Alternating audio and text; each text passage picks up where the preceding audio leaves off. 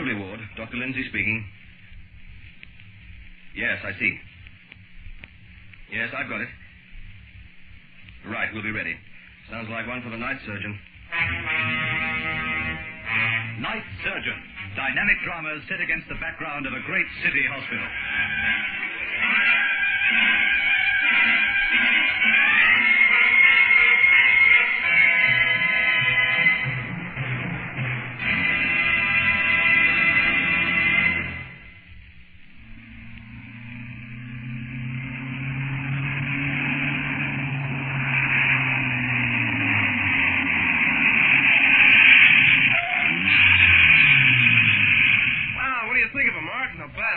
Certainly got plenty of tow, all right. Must be those twin carbies. Yeah, that's what did it. 95 we hit back there. I didn't even have a flat out. Some car, all right. Even if she doesn't look it. You'd never guess she's got a jazzed-up engine in her. Looks just like an ordinary car. That's the way I like it. All those squares on the roads, I never clue that I can catch them. I don't see their faces when I burn past them. I'll bet. You're lucky, Albie, having an old man who buys you things all the time. I mean, this car. Gosh, it's a wonder your old man didn't keep it for himself. Ah, what for? He's got 2 others already. Say, here's a lot, though. He had it all fitted up like it was for himself. You know, ashtrays all over the place, cigarette lighter, even seatbelts. Yes, I noticed that. He must think you're a pretty steady driver. Steady? Ah, come on, it's really give her the work. See what you can do, huh? Oh, I don't know, Albie. Ah, come on. No, really. And I should be getting home. My mother worries if I'm out after 9, and I haven't told her I'll be late. Oh, so what? 10 minutes isn't going to make any difference. Yes, but Albie, I don't... what's the matter with you? You ought to wake up and live, man. Get with it. Well, okay, you say so. All right. Lights on, and here we go.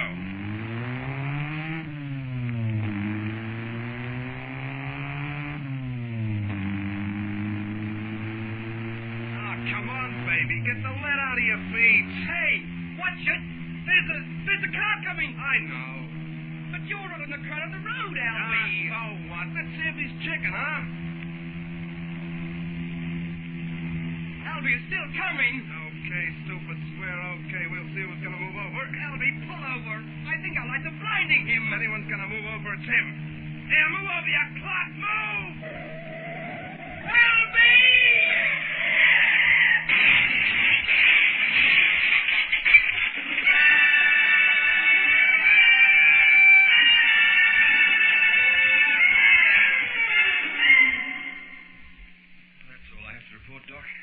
Spectacular arising from my first rounds. Good, but one thing you might do, keep an eye on that young fellow from the car smash, would you? Oh, sure. What's his name again? Hook. Albert Hook. We got his name from the police. They've been in touch with the father. He's on his way, I understand. Right. I think the op was successful. He'll be okay. But let me know how he goes. Will do. Incidentally, his father calls him Albie. He rang me before he left home, just after I came out of the theatre. Might be worth remembering when he comes around. His name, I mean. Well, sure. If he's only a kid, Dr. Morgan. Doctor, it's Nurse Parrish. Yes, nurse.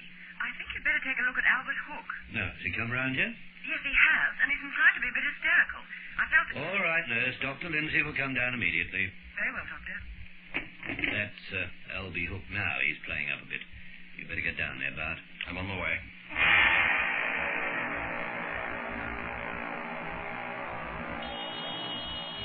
Mark. No, Mark, pull over. He's not going to give way. You'll hit him. Pull over, will you? Pull over, Mark. Take it easy, Albert. It's all over. You're safe now. Now, don't worry. Can't drive like that. What's the trouble, nurse? Oh, he's talking away as though he's still in the car, Doctor. He seems very upset. Mark. Albie? No. Albie, can you hear me? What? You're in hospital. I'm Dr. Lindsay. You're all right. Hospital? Yes.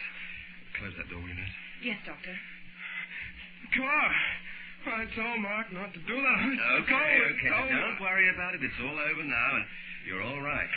Mark? Where's Mark? Never mind about him now. We'll talk about it later. Just lie back and relax. Lie back. Okay. That's better. Nurse? Yes, Doctor. What happened? Did he start this as soon as he came round? Oh, I couldn't say. I had to leave the room for a minute, and when I came back, he was already talking like that. How long were you away? Oh, I said a minute. Perhaps it was 2. No longer. Mm-hmm.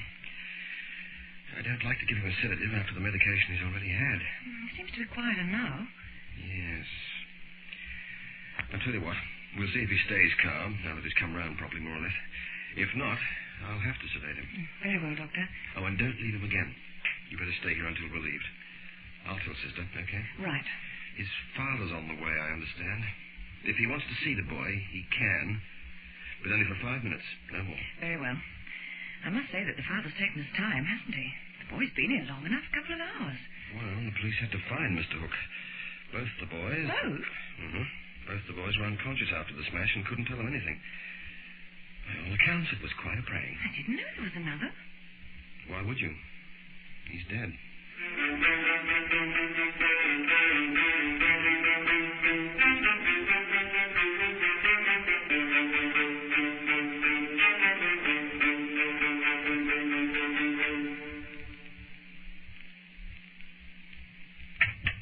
You can stay only 5 minutes, Mr. Hook. Doctor's orders. I see. How is he? He's going to be all right, but he's still a bit groggy from the medication. Can I talk to him? Of course. He may be a little slow in understanding you and answering. Albie. Albie, it's Dad. Dad? Albie, can you hear me all right? Dad? They tell me you're going to be all right, son. Hello, Dad.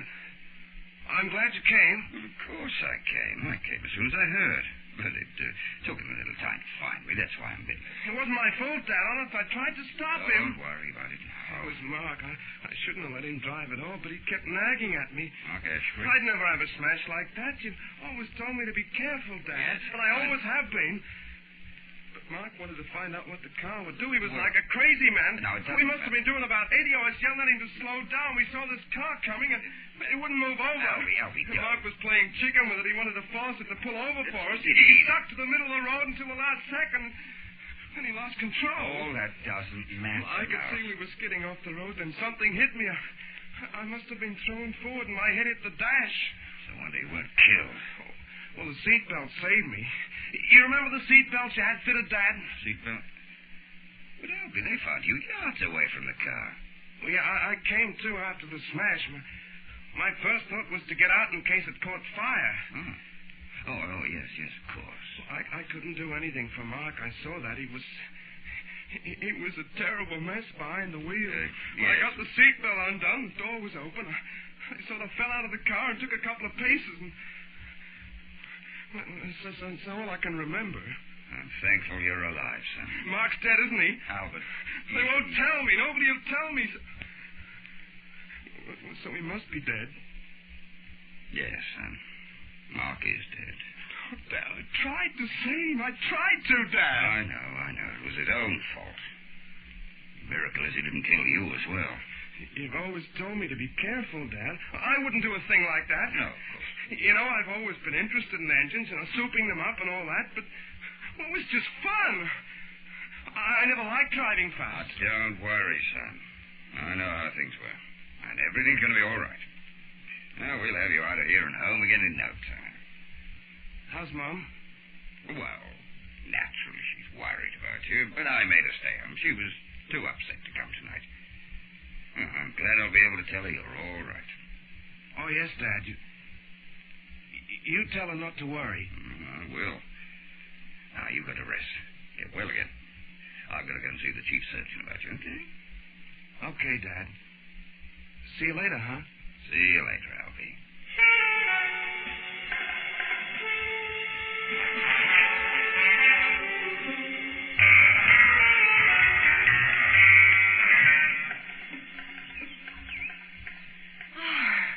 Been waiting long, Bart. I just couldn't get away any earlier. Oh, think nothing of it.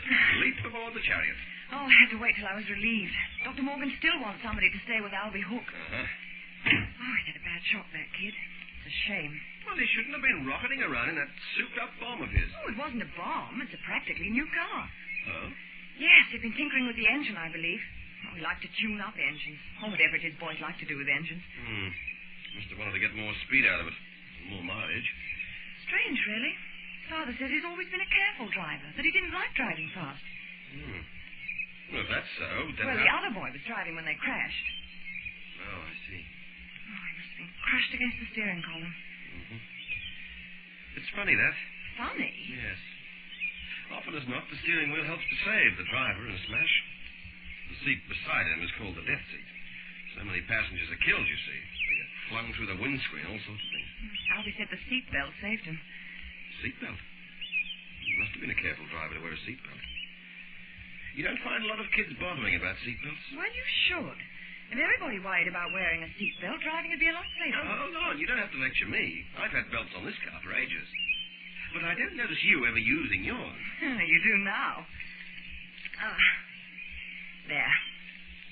Now you can prang the car any time you like. Thanks. Well, we may as well get going. Hello, there's Doc Morgan. Do you want a lift, Doc? Mm-hmm.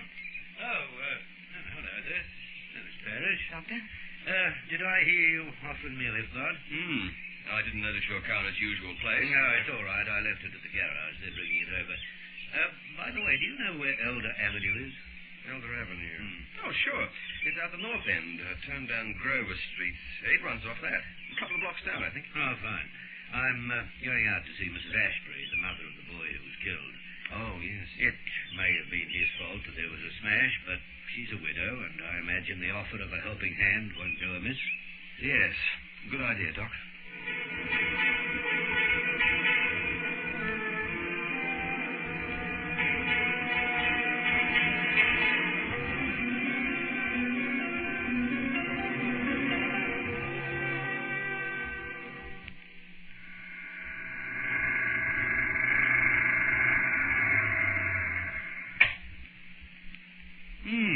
Very interesting. A nice little lathe.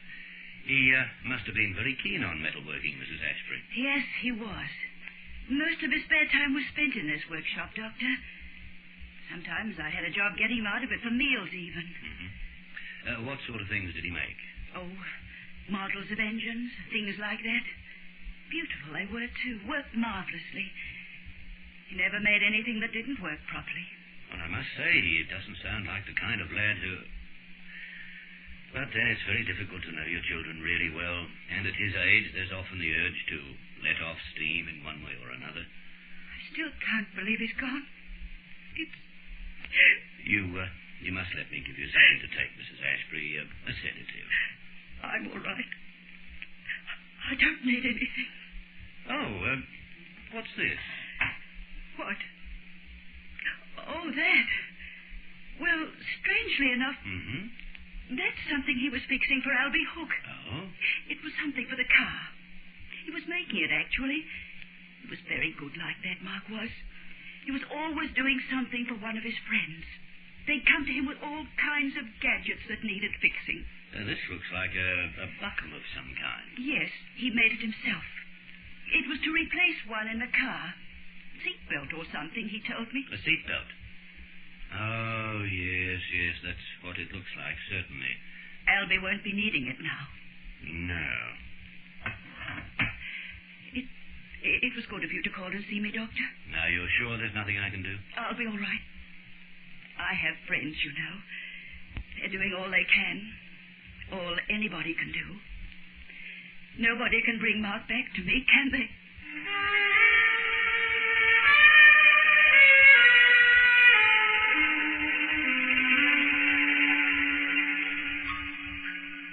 Yes, that's right, Mr. Hook. Dr. Morgan asked me to give you a ring. Well, thanks very much, Doctor. I don't mind telling you, his mother and I will be glad to get Albie home again. I'm sure you will. Actually, he could go out tonight, but I think it'll be best to leave it till the morning. Oh, yes, by all means. Another night in hospital won't do him any harm. Righto, then. What time will you be in for him? Oh, say about 10 o'clock? 10 o'clock? Fine. I'll leave a note for the day staff. Thank you, Doctor. Good night. Good night. Yes, Elaine? Pathology reports. On your desk? Yes, they're there somewhere. Finished with them? They're all yours. Good. I'll take them down then. Oh, by the way, about our trip to Craggy Mountain. What trip? You were going to drive me out to see Sylvia's new baby one day. Sylvia? Oh, Sylvia Blaine, you remember. No. Never mind. If I was dumb enough to let myself in for a chore like that, it's no wonder I don't remember. How about tomorrow? No, can do. Can we leave it till next week? When next week? Oh, for Pete's sake. Well, you've been going to drive me out for weeks now. Let's make it definite. Tuesday? Okay, next Tuesday. We can make a day of it. I'll fix a picnic lunch and we can drive to the top of the mountain and have it there. Oh, well, I bet that sounds better than gooing over some ugly baby. Okay, it's a date.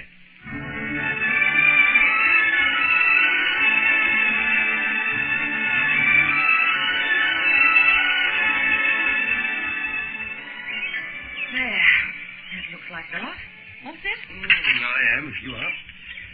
Oh, boy, this was some meal you dished up. Keep Well, up. just a second, Bart. Open the door, will you? Oh, what? You've jammed the end of the seatbelt in it. I can't move the handle inside. Just a second, then. Oh, that's better. Oh, while you're here, show me how this buckle works, will you? When I used it up the last time, it came undone. Oh, it's perfectly simple. Buckles on seatbelts are foolproof. Even idiots can work them easily. Yes? You sound as though you're selling them. Yeah, let's see it. No, I don't sell them, although maybe you have a... I say, What? seatbelt. Now, why didn't I think of that before? Yes, I wonder. What's the matter with you? I don't know. I just had a wild thought. Something Doc Morgan mentioned to me. What about? About that kid, Albie Hook. The one who had the car crash. And the other boy. Oh, Albie Hook, for heaven's sake. He was discharged from the hospital last week. Come on, let's get this fixed. I want to get back to town in a hurry. There's something I want to check on.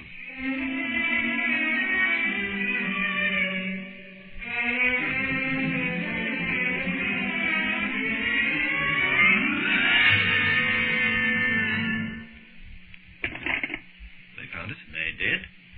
We were lucky. The wreck had been taken to some wrecker's yard, but was still pretty much as it was after the crash. When I first contacted the police, they said they didn't think there was much hope of checking on a thing like that now. What did they find out? That you were right. Who are you ringing now? The boy's father, of course. This is something that needs checking on. Sister, would you get me the home of Mr. Arthur Hook, please? You'll find the number on an old card referring to Albert Hook, who was discharged last week, or you can look it up in the book. Shouldn't be hard to find. Right. What are you going to say to him, Doc? Just what we know. Well, isn't it beating the gun a little? How do you mean? He won't like what you're implying, you know. He thinks the light shines out of that boy. I know. But then perhaps we have just one more case of a spoiled brat leading his father by the nose. Happens all the time these days. Yes, but you mightn't find the father too easy to convince. I'll take a chance on that. Dr. Morgan. Oh, yes, thank you, sister. Hello, this is Dr. Morgan of the Central Hospital. Is that Mrs. Hook? Oh, I wonder, could I speak to your husband, Mrs. Hook? Oh, I see. What time do you expect him back? He's what? Oh. Well, I'm sorry, Mrs. Hook, but this could be rather urgent. What time does the plane leave? I see. Well, thank you. I beg your pardon? No message, thanks. As a matter of fact, I may just take a run out to the airport. I can probably catch him there. Thank you. I'm sorry to have troubled you. Good night. What was all that? Hook is on his way to the airport. He's taking his darling son on a holiday for a month. That's a long time to wait. Too long. That's why I'm driving straight to the airport now. Now? I'll be back as soon as I can.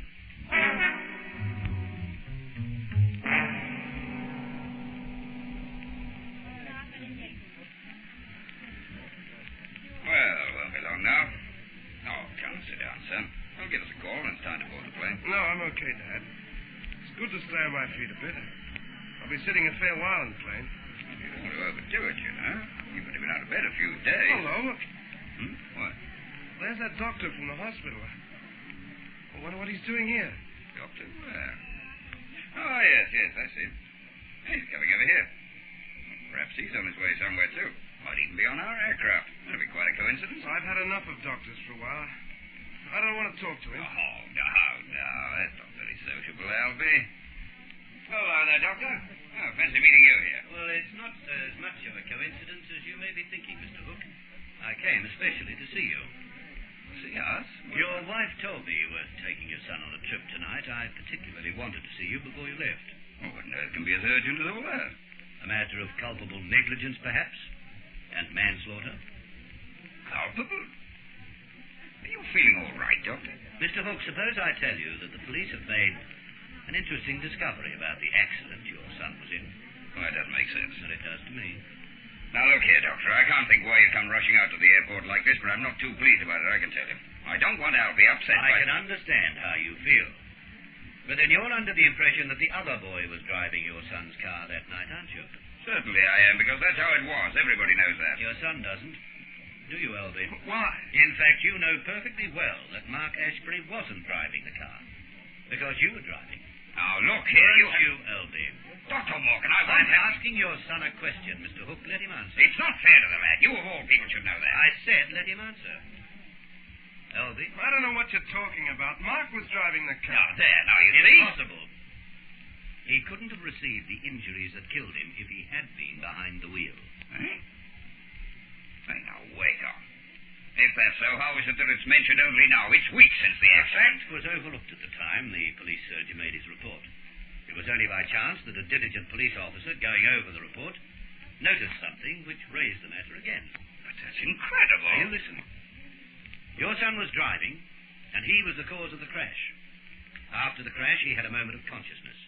And because he has a cunning, egocentric brain, he saw at once that he would be blamed. And he managed to summon the strength to move Mark Ashbury's dead body into the driving seat before he himself staggered away from the car. That's not true. It's a pack of lies. Albie, tell him he's a liar. Go on, son, tell him. You're not all those things he said. You're a good boy. You've always been a good boy. Why, you wouldn't do anything to make me and your mother ashamed. I know that. Ever since you were a toddler, you were a son we could be proud of. Shut up, Dad, will you? What? Look, can't you ever talk about anything except how good I was when I was a kid? Look, it makes me sick. Albie, what are you saying? I think he's trying to say that I'm telling the truth, Mr. Hook. No. No, that isn't true. No, of course it's true. He knows that. Look, what's the matter with you? I'm sick of the whole thing.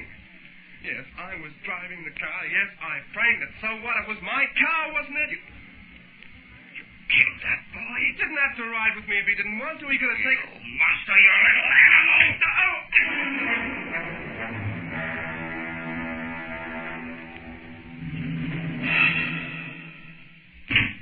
You could have gone with him to the police station, Mr. Hook. I just wish the police had found out about the other boy's injuries sooner than this. They should have. That wasn't possible.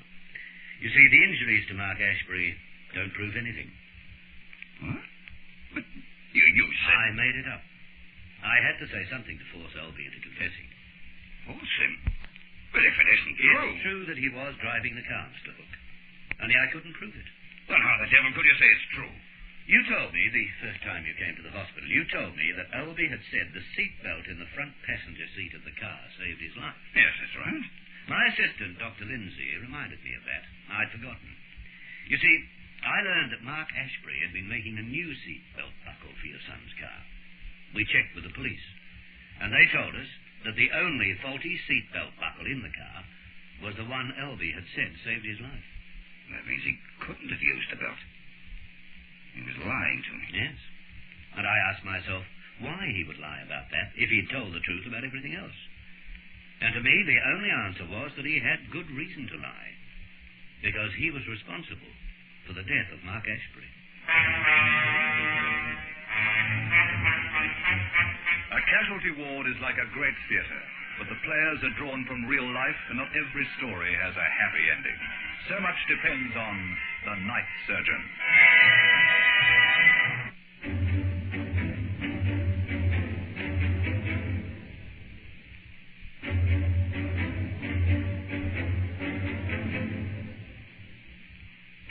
This is the United States Armed Forces Radio and Television Service.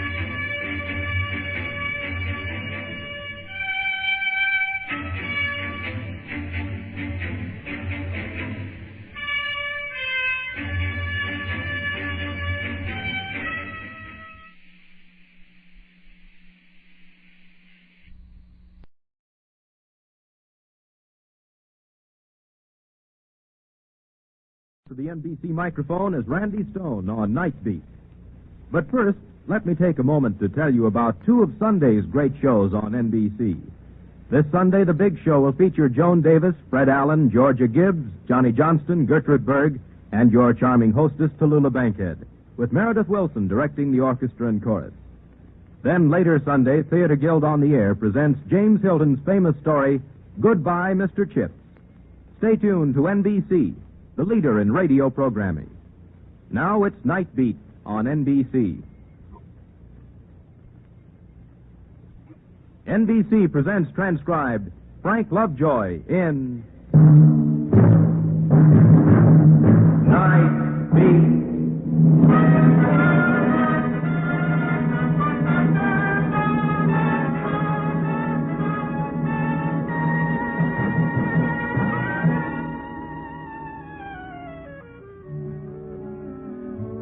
Hi, this is Randy Stone. I cover the night beat for the Chicago Star. Now, imagine this scene to yourself. You're sitting at the typewriter in a city room. There's nobody around. You're just finishing a real good yarn about an old lady and how she pioneered in the Middle West. The typewriter's clacking merrily on its way when a guy walks in.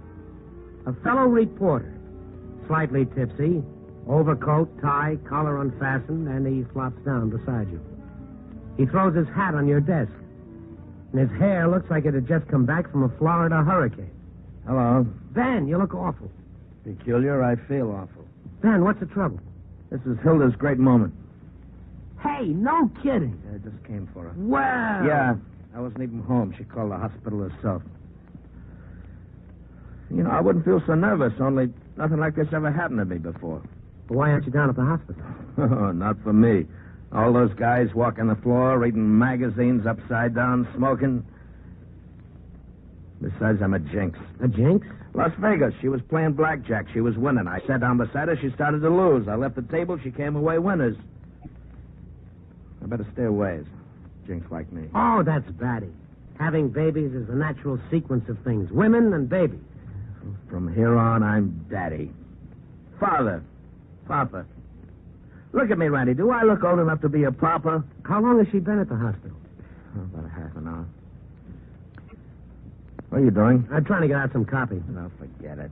4 o'clock deadline. So have I. I'll take care of your copy. You go on to the hospital. I'm driving myself crazy. I just came from it. Guys pacing the floor, reading magazines upside down, smoking. Give me another cigarette. This tastes lousy. Here. Thanks. Listen, come on downstairs to the bar, huh? Wait a minute. Sit down. Thought you wanted to get a drink. No, I got to make a phone call. Can I use your phone? Thanks.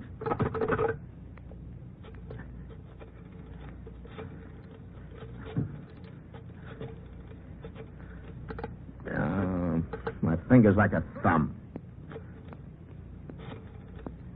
7, 9, 0, 8. No, I can't dial this thing. All right, give it to me. What's the number? Never mind, I'll get the operator.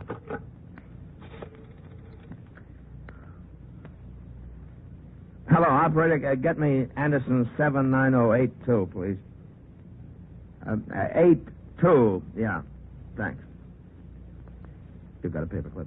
Paperclip? Paperclip. Well, sure. Hey, what for? Kill me. I like to bend paperclip. Hello, Dr. Weiss, please. Weiss. Weiss. Thanks. Stupid woman. She's been here for 10 years and she doesn't know. Yeah? Give me the floor nurse. I don't know what floor. I wasn't even at the hospital when they brought her in. I don't even know the room number. Milton Weiss. Dr. Milton Weiss. What? Not on the staff. Now, look, what's the pitch, lady? You crazy or something? He's not on the staff. What hospital is this, huh? I'm sorry. Wrong hospital. I looked on the hospitals in the phone book. They got little black dots from the names to the number. I guess I must have followed the wrong. All right. Now, calm down, will you? I'll calm down when either I get a drink or a baby. What hospital is she in? Michael Reese. Give me the phone. Oh, yeah. What was his name? Who? Never mind, I remember.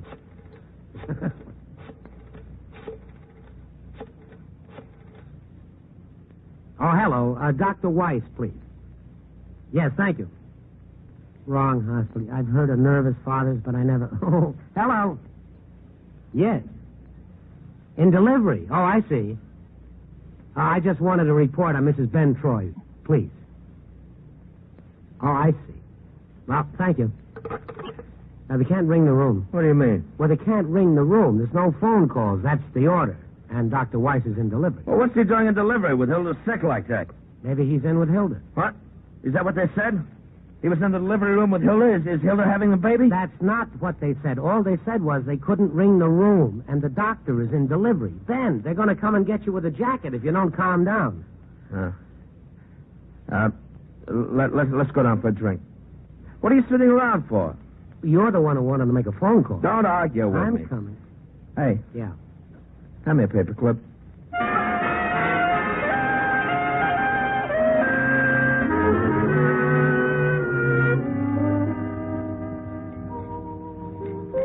It wasn't my idea.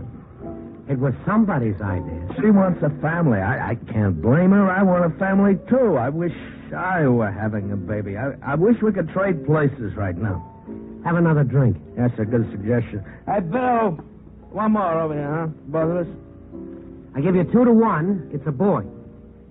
That's only even odds. Are you kidding? Well, let me be a sucker. 2-1. That's no deal. Why not? I'm not betting against myself. You boy crazy? You know why I want a boy? So I can keep him out of this business. What does Hilda want? Hilda wants a girl. Naturally. They're nice, too. Give me a nickel. You just called. Relax, will you? Relax. So what? So your wife's having a baby. Relax. Take it easy. Your worrying about it isn't going to do any good. If she dies... Don't talk silly. Randy, so help me. If she dies... She won't die. If she dies, so help me, Randy. An hour from now, you'll sit back and laugh about what you're doing right now. Yeah, an hour from now. What time is it? 10:35. Exactly? 10:36. 10:36. Get yourself loaded. I can't get loaded. I could drink 50 of these and never get loaded. Nothing could load me up right now. Nothing. Randy? Did you ever meet Hilda? Well, once she was down here looking for you. We had a little talk. She's a pretty nice girl, huh? Oh, very. You know how we met?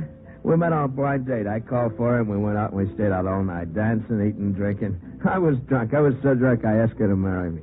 That drunk? I don't mean I wouldn't have asked her to marry me if I weren't sober. I mean, the first night I meet her and all that, you know? Love at first sight. Talk about fast decisions. What do you say? Drink up. Are you trying to get me drunk? Yeah. Okay, I just want to know. You look better already. Randy? You realize she could be dead now? Listen. She could have died just a minute ago, 30 seconds ago, and me sitting in a bar getting stiff. Ben. Give me a nickel. Here. Come on. What for? I can't operate the pay phones. It's too complicated. Come on. If she's dead... Will you stop talking like that? You remember the number? No. I'll get information. Hold it. What for? Well, somebody is using the booth. Oh, that's nerve. All right, let's finish up the drink. Yeah, Sauce probably talking to a friend about a woman. And my wife is dying. Your wife isn't dying. Come on. How do you know? Sit down. All I want to know is how do you know she isn't dying? She could be dead right now, and how would you know she wasn't? Ben, sit down, will you? You know something, Randy? What? Hilda and I fight sometimes. Oh, everybody has tips. Tips? This was a lot more than a tip. We had a real out-and-out, drag-out fight. I don't mean with fists, with words. Bitternesses were exchanged. I called her names. How low can a man get after a woman slaves for you for so long and you turn around and you call her every name in the book? Quit beating your breast. It would serve me right if she died. It would serve me right. Ben. Give me a nickel. He's not out of the phone booth yet. Good loss. This is an emergency. Ben, come back If here. he doesn't know an emergency when he sees me... All right. You talk long enough. Come on, out. Out, I said. I can't look. Get out of there. This is an emergency. My wife is dying. I'm trying to call a hospital. Get out the phone. What's the idea of keeping the phone so long? You crazy or something? It could be an emergency. All right. You don't need to get excited. Take it easy. Take it easy. He's big. Yeah, with one hand, brother. You and who else? Bully. He uses his size to lord it over everybody. Yeah. Finish your drink. You're trying to get me drunk. Anything. I'm not going to get drunk. Well, you must have had 3 before you came to the office. I'm not going to get any drunker. Randy? That's the name. Make it a boy. I'll do my best. You know, I came this close to being on the first string of the football team at school. Some guy beat me out. Oh, he'll be on the first team, though, huh? A backfield man. No lineman. No, not a lineman to get his brains beat out. Maybe it'll be a girl. To marry some slob who can't make a living? Or a millionaire. A rat of a millionaire? A spoiled playboy? Oh, no, not my daughter. The guy just got out of the phone booth. No, give me a nickel. Your pockets are full of my nickels. Well, come on, I need a good dialer. I'm coming. Oh, I'm drunk. Hang on. You know, it's the dizziest bar I've ever been in. Well, I'll hold the door.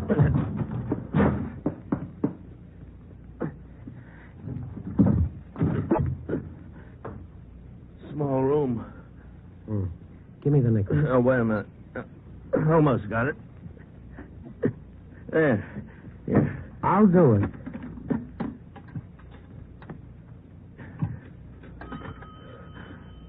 Where's the dial? Right here. Thanks. You're a good guy. How can you see all those blurred numbers? I'm remarkable. You better close the door. Come on. It's tough enough 2 of us in a phone booth without closing the door. No, wait a minute. Be quiet. I think somebody answered. Hello? What hospital? Hold the wire a minute. What's the name of the hospital? Michael Reese. Oh, that's what she said, Michael Reese. You check. Hello? Get me Dr. Weiss, please. Thank you. Polite. Oh, swell. I'll see you. No, we'll stick around. It's getting hard to breathe. Quiet, will you? Hello, doctor? Doctor, this is Ben Troy. I'm calling about my... What? What? Are you kidding? No, say it again. No, I don't believe it. No. Yeah. Yeah. Okay, thanks. Yeah, thanks. Well? A drink, quick. Tell me. A boy. Congratulations. Thanks. What's the matter? You look sick. There's one more to go. What? One more to go. You mean? Twins. Let's get out of the phone booth. I need a drink. He needs a drink. Twins. That calls for a double.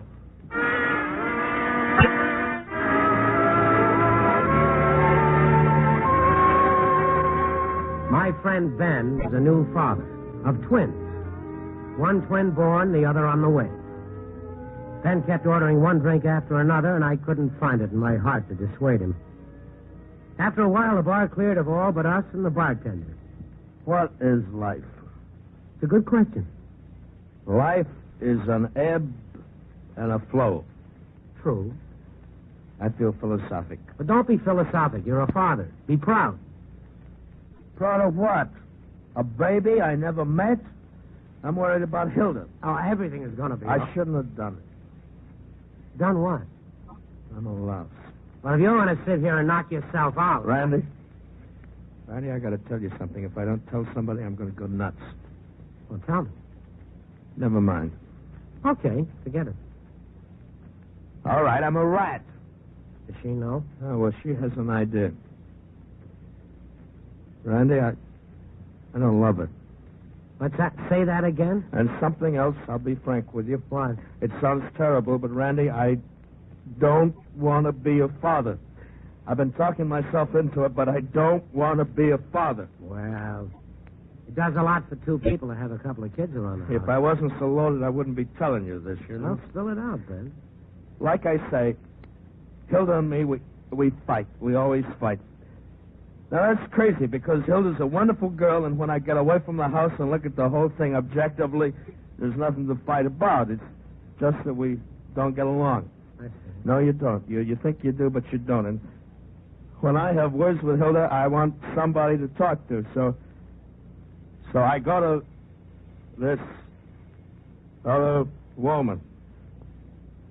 You see? This other woman? Ben, maybe you better go over to the hospital. No, it's my conscience is killing me. I shouldn't have got married. I never should have done this to her. Give me a smoke, will you? I'll buy another pack. Oh, well, here's a quarter. Oh, save it. I got to call her. You can't. She's still in the delivery room. Oh, yeah. Ben, Yeah, you're all mixed up. I am, huh? Yeah. Expert, huh? Randy Stone, advice to a loved one, huh? Oh, sit down, Ben. People are looking. Well, let them look.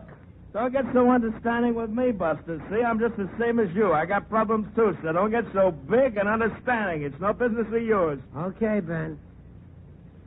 The drink's spilling on your shirt. Well, it's my shirt, and let it spill.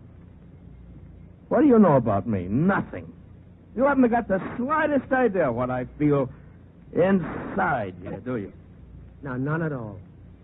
I was sitting at my desk trying to write a few words. Yeah. Well, let me give you a small idea of what I feel deep inside.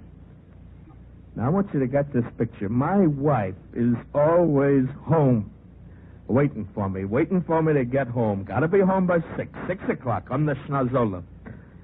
Well, you know, sometimes I don't like to get home by 6 o'clock. Sometimes I like to have a couple of beers and get home later than 6 o'clock. Sit down. I'll stand, if you don't mind. Now, where was I? You were coming home late. Well, sometimes that's what a man wants to do, is come home late. Oh, and she's so smart, this Hilda. This great wife of mine. She's real smart cookie, you know. She knows better than to give me a big lecture, so she just looks at me with a big smile and serves dinner to me. But I know what she's thinking. And she knows I know what she's thinking. And she makes her point. But I can't say anything because she won't argue with me. Uh-huh. You know what? What? I'm a bachelor type. Well, maybe the boy will make a difference. Thought about a name for him? No. Oh, come on, Ben. Something wrong with me, huh? Now, you're loaded. Now, think of a good name for the boy. I'll name him Zilchman. There's a good name, Zilchman Troy. He'll be out playing with the boys, and Hilda will get on the back porch, and she'll scream, Zilchman, supper's ready, Zilchman. And my kids will nickname him Zilchi. And in class, the teacher will call the roll Zilchman Troy, and the kids will laugh. And in the Army, in the 9th World War, the sergeant will call out, Private Zilchman Troy, front and center. Any good name? What about Philip? That's too common. Nothing common for my kid. Well, name him after me. Randy Troy? Lousy. Come on. Where to? Hospital, of course. All right, come on. Never mind. I don't need nobody. I can make it. You'll fall flat on your face. I can make it. Okay. See you later. So long. You're hurt, Ben. I slipped. You all right? I'm drunk. Give me your hand. Yeah. Right. Up you go. Yeah. Wow. That floor is deep. And getting deeper. Come on. Zilchman, Zilchman, give me a great big kiss. I'm half crazy over the love of you.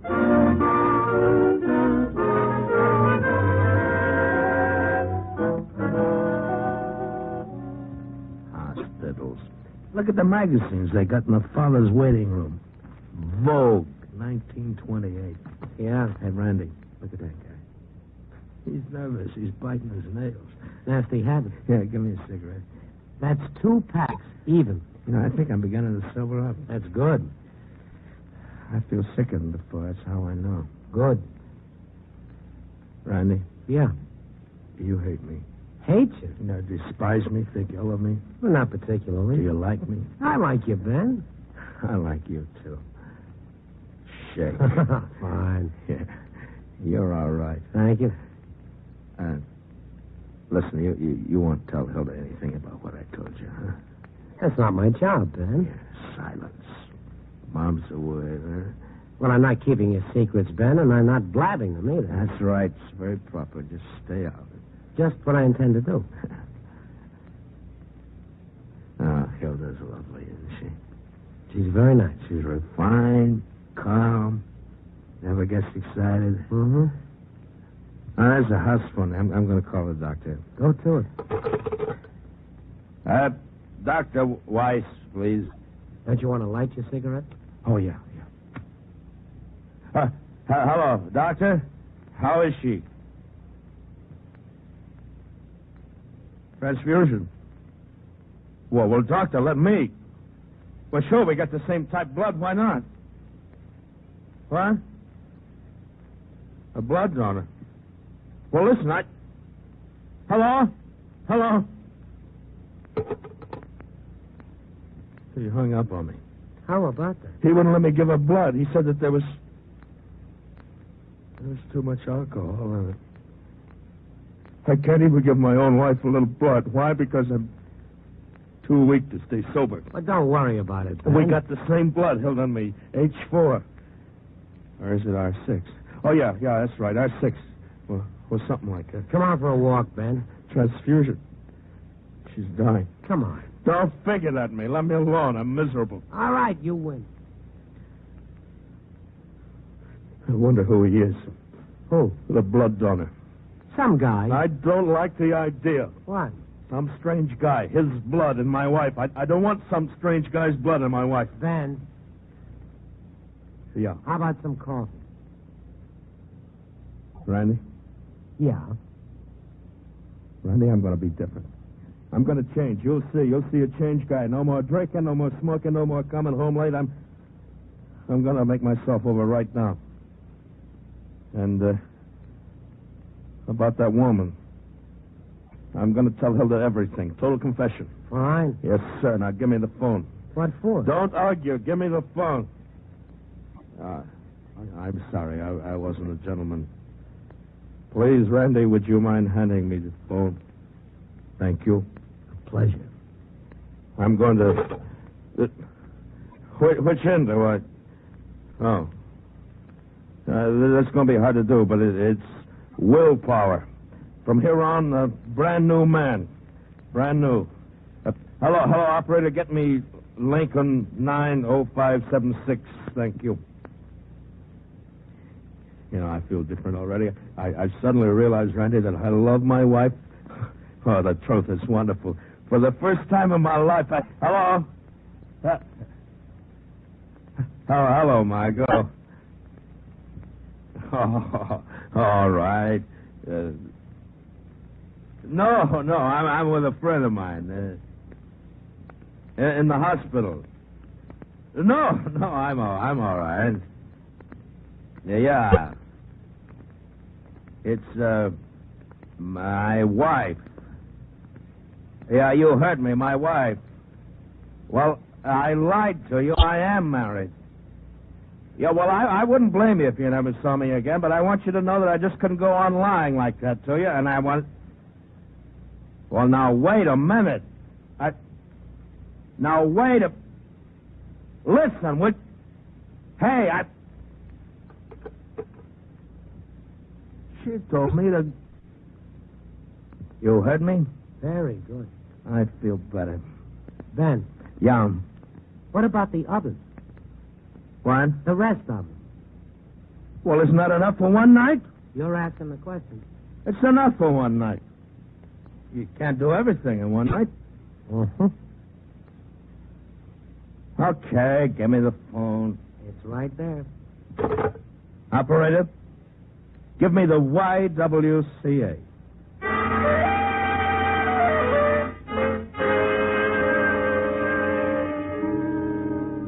You're quite a boy. Call me a rat. To err is human. You're thinking it, say it. Let he who was without sin hurl the first stone. I feel better already. You should. You realize what I did? What I sacrificed? I think so. For the sake of a permanent relationship with a good woman? Right. You come home at night, tired, 6 o'clock.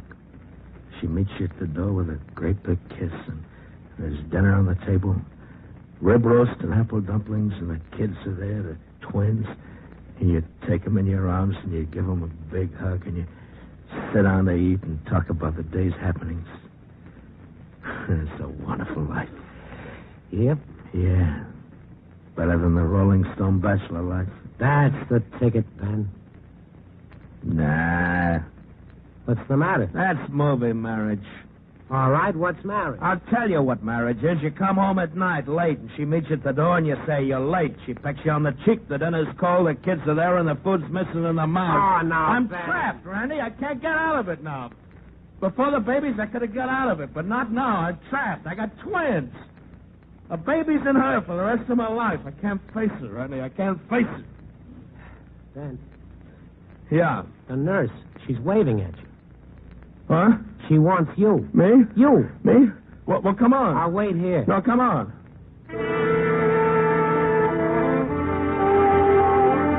He followed the nurse to a door. She opened the door and stepped to one side, and he stood there for a moment, looking in. He walked over to the bed. She smiled at him, and two wrinkled, red-skinned babies lay beside her, snuggled close to her cheek. And Ben stood there. He stared with wonderment. Twins. How about that? Twins. Randy, how about that?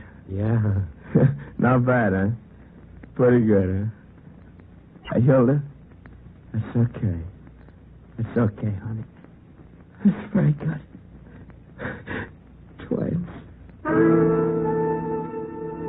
She gave him her hand, and he bent down to kiss her. I walked out and closed the door, and I went home.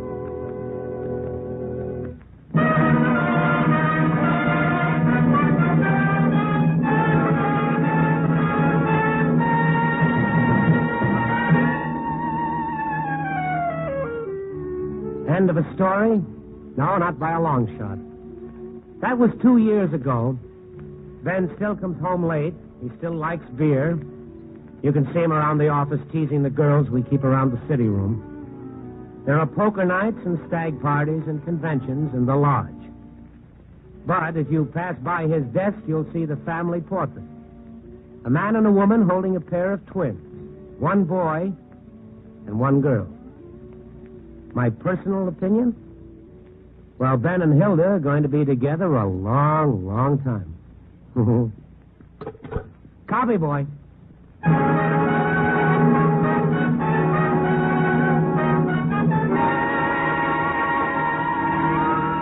Night Beat, starring Frank Lovejoy, is produced and directed by Warren Lewis, edited by Larry Marcus.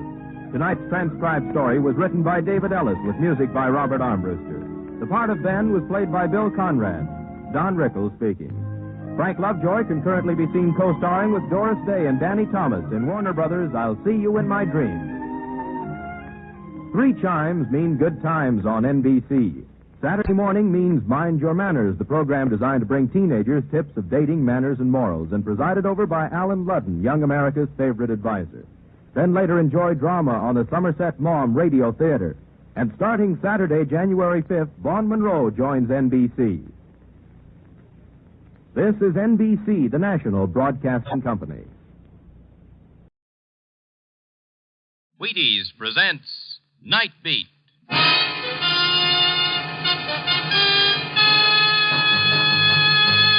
On stage tonight, transcribed from Hollywood, Night Beat, another in the Wheaties' big parade of exciting half-hour presentations. Night Beat.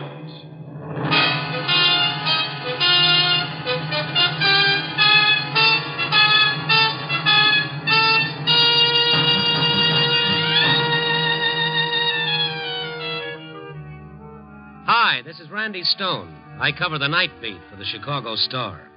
My stories start in many different ways.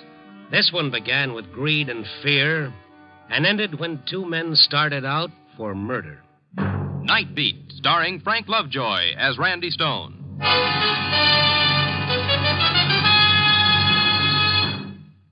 If you don't mind, Wheaties and I are going to talk to 4 little boys in Philadelphia for a moment. Their names are Dennis, Donald, David, and Dean Joost. And their father's name is Eddie Joost, champion shortstop of the Philadelphia Athletics.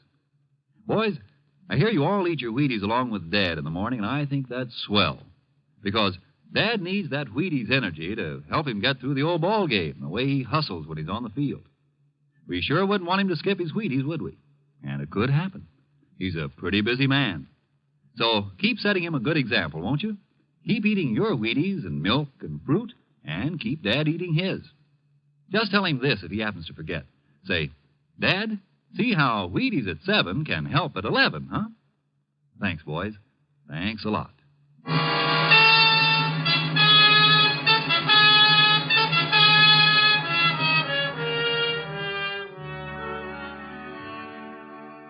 Tonight, I didn't have to look for my story. It came over the teletype. A few lines of cold, impersonal print that told that a man had died. Charles Keller died today in the state penitentiary. Keller served 14 years of a 20-year sentence for armed robbery. The clacking stopped for a moment, as though the machine were taking a breath. Charles Keller. I thought of his wife, Molly, a quiet, patient woman who worked here in the building, scrubbing floors.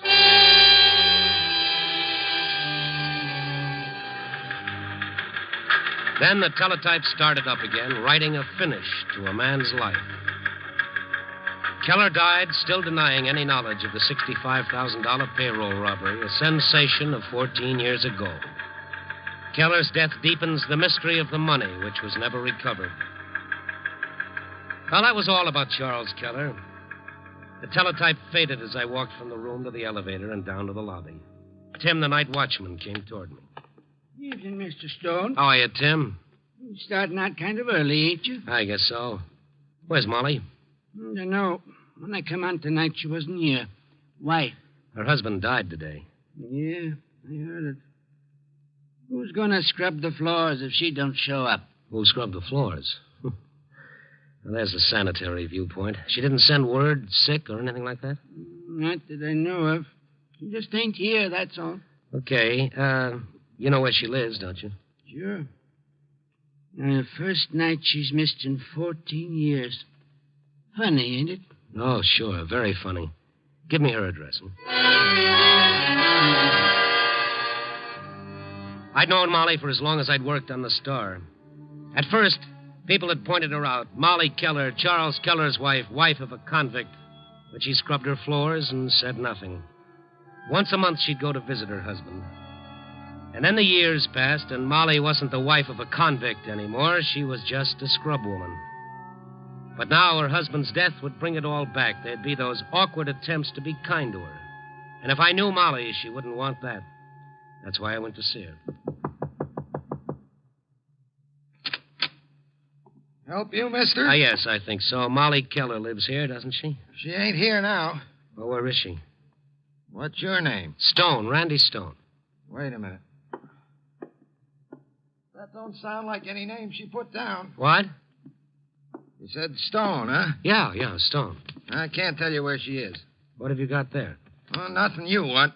Now, you go away. I gotta get some sleep. Yeah, in a minute. Look, I'm Randy Stone, Chicago Star. Here's my press card. I don't care about that. Molly gave me $50. She did what? Mister, you ain't one of the names, so I can't tell you where she is. But I'm a friend of hers, and I've got to see her. Her husband died today, and I... Oh. I didn't know that. Well, you do now.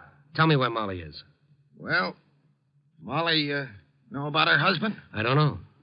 Oh, okay, but when you see her, don't tell her it was me that told you. All right. Where is she? Lake Drive Hotel. Who? The Lake Drive? Are you sure? You asked me, I told you. Now, that's all. The Lake Drive Hotel, swank and plush. Visiting royalty had to show their crowns before they could get in. So I went there. I walked through the lobby, past the diamonds and the furs, and up to the desk where a clerk with a Harvard accent and a Vassar personality looked me over. May I help you, sir? Yes, I think so. I'm looking for a woman named Molly Keller. Is she registered here, sir? I don't think so. Molly Keller is, she's a scrub lady. I beg your pardon? A scrub lady, one of the great army of working people. I suggest you try the servant's entrance. You forgot the sir. If you'll excuse me. Yes, this is important. I want to find Molly Keller. The servants' entrance. You're wasting the springtime of your youth repeating that. Now, all you have to do is go to the phone and check with the employees department, find out if there's a Molly Keller working there. Very well. One moment, please. Thank you. Hello. This is the desk. Is there a scrub woman working here named Molly Keller? Thank you. Well? There's no one here by that name. Maybe she used the name Mrs. Charles Keller. Sir? Mrs. Charles Keller. But we have a Mrs. Charles Keller registered here. Registered? Certainly. In the Royal Suite. The Royal Suite? When did she check in? Really, sir, I cannot give out information about our guest. Yes, all right. Will you call her or tell her I'd like to see her? One moment. I must check something, sir. I hate to see you patter back and forth on your delicate little feet. What's up now? Your name, sir? Stone, Randy Stone. Well, I'm sorry, sir. That is not one of the names Mrs. Keller gave me. She gave you a list of names, too? No one but these 3 men were to be shown up under any circumstances. Well, ask her if she'll see me, Randy Stone. She knows me. Very well, sir. One moment. The clerk went to the desk phone. I told myself the woman in the Royal Suite couldn't be Molly Keller, not at $100 a day plus tips. I half expected the clerk to come back and tell me Mrs. Charles Keller didn't know me. Mrs. Keller, there's a gentleman here to see you. No, not one of the 3. But he says his name is Randy Stone. Yes, Mrs. Keller, I'll send him up. Mrs. Keller will see you, Mr. Stone. The Royal Suite is 4A. The elevators are in the alcove to your right. Okay. The elevators are... Oh, thank you. I'll walk up. The air might clear my head.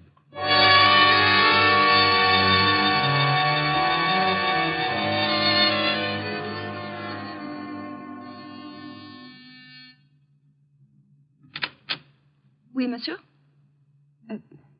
Oui, monsieur? Oh, I'm sorry. I'm Randy Stone. Mrs. Keller. Oui, Monsieur Stone. You will please come in. Thank you. I will tell Madame Keller you are here. All right, Colette. I heard him. Oui, madame. In there, monsieur. The sitting room. Thank you again. Hello, Randy. Hello, Molly. Will Madame wish me any more? No, I'll call the service desk when I need you. Merci, madame. How'd you find me, Randy? Did I? But you're here. Yeah, I know. I'm here, but are you? What do you mean? What do you think I mean, Molly? Or should I say, Madam Keller? What do you want? I don't know. What are you doing here? I live here. Since when? I registered tonight. Uh-huh. That clears up the whole thing. You just walked in here and registered at $100 a day plus a French maid. What is all this? Please go, will you? Yeah, in a minute. This came over the teletype about an hour ago. Charles? Yeah. They notified me. You're not going up there? Charles is dead. Why should I go up? Look, there's something wrong. This doesn't make sense. I've known you for a long time. I've watched you. A woman for whom I had a lot of respect because she had a lot for herself. A woman who broke her back and her hands for 14 years while her husband rotted in prison. While you stuck by him? Because I was a fool. Well, then why didn't you divorce him? Oh, I couldn't. You couldn't? Why not? Please go now. Don't ask any more questions. Why not, Molly? Why are you afraid to have me ask questions? What do you want, a story? No. Get out. Molly. What? Where are you getting the money for all this? It's got nothing to do with you, Randy. But it has everything to do with you and your husband. He's dead. Molly, that money from the robbery, the $65,000. Leave me alone. You know where it is, don't you? You've known for 14 years. You don't know anything about it. You've got it. Get out.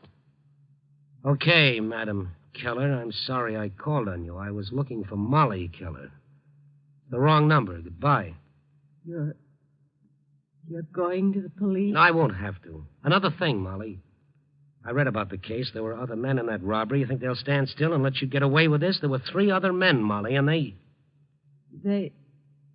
They what? Those names that you left with the landlord and the clerk. What about them? Who are they? All right, Randy. You want a story? I'll give you one. Here. The names and addresses of 3 men. So? You want a story, and I'll give you one. The biggest you've ever had. A murder story. Murder? Yes. You go to these men and tell them about me. Where I am, how I'm living. If they're who I think they... No, I won't. It'll be your murder, Molly. No, Randy, not mine. Then whose? I promise you'll find out before tomorrow.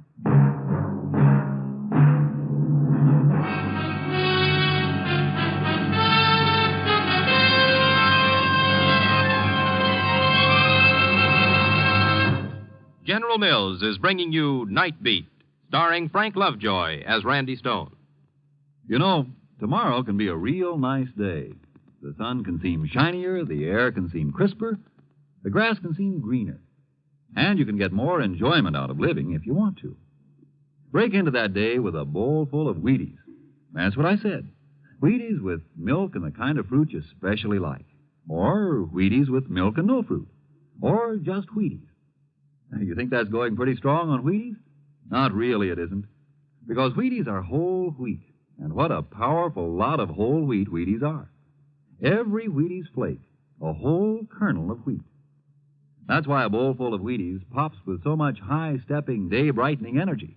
Energy right after you get up from the breakfast table. Energy all morning long. Wheaties have it, and it's for you. Whole wheat goodness. Of course, you don't have to think about vitamins and minerals when you eat those Wheaties. Just pass that milk, fill that bowl, pull up a spoon, and get Wheaties happy. It's the easiest thing in the world to do, spooning into sunny, whole wheat Wheaties. Try 'em for an awfully nice start on that nicer day I've been talking about, tomorrow. See for yourself how Wheaties at 7 can help at 11. Breakfast of champions. Breakfast for you. And that's a promise. Indeed it is.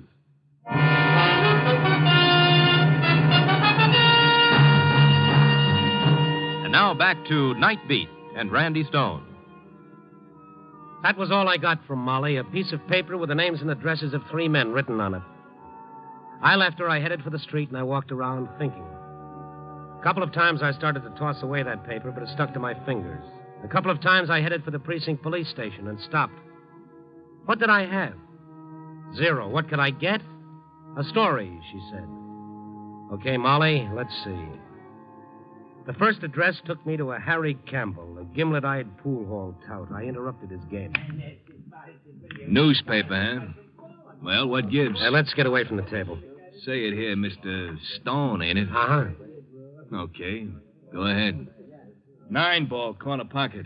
This is about $65,000 and Charles Keller.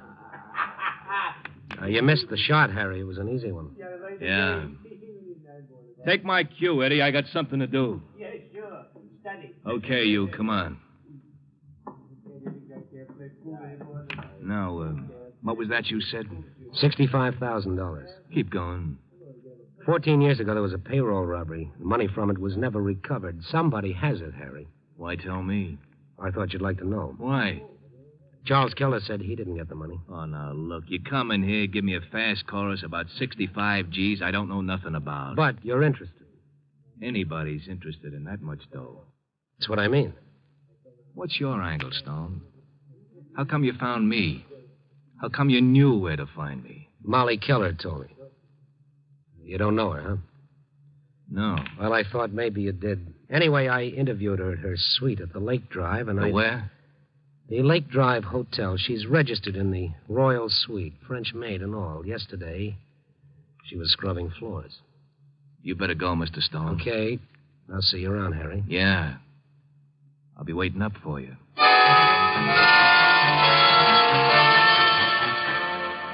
Name number 2 was Bob Olson. He wasn't home, but I located him in an all-night beanery. He was behind the counter.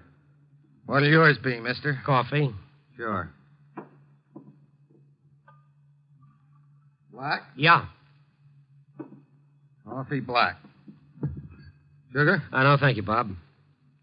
I know you. No, not yet. How come you know my name? Bob Olson, that right? Yeah. How'd you know? Oh, psychic, or maybe Molly Keller told me. Huh? I've just come from Harry Campbell. I don't know him. Nor Molly Keller? Never heard of her. Mm-hmm. You just don't know the right people, Bob, or you'd know all about $65,000. Bob Olson played it straight, too. But there was the same look in his eyes I saw in Campbell's. Hard and nasty. I left him with the same information I'd given Campbell. And then I headed for the third name on the list, Jim Humphreys.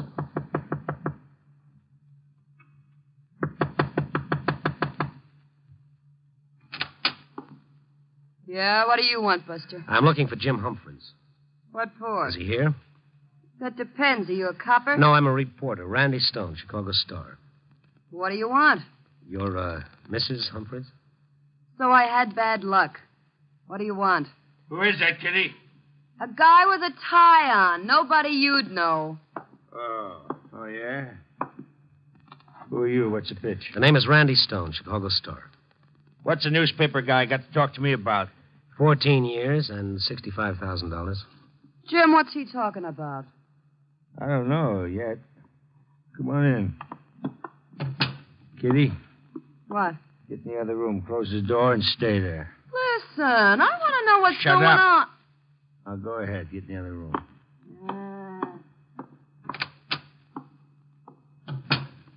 Now, what's with you, Stone? Charles Keller died in prison today. That mean anything? No, never heard of him. Never heard of his wife either, huh? No. Hey, what are you doing? Looking around. This isn't the best place in the world, is it, Jim? It's good enough. 1/4 of 65,000 is about 16,000. You didn't get anything, did you? I don't know what you're talking about. Oh, everybody is innocent. Olson, Campbell. You know them, Jim? No. Well, I guess Molly Keller sent me on a wild goose chase. Molly Keller? Yeah, she's living at the Lake Drive. For 14 years, she scrubbed floors while her husband was in prison, but now she's... Jim. Get back in there. I ain't. You heard what this guy says. The Lake Drive Hotel. She's living there. You flathead, shut your trap. I won't. Do you hear me? I'm telling you, get back in that room and stay in there. I've been living in this crumb joint. Look at me. Mister, you look at me. I am kidding. So I'm ugly, No, huh? not at all. No, I ain't. But I gotta live in this trap. Me, I could have had lots of things, but I ain't. I've been taking this guff because he tells me that someday... Keep it shut, I tell you. Keep it shut. I've been keeping quiet for long enough. For 5 years I've been keeping quiet because you told me that someday I told you. Now get out of here. Get in the other room. Now, wait a minute. Keep out of this, you. Kitty, you heard me. Just a bird in a cage. And not a gilded one. Mister, I don't want to hear nothing else from you. Now, you got a couple of seconds to get out of here before I slap you all over the neighborhood. Now, what do you say? Oh, it's clear. Okay, so long, Jim. Come back again, and I'll kill you.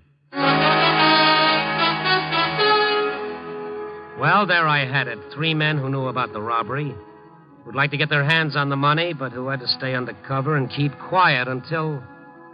Until what? The answer to that lay with Molly Keller, and I wanted the answer. 20 minutes later, I was back at the Lake Drive Hotel. This time, I didn't go to the desk. I slipped through the lobby, up the stairs, and down the carpeted hallway to Molly's suite.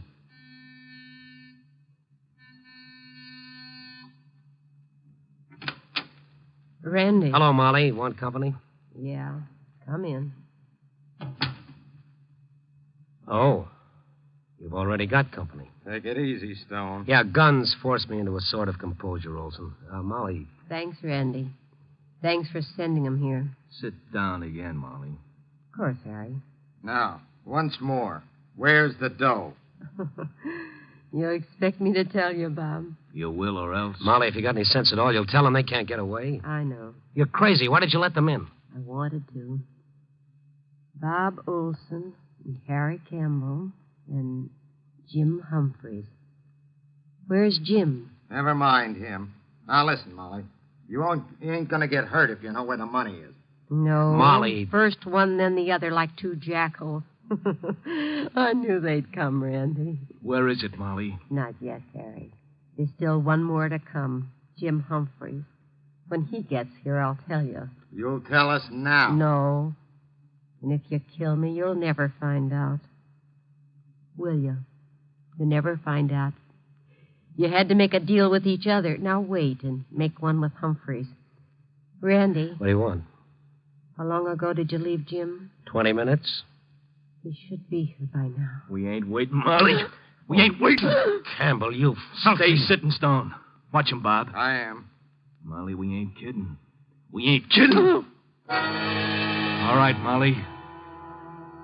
It's no use, Harry. You can do anything you want to do. You won't find out anything until Jim Humphreys gets here.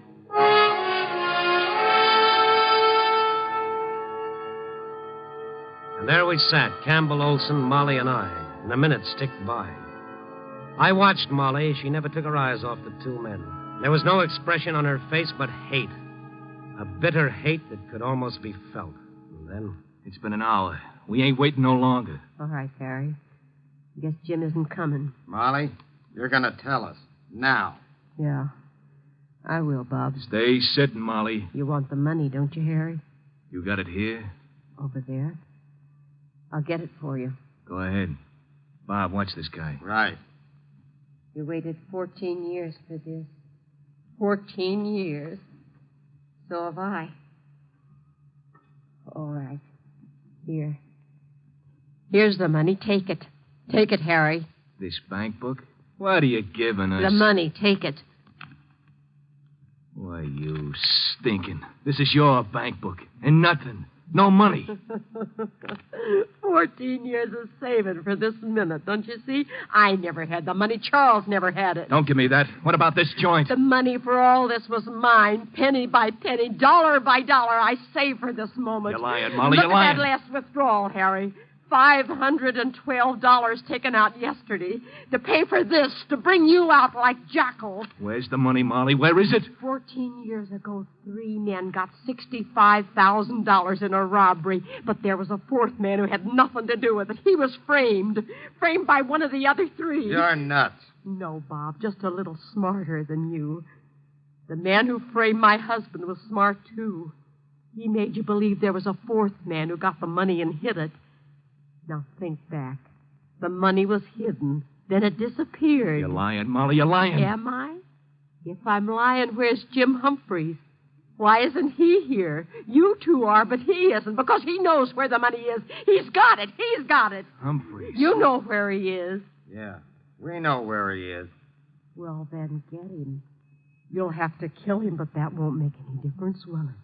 Not for all that money. Get him. Molly, if this is a frame, so help me, we'll get you. Find out, Harry. Go to him. Get the money. It's yours, isn't it? Get it. You waited 14 years, afraid to ask, afraid to talk, but now... What about him? Stone. He won't stop you. He won't stop you because I won't let him. Harry, watch her. He'll stay here. Go ahead, Harry. Bob, I can use a gun, too. Molly, this better not be a frame. You'll find Jim Humphreys and the money. Come on, Harry.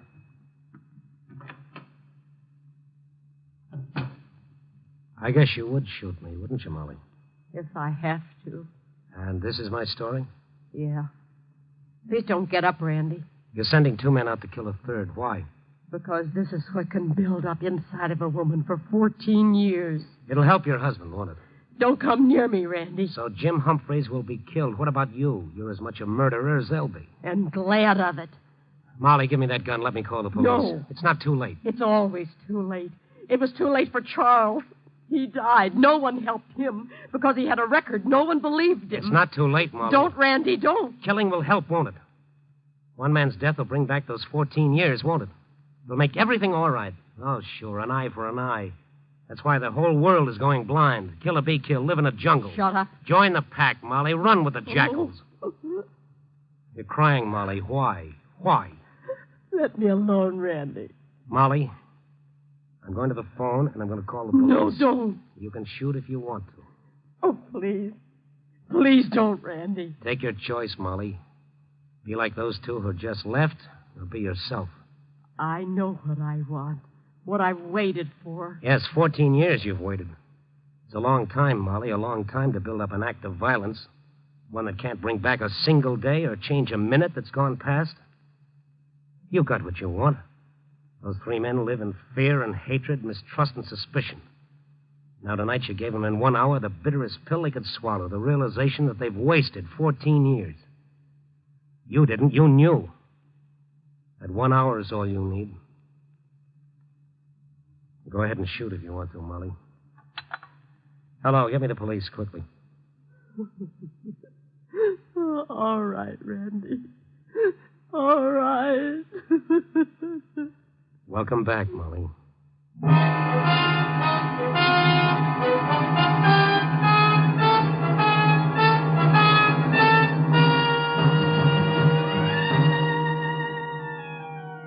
Well, there's the story of Molly Keller in 14 years. But it's more than that.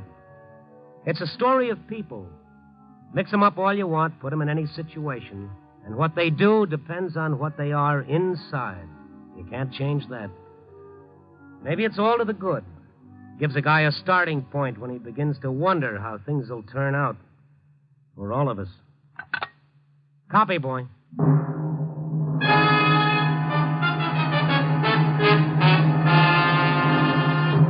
You are listening to Night Beat on the Wheaties Big Parade. And here's our star, Frank Lovejoy, with a string around his finger. What's that for, Frank? Oh, that's for Wheaties. I've got to get some before I go home. We're out. Out of Wheaties? Yeah. How'd it happen? Well, the kids, you know. Oh, the kids ate them up? Well, no. Oh, you had company. Well, no, doggone it. I ate them up myself. I had a bowl full of breakfast this morning. It was so good I had another bowl full. First thing I knew, I'd finished the box. And then you forgot to say you'd done it. How'd you know? It's happened to me.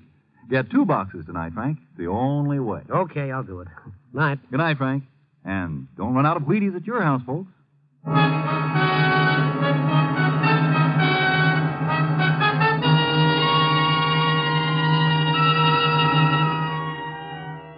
Night Beat, starring Frank Lovejoy, is produced and directed by Warren Lewis and edited by Larry Marcus. Tonight's transcribed story was written by Russell Hughes, with music by Frank Worth. The part of Molly was played by Sarah Selby. Others in tonight's cast were Joan Banks, Wilms Herbert, Peter Leeds, Wally Mayer, and George Offerman, Jr.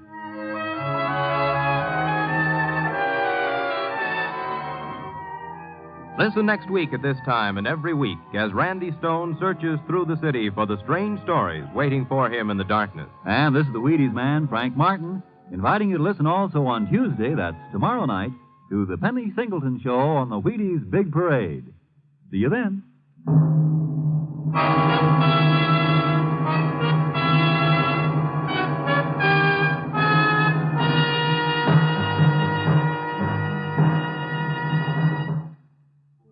Forest fires aren't born, they're made. 9/10 of all forest fires in this country are touched off by the carelessness of forest travelers. Don't you be one of the guilty persons who kindle 9 out of 10 forest fires.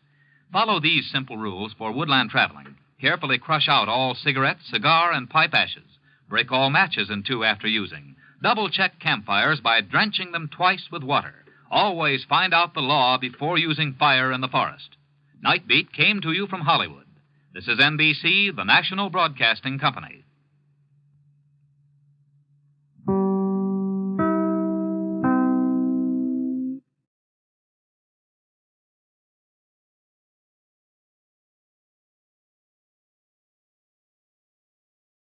Wheaties presents Night Beat.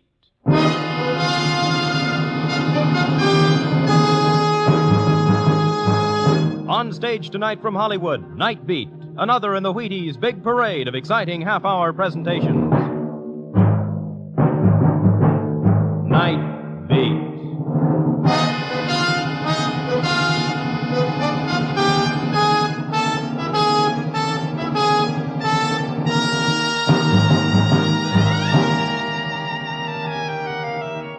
Hi, this is Randy Stone. I cover the Night Beat for the Chicago Star. Stories start in many ways. That night, my story began with the innocent ringing of my telephone. I didn't know that on the other end of the line was death. Night Beat, starring Frank Lovejoy as Randy Stone.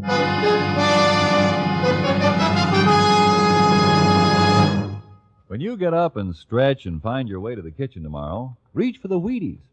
Lay spoon to whole wheat. Whole wheat can help make a difference all morning long. Start a good breakfast with Wheaties for the roll-up-your-sleeves kind of energy that can make the morning go smoother. There's a whole kernel of wheat in every Wheaties flake. You got it? A whole kernel of wheat in every Wheaties flake. That's why Wheaties can do so much. That's why Wheaties at 7 can really help at 11. Tumble out those golden flakes, pour on the milk, put on the fruit, pick up the spoon, and smile. You're getting nourishment to help send you through the morning on high. You do it. Help yourself to Breakfast of Champions and see how Wheaties at 7 can help at 11.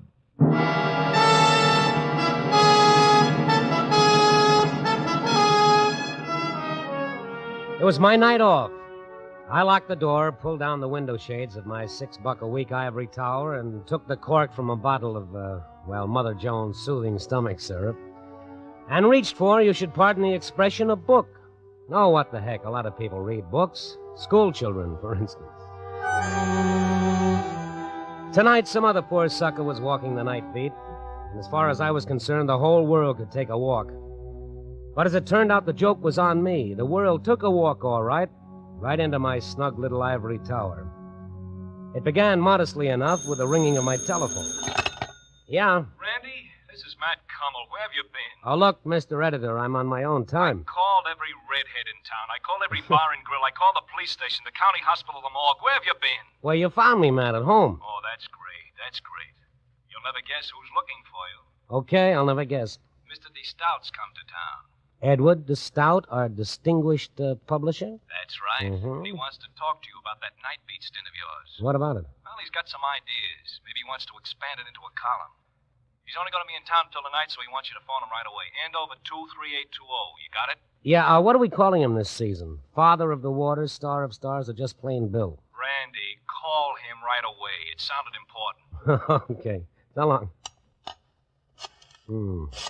Good evening, Mr. de Stout. Your humble servant, Mr. de Stout. Now drop dead, Mr. de Stout.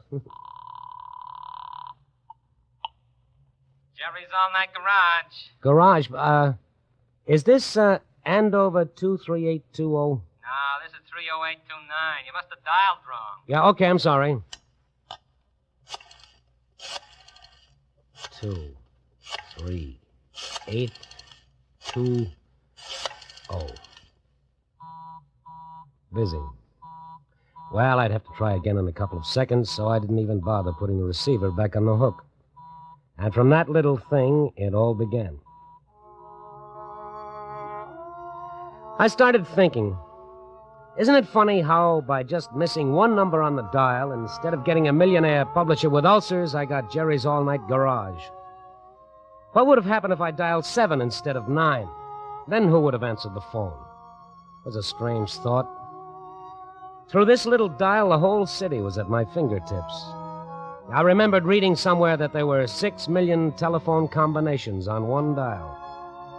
Then on the spur of the moment, I did a dumb thing. I spun the dial 7 times in rapid succession without even looking at the numbers. And the phone started ringing. I had a connection. Where was it ringing? Who had destiny chosen to get my call? Some frowsy little gal crying her eyes out in the back bedroom? A dozing night watchman in an office closed for the night? Was my call interrupting a family brawl in some dark flat on the north side? Was it breaking up the sleep of some poor guy working a night shift? Well, wherever it was ringing, there was no answer. So I tried dialing the Stout's number again. I thought, what a swell idea for a column. The whole city at your fingertips. Still busy. So, again, just for the fun of it, and without looking at the phone, I dialed 7 times.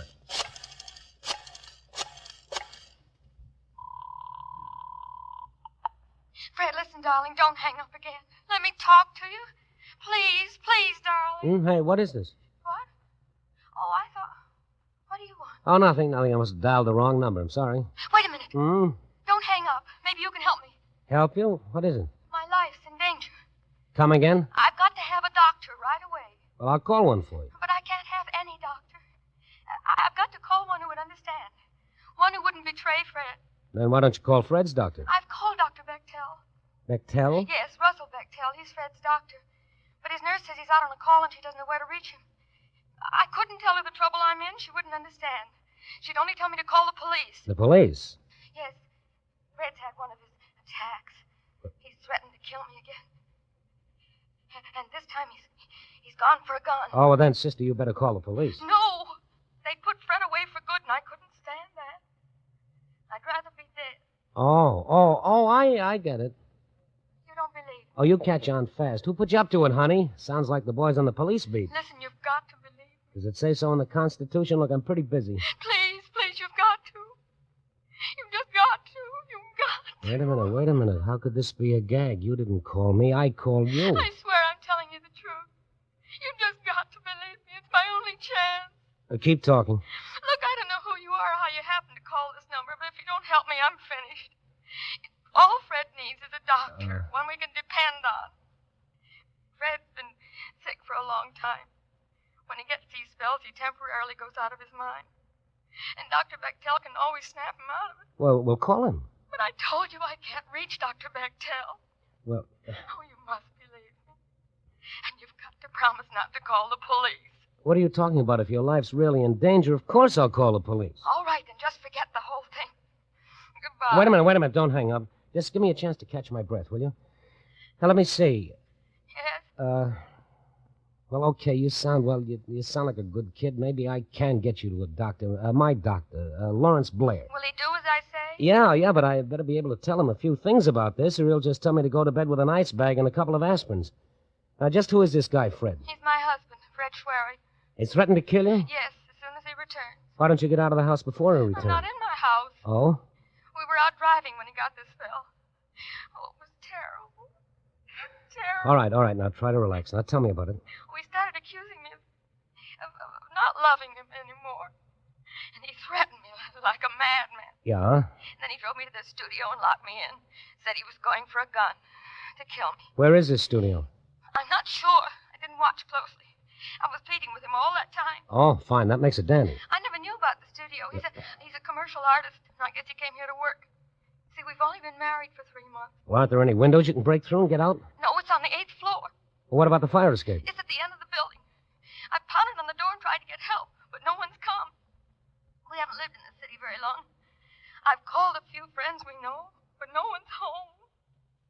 I don't know what to do. Now, look, there's no time for that. I'm going to get my doctor over to you. I got to know where you are. Now, you go and look out the window for any identifying landmarks that would help us find you. All right. But please don't hang No, up. I won't hang up. Now, go on. Step on it. While I waited for her to return, I opened my collar and I loosened my tie. What had I gotten into? Me? Nothing. But what about that poor kid? Why wasn't she back on that phone? Where was she? Come on, lady. Where was she? And then she was back. Hello? Yeah. Oh, I was so afraid you'd hung up.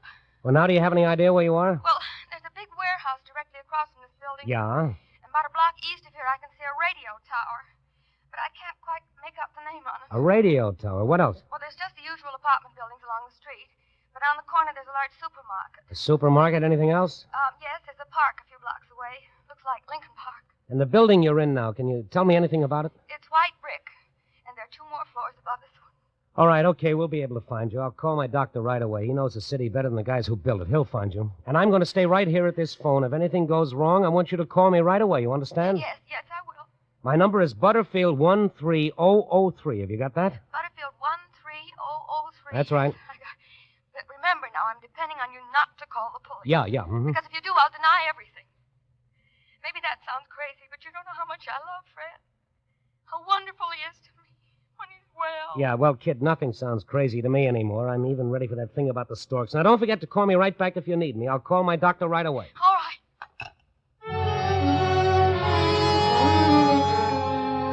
When I hung up the phone, I was ready for a blood transfusion. I tried to light a cigarette, but the match shook so much you'd have thought I was signaling somebody.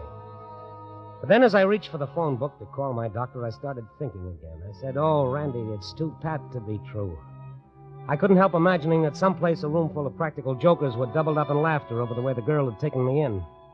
But how could that be when I called her? Well, just the same, I'd better check. She said her doctor was Russell Bechtel.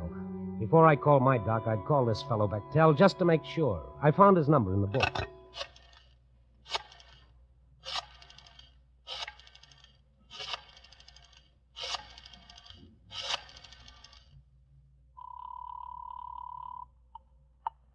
Edgewater 66989. Dr. Bechtel's office? Yes. Who's calling, please? I'm a newspaper man on the store. I'd like to talk to the doctor. Oh, I'm sorry he's not in now. He's out on a call. Can I help you? Well, maybe.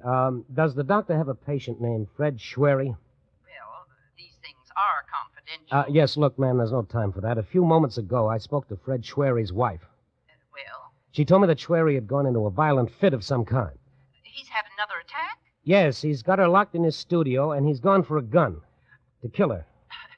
Then you'd better call the police right away. You mean she was telling me the truth? I mean, Fred Schwery's a dangerous paranoid. He's had 3 attacks in the last 2 months. Why wasn't he put away? Oh, the doctors begged that girl to commit him to asylum, but she's so stubborn. You know the address of Schwery's studio? No. The doctor might. But I've no way of reaching him till he calls in. Our records show only Mr. Schwery's home address. All right, thank you. Will you please call me back if you reach the doctor? My number is Butterfield, 13003.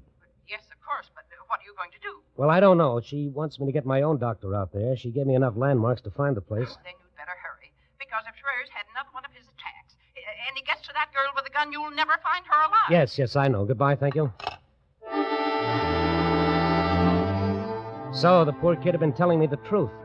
I know I ought to call the police, but I remembered her saying that if I did, she'd deny ever talking to me. Yes, and maybe she was stubborn like the nurse said, but she was also a mighty brave kid. I started looking through the phone book for my doctor's number. Black, Blaine, where is it? Is it Blair, Jasper, Lawrence? There it is, Dr. Lawrence Blair, Radcliffe 41079. Before I could dial the number, my phone started ringing. Yeah? I can only talk for a second. I was looking down. I just saw Fred drive up in the car. It's too late for the doctor. Yeah, but not for the police. I'll call him right away. No, you can't. But don't you see your life is in danger? If he's insane, he's got to be restrained. Oh, please give me a little time to try to handle it my way. No, I refuse to. Then I'll tell Fred the police are coming for him. Give him a chance to get away. But you don't understand. I only understand that I love Fred. Nothing else matters one bit. I've talked him out of these attacks before, and I'm going to try to do it again. All right. How much time do you want? Give me half an hour. No, 15 minutes. If you don't call back in 15 minutes, I'll know you're in trouble, and I'll have the police out there at once. 15 minutes. All right, now I've got to hang up. He's unlocking the door. Now remember, 15 minutes. Yes, I've got to hang up now.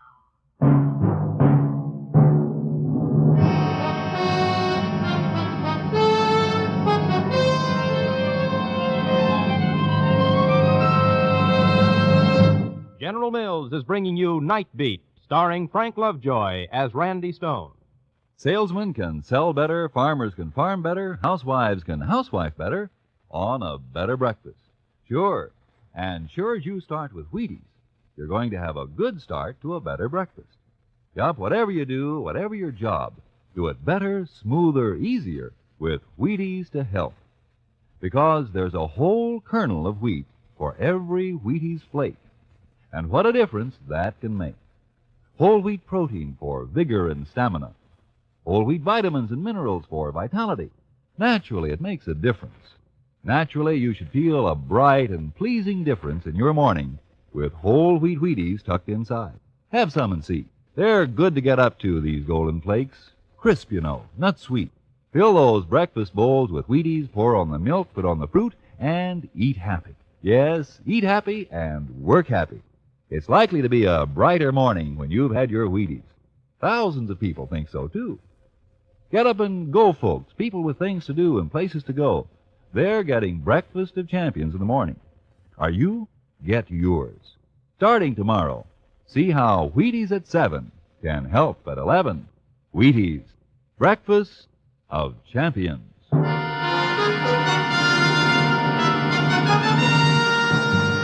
now, back to Night Beat and Randy Stone. This time I'd hit the jackpot in spades. I was just doodling on the phone, spinning the dial without even watching it, when I got a girl waiting to be killed by her crazed husband. I promised to wait 15 minutes to give her a chance to snap the guy out of it, and if I didn't hear from her at the end of that time, I was to call the police. I wasn't sure my watch was right, so I dialed for the correct time. At the tone, the time will be 6:05.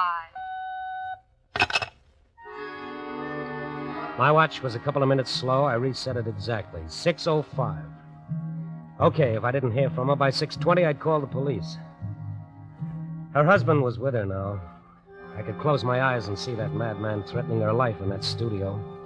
I felt my stomach cramp up like a troop of Boy Scouts were practicing their nuts. Why had I promised to wait? Maybe this was her. I felt tiny chills race up and down my fingers as I reached for the phone. Yeah? I want to speak to Margie. Huh? Tell her it's Hal. Go on, call her the phone, you hear me? Look, pal, you've got the wrong number. So long. Wait a minute, just wait a minute. Look, will you hang up? Don't give me none of your lip, mister. You just call Margie to the phone. I'm expecting an important call. Hang up. Yeah, well, let me tell... Dope. Oh, what time was it? 6:07. I took the watch off my wrist and set it on the telephone table under the lamp so I could see it easily. I watched the tiny hands circling so slow. 6:08. What was happening in that studio? This might be her. Yeah? This is a nationwide radio survey. What's that? Are you listening to your radio? Will you please hang up? I'm expecting an important call. Oh, I'm sorry to have bothered you, sir. Thank you. What if she'd call when someone else was on the phone? I had to keep the line clear.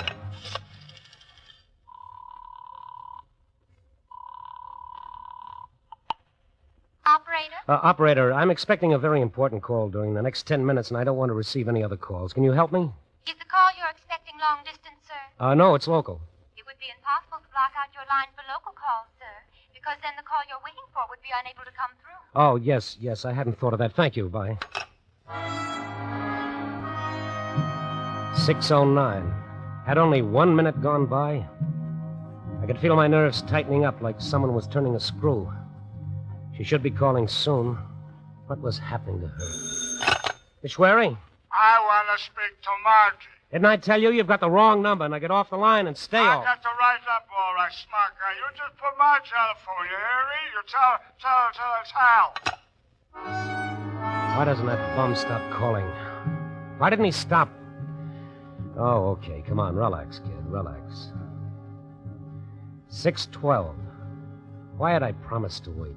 I should be calling the cops right now.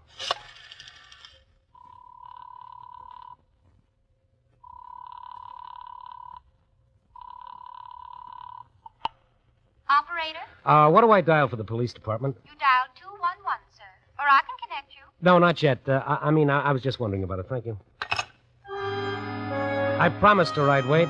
Maybe she could control the guy, but why wasn't she calling? 6:13. Time was passing so slow. Oh, if that's that drunk again. Who is it? Stone, what are you trying to do to me? Get me fired? Oh, Matt, it's you. Yeah, your boss and editor. Who are you expecting? Truth or consequences? Look, Matt, hang up, will you? I'm waiting for a call. Waiting for a call? Yeah. What's wrong with you, Randy? Didn't I tell you to call Mr. DeStout? He's waiting for your call, you crazy loon, and you know how our honored publisher likes to be kept waiting. Yeah, I haven't time to explain, Matt. Don't explain anything. Get on that phone and call Andover 23820. Now, that's an order. He just called and tore into me. He asked me if he was expected to phone you. He's pouting up there, Randy, feeling abused. Then you know what happens when Mr. DeStout feels abused. Yes, all right. Hang up, Matt. You'll call him. Yes, right away. Hang up. Okay, and after you talk to him, call me back. Yeah. I looked at my watch. 6:17. There was just 3 minutes left to get her call. I couldn't phone DeStout now. What if she should phone when I was talking to someone else? What if she had only that one chance and all she got was a busy signal? No, I couldn't call now. Hello. Hello. Is this the Stone residence? Yes. What do you want? I'd like to speak to Mrs. Stone, if you don't mind. There isn't any Mrs. Stone. Look, I'm very busy. No, Mrs. Stone? Well, I'll just have to talk to you then, won't I? Yes, but some other time. I beg your pardon. I'm very busy now. Oh, this won't take but a tiny moment, and I have so many calls made. Look, madam. I've been appointed by our local committee to call you about the coming election, to ask you to cooperate with us in our drive to register all voters regardless of party. Madam, I'm not old enough to vote. But if we all vote, then don't you see we can do something? Look, I'm going to have to hang up. But for heaven's sake... Some other time. Yeah. Buddy, you better not hang up on me again. Will you stop calling this number? 6:19, and she hasn't called. I'm going to wait for 1 more minute to pass, and then I'm going to call the police. Hello. Randy Stone? Yes? I asked Matt Cummel to have you call me, Mr. Stone, but apparently you were unable to. This is Edward DeStout speaking. Oh, the big boss. Oh, no. What's that? Yes, Mr. DeStout. I was going to call you as soon as I had the time. As soon as you have the time.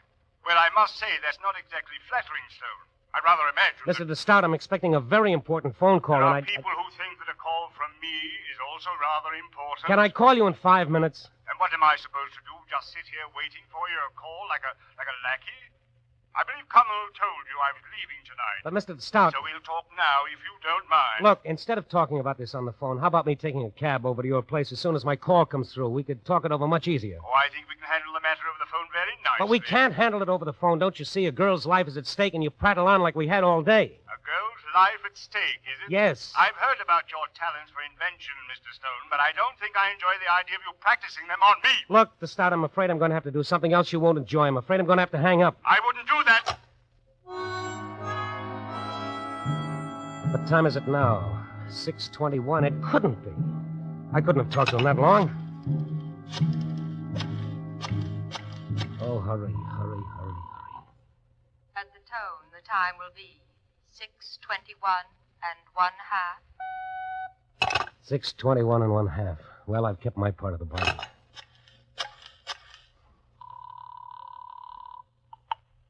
Police Department, Sergeant Harris speaking. Oh, Harris, this is Randy Stone. Listen to me closely. We don't have any time to lose. What's up, kid? You better send out an all-points alarm on this. It's got to be fast. Hey, slow down. I can't understand you. Look, a while ago I spoke to a girl on the phone. She told me her life was in danger. She was locked in a studio and her husband was coming there to kill her. Easy. I gotta write this down. You got to move fast, and we're not going to make it. Go on. This husband of hers, he's insane. He became violent. How long ago did you talk to this dame? 15 minutes ago. Why don't you call us right away? I'll tell you all about it later. We got to get to her. What's the address of this studio? I don't know her address. It's the first time I ever spoke to her. Stone, you've been drinking. No, I'm telling you the truth. So how are we supposed to find her? Well, she gave me a landmark she saw from her window. She gave me enough so you guys can get right to her. All right. What are they? All right, now let me see. She said her window looks right out on the blank walls of a warehouse. Whose warehouse? Well, she didn't say. Oh, that's a big one. Next. Well, she could see the tower of a radio station about a block away. Could she make out the call letters of the station? No. That's no good. What else? What do you mean, no good? How many stations you got on your radio, Stone? What else? Well, there's a supermarket down the street, a big supermarket. Supermarkets are all over the place. Yeah, but this one's near Lincoln Park. What does that mean? The whole north side's near Lincoln Park. What else? Nothing else. You add all those things up, it's got to lead you somewhere. Yeah, we could find her all right in 3 or 4 hours. But that's no good. In fact, she hasn't called back, means she's in trouble. If you don't get there right away, it'll be too late. Hey, wait. What? Why, we're a couple of dubs. What do you mean? She called you, would you call her? I called her. Okay, we're in business. Huh? We'll have a squad car out to that studio in 3 minutes. I don't get it. You call her, don't you see? Huh? All you got to do is give us her phone number, and through the phone company, we can trace down her address in 30 seconds. What number did you call? What number did I call? Come on, Stone, come on. We've got to move. But I don't know what number I called. I didn't even look at the dial. Come on, Stone, speak up. What number did you call? I don't know what number I called. You don't know? Don't you understand? I don't know. I'll never know. What? I was doodling with the phone, and she answered. Oh, well, I guess we'll just have to try to find her with the information you gave us. It's going to take a long time, but there's nothing else we can do, huh, Stone? Well, there's 6 million combinations on a dial. No, there's nothing else we can do.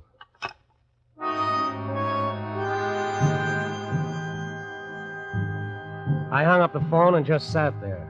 I wanted to die quick and easy. What was I going to do now? How was I going to be able to go on living as though nothing had happened? I was just as much of a murderer as that crazy husband. How could I be so stupid? Why didn't I ask for a number? Why didn't I? Yeah? Mr. Stone? Yes? This is Dr. Bechtel's nurse, Mr. Stone. Yes. Oh, I'm so glad I got you. It's all right. What's all right? I was able to locate Dr. Bechtel just after you called. You what?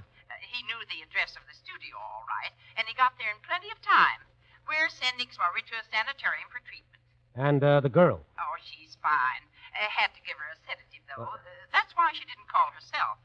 But all's well that ends well, like they say. Oh, you know what I've been doing the last 15 minutes waiting for her call? I'm half nuts myself. I'm ready for a straitjacket. But, Mr. Stone... Why didn't you call me right away? But, Mr. Stone, I've been trying. Your line's been busy.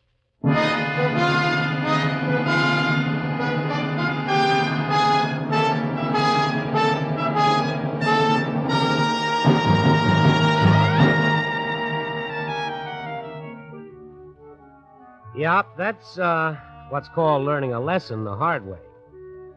The lesson being that ivory towers went the way of hoop skirts and 60-cent steaks.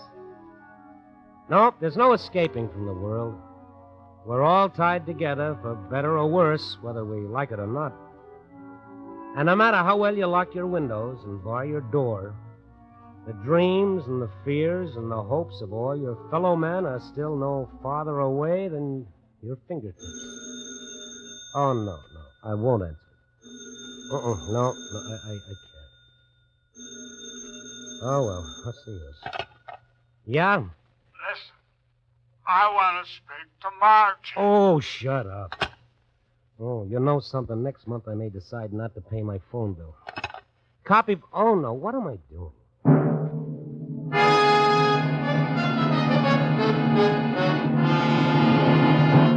You're listening to Night Beat on the Wheaties Big Parade. Oh, Frank Lovejoy. Yeah. How do you like that slogan we've got for Wheaties? Oh, you mean that one about 7 and 11? Yeah, you know. See how Wheaties at 7 can help at 11. Well, I think it's swell. How'd you happen to think of it? Well, can you keep a secret? Oh, Silent Frank, they call me. Shoot. Well, the other morning I missed my Wheaties. Imagine. And I tell you, Frank, by 11 o'clock I felt like I'd been put through the ringer. I was worn to a frazzle. Well, that just goes to show you. You know it. It certainly convinced me that if you eat Wheaties at 7, you get the energy you need to help you feel good right on to lunchtime. Oh, so you thought up see how Wheaties at 7 can help at 11, hmm? Well, no wonder they call you the Wheaties man. That's right, Frank. Good night. Night.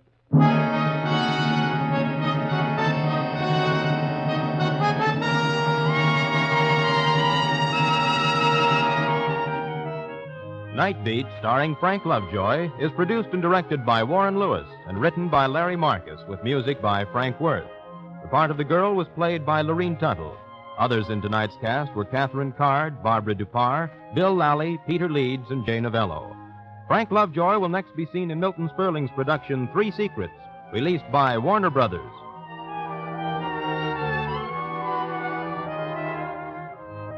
Listen next week and every week as Randy Stone searches through the city for the strange stories waiting for him in the darkness. And this is the Wheaties man, Frank Martin, inviting you to listen also Tuesday, that's tomorrow night, to the Penny Singleton Show on the Wheaties Big Parade. See you then.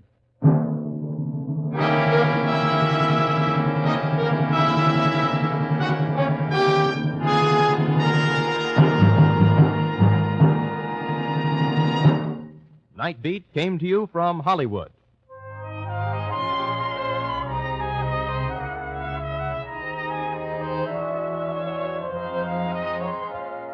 Now you can hear the first piano quartet on NBC.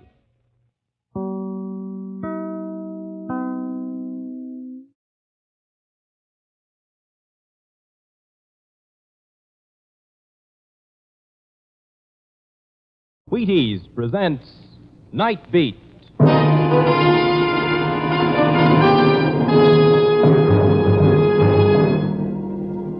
On stage tonight from Hollywood, Night Beat, another in the Wheaties Big Parade of exciting half-hour presentations. Night Beat.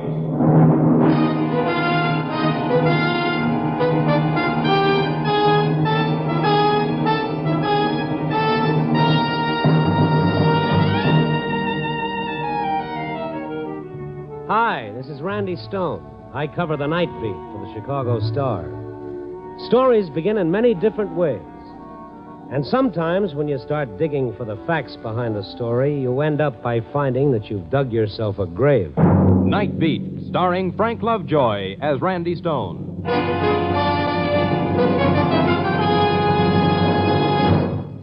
On a hot August afternoon back in 1936, young Bobby Feller stepped out on the mound and started his first major league game as a Cleveland Indian. He was just 17 years old. Bob, step up here and tell us what happened that day. Well, Ed, I was really loaded with Wheaties for that game. I struck out 15 St. Louis Browns. You think the Wheaties helped, eh, Bob? Ed, I'll tell you, Wheaties always help. I've been eating them for pretty near 20 years, 4 or 5 times a week. And Wheaties with milk and fruit are still my favorite breakfast dish. That's wonderful, Bob. Thanks for stopping by, and best wishes to a real Wheaties champion. Yes, thank you, Bob Feller. And folks, did you hear what the man said? Wheaties always help. Now, you may not play baseball for a living, but you can use whole wheat energy, too. You try it. Breakfast of champions.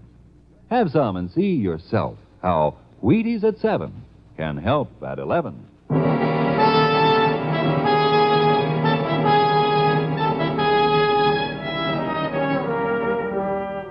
If anyone had told me once about seeing flying saucers in the sky, I'd have tagged him either as a joker or a candidate for the booby hatch.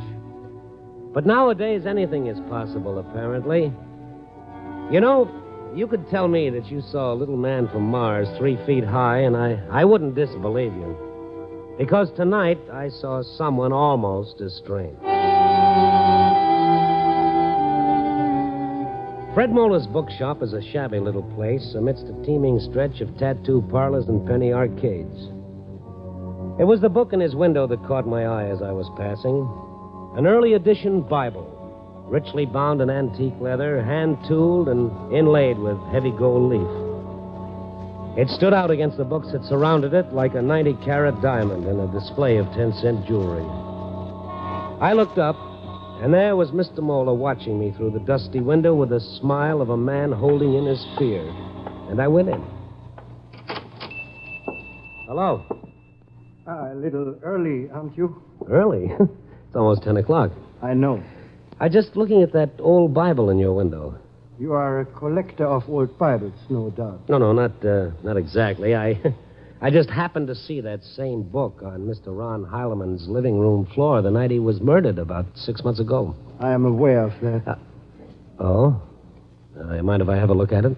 You brought the money with you? No tricks? No tricks. Look, all I want to do is see the book. One moment.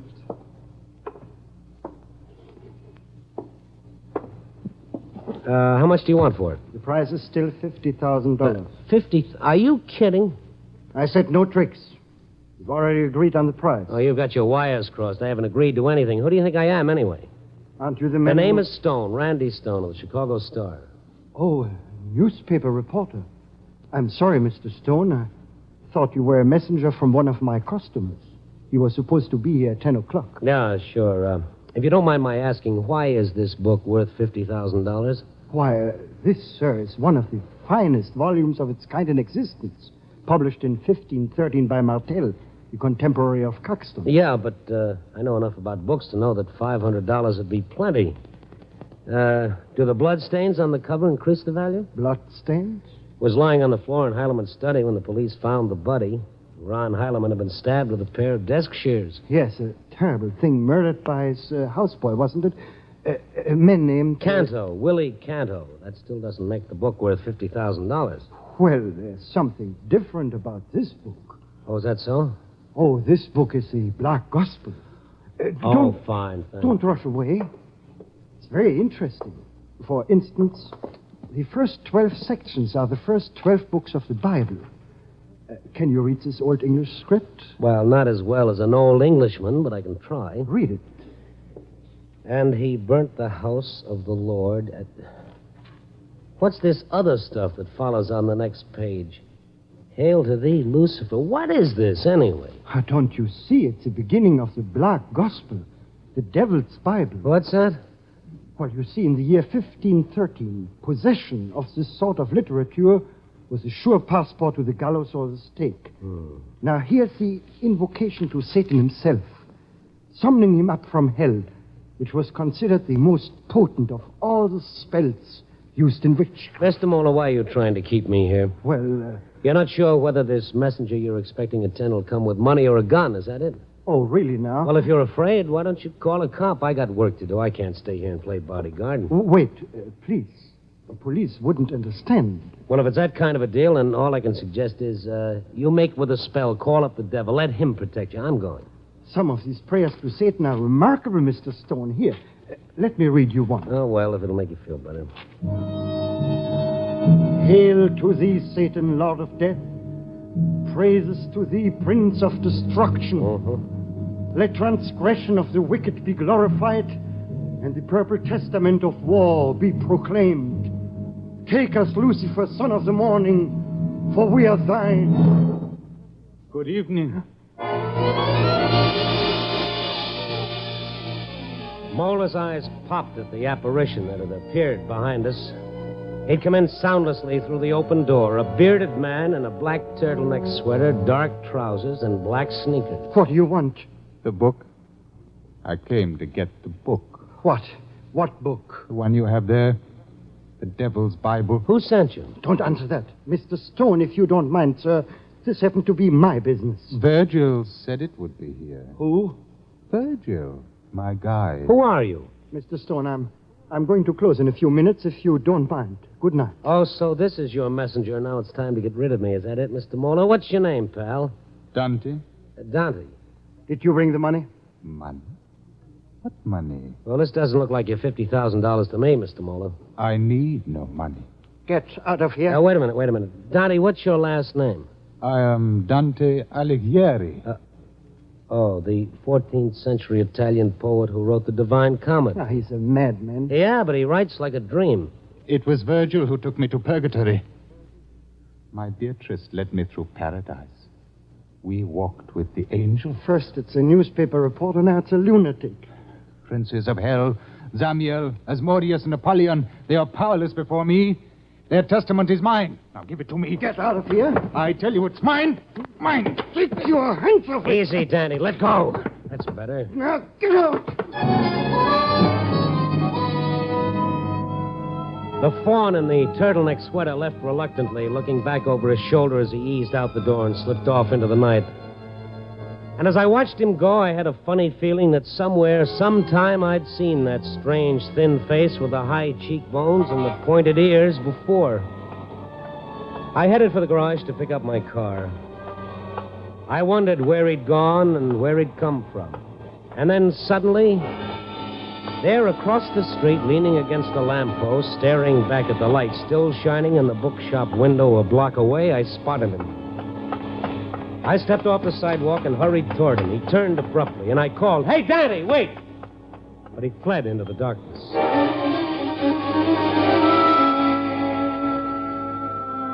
When I got to the office, I figured that Mola's little bookshop might make the basis of a human interest yarn if I tied it in with the breakup of the late Ron Heileman's famous book collection. So I had our librarian, Benny Marcus, dig out the files on the case from the morgue. I found something that made me do a fast take. What is it, Randy? Well, I just looking at the picture on this story. Huh? Oh, Mrs. Beatrice Heileman, huh? Ain't bad, is she? Young enough to be Heileman's daughter instead of his widow. Well, they say he was a connoisseur. No, that's not the picture I'm looking at. This one, Willie Canto. Huh? Hey, what are you doing? I'm just drawing a set of whiskers on Mr. Canto's skinny face. Randy, what kind of fool is this? Look, Benny, look. I just brought a dead man back to life. What are you talking? Willie Canto with a beard or its double.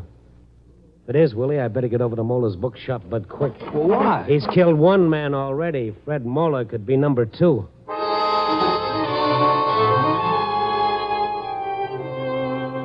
I'd have called the police if I hadn't been afraid of raising a false alarm, which proves that silence is sometimes a poor substitute for brains. It was raining as I pulled up in front of Mola's bookshop. I saw that his lights were still on. The Black Gospel had not been replaced in the window. When I went in, it was neither on the counter nor anywhere that I could see. The place was deserted. I walked to the door of the back room and knocked. Mr. Mola? Mr. Mola? Where's that light switch? Ah. Well, it's his office. He must have... Mr. Mola. The old man lay sprawled on the floor. I knelt beside him. His body was still warm, but he was quite dead. A small black bullet hole in the center of his forehead explained why.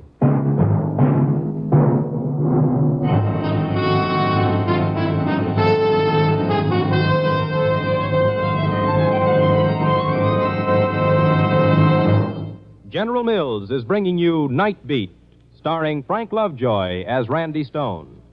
Hi there. This is Frank Martin, the man about the Wheaties. You know, I like talking about Wheaties on Night Beat because our star really eats them. And incidentally, I eat them. The burning question is, do you eat them? Truth is, millions of Americans do eat Wheaties. And I have a hunch one reason is that Wheaties taste so good. Nothing I can say about crisp flakes and all that will tell you half so much as the fact that millions of us eat them and love them. So, not one more word will you get out of me right now on the good, solid, whole wheat taste of Wheaties. You try them, and you'll know all. Now, of course, There's another reason why so many millions of us dip into Wheaties come breakfast time. It's the whole wheat energy, the wonderful energy that makes the whole morning go better. There's a whole kernel of wheat, for goodness sake, in every flake of Wheaties. That's why they give so much. That's why they're so poppin' full of vitamins and minerals for your good morning. That's why Wheaties with milk and fruit starts a breakfast to remember. So why don't you join us tomorrow morning, us millions of Wheaties eaters? Make yours breakfast of champions, too. Join us, and you'll see how Wheaties at 7 can help at 11. Do that, huh?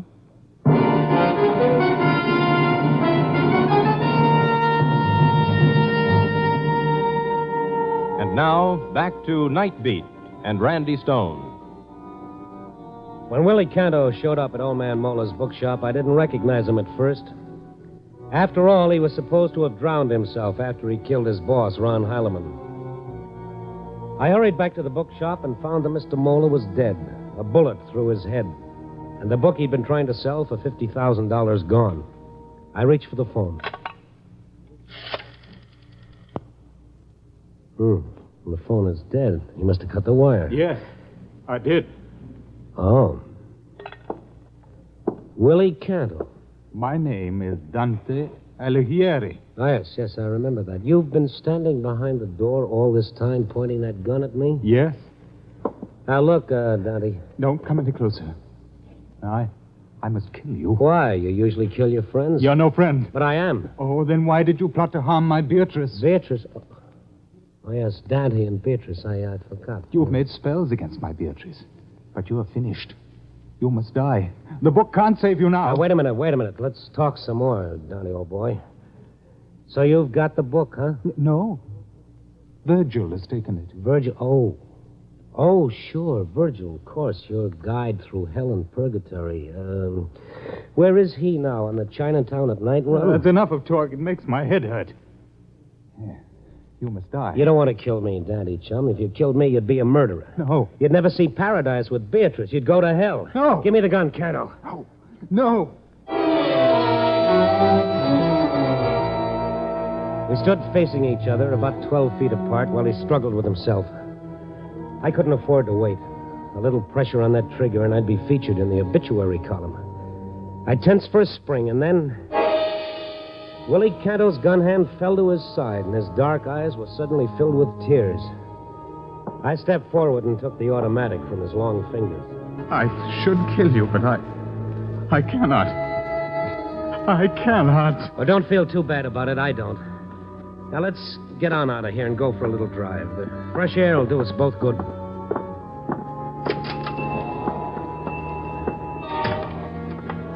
The rain stopped. There's my car. Hey, Willie, come back here.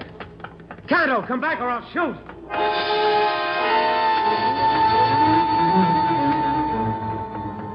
I wasn't going to, of course, but on the bare chance it might give him pause, I pointed the gun to the sky. The shot seemed to give him jet propulsion. He dived into an alley and vanished. I turned around and headed back toward my car. I got there just as a couple of prowl cars pulled up behind mine. Stone? Oh?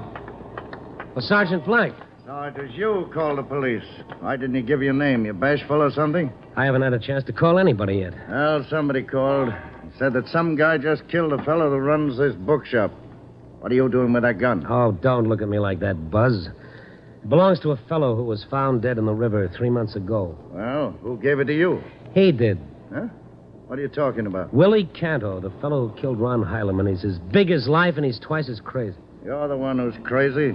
Everybody in the Heilemann household identified Canto's body. His wife, his secretary, John Talbot, the butler, the gardener. So they made a mistake.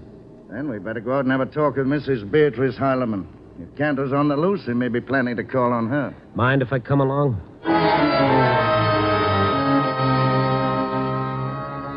The Heilemann estate featured a lot of formal gardens, 2 or 3 guest cottages, and a mansion about the size of Mount Vernon. The only thing that could have made the interior more early American was a stuffed Indian over the mantelpiece. Tears shimmered in Beatrice Heilemann's lovely violet eyes as Sergeant Black told her what had happened.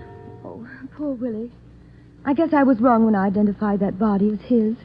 But even John Talbot, my husband's secretary, thought it was he. I don't want to alarm you, Mrs. Heileman, but there's a chance Canto may show up here. Oh, but Willie wouldn't harm me. Why, he was always devoted to me. He was devoted to your husband, too, but look what happened. I still can't believe it. My husband was so kind to him, so gentle. He even tried to teach Willie to understand some of those dull books of his. Like Dante, hmm? Dante? Why, that was my husband's nickname for Willie. How did you know? Willie thinks he is Dante.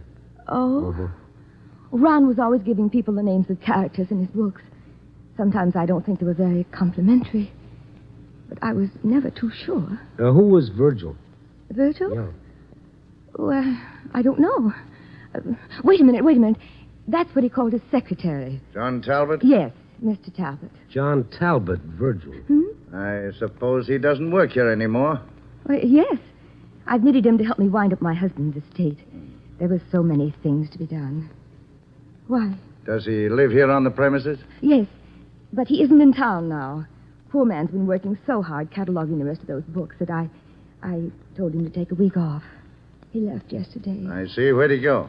He mentioned something about fishing in Minnesota. Well, thanks, Mrs. Harleman. Homicide will probably talk to you about this further, but in the meantime, keep your doors and windows locked, just in case. Oh, I'll be careful.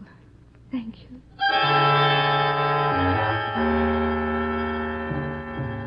When we stepped out into the night, it had begun to rain again. Sergeant Black drove off to make his report to headquarters, and I stopped to light a cigarette and try to make some sense out of the mess. And then I saw a dim figure emerge from a side entrance to the big house.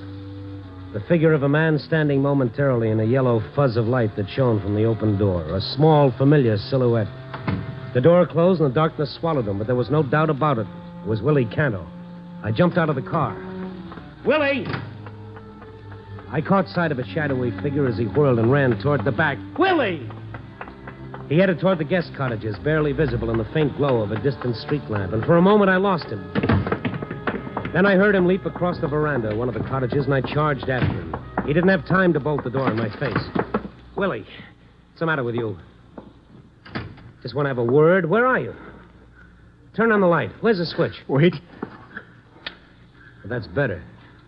What are you scared of? You're the police. What gave you that idea? I heard you.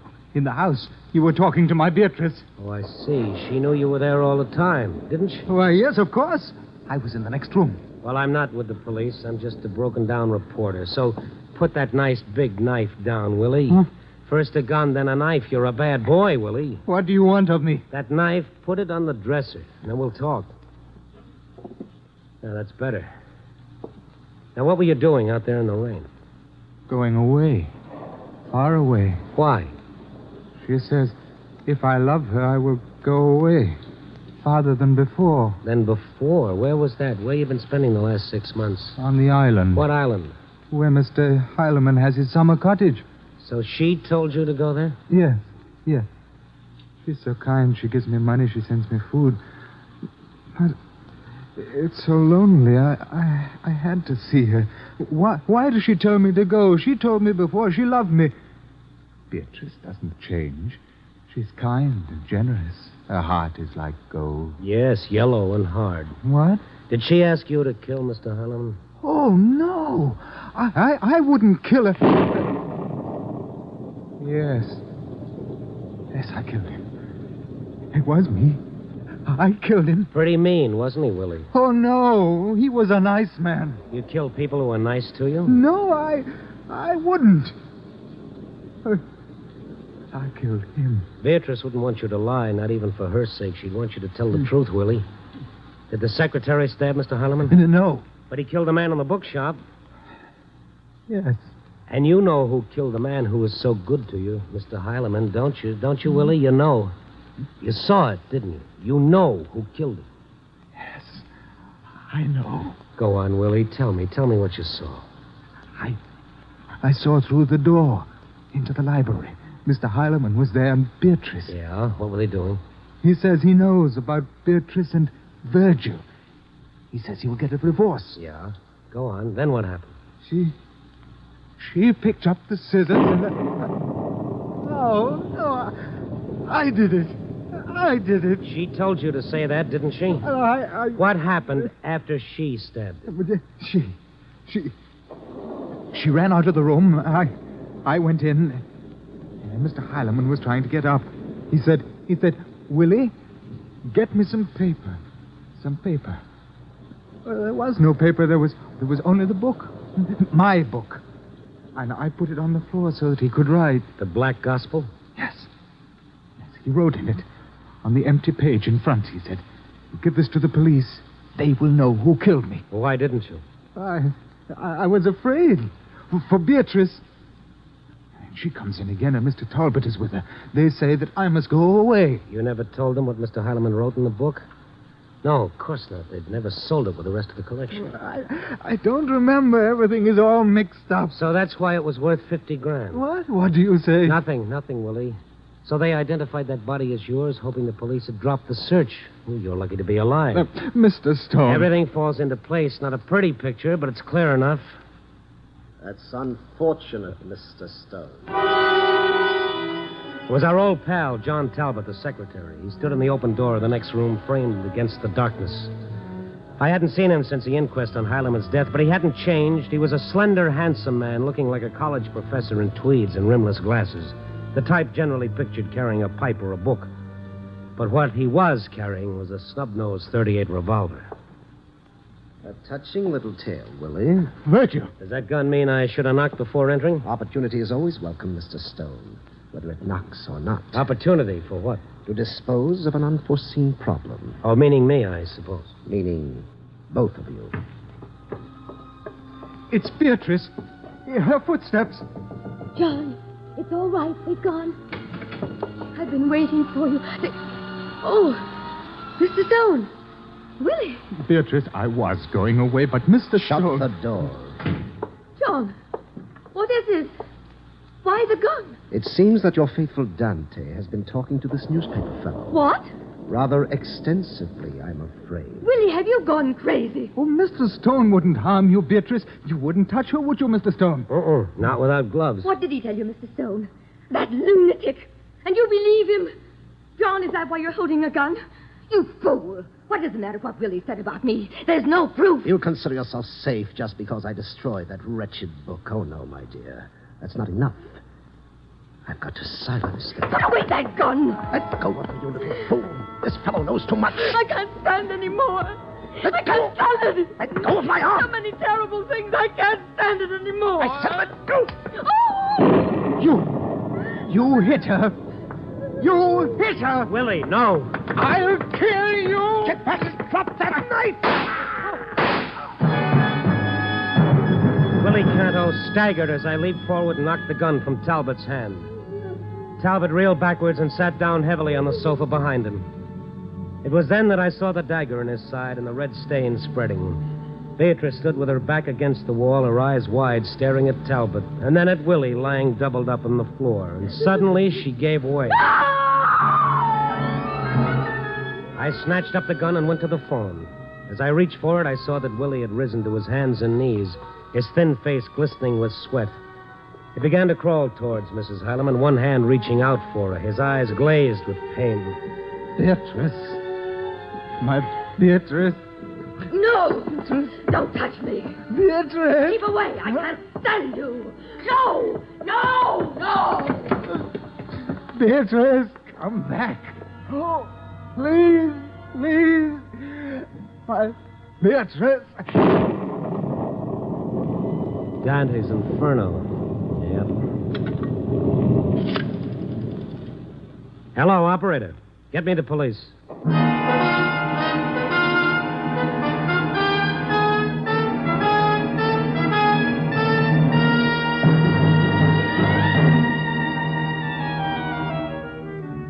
Well, the clock hands are converging on 4, pinching out the last hours of the night. The rain has stopped and a new moon is out. No lover's moon, but thin and curving. Like a knife or a dagger. The curved dagger that Willie Canto used. Poor Willie. He wasn't the first who was betrayed by what he thought was love. Love is like eating mushrooms. You don't know whether it's the real thing until it's too late. Oh, well. Copy, boy.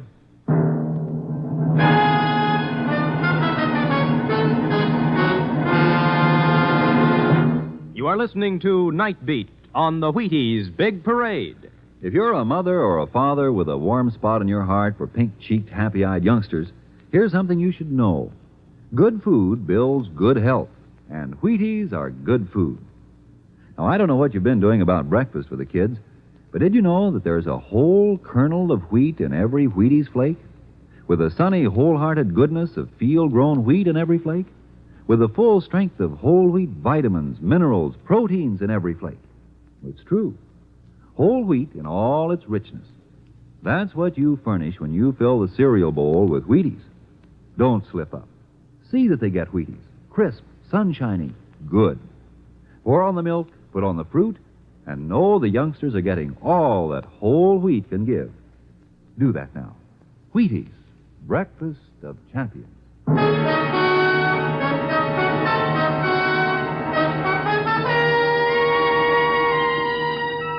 Night Beat, starring Frank Lovejoy, is produced and directed by Warren Lewis and edited by Larry Marcus. Tonight's story was written by Irvin Ashkenazi with music by Frank Worth. The part of Willie Canto was played by Ben Wright. Beatrice Heilemann was Lorene Tuttle. Others in tonight's cast were Fritz Feld, Herb Ellis, Tudor Owen, and Lou Krugman. Frank Lovejoy will next be seen in Milton Sperling's production Three Secrets, released by Warner Brothers. Listen next week at this time and every week as Randy Stone searches through the city for the strange stories waiting for him in the darkness. And this is the Wheaties man, Frank Martin, inviting you to listen also on Tuesday, that's tomorrow night, to the Penny Singleton Show on the Wheaties Big Parade. See you then.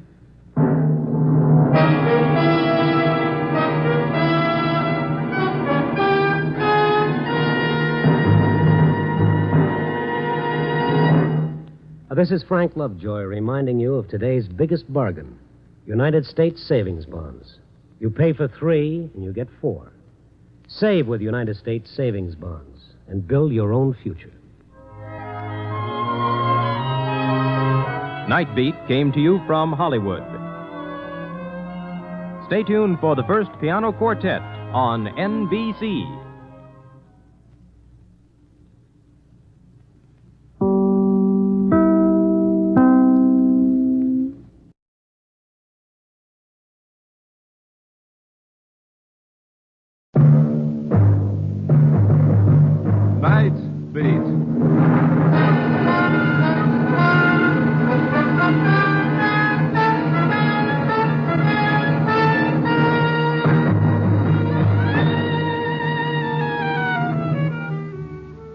Hi, this is Randy Stone. I cover the night beat for the Chicago Star.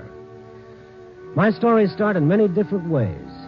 This one began in the shattering turmoil of a manhunt and ended in the quietness of the morgue.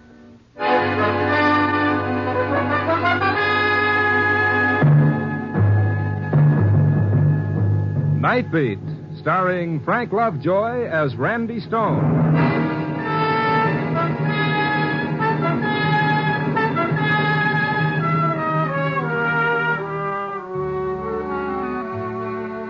People are always telling me how lucky I am to have a job where all I've got to do is walk around Chicago at night looking for a story. It's a dandy little job, sure. All you need's a pneumonia jacket, an extra set of arch supports, and a goodly supply of penicillin, and you're all set. The city at night. Fascinating. That old nose for news, frozen stiff and ready to fall off. Those eagle eyes so watery and bloodshot from the wind they wouldn't serve a self-respecting canary. Yes, sir, it's lovely work if you can get it. And brothers and sisters, have I got it. Oh, I guess I was just bitter. I'd walked from the Loop to the near north side, waiting for a story to tap me gently on the shoulder, and so far it was no hits, no runs, and no errors. The streets were empty. Everybody was home hugging a radiator. And then, far away, I heard that lonely blues-in-the-night sound, a police siren. And then another, and another. And then it seemed like there was a whole chorus of sirens singing about what a cruel, cruel world it all was. And then one siren separated itself from the rest and came closer. A prowl car coming down the street, stopping just a few yards away from me, and a police officer jumping out of it and hurrying to a call box. The officer passed under the street lamp, and I saw the excited look on his face, and I thought, all right, Stone, you lucky dog, let's go to work. This is Malachek. Yeah, okay, we're on our way over there right now. Right. Officer, just a second. What do you want, mister? What's up? Sounds like every squad car in the city's on the loose. Look, I got no time, mister. Read it in the papers tomorrow. Oh, I never touch the stuff. Look, the name is Stone, Chicago Star. Oh, reporter? Well, mildly, that's a general call, isn't it? I got no time to stand here, Gavin. I'll give it to you fast. Gig Sanders busted loose. Sanders? Great. When and how? Read it in your paper, Stone. All right, Crossan, let's move. They got him trapped.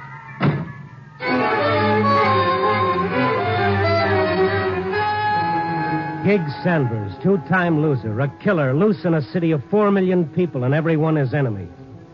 I hurried to a phone, checked with the police, and then drove over to that part of Chicago called the Badlands. That strange area belonging to every city, surrounded by business section, yet itself run down, deteriorated, filled with tenements and abandoned factories. It was there the police had thrown a cordon around a boarded-up building. My pass got me through and up to the front line, and Police Captain Ireland. Hello, Stone. Oh, the hunt's on, huh? I don't know. We'll see in a minute. Sanders in that building? Got a tip he would be. Wait a second. All right, Billings. Turn the searchlight on the building.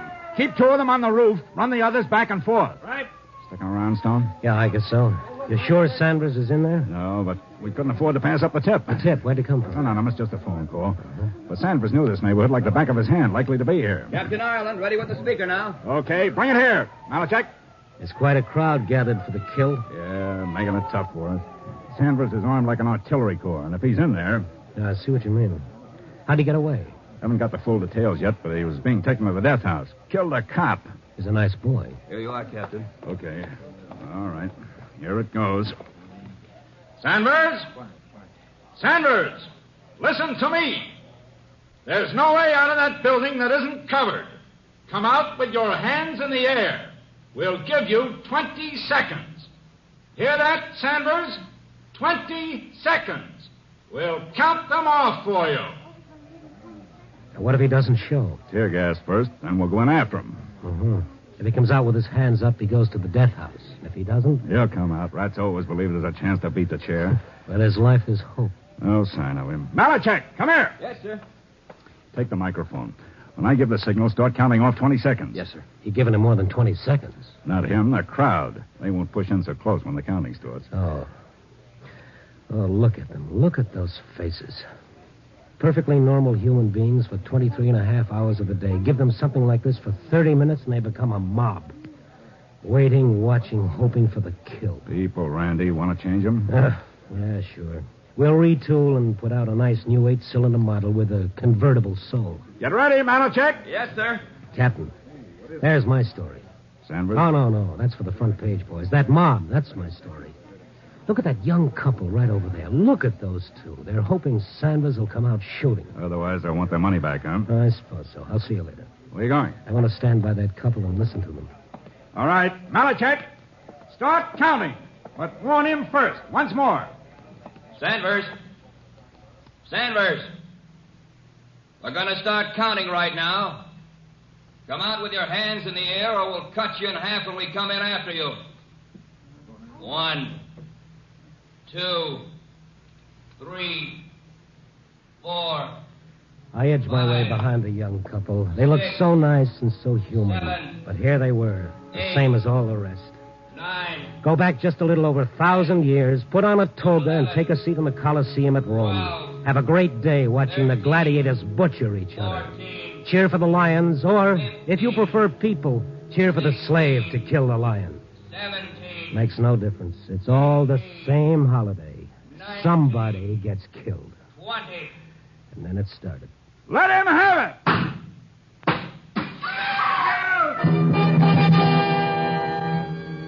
It was all over in a few moments. The tear gas, the police rushing in with their masks on, the crowd straining forward to get a glimpse of Sanders. But there was no Sanders when the police came up. Nobody in there, Captain Ireland. He must have been. No, sir, not a soul. We've covered every inch. I watched the crowd, and strangely enough, there was relief on their faces. And even a little shame that they'd hoped for the kill. But the young couple in front of me. He wasn't there, Ken. He wasn't there. I know. Come on. Let's get out of here, quick. Ken, I'm sick. Evie, hold on to me. Let us through, please. Let us through. Yeah, here, this way. Come on. Will you clear the way, please? She's sick, mister. Maybe it's a natural reaction to disappointment. Huh? Nothing. Come on. We'll get through this way. Will you let us through, please? Excuse me, will you, please? Thank you. She's got to sit down, mister. She's got it. Okay. Here's my car. Let her get in here.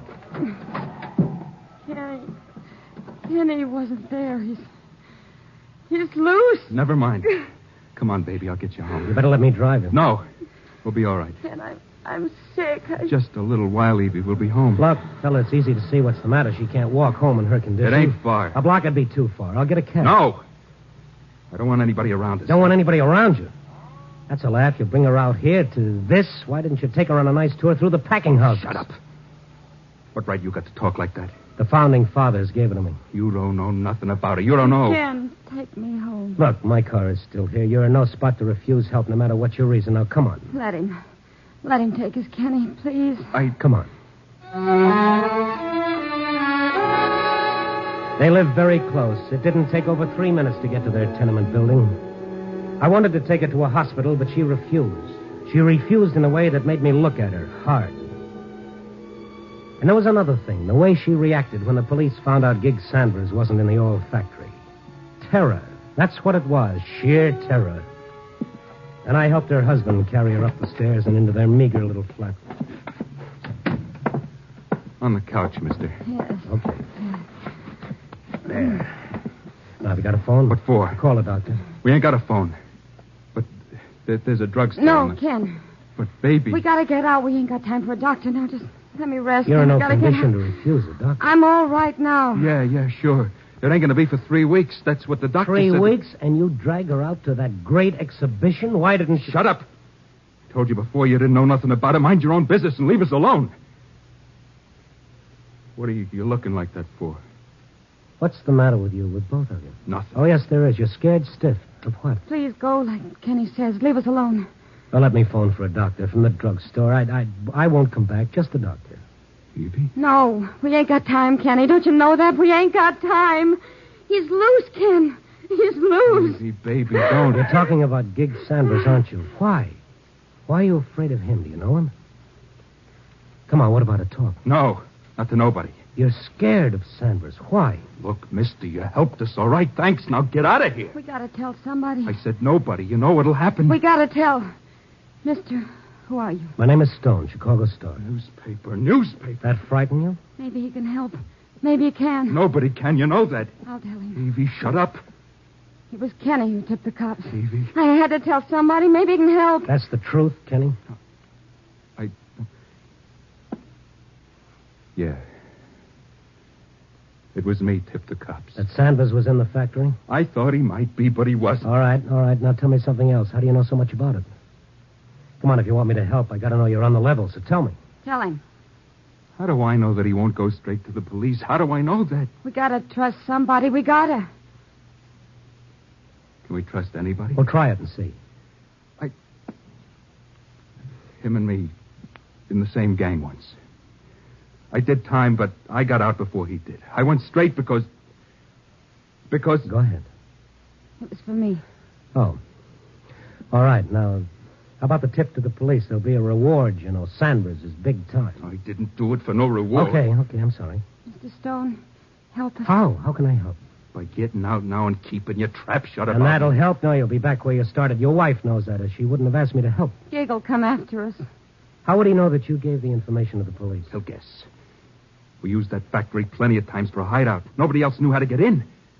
There's a cellarway. All right. Let me ask you another question, Kenny. What? Why did you tip the police? Gig hates me. Why? Kenny married me while Gig was still in the pen. Oh, you were his girl? No, I never was. I never was his girl at all. I was like everything else Gig liked. Everything was his, no matter who it belonged to. To him, a girl was like anything else. His gun, his clothes. Anytime Gig Sanders wanted something, it was his. I never loved him. I told him, but he just laughed, like what I felt didn't mean nothing. I see. And now? Now he's loose. He hates me because of Evie, and he's going to know I tipped the coppers. Mr. Stone, if it's the last thing he does, he's going to get us, Evie and me.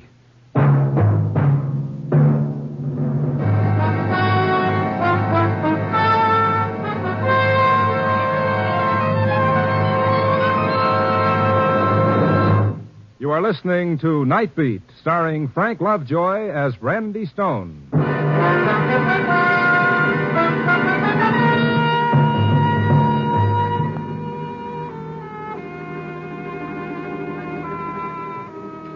Those kids were scared, plenty scared. I asked them the only question that made sense, and I got my answer. Go to the police? Sure. A guy who serves time goes to the cops. He tells them he gave him a bum steer. They got every copper in Chicago around that factory while Gig gets away someplace else. Yeah, sure. They'd believe me, wouldn't they? Well, try it. I'll go with you. Listen, you don't know. I changed my name. I moved all over the state looking for a job. This is the only place I could get one. I had to come back here. So what does that prove? It'll be in the papers. He'll lose his job, Mr. Stone. I can't do that. Not with Evie. And what do you want me to do? Look, maybe if I give you a list of the places the coppers might find Gig, maybe you could tip him. So what if he doesn't show up? There ain't many places he can go. Look, maybe by this time he's out, maybe even out of the state. He's killed an officer. He won't dare to stay here. Gig, as long as he knows Evie and me are still alive, he'll stay. He hates me so much, he'll take that chance. Does he know you live here? No. I ain't even seen any of the old bunch at all. I moved around. Always moving to keep away. Mr. Stone, go to the police. But don't tell him nothing about me. Will you get it through your head that they'll protect you? Even so, Gig's got friends. If they find out it was me... All right, yeah. So you gotta go to the police. All right. Where's the drugstore? Right at the corner. You'll see it. All right, stay right here. Keep your door locked until I get back.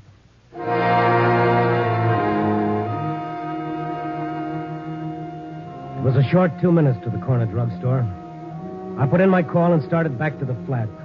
The street was quiet, deserted. The dirty tenements a solid block of ugliness against the night. I reached the tenement entrance, and I was just about to start up the steps. Hey, pal. Huh? Don't turn around. Stand nice and quiet. That's it. What is this, a holdup? Sure, a holdup. Now listen to me. Take out a cigarette. What? Take out a cigarette. That's it. Now light it. Act natural. Good boy. Now? Where are you? In your car at the curb, smart boy. What? Don't turn around, I said. Take a look up and down the street. I am. Coppers? No. Okay. Now come here to the car.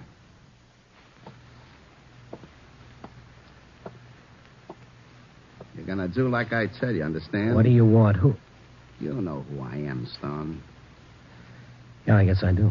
Listen, I'm going up to that flat you come. Don't do it, Sanders. Sure, I'm gonna do it. This gun says I can do it. Leave the two kids alone. Yeah. All alone. You're wasting time, Sanders. Time you could use to better advantage. Sure. Now step back a couple of feet. I'm getting out. Just stand there. Keep smoking a cigarette. Walk ahead of me. Straight in that house. Move. Stop here. Sanders, you're not going to do this and still have time to get away. Real concerned about me, ain't you? Don't worry, I'm a big boy. All right, give him a break. Sure, like they was going to give me. Now, listen. You're going back up to that flat. You're going to knock on the door, and you're going to tell them to let you in. That clear? What if I don't? So be a hero. I'll get in anyway. It's just easier this way. Okay? All right. So let's go.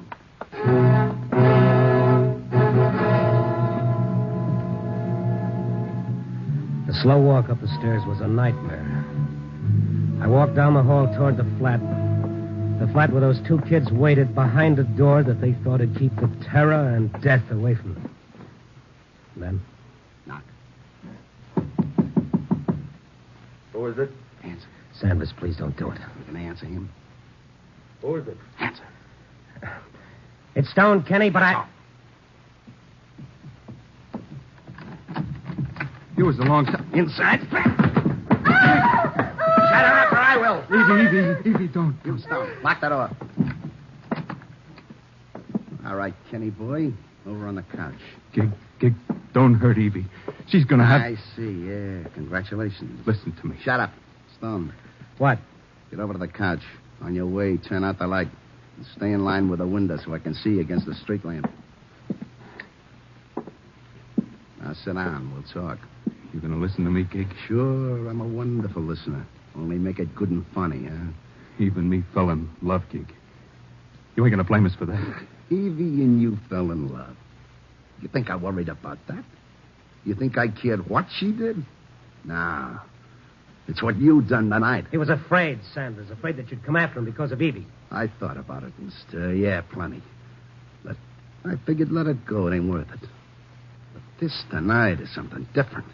Turning stooly. You'll never get out of Chicago, Sanders. Every cop in the city will be looking for you. It's nothing new to me. Now you, Kenny boy. You did tip the coppers, didn't you? Gig, listen. We're nothing. You haven't got a chance, Sanders. No chance? I always got a chance. My luck's good. You know why I wasn't in that factory, Kenny boy? Because my luck held. I had to get some dough first. And you know where I was? In that crowd, just standing there watching. You were in the crowd? Yeah, like watching my own funeral, only the coffin was empty. And I saw you and Evie, Kenny. That's how I knew where the tip come from. All right, you're smart, Sanders. Now be smarter. You got us where you want us. We can't make a move, but if you kill us, you'll kill the time you need to get away. I got ways. Like I come here. I followed you in a cab, then hid in your parked car. Now, ain't that smart? Evie, you ain't said nothing. Jig, you gonna kill us? Yeah, I'm gonna kill you, Evie. Sanders, you said your luck held. It can't hold forever. What you're doing now is giving the police minute after minute to catch up with you, and they will sooner or later. You killed an officer, Sanders. You know what that means? Him or me, it had to be that way. Doesn't have to be this way. This way? What Kenny done was to save Evie's life and the baby's, right or wrong. That's why he did it. What would you have done to save your own life? I killed a cop to save my life. That answer you? Yes, I guess it does. So it makes sense. That's a radio there by you, ain't it? Yeah. Send it on. We're all going to sit here and wait for the news. We're going to see how I'm making out.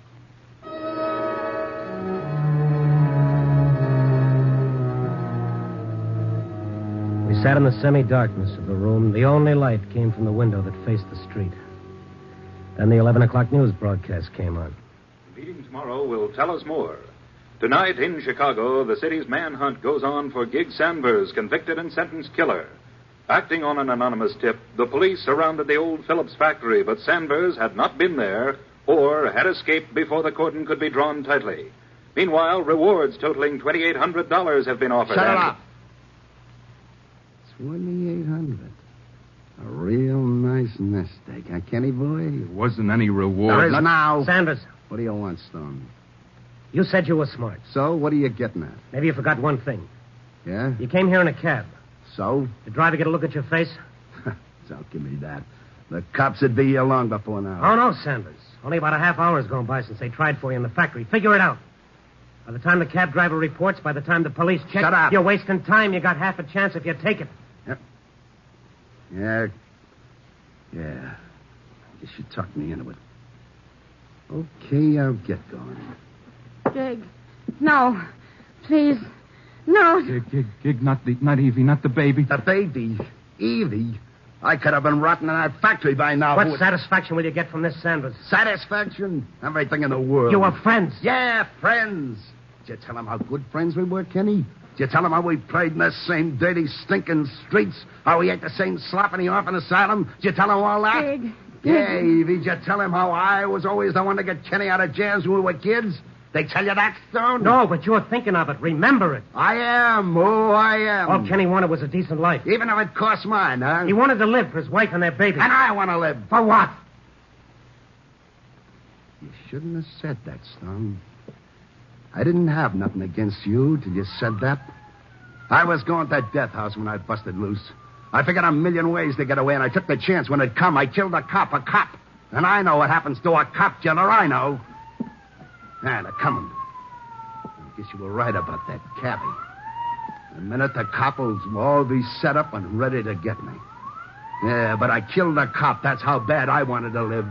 But nobody wants me to. Nobody, you hear? Nobody. Listen, Sanders. You listen. A couple of weeks ago, there was a leopard loose. And you know what the people said? You know, Stone? Yes, I know. They felt sorry for the leopard. That's right. Everybody wanted that leopard taken alive. Nobody wanted it killed. But me, I'm a human being, and they want to see me cut to pieces. Maybe because that's all the difference in the world between you and that animal. Is there? Is there? You're going to tell me the leopard would know better if he killed to get away? Well, I don't. No, because that's the way I learned to live. Because you didn't want any other way, Sanders. Because it was the easiest way. You grew up in a gutter. You never wanted to get out of it. Other men did. I ain't other men. I'm Gig Sanders. Gig Sanders. Gig, they're all around. You ain't got a chance. Yeah, and that's dandy for you. Just what you want. No, Gig. No, I swear it ain't. You swear. Now, you listen. I'm going out. Yeah, but not with my hands up. And I ain't gonna die alone. Sanders, don't. Do one last decent thing. Let these kids alone. Gig, listen. I'll go with you. Kenny, no. Gig, I'll go with you. It'll be you and me again like it always was. I'll help you get away. We can do it together, Gig. We always used to, me and you, remember? You're crazy, Kenny. If they think you're going out with him, you won't have a chance. They'll cut you down with him. You won't. Kenny, stay here. I gotta do it, Evie. You gotta see that. I have to do it. Gig, you want to kill me, all right. I'll be dead if that's what you want, but I'm going out with you. I got a gun. Kenny, put it down. Don't. So you got a gun. You got a gun. All right, shoot me. Why don't you shoot me? I could have. Any time we were sitting here. But you didn't. You was always soft, Kenny boy. You see, Stone, that's the difference between him and me. Then shoot me. Go ahead, kill me now. But even if you don't, I'm going out with you, Gig. Kenny, you're not talking sense. Sanders, we know you're in there. Sanders, this is Captain Ireland. Listen to me. Sanders. I'm listening, copper. Sanders, there are innocent people in that building. We'll give them time to clear. If you've got any human decency left in you, wait before you do anything. But I warn you, Sanders, come out with your hands in the air. What are you going to do? You know what I'm going to do? Coppers! Coppers, I'm coming out! Right out the front door. Tell everybody else to stay in. Tell them. All right, Sanders, but with your hands up. Now listen, people. Stay in your rooms, lie down on the floor, and stay away from windows and doors. I'm coming, coppers. They'll kill you, Gig. Sanders, go out with your hands in the air. Oh, sure. Now, Evie, Kenny. Gig. Sanders. Do it then, Gig. Do it and get it over with. Kenny, boy, get where I can see your face. Think what you're doing, Sanders. Shut up, son. And the light by the window, Kenny. Now, let me look at you. You said you'd go out with me. Yeah. Kenny, don't lie to me now. Don't lie now. I'll go with you, Gig. Swear it's the truth, Kenny. Swear it's the truth. I don't have to swear it, Gig. You're looking at me.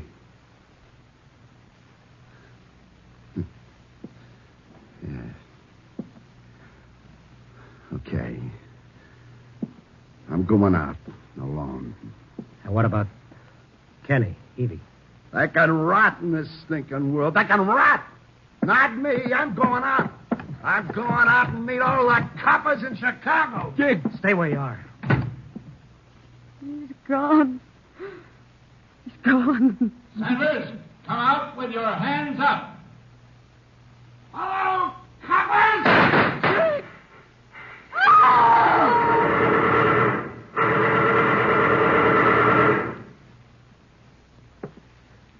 Well, there's $2,800 lying down there, Kenny. You better go down and pick it up. I don't want it. You had all the chance in the world. Why didn't you kill him? I couldn't. Gig Sanders was my brother.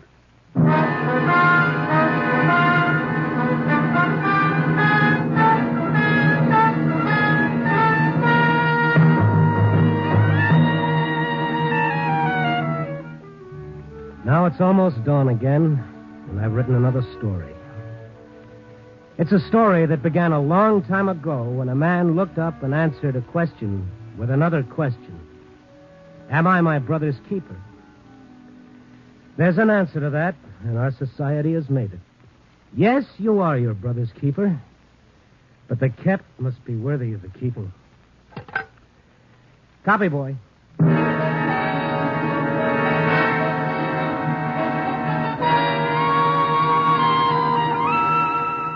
Night Beat, a new dramatic series, stars Frank Lovejoy as Randy Stone.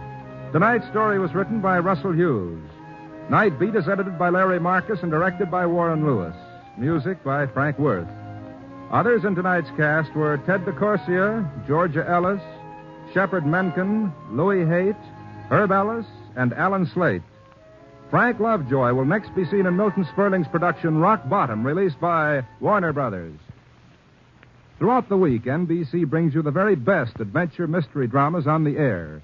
You'll hear action-packed, fast-moving plots to hold your interest right up to the smashing climax on NBC's thrilling mystery shows. During these stellar programs, you'll hear mystery and intrigue, adventure and high-tension drama. Match your powers of observation against the best in detective fiction in solving crimes and unraveling intrigue. There's fast-moving action to lift you from beside your radio into the romantic land of mystery and adventure. These exciting dramas are as interesting as tomorrow's race results today. And you'll hear them every night over most of these NBC stations. Remember, if it's mystery and adventure dramas you're tuned for the best on NBC.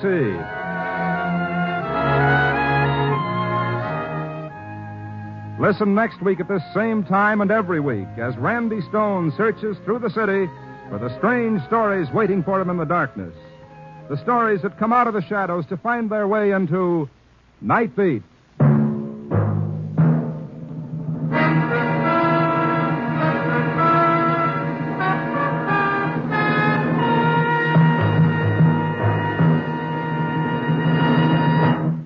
Tomorrow, Fred Allen joins Bob Hope.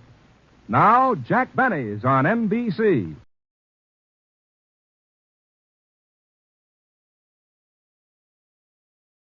Presents, transcribed, Frank Lovejoy in Night Beat.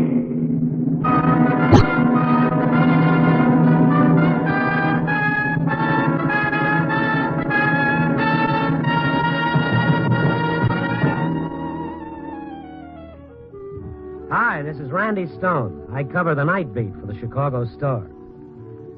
You know, in the long story of human relations, conflict between brothers is no new item. It goes all the way back to Cain and Abel. Now, you can see it all the time if you care to look, but most people don't. It's not always pleasant. Anyway, I want to tell you a story about two brothers. They were jockeys, and when they started knocking up against each other, coming down the stretch in a drive for the wire, all mixed up with a ton of horseflesh and a mess of pounding hooves, well, somebody should have run up the red flag of danger. It all goes back to yesterday morning. I was sitting in front of my typewriter trying to get a story to fit into place. It was close to 5 a.m., and the clock on the wall was sticking its tongue out at me. I just about decided to turn in what I had and let it go when I felt someone move up to my desk. Hi, Randy. It was Ben Clark, a jockey fellow I'd known on and off for years and a pretty good friend.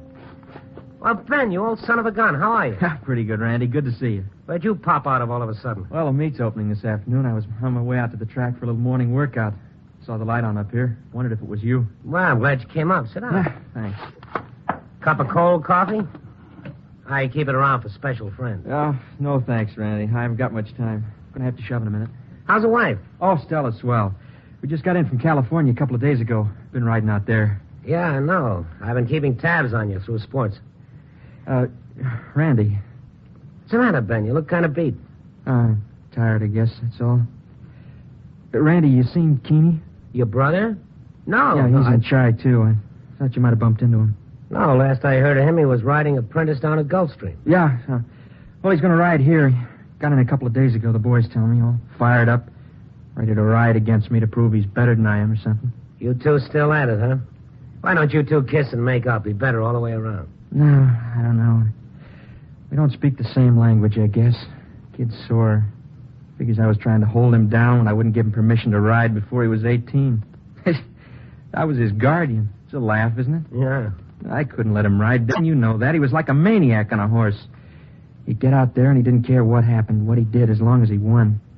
He's going to get himself killed, you know that. Couldn't let him ride for his own good.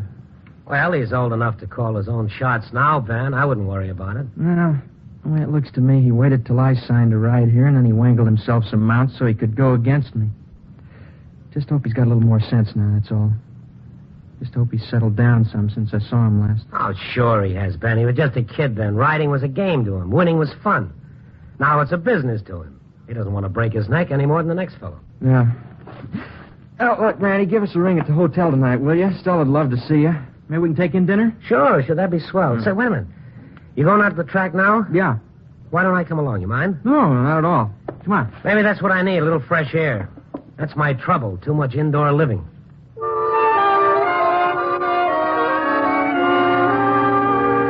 It was just after dawn when we reached the track. Ben went on into the jockey room to suit up, and I ambled over to the rail.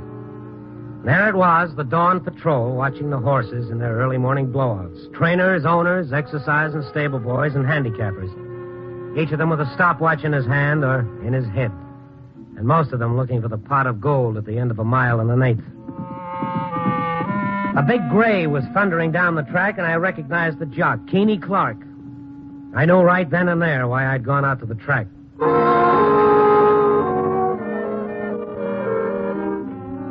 After Keeney finished his workout, I caught up with him, heading for the jockey room.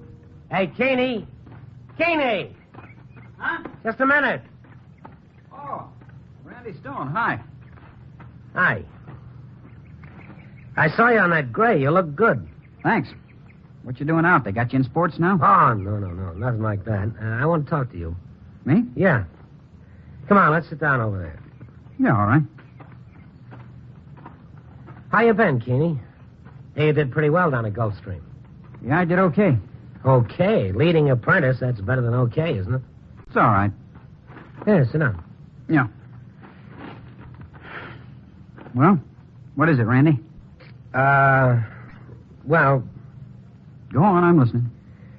You know, you're looking at a guy who's just about ready to put his foot into something he'd do better to keep it out of. Go ahead, shoot. I talked to Ben a little earlier. Oh. He's kind of worried. He is, huh? About you. Me?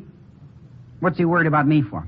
Well, I told him it was silly, but you know Ben, sometimes he's a little old woman. I hadn't noticed. Well, he's worried about the way you ride. He's afraid you're going to bust yourself up or something. You know, I think it'd be pretty nice if you went up to see him. I'll see you around, Randy. Now, Keeney, wait a minute. You got things mixed up, Randy. Ben's not worried about me. Not one bit, no. What do you mean? He's worried about himself, like he's always been. That's what I mean. He's worried I'll become something and beat him out of some headlines. Ben? He's worried about two guys with the same name. He's worried he'll have to share the glory. He's been stepping on me all my life. He wants me down. He wants to be up. I don't like that. And I'll tell you something else. Oh, now ease off. He's scared. Yeah, Ben's scared. Deep down in him, he's scared because he's getting old for a jock and soft. And it eats him because he thinks I'm better than he is. And he's right. Mm-hmm. Okay, you run down now? Just a pause for a station break. Well, I think you got it wrong, Keeney. You do, huh? Okay, I got it wrong. You got it right? You got all the facts? Well, no. You know everything that's going on between us? No, I don't. Okay, you gave yourself an answer. Now, listen, Randy. Ben's business is Ben's and mine is mine. Yeah, and neither of them is mine. Yeah, I know. Okay, Keeney, you told me. I'll see you around.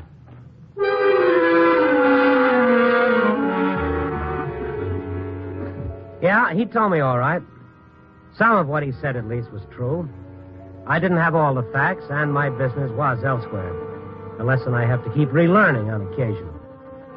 So I tucked my tail between my legs and decided to leave bad enough alone. I checked out of the track, stopped off for a bite to eat, figuring the affair of the feuding brothers was behind me. As often is the case, I was wrong. It was 8 a.m. when I got back to the office to see if I had any mail, and the phone caught me. Hello. Randy? Yeah? Stella Clark. Oh, hi, Estelle. Busy? No, I saw Ben today. Uh-huh. Randy, I got an extra ticket for the races this afternoon. Same box as me. Do you want to come? Well, I don't know, Stell. That's usually my... I wish you'd come, Randy. Please come. I want to talk to you. It's important. Well, I'll leave the ticket at will call. Bye. Stell, hey. Oh.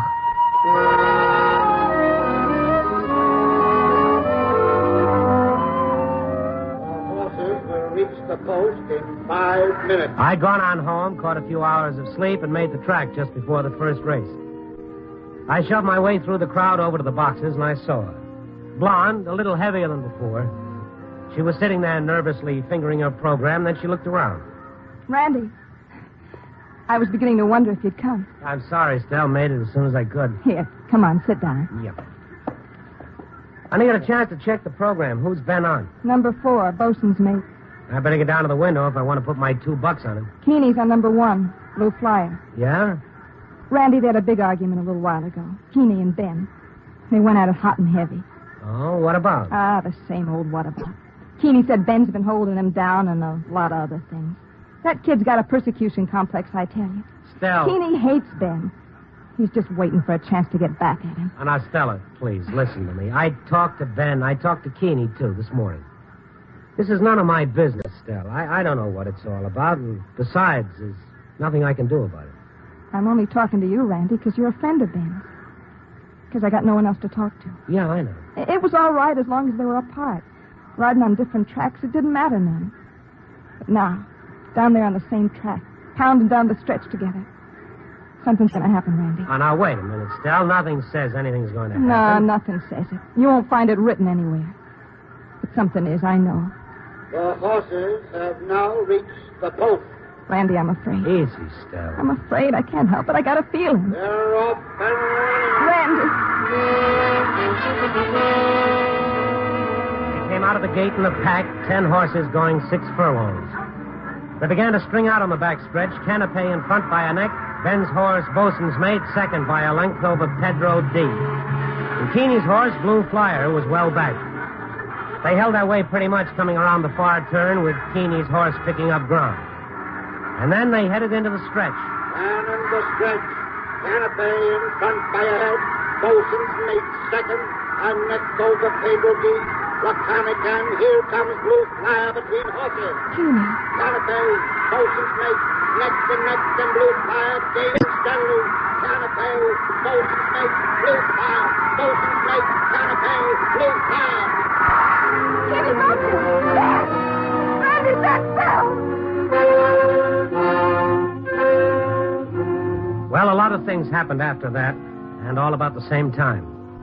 Keeney's horse streaked across the finish line the winner, but the inquiry sign went up just as fast, which meant the stewards were going to look at the motion pictures of the race to see if everything had been on the up and up. Meanwhile, the word foul was rumbling through the stands, and so was a sense of tragedy. Ben Clark hadn't moved at all from where he'd fallen on the turf. The track ambulance made it out to him fast, and a few minutes later, he was in the track infirmary. A couple of pale green rooms attached to the jockey room. The doctor was bending over him. Stella sat in the anteroom doing a good job of turning her handkerchief into a wet and salty pulp. I can't stop crying, Randy. I can't. Well, then don't, I Stella. want to cry. I want to hold up. I do. I can't think of one reason why you should. Now, go ahead. Cry, Stella. Ben can't be hurt, Randy. He just can't be hurt bad. Well, then he won't, Stella. He's pretty solid. He's taken spills before. Yeah. But how long can you keep taking them? Mind if I come in? Keeney. Yeah. How is he? We don't know yet. What'd the doc say? He must have said something. He hasn't come out yet. Oh. Get out of here, Keeney. Get out of here. Stella. Beat it, get out of here. Get out of my sight. Now, wait a minute, Killer, Stella. that's what he is. Maniac. Ben was right when he called you that. Please, Stella. What'd you do, come to gloat? Oh, Ben ain't dead yet, I'll tell you that. He's too good a guy to die because of a punk like you. I guess I better take off. Keeney, I guess you better. For your sake, sonny boy. Ben better be all right. Yeah. Can you come out a minute, Randy? Oh, yeah, sure. Excuse me a minute, Stell. Kind of upset, isn't she? Now, it's hard to blame her. Yeah. She doesn't mean half the things she says, though. Only half? Half of what she said's enough. You think like she does, Randy, that I fouled Ben deliberately? I don't know. Wait until the stewards see the pictures, huh? A man's innocent until proven guilty. You're a good guy no matter what. Don't you even have an opinion? On something I don't know about? I thought you told me once before. That was kind of dumb. I'm sorry. I didn't mean to ride you. I guess I'm kind of edgy. Randy, I didn't foul Ben. Well, then I hope the pictures show it. There was some bumping in there, that's true. But I don't even know for sure who was bumping who. There were 3 horses in there. I was riding pretty hard. That's true, too. Yeah, I heard about the way you ride. Nothing intentional, though, Randy. No, nothing that seems intentional, at least. What do you mean? Well, we do a lot of things unintentionally that we really mean to do all along. Then you are blaming me. No. It's just a comment. Like we said, I haven't got all the facts. Funny kind of comment. Yeah, maybe it is. Well, I better get inside, Keeney. Stella's alone. All I know is, Randy, that I ride hard. Rough, I guess. Yeah, I'm a cowboy on a horse, like they say. When I get in there, I drive with all that's in me, and I don't think too much. That's because I want to win and keep on winning. But that's one thing. Fouling's another, and that's something I've never done. Ladies and gentlemen, your attention, please. The inquiry signs come down. The stewards have viewed the motion pictures of the first race, and the results are now official. 1, 6, and 3. Blue Flyer, Canapé, and Pedro D. The stewards have declared no foul. Well, that's it. You are right, kid. No foul. You won it fair and square. Yeah. So you're in the clear. I'm glad it turned out that way. Yeah, thanks, Randy. Maybe you better go on inside now and see if Ben made out as well.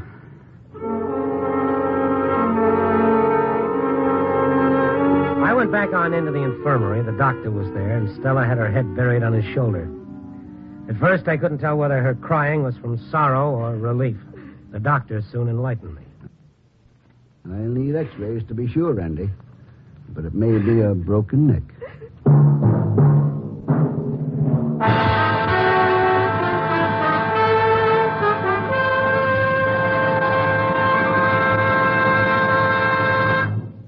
NBC is bringing you Night Beat, starring Frank Lovejoy as Randy Stone.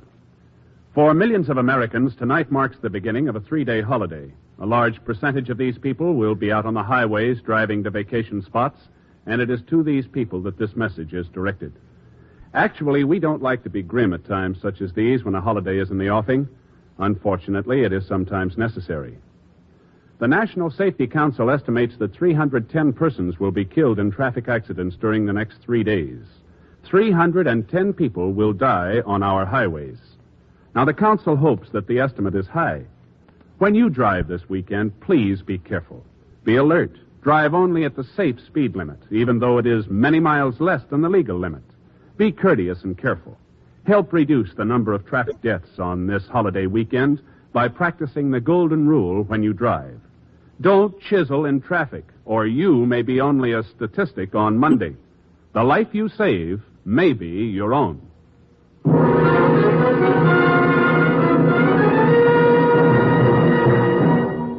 And now, back to Night Beat and Randy Stone. Well, you couldn't convince Stella that Keeney hadn't fouled Ben. She claimed the pictures just didn't show it. Anyway, Ben was taken to Mercy Hospital where they took some x-rays. Fortunately, it was only a slipped disc and not nearly as severe as an out-and-out break. They put some traction on Ben's neck, and in a couple of hours, he was up again. A little wobbly, but navigable. The doctor told him to lay off riding for a few days, and then they let him go home. Meanwhile, Keeney had himself a big afternoon at the track, booting in 4 winners. That night, I got another call from Stella Clark. She was all upset again and asked me if I could come over, which I did. Mr. Summerfield was out to see Ben a little while ago. Summerfield? He's the man who owns the stable Ben rides for. Oh. He wants Ben to ride in the Memorial Stakes tomorrow. That's a big race. He wants him on demolition. That's the favorite, if I remember right. Ben wants to do it, huh? Uh-huh. Well, it's up to Ben, isn't it? Doc said to lay off 10 days at least. The spill just happened today. He's not ready. Well, Ben knows how he feels. He wouldn't do it. He doesn't know how he feels at all. He doesn't care about the race itself. It's Keeney. How do you mean? Booting in all those winners, that's what's eating Ben. I don't believe that, Stell. Well, I'm telling you. I've watched him read about it in the papers, listened to it on the radio. What, Stell?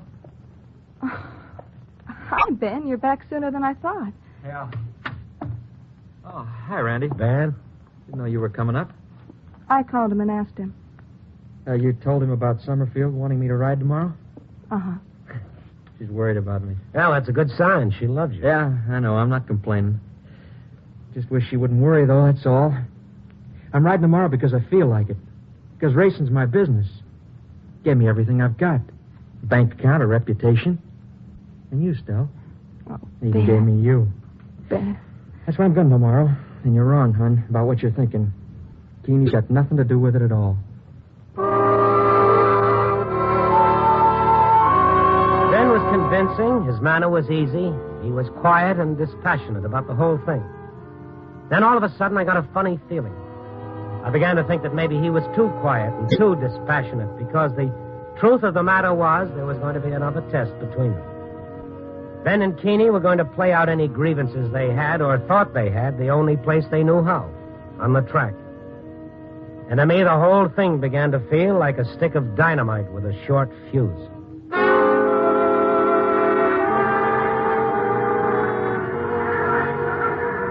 The 7th race, the Memorial Stakes, 1 mile and a 16th for 4-year-olds and up. Number 1, Carmel with jockey Jake Hubbard up. Number 2, Demolition, jockey Ben Clark in the saddle. Number 3, Cover Girl, Steve Abbott booting. Number 4, Hurry Up, jockey Keeney Clark. Number 5, Kathleen H, jockey Pete Pinelli. I'd gone on down to the jockey room before the race for a last-minute word with Ben and Keeney. Ben was calm as ever. We chatted a bit, and then he went out to talk to Mr. Summerfield, the owner of his mount. Keeney wasn't so calm. He stood by himself in the corner of the room, looking out the window, banging his whip up against the palm of his hand. He turned when I came up to him. Huh? Oh, hi, Randy. Hi, Keeney. Well, you got your $2 on. Well, I figured I'd play it strictly neutral, kid. I got 2 going on each of you. I figured I'd win that way no matter what. No matter what? What's the matter? Nothing. Nothing, just the pre-race jitters. Yeah, there is something. Randy, you got much influence with Ben? Well, not that I've noticed. Think you can get him to cancel out? Cancel out? It'll be easy for him. He's got a headache or something. Don't feel so good on account of the spill. He don't look so good, you know. He's not up to it. Well, that's up to Ben, Keeney. He's calling it. Why do you want him to cancel out anyway? Well, like I said, he's not in very good shape. It's going to be rough out there. Well, who's going to make it so rough? There'll be 10 other guys out there besides him. Including you? Including me. I'm telling you, Randy, if it's him and me coming down to the wire, I'm not letting up no matter how big that spill Ben took yesterday. No matter how he's feeling. Well, I don't think Ben'd want you to. Okay, just thought I'd say it for the record. I'm going to beat him again, Randy. I am. And that won't sit well with him. You still got to do it. I'm telling you, I will. I'll beat him, you'll see. Like I've wanted to all my life. He's going to get the dirt in his face this time. I'm going to win it. You know, kid, I've heard a lot of guys talk about winning before. But you got a way of making it sound like it's a sickness. Yeah? Maybe so, Randy. All I know is I got to win and keep on winning. Why? Simple. Take a look at me. What do you see? I don't follow. What do you see? Look at me.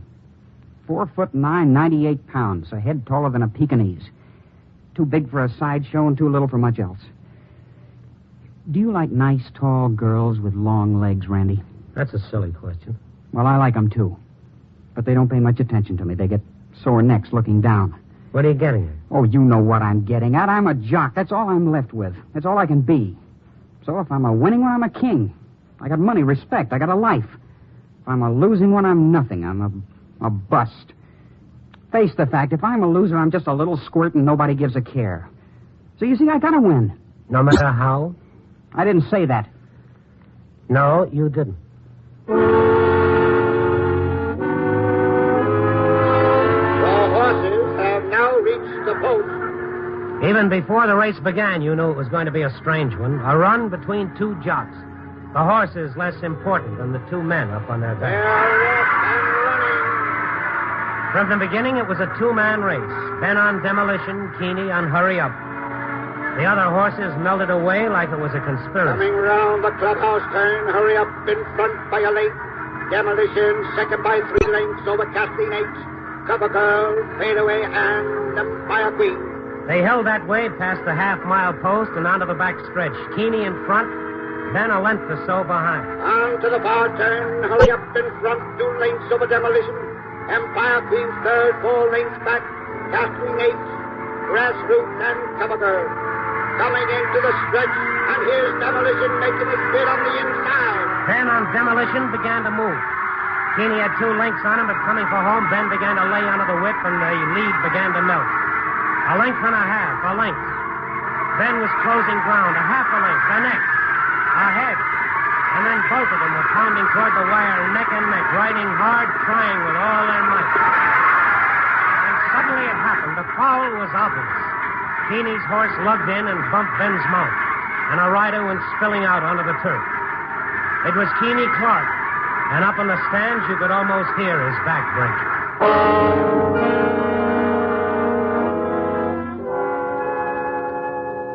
5 minutes, Randy. No more. All right, Doctor. That's you, Randy? Yeah, it's me, kid. I'm a mess, ain't I? Doc says I'll be laid up for months. Yeah, I know. Take some of the steam out of me, huh? Doc says maybe no more riding, ever. No, he's wrong there.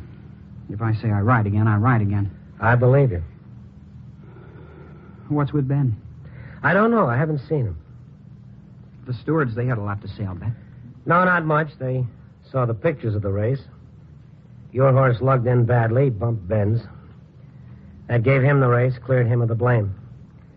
They figured you'd fouled him to keep him from pulling on ahead and winning. They did, huh? Randy, I'm going to tell you something. I want you to believe me. It's not going to be easy. Go on. I didn't foul Ben. My horse lugged in. It bumped Ben's mount. I know that. But I didn't foul him. Honest to Pete, I don't know what really happened out there at all. Ben. Hi, Keeney. Randy, glad you're here. What's the matter, Ben? What happened? You look like you've been through a ringer. Yeah, I have, Randy, I have. Let me sit down. I've been walking. I've been thinking about the kid up here with his back busted. Here, Ben. Thanks. Gentlemen, you ever hear of a louse who never knew he was a louse? A real no-good guy who always figured himself for a prince of a fella? I know a guy like that. You want to know who? Ben. Me. Yeah, me, old Ben, Keeney's big brother. Old Ben Clark, louse. Keeney's always known it. He knows exactly what I was. But so help me on a stack of Bibles I didn't know until today. And when I got a look at myself, it turned my guts. Oh, now settle down, Ben. Please, Randy, don't stop me. Let me get this out, will you? Sorry. It was an impulse, Randy. You know what that is? Something you do on the spur of the moment without thinking. Something that comes from deep down inside of you, and it's got more truth to it than anything you do. Well, that's what it was. An impulse. Hey, kid. Yeah, Ben? Can you forgive me? Coming down that stretch, I suddenly felt I couldn't let you beat me. The pictures didn't show it, but the foul wasn't really yours. I stuck my whip in your horse's eye.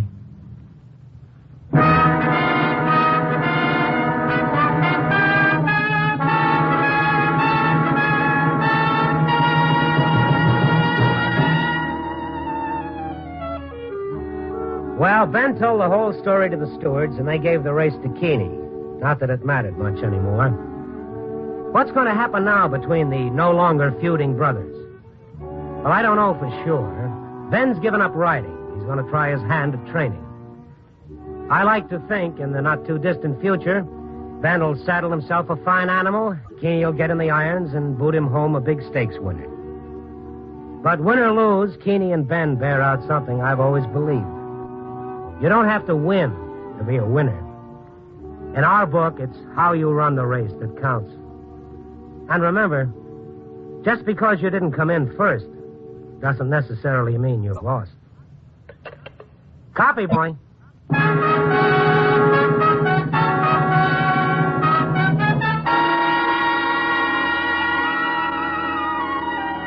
Night Beat, starring Frank Lovejoy, is produced and directed by Warren Lewis.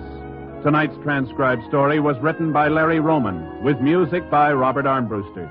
The part of Keeney was played by Sam Edwards. Dick Crenna was Ben.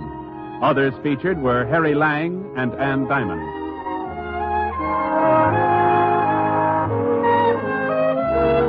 Listen next week at this time and every week as Randy Stone searches through the city for the strange stories waiting for him in the darkness.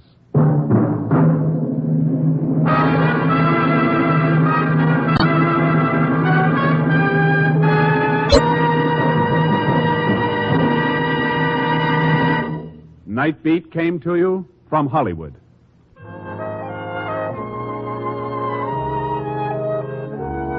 Three chimes mean good times on NBC. Friday evening, The Roy Rogers Show brings you an exciting half hour of Western music and adventure. The short story presents Three Pair of Heels by Neil Bell. Short story is your invitation to a half hour of great dramatic entertainment. Consult your local newspaper for broadcast time and join us Friday for Roy Rogers and Short Story. Two great shows on NBC.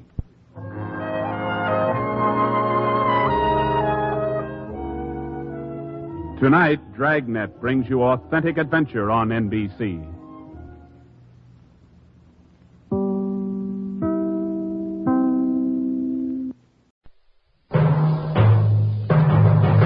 Night Beat.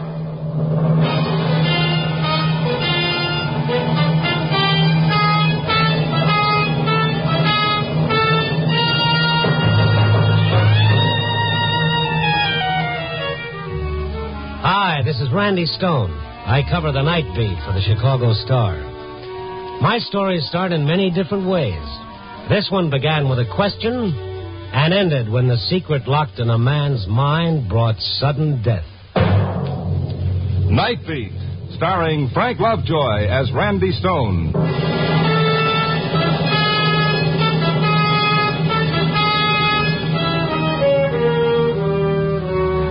Tonight I had another story to write.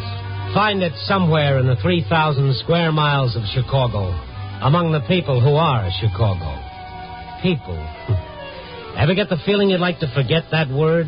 Close a mental door, snap a psychic lock, and boom, you're alone? Oh, can't do it, pal, because maybe you're people, too. So tonight I watched them again. I wandered south on Western Avenue, crossed Addison, and there was Riverview Park. I walked around there, watching the people hurry themselves from one thing to another, each one trying to catch up with a couple of hours of fun. And then I saw a sign that read, Mentalo, the marvel of the age, knows everything. Admission 25 cents. Okay, I'm a sucker for any man who knows everything and freely admits it. He might even know what makes the world tick, like a time bomb. That'd be worth 2 bits of anybody's money. I went in. Mentalo was in the middle of his act. Battle of Waterloo proper was begun at 11:30 a.m. on June the 17th, 1815. The battle went through 5 distinct phases until the French were routed. That right, lady? Well, yes, it is. It sure is. Now, who's next? Who has the next question? You, sir. You just came in. You seem a little skeptical. Are you talking to me? I am, sir. Maybe you'd like to ask Mentalo a question. Oh, all right. What's the temperature of the sun? Mentalo, the gentleman thinks he stumped you. The temperature of the visible surface of the sun is about 6,000 degrees centigrade. The interior temperature is estimated at approximately 20 million degrees centigrade. Is that correct, sir? I'll take his word for it. And you can, sir. Now, who's next? Who? I got a question. Very good. Ask it. Mentalo. Yes? What happened? What happened to you on the 15th of last month? What happened? The 15th? Yeah, the 15th. Mentalo. 15th. I'm making it out of here. Get him away. That's all for this show. That's all. Cheer up, folks. Everything's all right. Cheer up.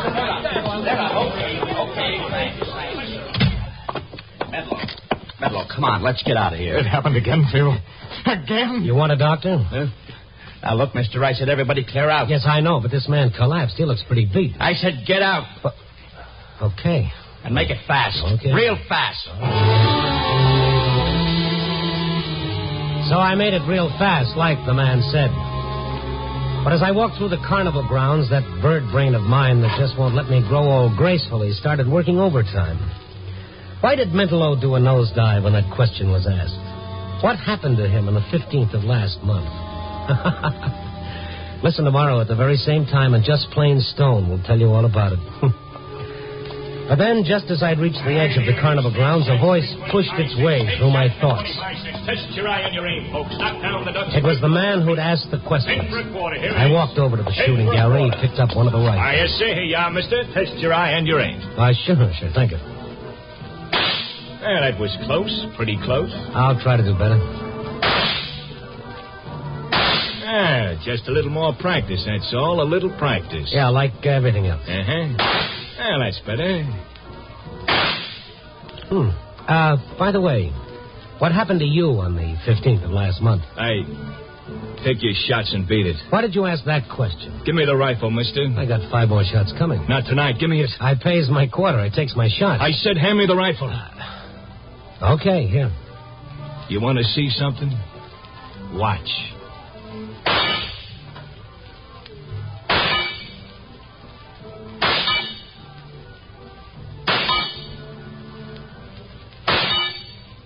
Well, with bullets or words, the man's good. You ain't a Connie man. No. But you're awful curious. That's an old family failing and an occupational hazard. Why did you ask Mentelow that question? Did you know how it would affect him? You know, mister, a couple of months back, a guy picks up one of these rifles. He don't know nothing about guns, see? He gets careless and the gun goes off. At him. He's dead. Accident. Pal, you have a strange, oblique way of making me feel uncomfortable. I see what you mean. Now you're hitting the bullseye. So long, mister. Okay, twice I got curious, twice I drew blanks. I thought about it some more and then decided to pass it up in favor of the cotton candy. And then I saw Mentelow. He was walking down the midway, but like a man in a trance. There was something about him that screamed, I need help.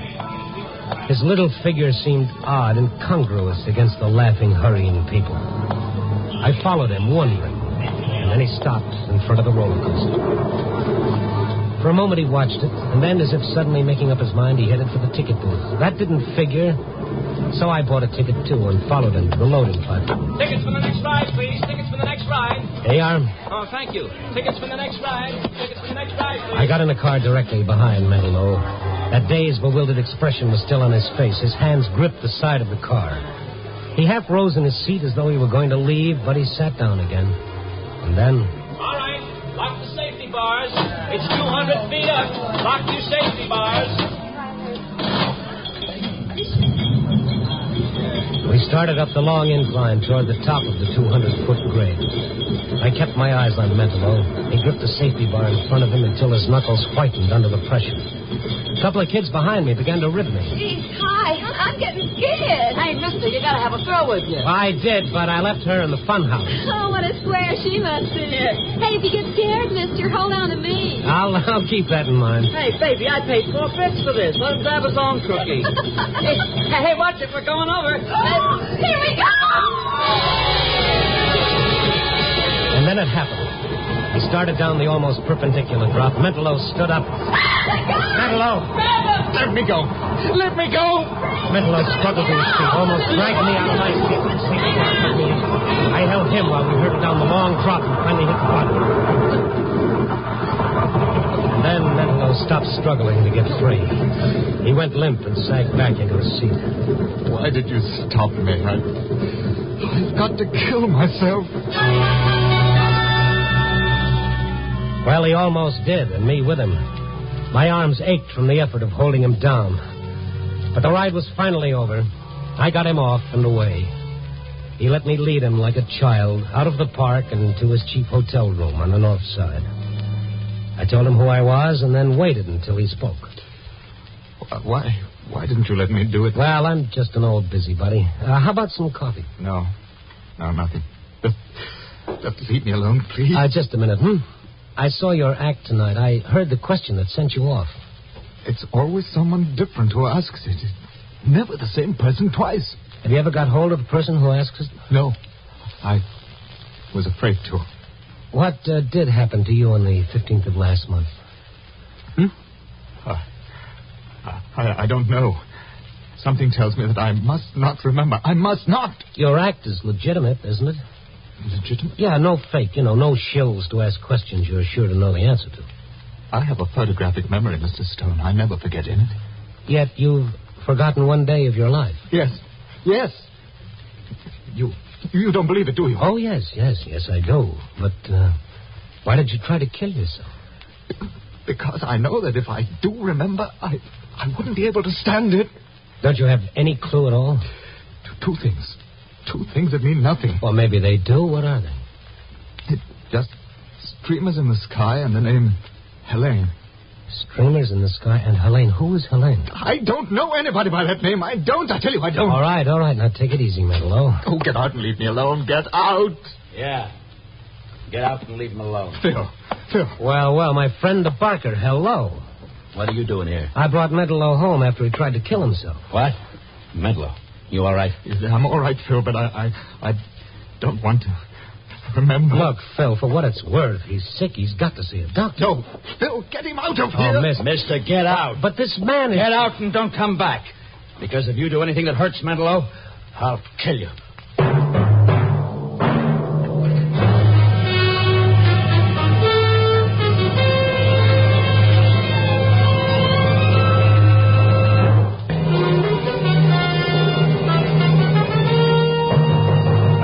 Back to Night Beat and Randy Stone.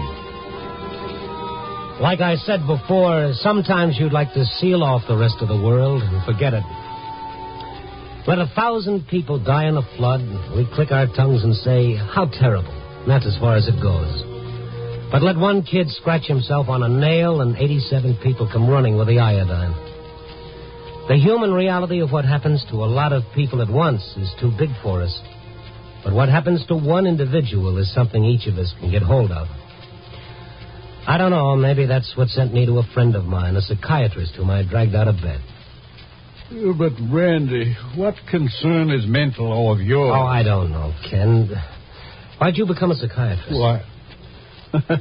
I see what you mean. Okay, you see what I mean. Now, what gives with mental? Self-protection. His mind is protecting him. Whatever happened on the 15th of last month is suppressed. The memory is horrible enough to force a complete blackout. Yeah, but he remembers two things, Ken. Streamers in the sky and the name Helena. What do the streamers mean? Almost anything. This guy's symbol for something else. Yeah, he tried to kill himself tonight. Will he try it again? Most likely.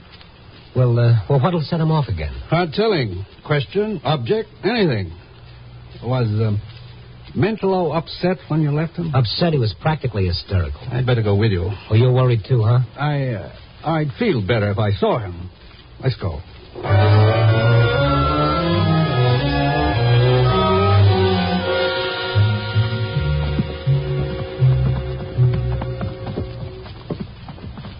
Here's the room. It's right here, 612. Randy, try the door. Open. You know where the light is? I think I saw a switch by the door. Randy. Mentolo. Don't try to unfasten that buckle. Cut the belt. With them, hurry. All right. Cut that belt. Hurry up, Randy. Is he alive? I think so. All right. Easy, Ken. There. Pulse is still strong. He couldn't have been hanging more than a few seconds before we came in. Poor little devil, Ken. Look, Randy. What? There's something clutched in his hand. But, well, yes, that's a key. That's an old-fashioned house key. Now, why? I don't know. Well, what's your guess? It's hard telling, Randy, but I do know this. He's no longer responsible for his actions. But then the next time he tries anything like this, maybe nobody will be around to stop it. Ken, is there anything that we can do?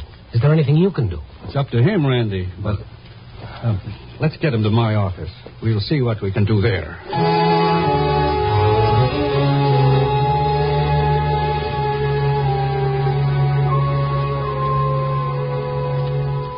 Feeling better, Mentolo?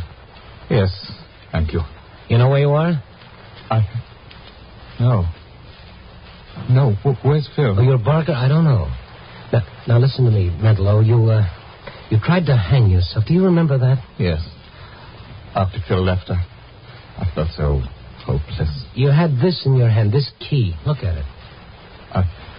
I found it in my pocket, and then I knew I had to kill myself. Is it your key? Do you remember what it's for? No. You won't remember that, Randy. Oh. Who are you? He's a friend of mine, and he's a doctor, Mentolo. Well, I don't want to. Now, look, twice tonight you tried to kill yourself. Once is enough to call in the police. No. Oh, don't worry. That's not what we want to do. I want to help you, and the doctor wants to help you. Please believe that. No one can help me because I can't remember, and I must not remember. The police will ask questions when they learn you tried to kill yourself. But it's no business of theirs or yours. Why don't you leave me alone? Why do you care? Oh, that's the same old question asked the same old way, and this time I've run out of answers. Make up one of your own. I don't know. I'm sorry. I believe you do want to help. Yes, we do. Now, look. There'll be no need to call in the police if you'll let us help you. You're sick. Do you know that? You're sick. Let us help you. All right. Good. Now, you trust Mr. Stone, don't you? Yes, I do. All right. You're going to sleep.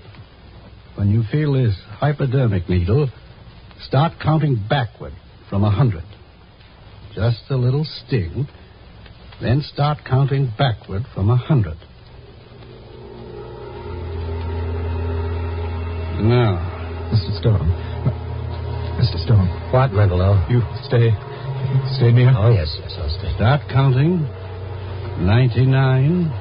99. 98. 95. 90. He knows your voice, Randy. He trusts you.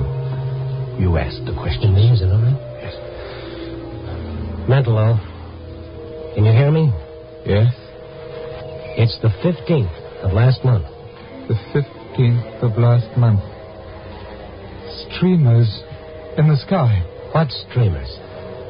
What are they? Where are they? The Aurora Borealis. The Northern Lights? Yes. Aurora.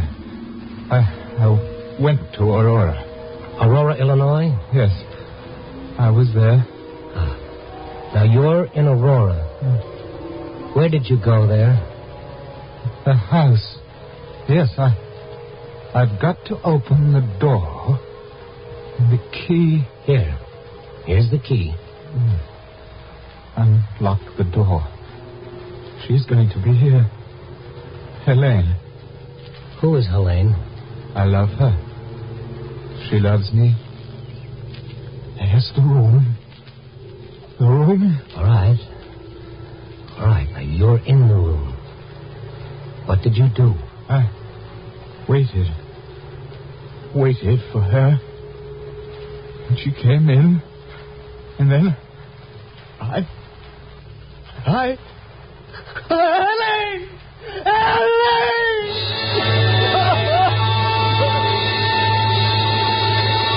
Mentolo. Oh, Helene! Ken, is he all right? Yes. We still don't know what happened. There's one way to find out, Randy. What, find the house in Aurora and take him there? That's it. What we've done here is bring him to recall that far. You see? Now it's a question of bringing back the whole thing, bit by bit. Ken didn't go along. Mentolo didn't want him to. It wasn't a long drive in miles. I watched Mentolo when I could. His face was contorted in an agony of effort as we drove through Aurora slowly, looking for one street, one house. Then... That house. But it's all boarded up. Are you sure, Mentolo? It's that house. All right.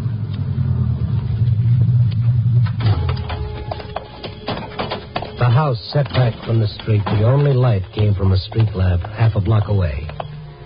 Mentolo walked slowly ahead of me, up the walk toward the porch, Then up the porch stairs. Open the door. Locked.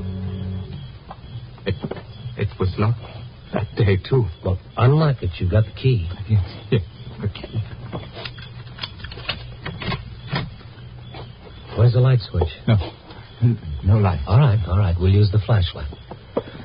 Now, go ahead, Medelow. Go ahead. There's no furniture here, Medelow. This house is vacant. This is her house. I know. There were 3 of us here. 3. This is the room. Go on. Medelow, think. Well, you've got to think. It's the only way you'll remember what happened. It's the only way you'll find out what's torturing you. She's here. She came to me in this room. Helene came to you here? Because she loved me. Where is she now? Her clothes. In this closet. Medelow walked to the closet, opened it. A row of dresses hung there. A faint odor of perfume drifted through the room. For a moment, Medelow stood there. Then he started toward a door. Medelow, where are you going? I know. The basement. Wait for me. Down there.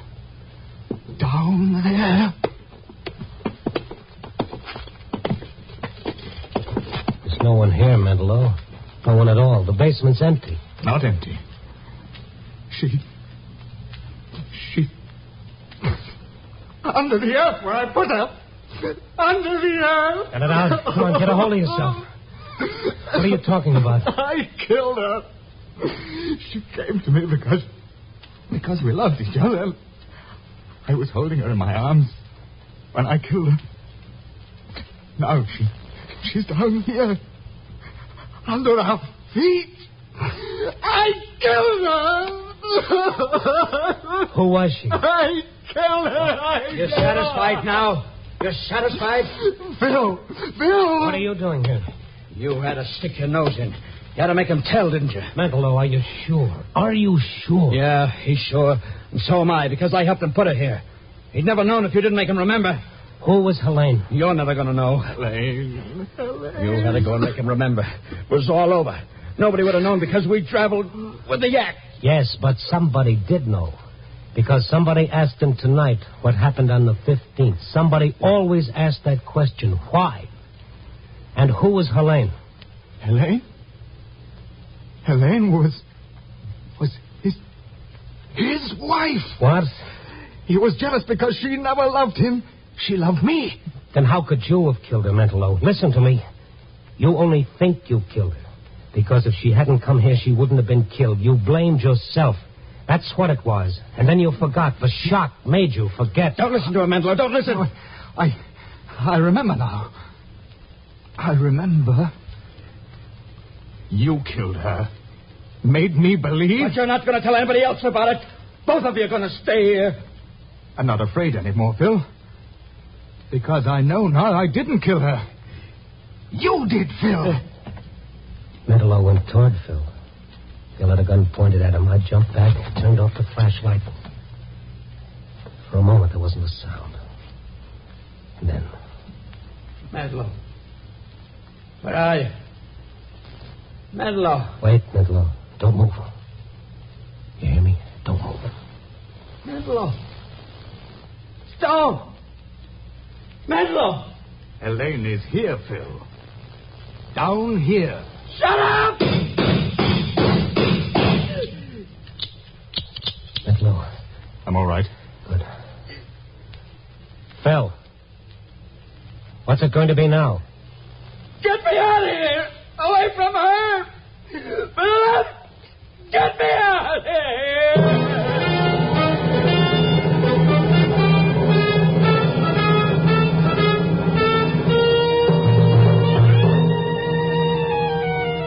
Well, it's almost dawn now.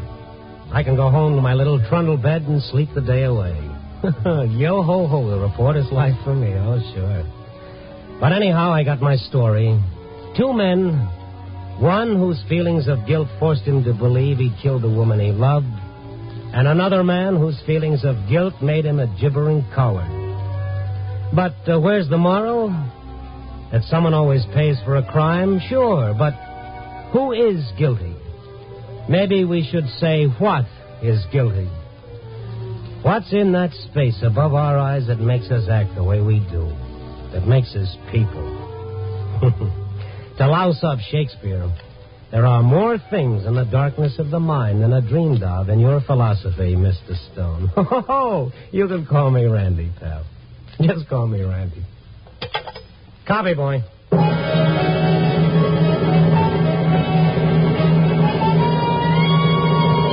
Night Beat, starring Frank Lovejoy, is produced and directed by Warren Lewis and edited by Larry Marcus. Tonight's script was written by Russell Hughes with music by Frank Worth. The part of Mentalo was played by Ben Wright. Listen next week at this same time and every week as Randy Stone searches through the city for the strange stories waiting for him in the darkness.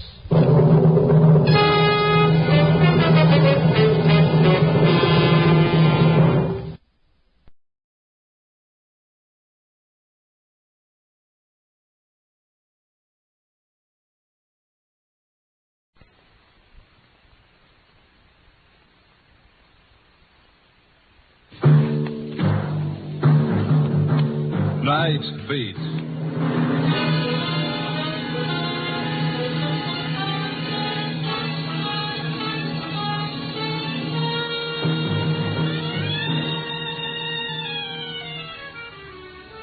Hi, this is Randy Stone. I cover the Night Beat for the Chicago Star. Stories start in many different ways. This one started, strangely enough, with the flame of a match, whose feeble glow lit up a lightened face in the darkness. A frightened face, twisted by an agonizing fear of death.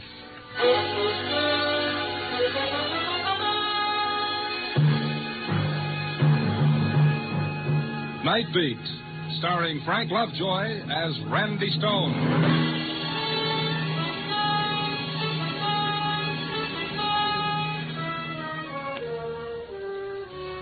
The night is a thief, some poet once wrote, that steals the colors from the day.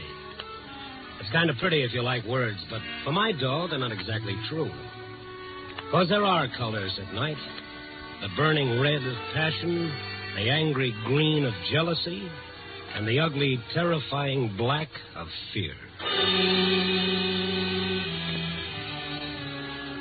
This was one of those nights when pickings were slim. I'd cover the town from Henry's bar in the Mart, out to Hyler's on the North Shore, and back downtown again with nothing to show for it. I was taking a shortcut through Lincoln Park to pick up my car. At that time of night, the park was pretty deserted, except for this girl walking up ahead of me. Not a bad silhouette, I might add, against the distant light. We were about halfway through the park when suddenly she stopped and threw herself onto a bench at the side of the path. There was something almost desperate about the way she did it. I ran up to her. Excuse me, are you all right? Yes, I'm all right. Well, I thought maybe you were sick or something. I told you I'm all right. Now, will you please let me alone? Oh, now look, lady, it's not what you think. Well, this park at this time of night, it's no place for a girl to sit around by herself. I don't need any help. Just go away. Oh, sure, I'll get lost. I can see you're all right. Only you don't mind if I just sit here and smoke a cigarette before I go. It's a public park. I don't care what you do. Thank you. You care for a cigarette? No. Of course, in order to really enjoy a smoke, you've got to have a match first. I said in order to enjoy a smoke, you've got to... I heard you. Here. Thank you. Here. Keep the book. No, you better hang on to these. I won't need them. Well, you might need them later tonight. After tonight, I won't need anything. Oh, now, wait a minute. That's no way to talk. The only time you're not going to need anything, sister, is after you're dead. Why did you say that? What? That about being dead. For no reason. Why? Because after tonight, I will be. The girl jumped up and started running. Here was a kid that was afraid. Afraid of death or afraid of life. But then, isn't everybody? I turned the matchbook over and looked at the ad on the cover. Penguin Club. A little all-night jump and jive place over on Clark Street. That's one I've been missing lately. On a hunch, I ambled up North Avenue in that general direction, turned up Clark a ways, and there it was.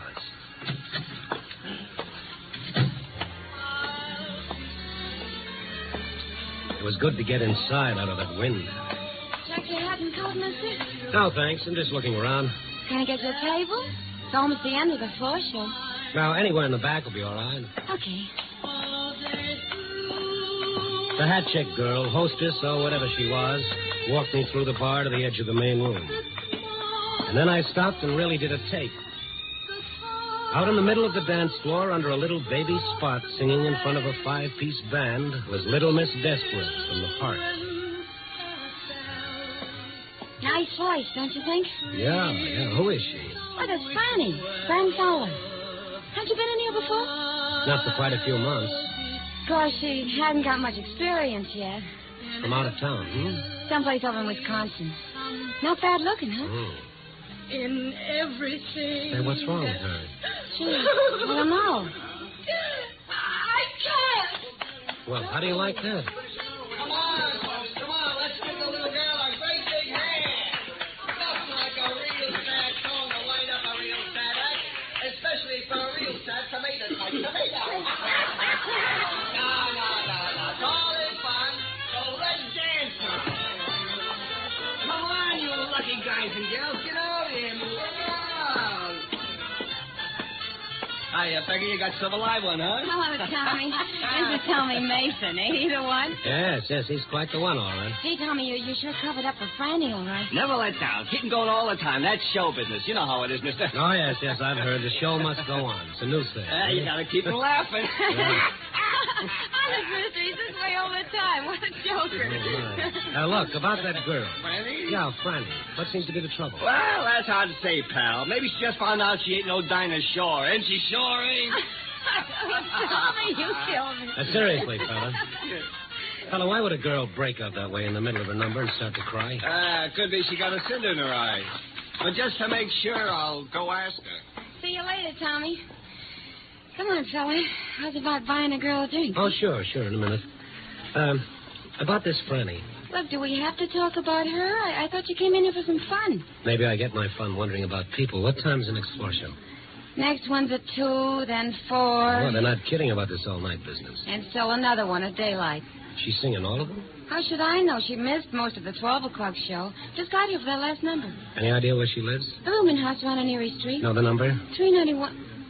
You know you ask an awful lot of questions. Well, that's my business. I'm a reporter, Randy Stone. I might have known it.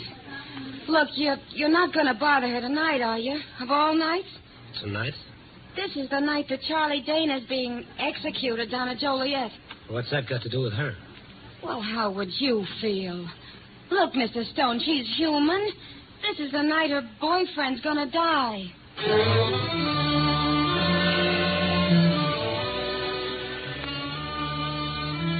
I went up to the front of the bar to a phone booth and called the paper. There was something about this in the back of my mind somewhere, something I ought to remember but couldn't. I had the girl on the board put me through to Gabby in the library. Library? Oh, hello, Gabby. This is Randy. Yeah, Randy? What have you got on the Charlie Dana case? Still a little early, Randy. Execution's not set until 1:30. No, I mean old stuff. Oh, I got the file right here, Randy. Dug it out earlier for background. Good. Anything on a girl named Fran Fowler? Yeah, let's see. Charlie Dana, small-time gambler, killed a guy named Tonelli. Oh, yes. I remember that. A gambling beef. Execution originally set for November, but he got a couple of months' stay. Oh, here she is, Fran Fowler. Singer in a nightclub. Was supposed to be his alibi, but the DA blew her up on the witness stand. She admitted she wasn't positive about when she'd been out with the guy. Oh, yeah, that was it. I knew it was something. Anything more? Oh, details, Randy, details. Okay, Gabby, thanks. I'll catch up with you. Oh, Mason. Excuse me, were you waiting to use the phone? No, I was waiting to talk to you. Why, certainly, but this time, no jokes, if you don't mind. I'm expecting a headache. You're not funny, Stone. Who are you talking to? Well, isn't that kind of my business? Peggy says you're a reporter. Yes, of a sort. You were asking about Fran, where she lived? That's right. You got to let her alone, see? You printed enough about her. Just a minute, Mason. Those are my lapels that you're hanging on to. Peggy shouldn't have given you Fran's address. I don't want you bothering her. I said let go of my lapels, funny man, or something's liable to explode in your face. Now, you stay out of my way or I'll ruffle that shiny hair. Where you going? See about a cinder in a lady's eye. You're not going to see her. I won't let you. Can't you see this whole thing's driving her crazy? Tommy, believe me, I'm not interested in harming her or anyone. I'm just a guy trying to do a job. Now, if you'll step out of my way... You're not going there. I won't let you. I won't let Darling, you. if you ask for it...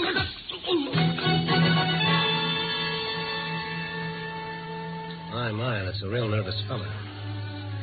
Now that he'd made such an issue out of it, going around to see Fran Fowler was a definite must on my schedule. I picked up my car and drove over to Erie Street. 391 wasn't much different from any of the rest of the rooming houses on the block. I got the number of her room from the mailbox and started down the dingy corridor to room 8. I knocked at the door, but there was no answer. I knocked again, and then I smelled gas. Hey, anyone in there? Miss Fowler! Fran!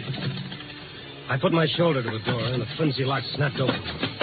I rushed into the gas-filled room, holding my breath until I could smash open the window and let in some air. And then I saw Fran Fowler, the girl from the park, lying across the bed. And on the table beside her, one of those 2 burner gas stoves with both jets wide open. I turned them off and started shaking the girl. Miss Fowler, Franny, come on, get up. You got to get out of here. Look, am I going to have to carry you? Put me down. You little fool, this room is filled with gas. Smell my purse. Where? On the table. Okay, I've got it. Oh. Fine thing, with a gun in it. Give that to me. Outside, baby, outside.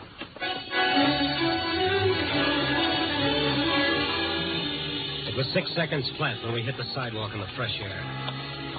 I put Fran in the front seat of my car and then ran around and climbed in behind the wheel.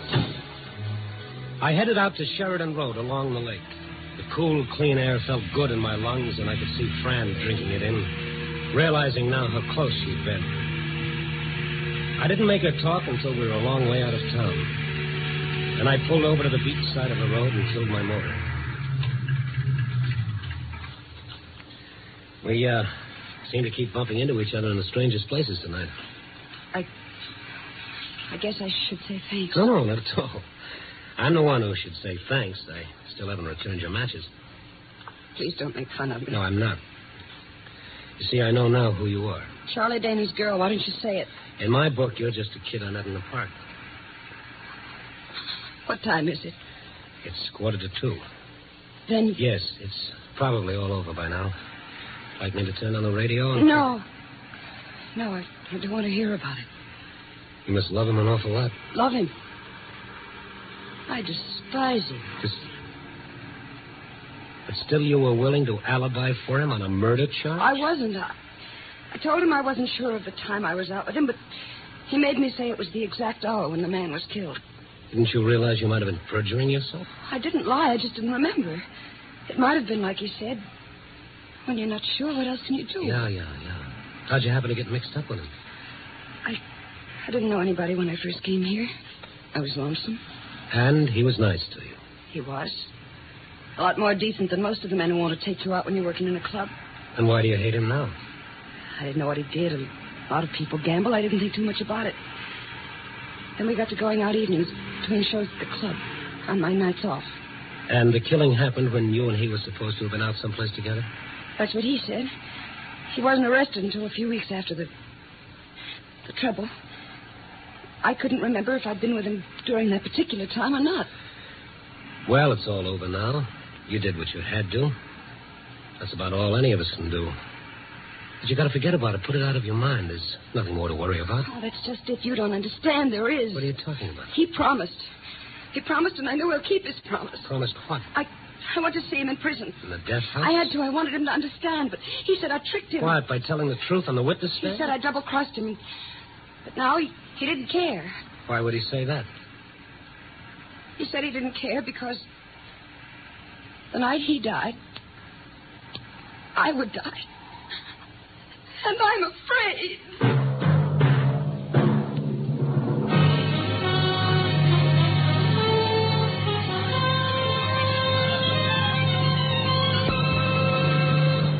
You are listening to Night Beat, starring Frank Lovejoy as Randy Stone.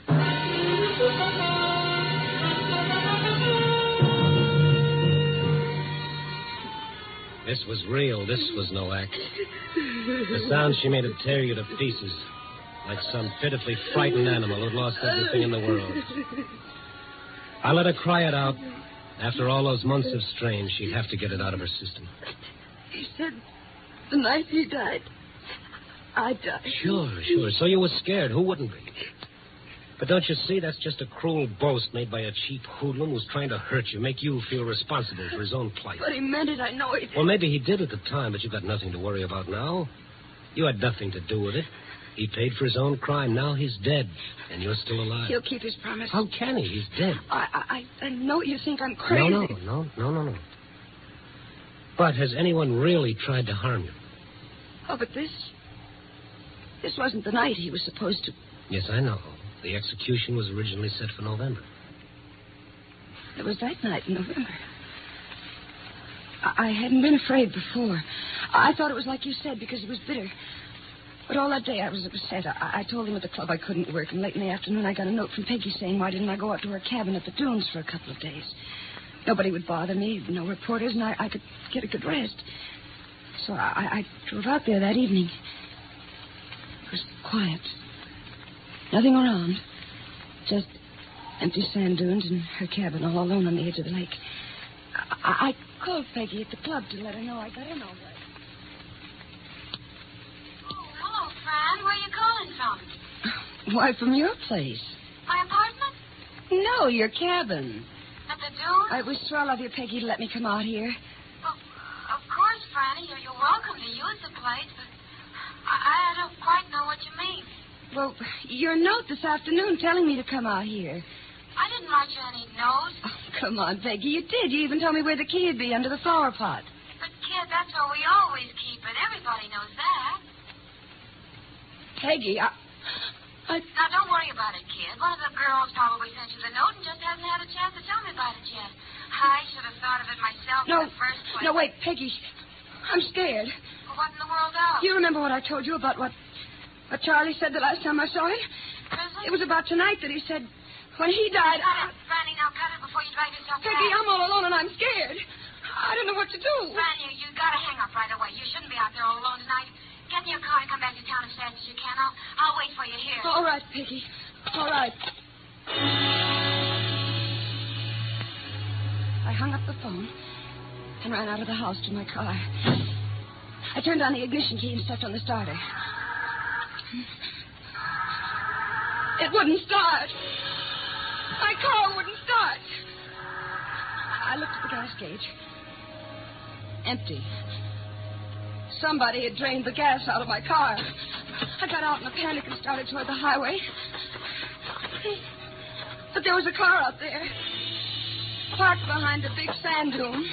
I turned and ran back to the house. It was like some crazy, frightening nightmare. I didn't know what I was doing, but somehow I managed to get inside and lock the door. And then suddenly I was at the telephone. Operator, answer me. Operator, you've got to answer. I want the police. Operator, please help me. Someone. Operator! It was no use. The line was dead. While I was outside, someone had pulled the wires away from the wall. Crawled over to the window. Looked out to the highway. There was a car out there. Its lights were on. But as I looked, they went out. And now, I was alone. In the dark. With him out there. I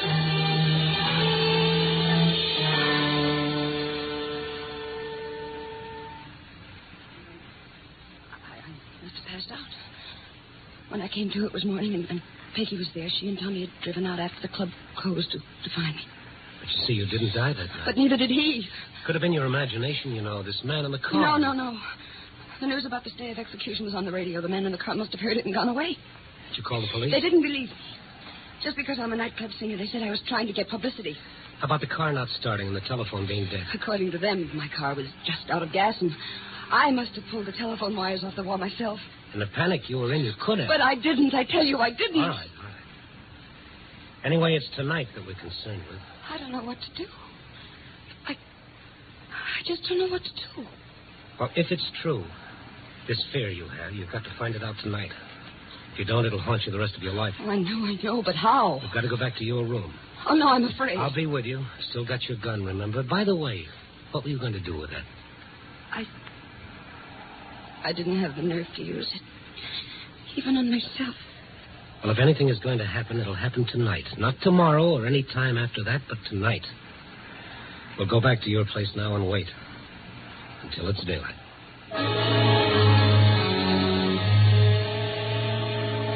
I drove Fran back to the rooming house on Erie Street. There were no lights on anywhere in the building.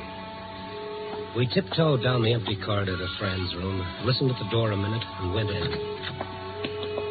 The door closed all right, but it wouldn't lock. I must have sprung it when I forced the door. We settled down and waited. For what? Once I thought I heard steps on the sidewalk far out front. It was that still. And then I did hear steps, slowly coming down the hall. There's someone in the hall. Keep it down. He stopped outside the door. Don't move. Who's a knocking at my door? Who's a knocking at my door? Who's a knocking at my door?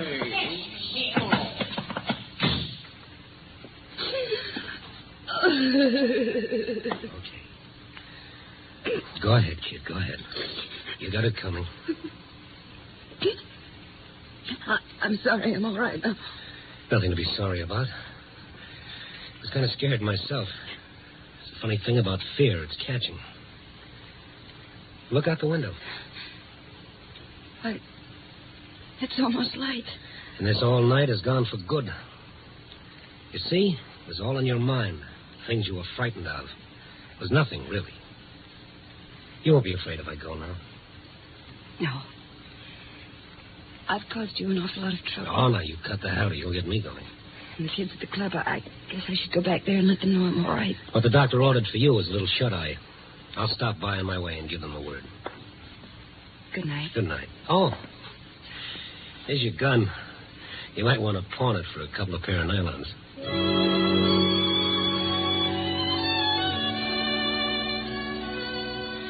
Yes, a real nice tomato-type tomato, as the funny man at the club would say. On the way over, I got thinking about him and that girl, Peggy. Come to think of it, that was one point Fran had forgotten to clear up for me, about the note that sent her out to Peggy's cabin at the dunes that night.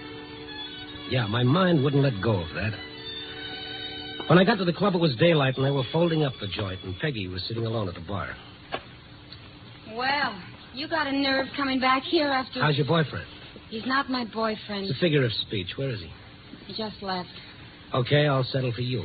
If you don't mind, it's a little late for small talk, mister. Okay, I'll give it to you fast. It's about that note you wrote to Fran Fowler last November on the night Charlie Dana was supposed to die. What note? A little late for small talk, remember? I don't know what you're talking about. You don't know anything about a note inviting Fran to stay out at your place at the dunes? I told her. I didn't know who wrote it. Were you telling the truth? Yes, I was. Okay, maybe you were. But you found out later who wrote it, didn't you? No, Now tell me the truth. Or would you rather tell the police? All right. I did find out, but it wasn't like you think. Well, who was it? Tommy Mason. Tommy Mason, the funny man? His idea of a joke, no doubt. A hilarious joke that might have scared a poor kid to death. No, you're wrong. It wasn't a joke. Well, then why? Why did he do it? Because he's in love with her. He made me swear I wouldn't tell her. He wanted to wait until the time when she needed him, and then he'd tell her himself. Until she needed him? How was he going to make her need him? Use a condemned murderer's empty threat to frighten her out of her sanity so she'd need him? Is he crazy? He is where Fran's concerned. Where is he? I don't know. He's been like a maniac all night since you left here. After every show, he's gone over to Fran's place looking for her. He's crazy jealous. Jealous of whom? Of you. He thought she was with you. But what if she were? This was the night. He was sure she would need him, and instead she turned to you. Don't you see? Yes, I do now. Thanks.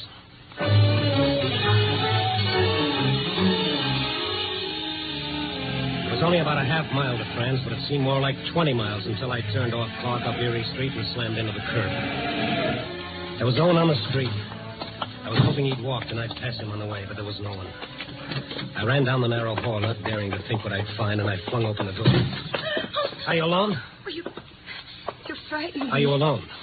Well, yes, I've been sitting here since you left. I'm too tired to undress. Come on, let's get out of here. Grab your coat. But Never mind. I'll tell you on the way. I shoved Fran out the door, and we started cautiously back down the hall. We got about halfway when I grabbed her arm. The front door was opening slowly, and a man made a dark silhouette against the gray light of the dawn. It was the funny man. The man with the slick, shiny hair and a permanent smile and the fast jokes. Only the smile was gone, and he had a gun in his hand. Keep coming. Keep coming. We started towards him slowly. Tommy. Tommy, it was you? You who were going to kill me? You didn't know. You didn't know that I had a heart, too, just like Charlie Dana did. Tommy, you never told me. You never let me. You didn't need me. You would have laughed at me like you laughed at my jokes. It couldn't have been you at the dunes that night. I followed you out there. And then drove back to the club. No, Tommy, no. You were lonesome, but you didn't need me. You needed Charlie Dana. I thought if you were afraid you'd need me, and then you were afraid, but still you didn't need me. But I'd make you need me. I'd make you. Step by step, we moved closer. Keep coming. I could see his face twisted with jealousy and hate, his eyes wild, as though a spark might make him explode. And tonight, when you were afraid and should have needed me, you didn't. You turned to him. Tommy, please. But now you need me. Now that I have my finger on this trigger, you need me more than you've ever needed anyone in your life. You need me. You need me, Fanny. You need me. Say it. Say you need me.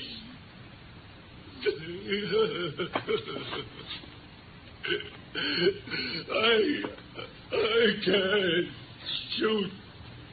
I can't shoot. He started to shake, and I ran forward and grabbed his gun. Look out. Drop it. It's all right. I've got the gun. I can't. Is he hurt? Not to what he will be. Get up, funny man. No. Don't be too hard on him. He didn't realize. No.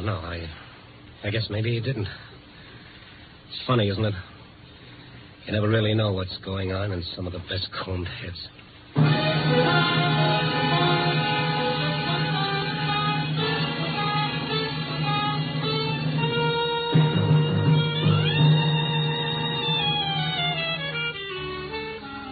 Well, that's the way it goes. A little later than usual this morning. The day shift has already moved in and let the night crew wander off to their own private little beds. Well, at least I got to see the sun come up. And here I sit, still trying to make it all add up. But no matter how I figure it, the only answer I get is, you never know about people. But bless them, maybe that's why we love them. See that man walking towards you with a smile on his face? What's he smiling about? Or is it just so you won't notice how he's screaming inside? Ooh, the trouble with me is I haven't had my coffee yet. Coffee, boy.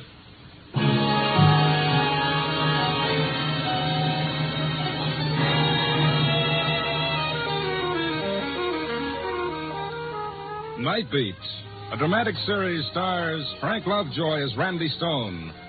Night Beat is edited by Larry Marcus and directed by Warren Lewis. Music by Frank Worth. The part of Fran was played by Joan Banks. Paul Dubov played Tommy. Others in the cast were Georgia Ellis, Ken Christie, and Carol Richards. Frank Lovejoy will next be seen in Milton Sperling's production Rock Bottom, released by Warner Brothers. Throughout the week, NBC brings you the best adventure mystery dramas on the air. You'll hear action-packed, fast-moving plots to hold your interest right up to the smashing climax on such thrilling programs as Big Town, Mr. District Attorney, The Big Story, and Dragnet, every week on most of these NBC stations. On Dragnet, you'll hear documented cases from the Los Angeles police files. The Big Story brings you true tales from the front pages of America's newspapers. Mr. District Attorney, the champion of the people, takes you through an exciting episode in the conviction of a criminal.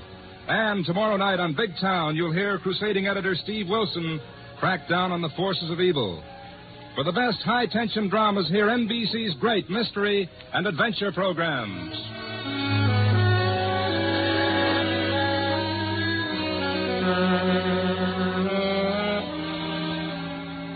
Listen next week at this same time and every week as Randy Stone searches through the city for the strange stories waiting for him in the darkness. The stories that come out of the shadows to find their way into Night Beat.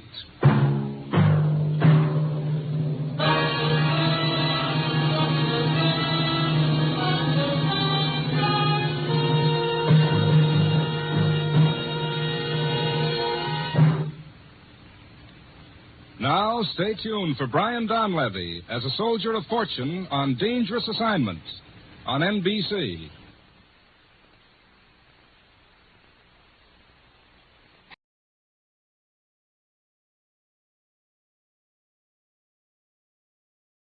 NBC presents transcribed Frank Lovejoy in Night Beat.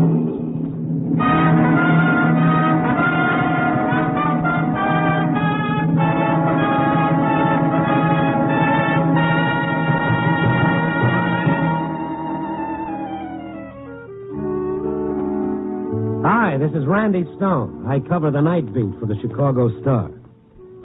Statistically speaking, someone once said a story is born every 15 seconds. It could be.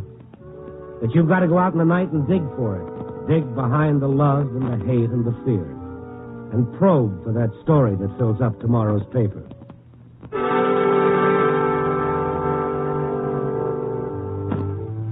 I had a couple of tired items that I've been keeping for just such an occasion. I wrote them, I rewrote them, and then I threw them in the wastebasket because Night Beat is a matter of legwork. There's only one way to do it. Mohammed has to go to the mountain. So I put on my coat, got my hat, and started out. I was just walking out of the city room, opened the door to the hall, and I looked right into a pair of inquiring blue eyes. Pardon me. Oh, sure. I wonder if you could help me. I'm looking for a newspaper man. Well, maybe. What's his name? Oh, I don't want anyone in particular. I just want to talk to a newspaper man. Well, you're not too particular. I'm a reporter. My name is Randy Stone. Oh. Would you be interested in a story, Mr. Stone? I saw the mountain comes to Mohammed. What? I don't understand. Oh, it's just a figure of speech. Come on in. We can sit down and... Oh, no. No, I'd rather stay out here in the hall. Okay, well, let's hear it. Wait, is it true that newspapers will pay money to get a big story? A really big story? Well, they've been known to if it's important enough and if it's an exclusive. How much would they pay? Well, look, I can't set a price. That's up to the publisher, and besides, it depends. What do you have to sell? I'm married to a communist spy. Oh. Well, why tell me? Why don't you go to the FBI? Well, they won't pay anything. I've got to have money. And you've got to promise me you won't tell them till after you've paid me. Wait a minute. Hold on here. If you've got a story, my boss will be happy to buy an exclusive, but not behind the government's back. Oh, you can tell the FBI. I didn't mean you couldn't give them the facts, but we've got to be safe first. Don't you see? We've got to be safe. Now, wait a minute. Now, before everybody gets in an uproar, let's find out if you have got a story. Where is your husband? I'll take you to him.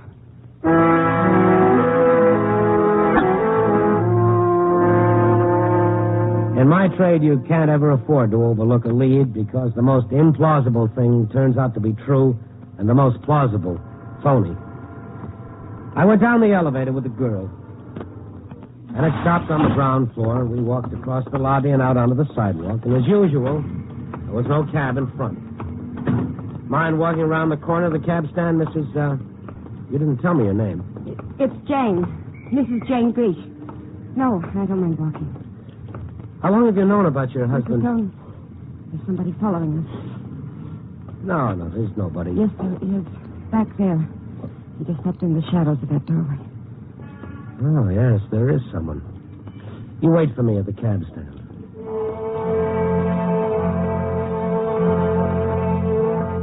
She went on ahead. I stopped and went through my pockets like I'd forgotten something, and then I started back, walking close to the buildings. When I came to the doorway where the man had melted into the shadows, I stopped. Something I can do for you, Bud? Hello, Stone. Louis Martell. Aren't you in the wrong neighborhood? I want to talk to you. I'm busy. See me tomorrow. You'll see me now. Or am I pointed enough? Louis, when are you going to quit sticking a gun in people's ribs? Don't you know that smart thugs don't do that anymore? Maybe I'm not smart, but I'm effective. You know what I mean? And I got my eye on you, Stone, so play ball. Well, what is that supposed to mean? That column you wrote yesterday, the boys didn't like it. They told me to tell you they didn't like it. That's the highest praise I've ever had. Now, if you don't mind, I'm in a hurry. When I'm ready. You said in the paper we was in for a surprise. You said somebody was going to push us out of business. Where'd you get that idea? Professional secrets. I never divulge the source of my information. What kind of stuff is that? I'm like a doctor or a lawyer. How would you like it if I knew something about you and I spilled? Wouldn't be very nice of me, would it? No. It wouldn't be healthy either. All right, get out of my way, Louis. Go play hood someplace else. Okay. But keep something in mind, Stone. Don't hold out on us. You know, even cops get hurt sometimes. Yeah, I'll keep it in mind.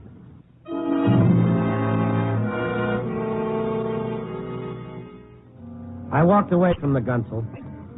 By the time I got around the corner, the adrenaline in my body had subsided to something like normal because I'm no different than anybody else. You stick a gun in my ribs, and I turn cold inside. By the time I got to the cab stand, Mrs. Grease wasn't there. But I wasn't especially surprised. If she had been telling the truth, she'd run out of fear, and if she hadn't, well, you run into it all the time. Somebody promises you a great story, and it blows up in your face. I walked along the street wondering if she'd been on the level or if it was all a lot of hogwash.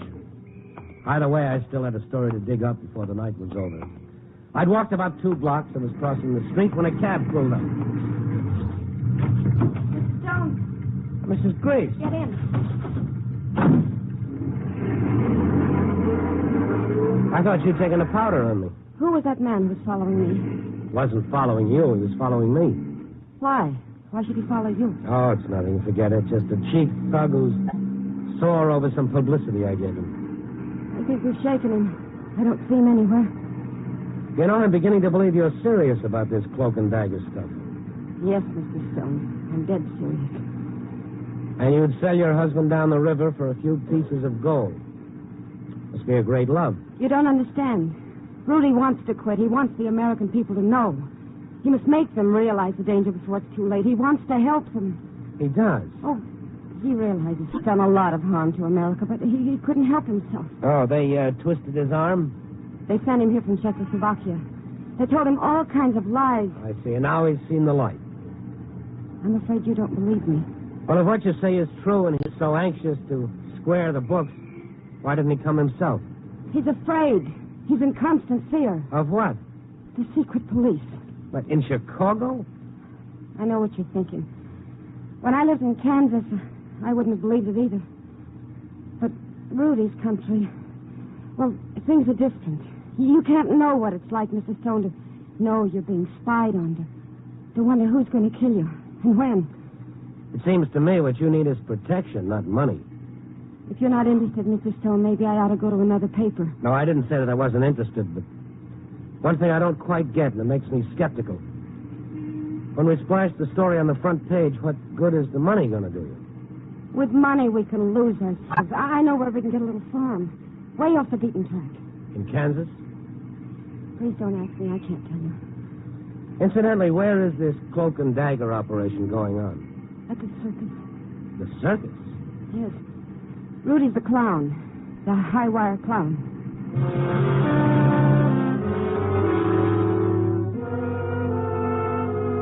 She didn't talk the rest of the way to the circus lot. She just sat and stared moodily out of the window. The circus was in progress when we got there. Had about half an hour to go before it broke. Mrs. Grease took me in through the back way, zigzagging between performance trailers to a dressing room tent. The well-known Clown Alley. She pulled me back into the shadows as 4 or 5 clowns passed on their way to the big top. Now, Rudy will be alone. You can go in. We walked into the tent, past the long rows of dressing tables and mirrors, to the end, where a man wearing the most incredibly melancholy clown makeup sat staring into a mirror. Rudy, I brought someone to talk to you. Oh? To talk to me? What about? You know, Rudy. You know what about. My name is Stone, Mr. Grease. Randy Stone. I'm with the Chicago Star. Your wife has told me that... Rudy, I was right. They pay for stories. They sometimes pay quite a lot if they can have a story exclusively. What an incredible country this is. Imagine paying money for news. Well, of course, we'll have to have proof. Rudy, my friend, is it not time for... Oh, did not know you have company. Well, that's all right, Kovacs. You are on in a few minutes, Rudy. Yes, I know. Every day I'm on at the same time. I'm not likely to forget. That is good. I only come to remind you of your duty. Excuse me. Who is that man, Rudy? But that is Kovacs, you know Kovacs. Rudy, I've never seen him before in my life. Now, Jane, why do you not go to your tent and rest? Relax like the doctor told you. Doctor. Rudy, what are you trying to do to me? About the story, we'll have to have documentation of every fact you give us. What is this documentation that I give you? No, I don't understand. Well, we just can't print that you're a spy. We'll have to substantiate it. Spy? Jane, is that what... Did you tell this man that I was a spy? Rudy, please. He can help us. Jane, you go to your quarters. But Rudy, Jane, you do as I tell you. No, don't worry, Mr. Stone. Should be all right. He's not been well. He fell from a trapeze, you know. It's very serious fall. Damage to the brain. Oh?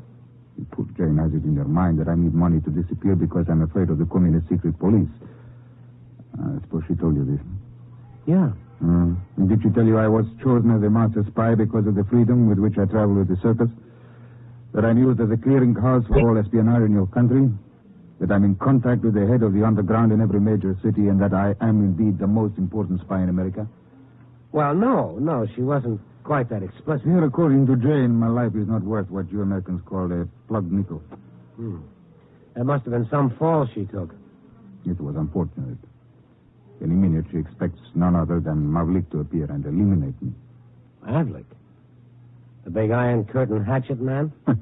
Fantastic, no? And poor Jane, she worries more about foreign intrigue than the State Department. No, Mr. Stone, I'm afraid I'm just a clown. I'm just a simple clown who knows how to stay on a high wire without falling off and breaking his neck. Huh? I'm sorry I've been caused so much trouble. I have to go now. I'm on in a few minutes. Oh, yeah, sure.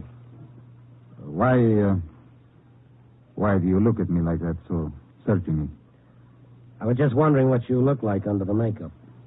Well, I'm just an ordinary fellow, Mr. Stone, like anybody. No, there's no story in me, Mr. Stone.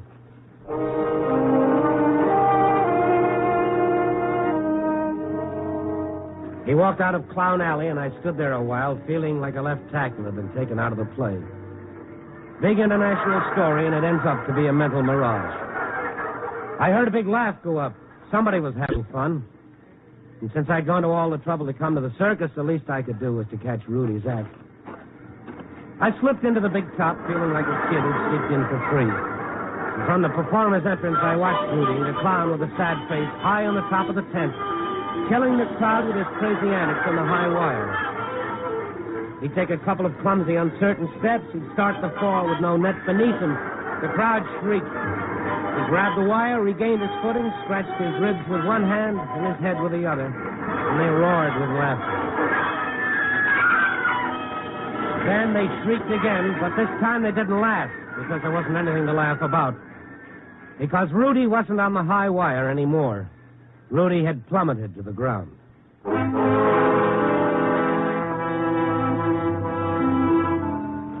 I pushed my way through the tan bark to the ring. I was in the inner circle of the circus people who stood looking down at Rudy with the awesome realization that it might have happened to any one of them. He wasn't dead, but his back was broken. They carried him on a stretcher to the medical tent. I waited outside. A worried-looking, red-faced man came out. How is he? Bad. Doc says it's just a matter of minutes. Say, I don't know you, do I? I'm Randy Stone, a newspaperman. Jumping your booty. I need you like I need a hole in the head. Soft pedal this, Mac, will you? Go easy. Puts a jinx on a show when there's been an accident. Who are you? Me, I'm Cassidy. I own this outfit. And with the season we've had and a thing like this happening, What'd you say your name was? Stone, Randy Stone. Oh, then you must be the guy he's asking for. Who? Rudy. You'd better go in there. Wait a minute, Cassidy. Where's his wife? She ought to be in here. Wife? He hasn't got a wife. Are you sure? Look, I know who's with his show and who isn't. But he told me Look, if you want to talk to him, you'd better go in there.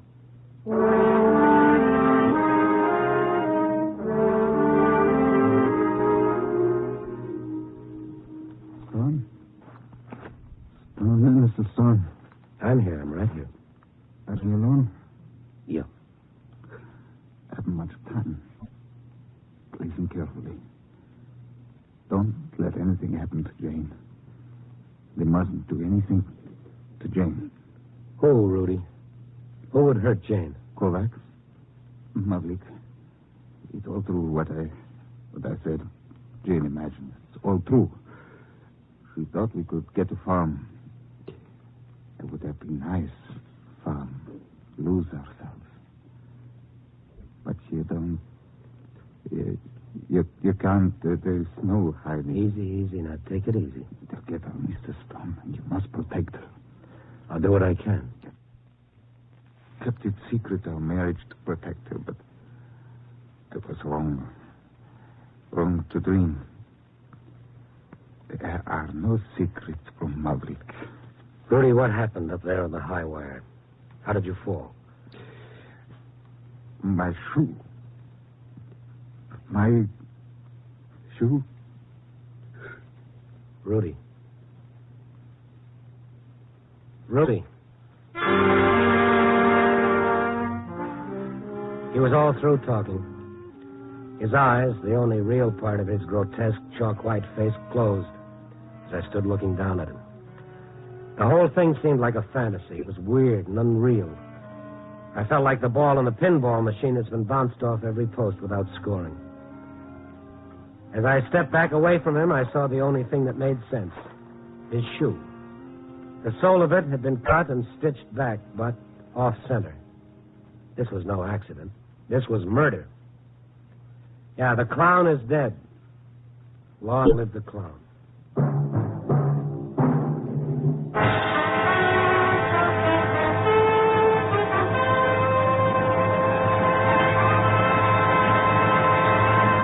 NBC is bringing you Night Beat, starring Frank Lovejoy as Randy Stone. As a civilian at home, what is your obligation to a soldier in a foxhole in Korea? Maybe you haven't considered that question. If you haven't, it's understandable. The foxhole in Korea is a pretty remote, after all, from your everyday life. And it wouldn't help if you were constantly worrying. But if you've stopped to consider it, the least we can do here at home in the States is to help keep America financially strong. That's the best way to back up the men in the Army, Navy, and Air Force. One of the best ways to help keep America financially strong is to buy United States defense bonds regularly. If you think you can't afford it, look into the payroll savings plan where you work, and you'll probably change your mind. You can have any amount you specify saved from each paycheck. When there's enough for a defense bond, it's purchased and turned over to you. And remember, today defense bonds offer you more interest, a quicker return on your money. They're now even better. Invest more in defense bonds.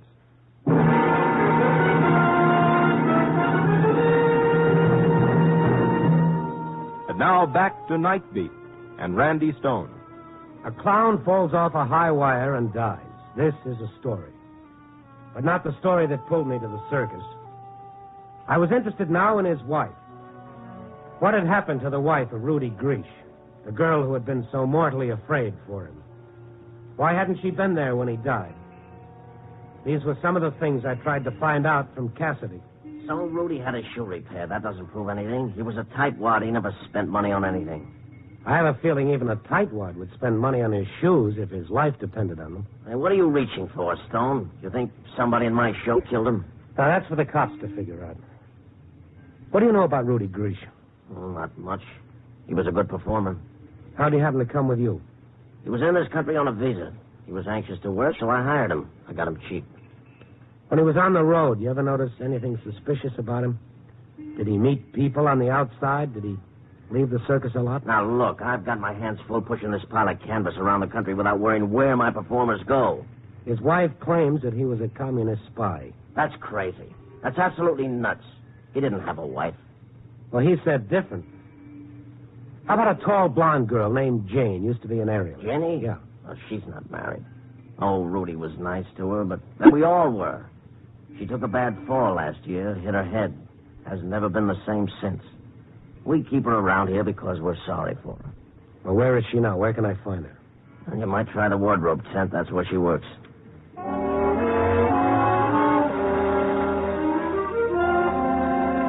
But she wasn't at the wardrobe tent. I checked all over the lot. I couldn't find her anywhere. The circus grounds were almost deserted. The crowds were gone. The performers had disappeared into that world of tents and trailers that belongs exclusively to them. Everything was battened down except the shooting gallery. As I passed by it, one man was putting out the lights and racking up the guns. The man who had reminded Rudy of his entrance cue, Kovacs. Do not move. Stand where you are. I could barely see him in the dim light, but what I saw made me do exactly as he ordered. He had a rifle trained on me. Come over here. Closer.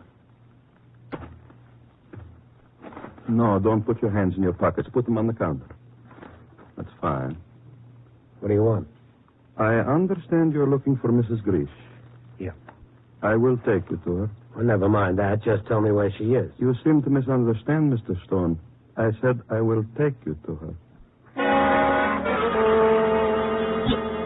He backed away from me. He racked the rifle, but as quickly as he put it away, another gun appeared in his hand.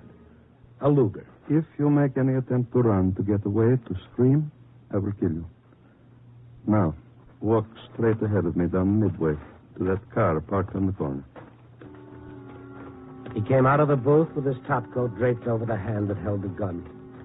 There was something European about the cut of his suit, but other than that and his accent, he was like any other hood, frightening with a gun in his hand. No, you drive. Well, why don't you drive? Or don't you know how to handle an American car? There is no need to be insolent. Get in.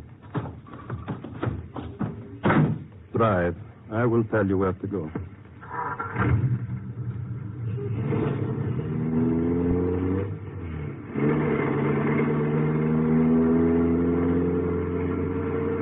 I thought I knew Chicago, but so did my friend with the Luger. He gave the directions, and I followed them. North on Lakeshore Drive, left on Randolph, down Michigan, over to State Street, and back to Michigan. We didn't cover much territory. Actually, we kept circling around the same area. Pretty soon he got tired of it, or else he felt safe. We drove back the way we'd come, past Grant Park, Shed Aquarium, Soldiers Field. And there, at the far end of the circus encampment, out of hearing of any other trailers, we stopped at a luxury house trailer parked on the lakefront. He got out of the car, held the door open for me, and we walked to the trailer steps. Go on. Open the door. Now step inside. Mr. Stone! Mr. Stone!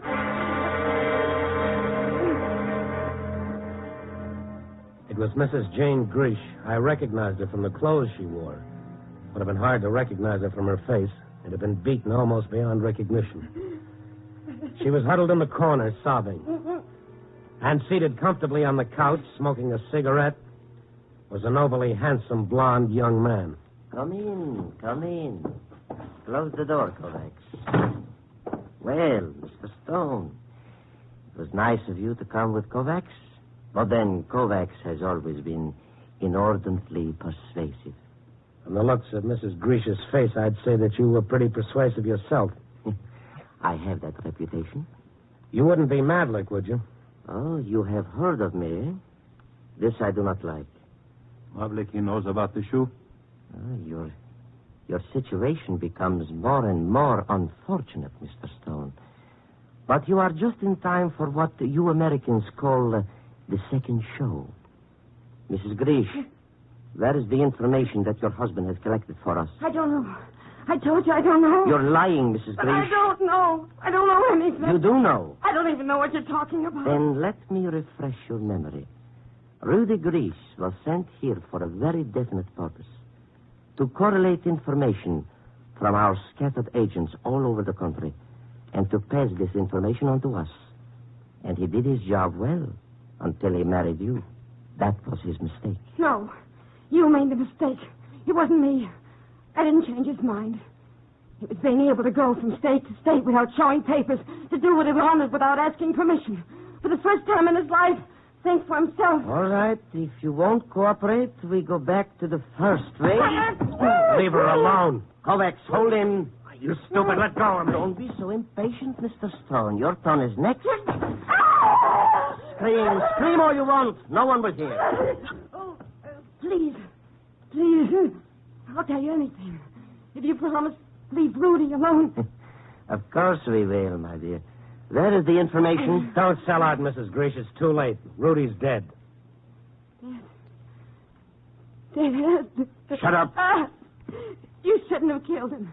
Now you'll never find out because I don't know. No one knew but Rudy. Rudy. He was with Rudy when he died. Maybe he told him. Excellent corrects. Well, Mr. Stone, aren't you frightened?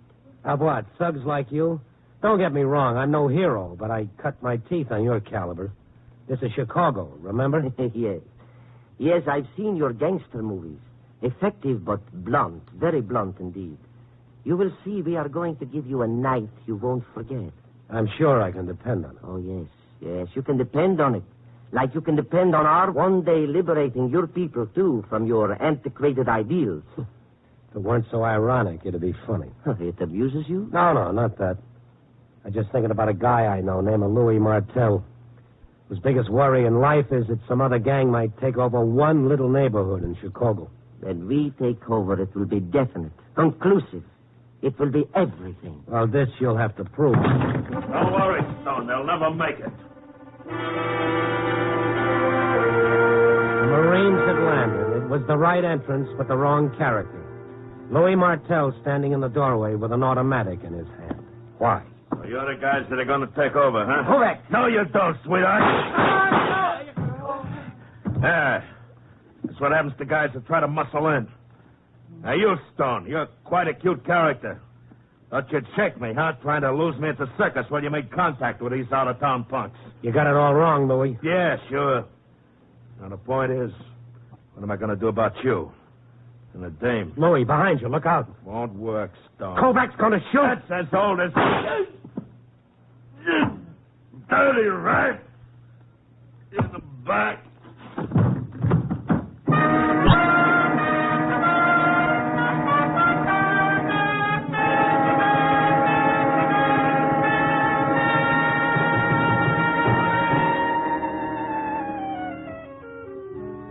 A great international story. I believed it. I bought it.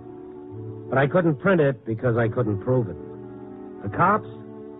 They pegged it for a gang killing, and you couldn't blame them. That's how it looked. 3 dead hoodlums. I told them the blonde man was Mavlik, and they thought it was plausible and interesting. But his identification read, Herman Kennedy, Pittsburgh. They almost believed me when Mrs. Grish backed me up, that is, until they checked and found out that she'd had a bad fall and hadn't been the same since. Oh, they were nice about it. They told me to come back if I ever got any proof. Fat chance. But there is one interesting slant to the whole case. Louis Martel, gangster, killer. Yet, although he never got to know it, in life's crazy way, he was the right guy in the right place at the right time. And for a brief moment, became a hero. Copy, boy.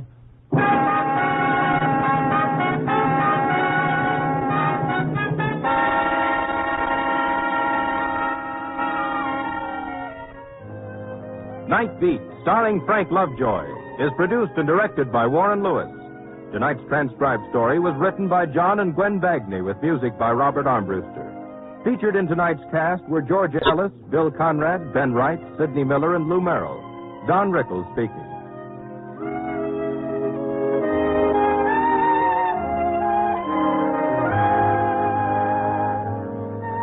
Listen next week at this time and every week as Randy Stone searches through the city for the strange stories waiting for him in the darkness.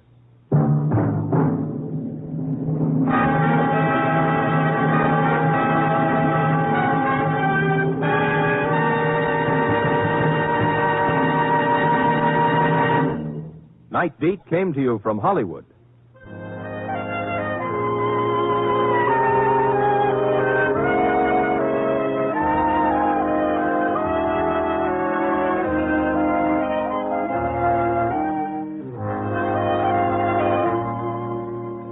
Three chimes mean good times on NBC. Every Friday evening on most NBC stations, you'll hear a trio of stellar shows for your listening enjoyment. For top satire and lots of laughs, it's Inside Bob and Ray, the two boys from Boston who won this year's Peabody Award for top radio achievement in their field.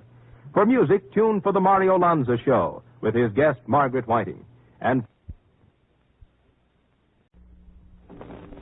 NBC presents transcribed Frank Lovejoy in Night Beat.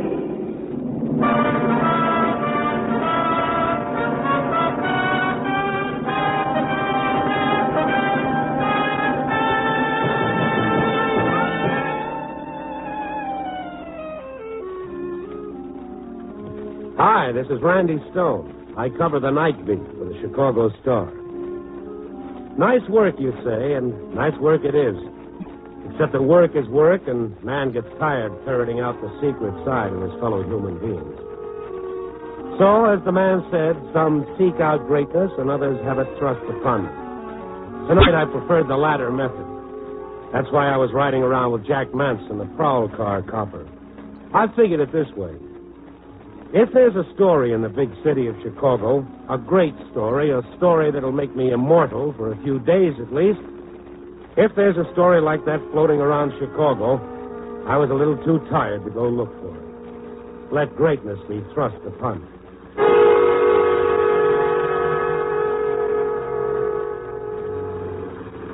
A prowl car is a good place to wait.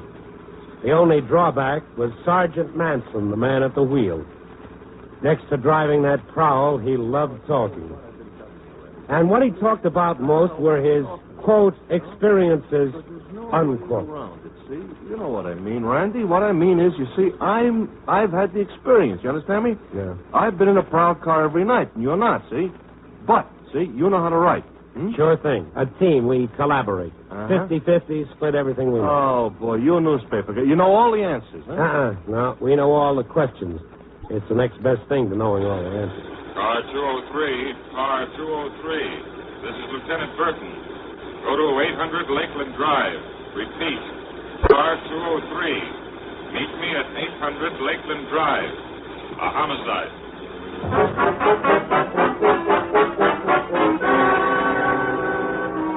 Just like that.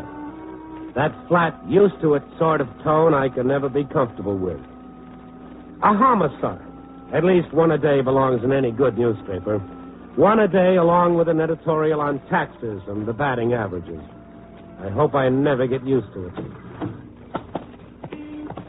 800 Lakeland Drive was in one of those swanky office districts, low-lying one-story modern buildings that looked like they were meant to be lived in instead of worked in. Class, as they used to say, class all the way through. An expensive joint. But Allied Investment Limited could afford it. Open season on bookies, Lieutenant? I don't know what you're talking about, Stone. Rumor says Allied Investment makes more money investing in racehorses than it does in bonds. Do you believe everything you hear? No. Sign in the building reads Allied Investment Limited. And I don't believe everything I see either. Well, if it is true, it's out of my line. I only get to them when they can't tell me anything about the work they do. Looks pretty crowded in there. Yeah, most of them were here when it happened. Most of them have a story, too. Oh, I suppose all the lights went out. Nope. Getting a drink of water or looking for a pistol, things like that. Dead man must have been one of the loneliest fellows in town. Eddie McNeil? Lonely? He was too big a guy to get lonesome. Mind if I go in and do a little interviewing? Who with? Why, the victim, of course. Who knows more about his murder than the victim?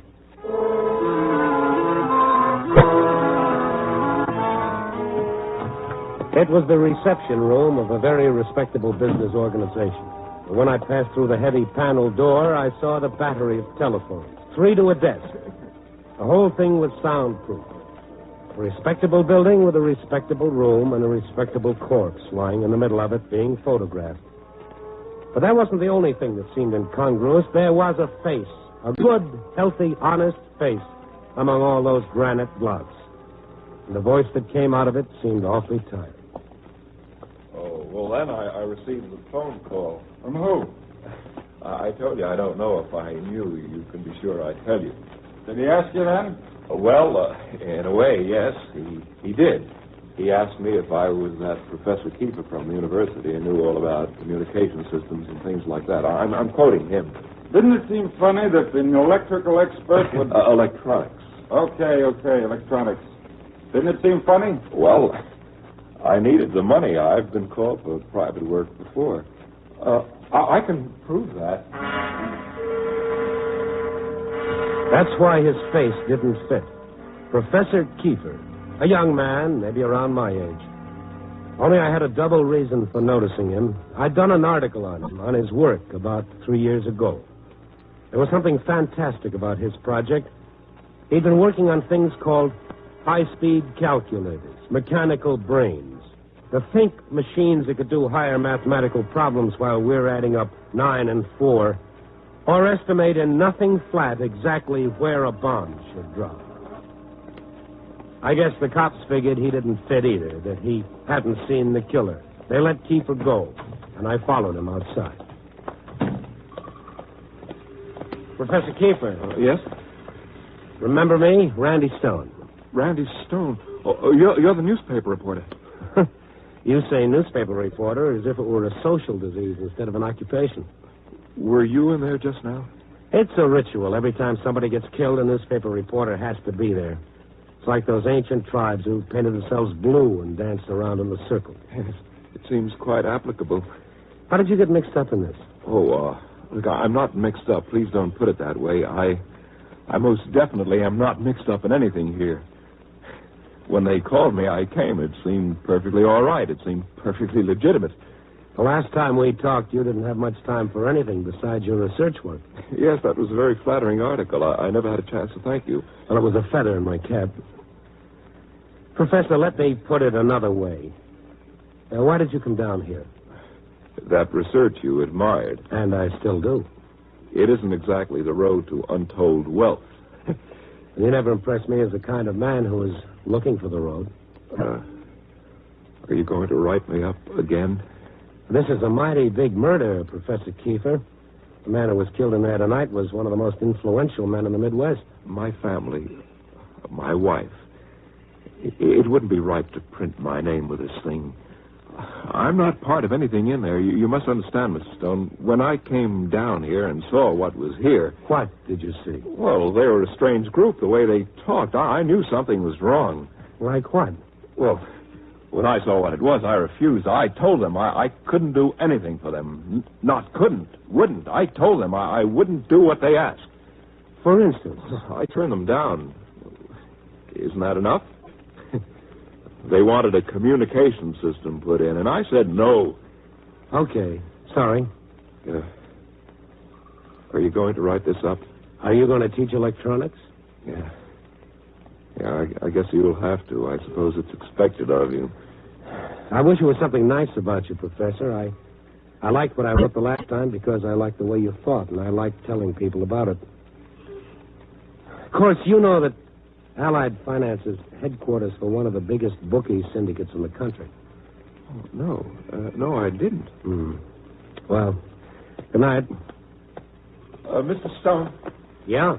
Do you have a car? Well, not here. Would you like a lift home? Thank you.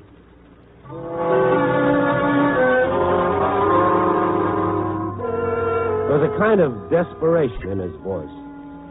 He couldn't let me go without getting his name out of the story. And he talked. He was a little too intense. He was trying a little too hard. I wouldn't find out anything as long as he was wound up like this. I had to unwind him.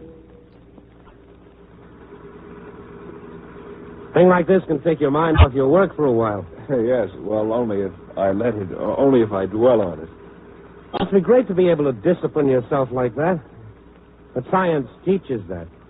Scientific training. Hardly. It teaches hard work. But self-discipline is just another word for patience. Only I've seen an awful lot of table tappers and pencil chewers among scientists. Yes. Well, you have to believe in what you're doing. That's what the patience comes from. Must be easy for you. You believe in your work. Oh, yes, of course. At least you did the time we talked a few years ago. Well, I'd rather not discuss it. You held out high hopes for that electronic thinking cat you were building. It was going to do great things for mankind. Still believe it? Oh, certainly. That it was going to make life better and easier, that its benefits to human beings were unlimited. Isn't that what you said? Professor?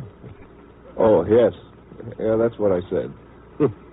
I feel like I'm interviewing myself. Sorry, I'm not very responsive. Mr. Stone, if you put my name in with the story of the murder, well, I'll probably lose my job at the university. I wasn't the only reporter there. Well, you were the only one who recognized me. You were the only reporter who knew my name. If any other paper comes out with a story and your name is used, my editor will... You'll have to omit my name. Look, Mr. Stone, why don't we talk some more? I'm sure it's possible that I've forgotten something in the excitement. Something that I've forgotten and I'll remember. Something more. Well, how about my office? No. Would you come to my home? I can think better there. Well, sure, Professor, sure. I always give a man a chance to think and remember.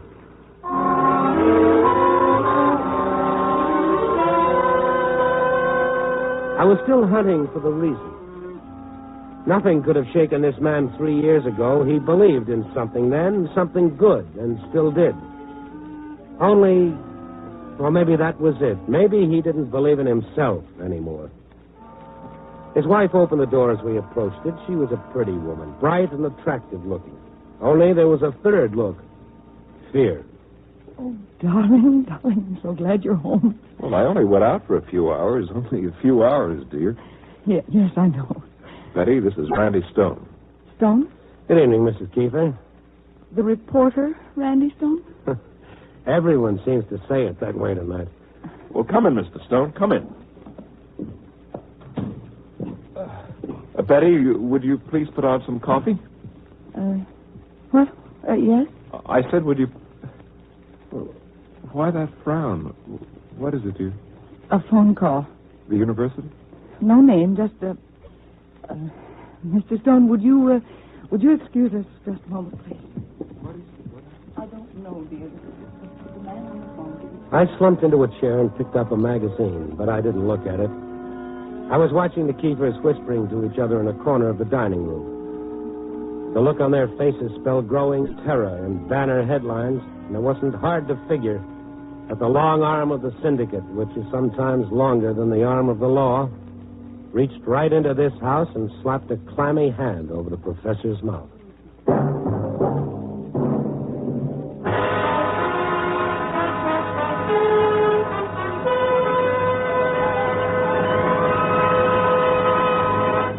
NBC is bringing you Night Beat, starring Frank Lovejoy as Randy Stone.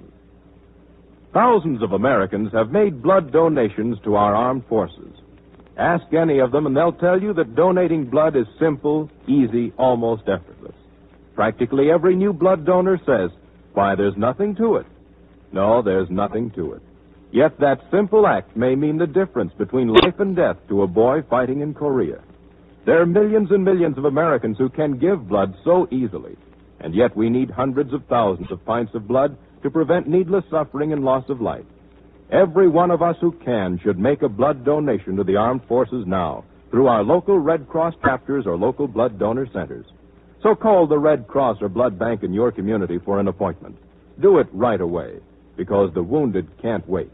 General Ridgway says, every American who has given blood can and should feel he personally has contributed directly to the saving of the life of an American boy.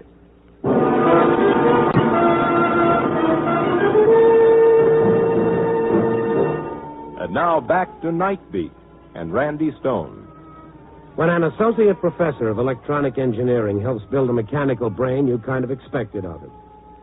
But if he's in the office of a bookmaking syndicate when one of its head men gets knocked off, that isn't expected. To get your story, never follow what fits, an old city editor once rasped at me. Only follow what doesn't go together. Follow the contradictions. Well, that's what I followed. Professor Kiefer, a real contradiction. I followed him right into his living room where his wife had taken him aside to say that the syndicate was worried about what the professor saw this evening. Kiefer walked back into the living room with her. I've been trying to explain to Betty, Mr. Stone. I've been trying to convince her that I'm not involved. Would you tell her? Well, I got there after it was all over. Well, you saw the police release me. Would they have released me if I'd been important? Oh, no, they would have kept him much longer. You are involved. You went there. You were there when it happened. Somehow you're involved. I told you, darling. I turned down their offer. I refused it. I told you that. Then why the phone call, Bill? Why the... A mistake. Oh, let's not discuss it now. A mistake. I'm sure when they realize the police are convinced I had nothing to tell them, when they see the police are convinced I had nothing to say... Who are they? The board of directors of Allied Finance Limited? It's only natural they'd take extra precaution. To men like that, the world's populated with enemies, real and imagined. All the world is an enemy. A threat? Well, I do the same thing. An empty gesture, a warning, but meaningless. Okay, Professor. Maybe you'd like something stronger than coffee. Perhaps a drink? Oh, I'll get it. No, dear, I'll get them. I'll be happy to get them.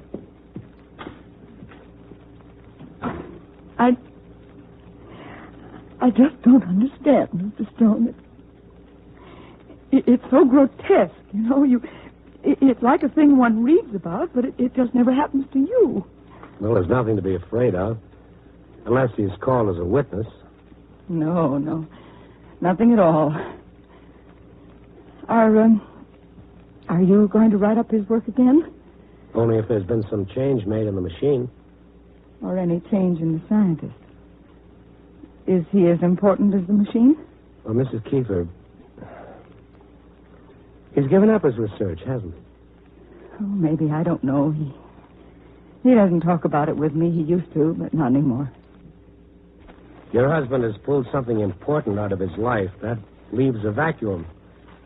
If I remember a rusty high school course, something has to rush in to fill a vacuum. I've no right to turn against him.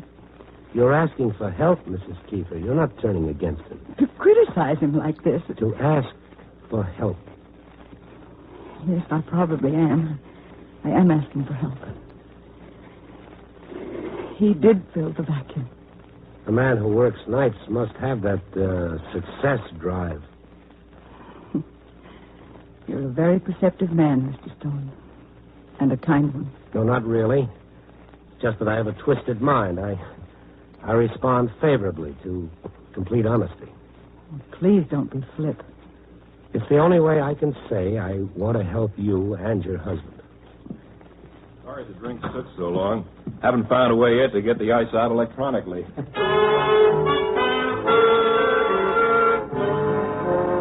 The drink was a formality. He wanted me to go so they could talk, and I wanted to leave so I could take advantage of the time that was left. The syndicate doesn't make threats just to keep their muscle men out of mischief. They knew the professor saw something. But how could I convince him that his silence now would only get him a permanent silence? That maybe the storm would blow over, but it would take his head with it. I needed an expert, one who knew both science and scientists. The man was Dean Boswell, head of the Electronic Engineering School at the university. A strange hour to come interviewing, Mr. Stone. Well, I wanted to see if you'd discovered a substitute for sleep. Oh, I'm happy to say it's impossible. Well, that's not very scientific. How do you know until you've tried? Now, Mr. Stone, any scientist worthy of his title knows he's an observer of physical laws, not a creator of them. We only explain what is here already and find a way to use it. We didn't invent the world, you know. Well, not according to some of the statements I've read. Pretty big talk for such little fellows. Oh, but not our doing, I assure you. That's the result of our erstwhile hysterical laymen who have elevated modern science to the position of latter-day black magic. Actually, there are no scientific secrets, but they've succeeded in almost making us a secret society. The miracle workers. You'd do our citizenry a great service if you'd persuade them to rely as much on their own humanity as they do on our ingenuity, the solution to their problems. Dr. Boswell, I should have interviewed you sooner. Yes, but you didn't come here for an interview, Stone. You're after something. All right, let's have it, young man. You should have been a city editor or a cop. I may still get around to doing both. What is it you wanted to know? A professor on your staff, a William Kiefer. Ah, Professor Kiefer, yes. What about him? You tell me. A sensitive man. A good person. Is that all? Isn't that enough? What more does a man have to be in this world to be something important and valuable? As a scientist? Oh, brilliant. A brilliant man, Kiefer. Have you noticed any change in his attitude toward his work? I mean, in the last few years? Now, Mr. Stone, I have no intention of discussing my teaching staff with you. Good night, sir. Oh, please, just listen to me for half a minute. Half a minute and then good night. I had to bust in this way. I can't tell you why, not now, but will you take my word for one thing? He's in as much trouble tonight as he'll ever be in his life. What's at stake, Mr. Stone? His life. What do you want me to do? I'd like your expert advice. On what? Some telephones at the Allied Finance Limited.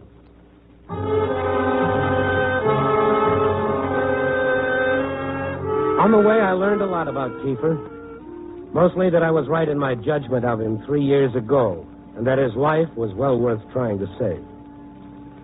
At Allied Finance, it took a little fast talking with the lieutenant who didn't like my bringing guests. Why don't you sell tickets, Stone? If you give me a little advance notice on these things, I'll try. Sure. We'll send out announcements. Then it's okay to go in? Well... Thanks.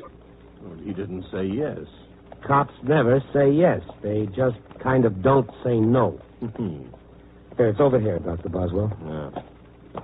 Which one do you want me to start on? I don't even know what you'll be looking for.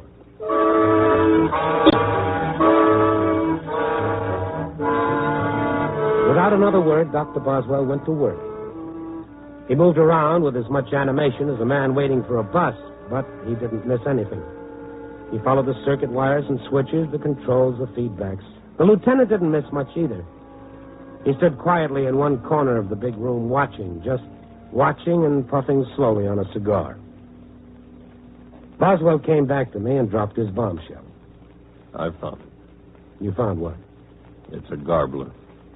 Try that again? The device installed, it's a garbler. It jumbles up the voice on this end and transmits it to the receiver on the other end, which returns the voice to its natural tone. Pretty good for sending racing information across the state line. Perfect. Phone company put it in? Never. This is a private installation. A radio repairman could have done it? Well, no, this isn't the most complicated of electronic devices, but it takes an expert, Mr. Stone. An expert. One last question. Where's the control box? That room. To your right, through the door. The one where they found McNeil's body. Well, I guess that cuts it, Dr. Boswell. Please. I would rather not hear your conclusions. There isn't anything more I can do. You're right. It's mine. All mine.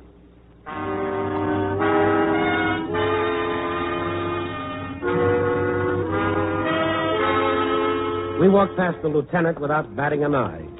A nod of good night, and a look on the copper's face said he knew we had the information he wanted. Only if we gave it to him, there'd be one more murder for him to handle tonight, and there was no point in overburdening the police. So we just kept walking. I dropped Dr. Boswell off at the university and drove back to the Keepers. Now, how would I open? How could I let the professor know that I knew without scaring him more or making him defiant? Because he had to be convinced. He had to talk, and he had to give witness against the killers. My problem was solved between the time I parked at the curb and rang the doorbell.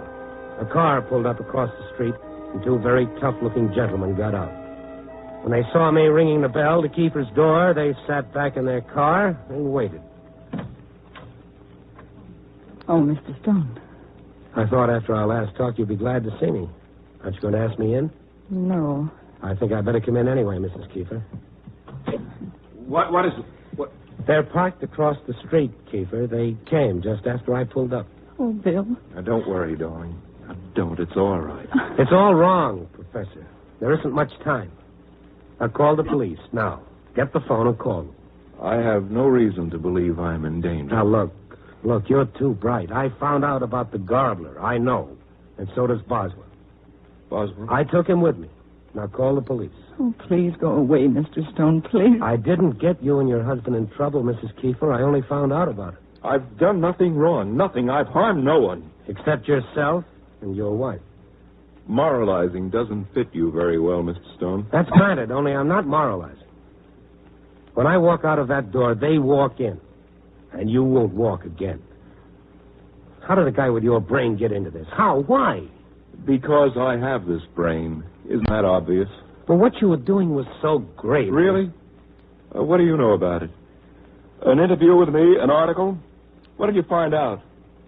That the mechanical brain can compute and evaluate, that it pulls mathematical answers out of the air? But did I tell you that 100 of these machines throw 1 million people out of work? They'll find something else. There isn't anything else for the semi-skilled. Only the people with training can survive. Did I tell you about the things we dream of a mechanical brain doing? Running a steel mill, for example. Only the skilled can survive, and they're not being trained. Well, then they'll be trained. That's progress. What's wrong with it? You're beating yourself over the head for doing something fine. Drop a rock in a glass of water. What happens? The water spills over the sides. It's called the theory of displacement. Those men out... The devil with the men. You wanted to know why, then listen to the why. You ask a question, listen to the answer. The water spills over the sides. But drop a machine, a think machine, a fantastic machine into a large group of people, and it displaces some of them. What happens when they spill over the sides? Water just runs off, but human beings break. What should we do? Smash everything? I don't care anymore. Can't you understand that? No one else thinks ahead. No one else thinks beyond today. Why should I? Get mine while I can. That's why I work for Allied. Professor Boswell isn't giving up. Boswell is a visionary. He's staying there. He's fighting for what you believe in. Boswell is lost. It's a lost cause. At least he's still trying to find the answer, no matter how misused his inventions are. But at least he's trying to find the answer. Boswell can't see what he's doing, the killing, the... Boswell doesn't condone murder. Not the murder of millions or of one. Even the murder of a man like McNeil. But you do. Because you know who murdered McNeil. Bill. Now, you can't turn the clock back and you can't stop it from going ahead. But you can be decent and fight for what's decent. Only decency begins at home. You have to start with yourself. All right. All right.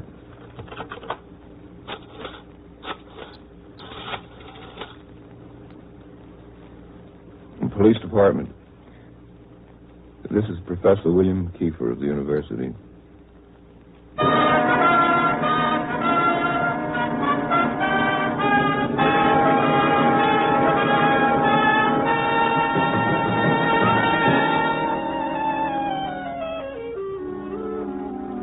I'm scared.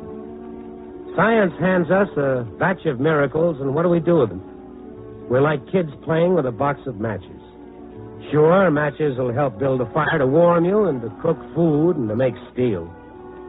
They can also burn down a house and everybody in it. Only when you were a kid, there was a mother or father standing right there to say, no, you'll get burned.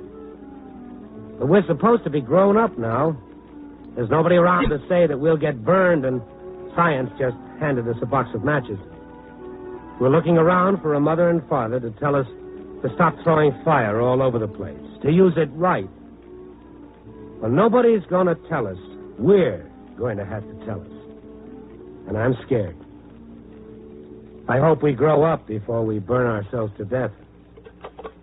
Copy, boy.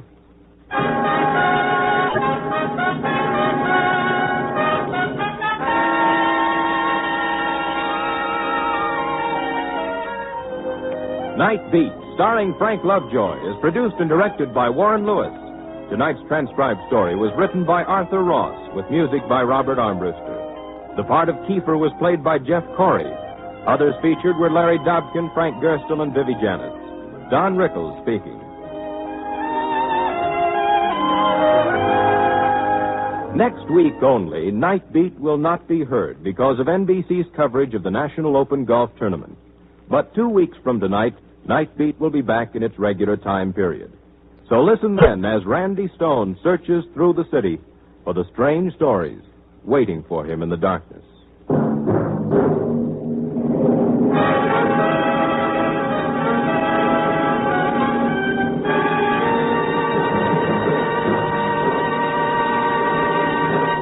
Night Beat came to you from Hollywood.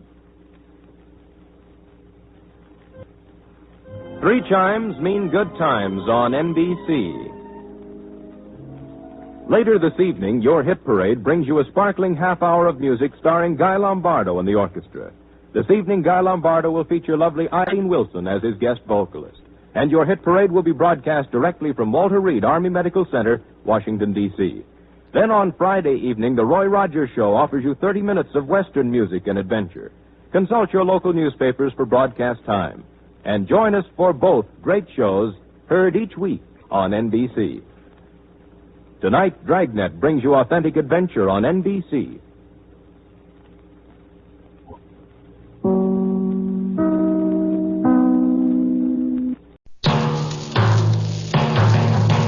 Night Beat.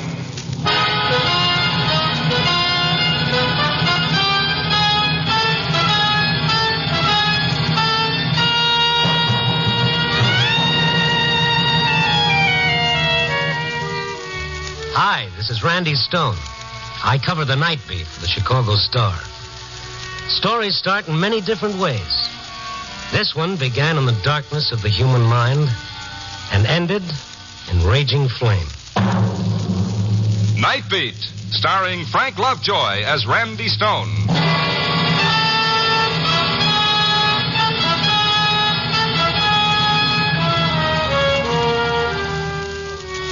Ever look at people as you pass them on the street and wonder what their lives are like?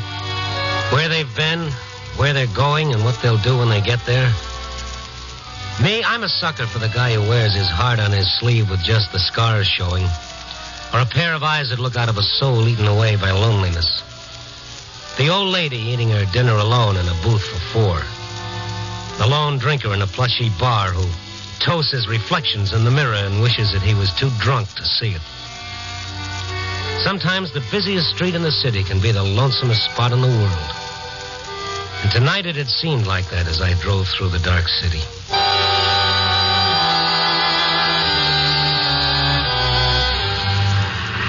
I was well into the warehouse district when I saw a flash. It was like an explosion, only there was no noise, no sound, just this flash and then flames. It was a 3-story warehouse, the old wooden type, and the flames worked fast. I started past to find a box to turn in the alarm when I saw a man, and he was running into the fire. I stopped the car and took off after him. The only light in the building was from the fire, and the man was nowhere in sight. Hey, you! Here I was making like a regular stout-hearted Frank Merriwell. First one to a fire and no one to save. And then I heard him. Chloe! Chloe! I followed the sound of his voice. He was standing at the foot of some wooden steps, yelling his head off. Tony! Hey, Tony! Hey, you! Hey, what are you doing? Come on, Pop. Huh? Let's watch it from outside. Let go of me. Now, come on, come on. Leave me alone. Let go of me. Hey, come back here, you fool! Go away. Leave me. Papa, you hurt? My leg. I hit it when I fell. Well, let's see if you can walk. If I can walk, if you'll help me. I'll go with you, mister. Yes, I figured you would.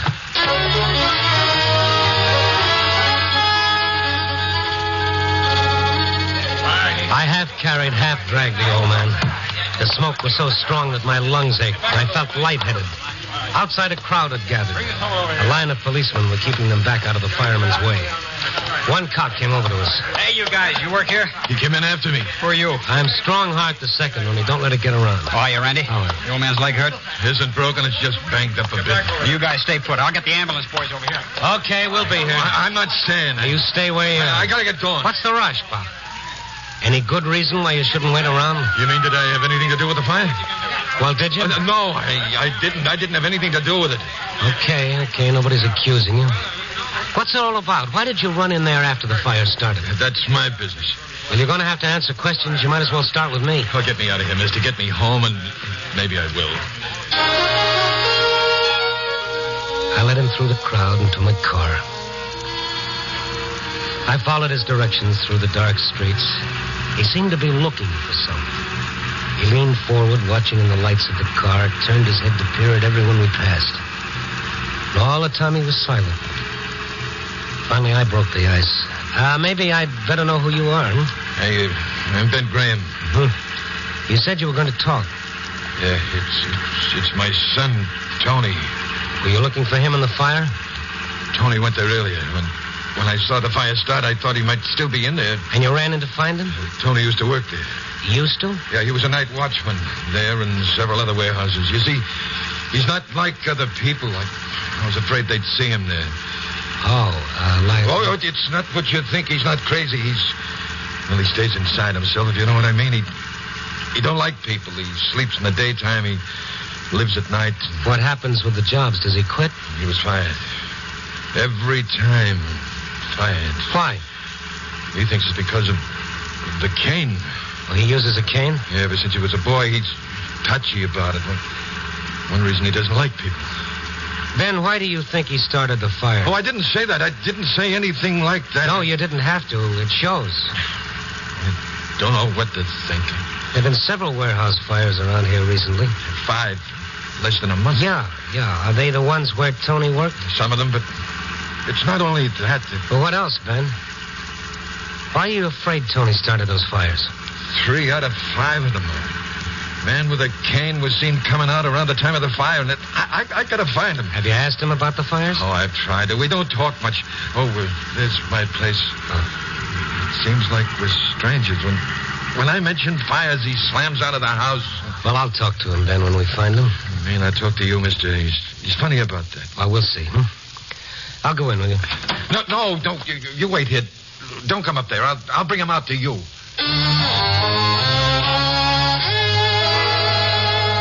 Ben Graham staggered up the short walk to his little shed. What was he hiding? What was he afraid for me to see? I heard him open the door without a key. The light switched on. After a few seconds, switched off, but Graham didn't come out. I waited a few minutes and then made my way to the darkened house. There was no sound from the inside. I called as I felt for the door. Ben! There was no answer. I found the knob. Before I could turn it, the door was yanked open. Look, I told you to wait. I told you to wait in the car. Well, I saw the light go out. When you didn't come back, I thought something was wrong. Come on, there's nothing wrong. Get back into the car. Tony's not here. We gotta find him, Ben. I know, before the police do. But where? Oh, we'll try some of the warehouses. That's where he hangs out. Which ones? Are they near here? Yeah, around. Well, then why don't we leave the car here and walk? No. Get in. What are you hiding, Ben? What do you want to get me away from? You wanted to find out or not? All right. Where to? Block down and block over. Young and Wilson's warehouse. You seem to know a lot about these warehouses yourself. I've been working in them most of my life. That is, I used to. Mm-hmm. This Young and Wilson, is that where the next fire is supposed to take place? I hope not, mister. I hope not.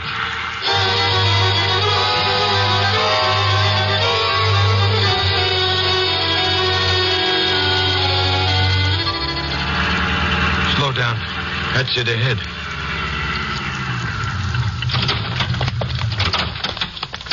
The building's dark. The watchman's inside. Over here. You do know your way around. Here? What do you want? Tony here? Who wants him? Oh, you. Get away from that door. Don't come around here, Graham. Have you seen Tony? No, he's not here. Now get moving. What is all this? You're a stranger around here. You'd know. I'd know what? About Ben. He's a bad luck omen. Anywhere he goes, trouble starts. Somebody gets hurt or a fire breaks out. Once a watchman was killed. There's always accidents. It's him. What kind of superstition is that? Maybe a superstition to you, but not to us. All the watchmen know. Ask any of them. Now move on. Well, what's that all about? It's true what he says. Oh, coincidence. Call it any name you like. It happens. It can't help it. It just happens. That's why you're not working now? Oh, nobody will hire me. They all know. Sometimes they think up excuses, but mostly they're like him. They run me off. Well, you could get some other kind of work. Oh, I've tried, but they ask me where I worked, and when they check, they find out they don't need me. Listen. Stand back. Here's Ken. Tony? Soon see when he turns that corner. What are you doing with a gun? Keep out of the way. You're not going to... Don't talk. That's not a cane. That's a nightstick. Policeman. Hey, you! Over there! He won't find me here. Hey, wait a minute. Hey, wait a minute. Now, what's the matter with old Screwball? With who? Ben Graham. Oh, you know him? Sure. Everyone around here knows him. I'd have a black cat cross my path in Bend. Why? Wherever there's trouble, you'll find him. See the fire tonight? Oh, yes, why? I'll bet he was there. Every time there's a fire, someone swears Ben was there. Hey. Mm-hmm. Yeah. What was it the watchman had said? Somebody gets hurt or a fire breaks out? What about the fires where a man with a cane was always seen and another man who nobody wanted around? But why did Ben run when he saw the police? Why was he carrying a gun? I decided I wanted to see the Graham shack again. What was he hiding in that house? What was it he didn't want me to see? The little building was dark when I went up the walk. If either Tony or his father was there, he didn't want anyone to know about it. I knocked once before I turned the knob. I thought I heard a movement in the corner. Ben? Tony? Anybody here? I felt along the wall for a switch. There was a sound like the cry of a cat. What do you want? Please answer me. Oh, I'm sorry. I frightened you. I'm looking for Mr. Graham. My husband or my son? Both of them. What is it? What's happened? Oh, nothing's happened. I just wanted to see them. There is something. I know there is. No, it's nothing, really. Now, why don't you lock the door when I leave so no more bad dreams can come in, huh? I can't lock the door. I can't move out of this bed. Oh, you're paralyzed. I didn't know. I'm sorry. I wouldn't have laughed. It's all right. I like to hear it. No one laughs here. Won't you sit down? No, I can't stay. I've got to find Ben or Tony. What have they done, mister? Oh, they haven't done anything. You're just like them. They won't tell me anything either. I lie here alone in the dark. Can't move. No one will tell me anything. Well, I just wanted to give them a message. No, you didn't. Don't try to fool me. Nobody wants them. Either of them. I'm sorry I disturbed you, Mrs. Graham. Is there anything that I can do for you? You can talk to me. Just talk to me. They don't talk, Ben and Tony. They're dark men, both of them. Why do you say no one wants them? Has there been trouble? There's always been trouble. What are they into now? I don't know. I better go find them. Is it the fires? You know? I've guessed. It is. It is the fires. Now, don't upset yourself. Ben and Tony are all right. They won't tell me. They won't talk about fire. I ask them and they won't answer. But I know. I tell you, they're all right. I just talked to your husband, to Ben. I thought he came here. They don't come here. All these years I've laid here alone. They don't come here but to sleep and to eat. Well, Ben was here a little while ago. He turned off the light and waited in the dark. What did he want? What was he waiting for? We were looking for Tony. What has he done? I've got a right to know. I'm his mother. Well, Ben thinks that Tony started the fires. Tony? Tony started the fires. He did. He did. Tony started the fire.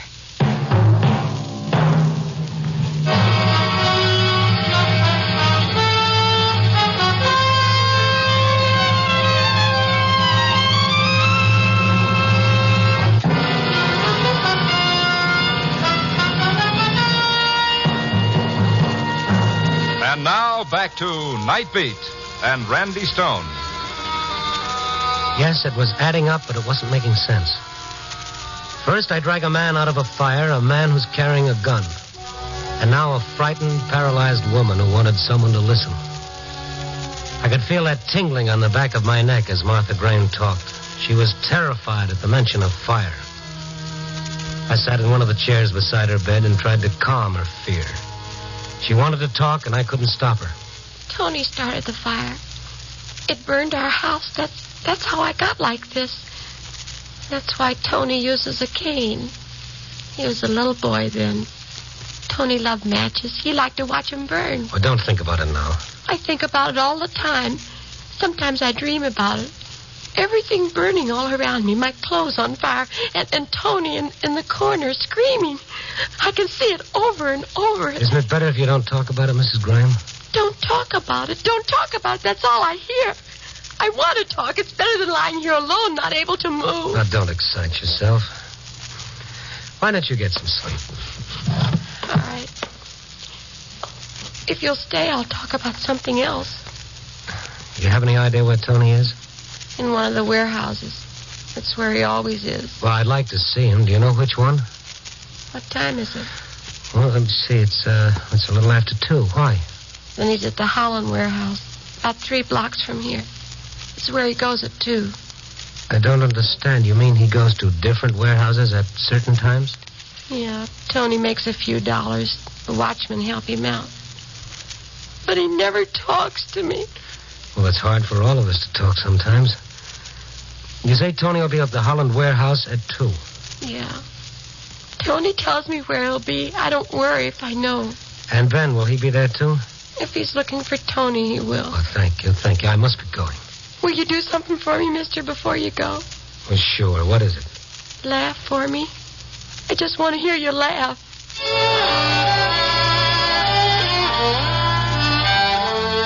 Laugh, she says. She hits me between the eyes and tells me to laugh. I stayed with Martha Graham a little longer, promised her I'd come back, and I set out to find the Holland warehouse. It was larger than the other buildings around it and stronger. It was made of cement and steel, and it towered above its wooden neighbors by several stories. I tried the front door, no luck. I rang the bell, I waited. No one came. I tried beating on the door. That didn't do any good either. I started to turn away, and then... What do you want? Who are you? I'm the watchman here. I thought the watchman stayed inside. I just stepped around the corner for 2 o'clock coffee. Oh? Don't worry. The place is guarded. There's a fellow inside. Who, Tony Graham? Yeah. You know him? Well, in a way. Is his father with him? That jinx. I wouldn't let him near the place. Oh, you too. Oh, well, let's go in. I want to talk to Tony. About what? I'll tell him. Come on.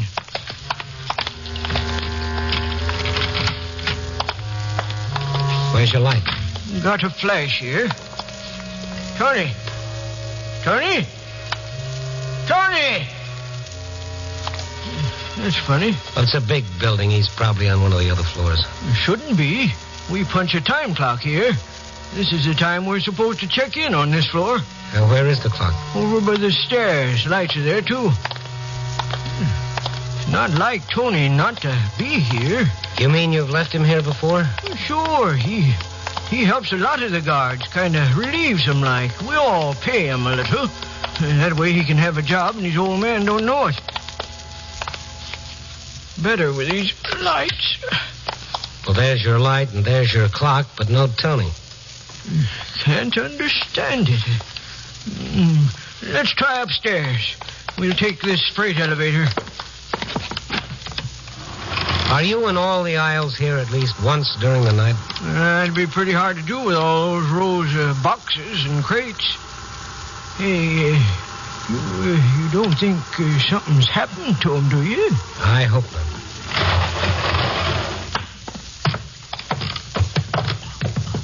I don't think he's up here. I don't know where he is. Listen. Tony and Ben behind those boxes. They're coming. I tell you, I didn't have anything to do with these fires. Oh, you'd say that. I knew you'd say that. But I didn't. Why would I start these fires? Because you're a firebug, that's why. I'm not. You've told me that all my life, but I'm not. Ben. Who's that? What are you doing with that gun? Stone, oh, you followed me. What are you doing up here, Tony? I came up here to punch the clock. He followed me up. He's going to kill me. This is the only way. There's always trouble where he is. I told you. Shut up. It's not my fault, everything that happens. It's not my fault about my family either. Look at us. Me. Nobody gave me a job, and Martha. I know, Ben. I saw her. You know all about us, don't you? Oh, but Tony. Well, there he is. A firebug. What's that? Hey, fire! The building's on fire! You brought it, Ben Graham. I told you not to come here. I'm getting out. Another fire, Tony. I didn't start it. I've been up here with you. I know you started it just like the others. I didn't start them. Oh, listen to me, Pa. I didn't do it. You have no proof he started them. How many times did I stop you when you were a kid? You always like to play with the fire and watch things burn. All kids do. That doesn't prove In our house, you set that on fire, too. Everything we had went up. We've never had anything since. Haven't I been punished for that fire? Look at me, haven't I? Yeah, but not for the others. You'll never do it again, never. Put that gun down, Ben. You can't do that. That's murder. He's got to be stopped. It's got to be. But not that way. What if he didn't do it? What if you're wrong? I can't be wrong. I know him. You don't know him at all. You don't even know what he's been doing at night. Oh, yes, I do. He goes from one warehouse to another. I've been following him. He's been in every one of those buildings just before they burned. Every one of them? You see, even you were beginning to believe. The fire bell has stopped. That means the watchman's turned in the alarm. It's automatic. The fire truck should be here soon. The sooner the better. Look at the smoke has started to seep in. Let's get out of here. Yeah. You're not getting out of here, Tony. I can't let you. Listen, you can't do it, Ben. It's like a lynching. You can't be the judge and executioner, too. I can't take any more. Martha, the way she is, and Tony like this. You know what they'll do to him. An asylum. I couldn't stand that. It's better this way. Smoke, will you put that gun away, Ben? Tony, I don't want to do it, but it's the only way. There's one other way. Stay away from me, Stone. I don't want to hurt you. Stay away. I'm not much of a target with the smoke. Stay away. Give me the gun. Give me the gun. Give it to me. Grab the gun, Tony. I got it. All right, now, come on. We're getting out of here. Let it in now. Come on. Let go of my arm. I said come on. Tony, show us the way out. If I can, Mrs. Stone. If I can.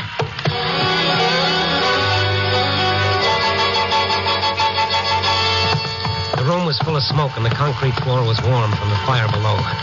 We worked our way to the elevator, but from the smoke and sparks growing up the shaft like a giant smokestack, we knew it was useless. The stairway. Over here. Ben had stopped struggling. He wanted to live, too. We followed Tony by the sound of his cane. He stopped before he reached the steps. Flames outlined the square of the stairwell. Tony, take us to the fire escape. Where is it? The other side. Down this way. Ben was coughing and gasping for breath. Once he stumbled, nearly fell. For a second time in one night, I was helping him out of a fire. Through the smoke, we saw the light of the red exit sign. We leaned against the door and we found it open. A policeman was on the landing. I was coming after you. Watchman said you were here. He helped us down to the street and away from the building. You just took another one out.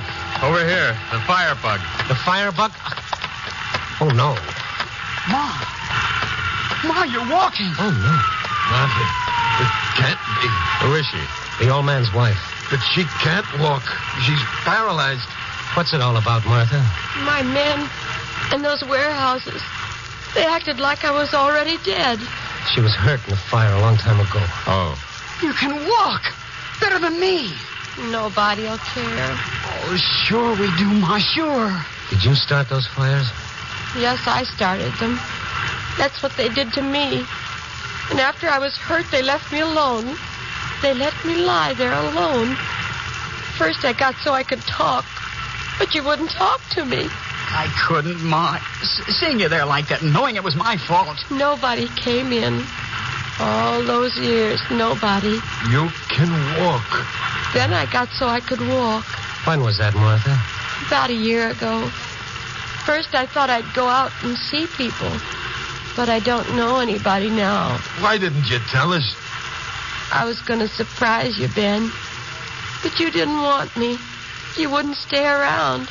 Don't you see it was because it hurt us to see you like that? Well, when you look at me, you'd look away.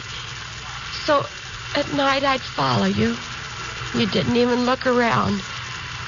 Then I got to understand. You didn't want me. It was the warehouses you wanted. I was jealous of those warehouses. Just like they were people, and I hated them. Martha, no. Oh, no.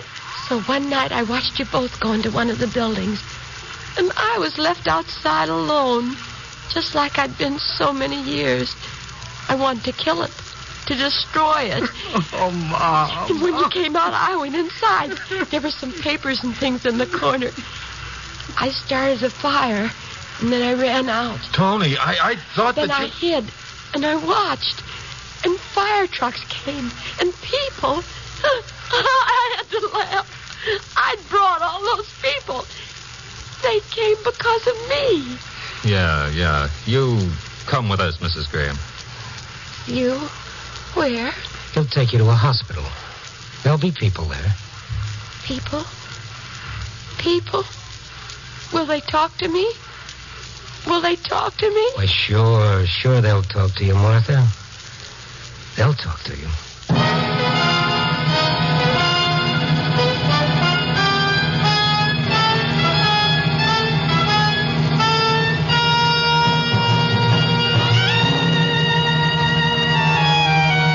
Some story, huh?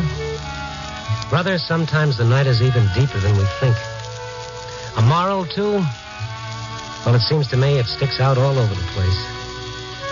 The Graham's loneliness proved about as deadly as poison, even more deadly. At least poison kills quickly.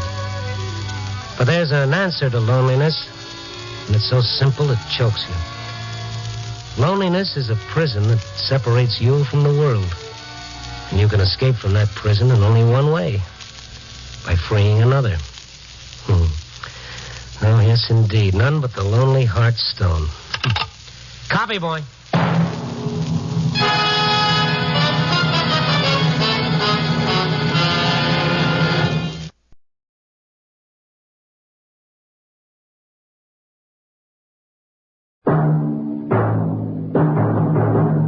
Night Beat.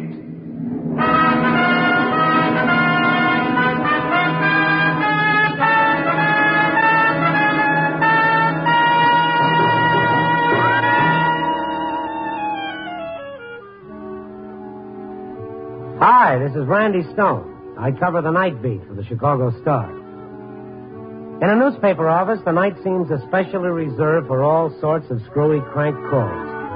And if every wild tale that came in over the telephone was tracked down, there wouldn't be enough reporters left around to make up a game of solitaire. This yarn started with one of those calls, but it ended differently. And how differently it ended. It was 8 o'clock in the evening. A heavy rain was falling, and I found an excuse to sit it out by polishing my next day's monumental trivia for the column.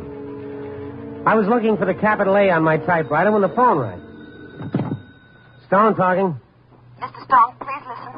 I'm listening. A bomb in the plane to Denver.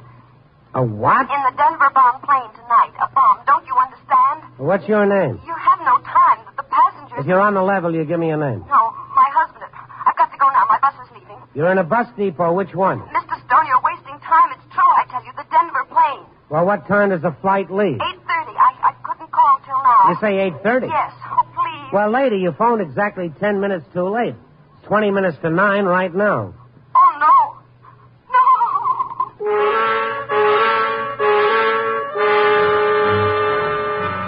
I repeat, some nights are good for a dozen crank calls, but I couldn't take chances with this one. I called the control tower at the airport. Control. This is Randy Stone, Chicago Star. Yes, Mr. Stone. You had an 8:30 flight to Denver? Yes, sir, but then... Oh, well, you better contact that pilot immediately and tell him to make an emergency landing wherever he is. Have him load the passengers and let no one near the plane till the police get there. Yeah, but the Denver plane hasn't taken off. Fog came in suddenly, and the plane has been grounded till it lifts. Where is she now? Far into the strip. Oh, good. Well, keep her there and warn all personnel to keep clear, and I'll be out there as soon as I can. Well, listen, Stone... No, you do as I say.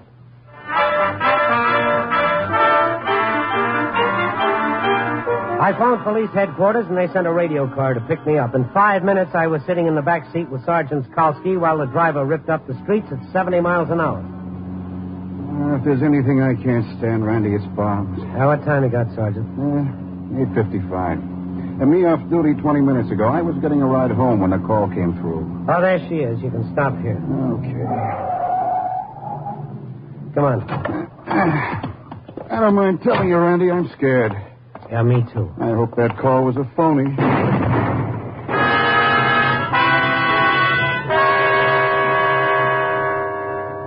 It was a bomb, all right, and a big one. The explosion threw me to the ground. When the earth stopped tossing me around, I looked at the burning DC-4, and people were pouring towards her out of the main building. I saw a jeep with a fire crew race for the plane, and I fought my way back to my feet. You hurt, Randy? I'm shaken up, that's all. We'd better get over there, Kalski. Yeah. All right, folks. Step back. Now, let's clear the field now. Back inside the waiting room, all of you. The fire boys already have it licked. Yeah. It looks like a ghost lying there. Well, what do we do now, Sergeant? Poke around a bit. It's safe now. I have to make a report on this.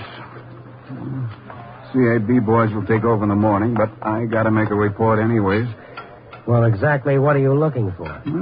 Bomb fragments, maybe. Maybe a hunk of the container the bomb was in. Who knows? Oh, this is some mess. What's this? Let's see. Could be a bomb fragment. If you see any more, don't handle them. Prints. You mean prints that stay on after an explosion like that? Yeah. Crazy, ain't it? Step aside for a minute. What? Another fragment, just like the other. And this one is embedded in a piece of leather. Yellow pigskin leather. Figure the bomb was in this bag? Maybe. Maybe not, but it's something to go on. Now, let's go talk to the passengers. Why would a passenger put a bomb in his own luggage if he knew he was going to be blown to kingdom come? Nice guy, whoever did it. All right, folks. All right, settle down. You've got a little talking to do. Everybody here, there was to be a passenger in Flight 63? Officer, my name is Stephen Bradley. So? We're badly shaken up. Some of us need medical care. You have no right to hold us here. Only the right to find out who tried to murder 40 people. All right, Randy, I'll handle this. Well, then it was murder. I knew it. Now, take it easy, folks, and you'll all be out of here in a few minutes. I said quiet, everyone. Now, we'll call you up one by one. All you have to do is tell us if this piece of yellow leather pigskin was part of your luggage. There's enough of it here to identify. Okay, Bradley, you're in a hurry. We'll start with you.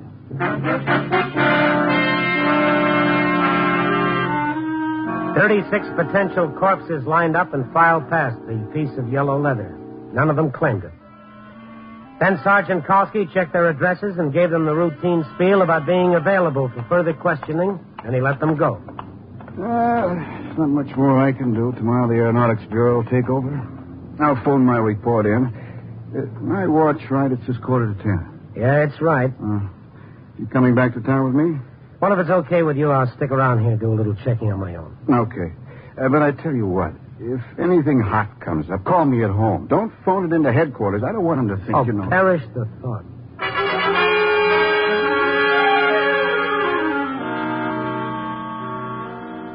Kalski gave me his home phone number and left. A little prodding, and the baggage man remembered seeing the yellow pigskin suitcase. And then came the first big break.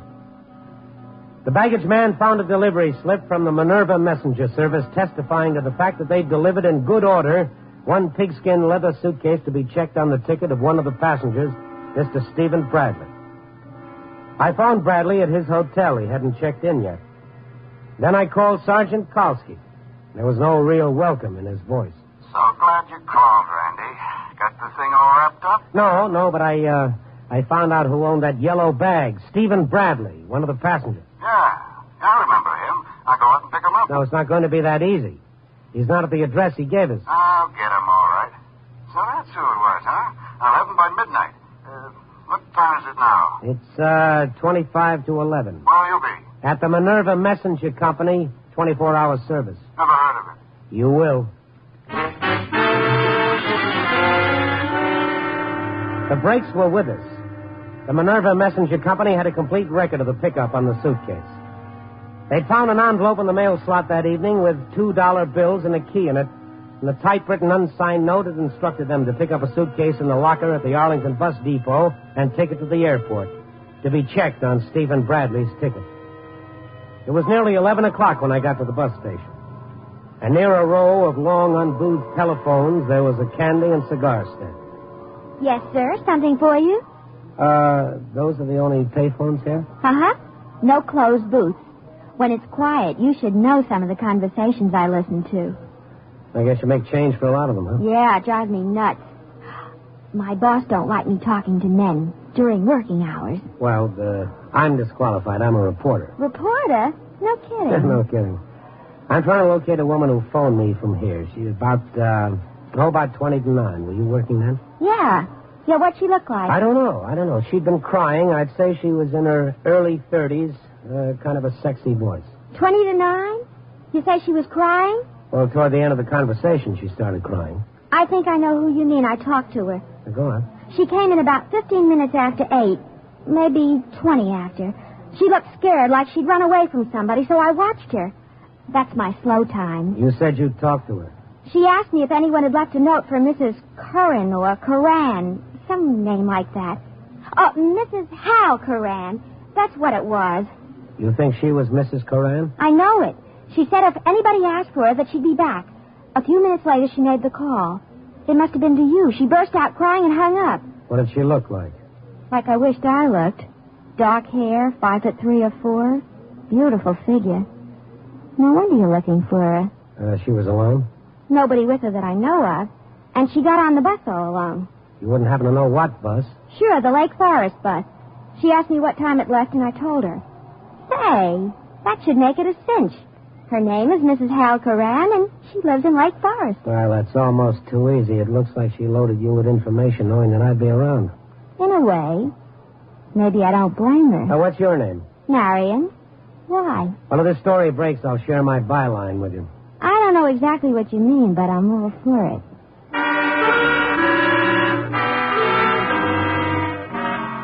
I was looking for a Mrs. Hal Coran, the girl who'd phoned me from the bus station to so accurately prophesy the bomb explosion on the Denver-bound plane. And she'd left a trail easy enough for a tenderfoot Boy Scout to follow. In less than an hour, I was pounding on her door. Is that you, Hal? Open the door, please. Who is it? Let me in. What do you want? I want to talk to you. What do you want? I'm Randy Stone, Mrs. Coran. I don't know you. Please, get out of here. You called me earlier this evening at the Chicago Star, remember? Oh, you're mistaken. Mrs. Coran, you warned me that a bomb would explode in the Denver-bound plane. Well, it did. What plane? I don't know what you're talking about. Well, let's face it, you're not very good at this sort of thing, Mrs. Coran. You gave yourself away half a dozen times. First, you made your phone call from a bus depot. I found out which one it was by tracing the baggage back to the Arlington. That's where you called from. You're crazy. I wasn't out of the apartment all day. Then you walked up to a bright young girl at the candy counter and asked her if there was any messages for a Mrs. Hal Coran. I talked to that girl. She described you to a T. Want some more? You have no right to talk to me like this. I'm just trying to refresh your memory. You took the Lake Forest bus, correct? No.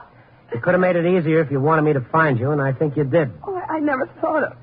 Stupid. You wanted me to stop that plane and get to the person responsible, didn't you? I tried to stop him. I begged Hal not to do it, but he was like a crazy man. Your husband, he engineered this little thing? Poor Hal. Poor mixed-up Hal. Well, give me a description of him. We got to have him picked up. No, it's too late, I tell you. He said he was going to take his own life after the bomb went off.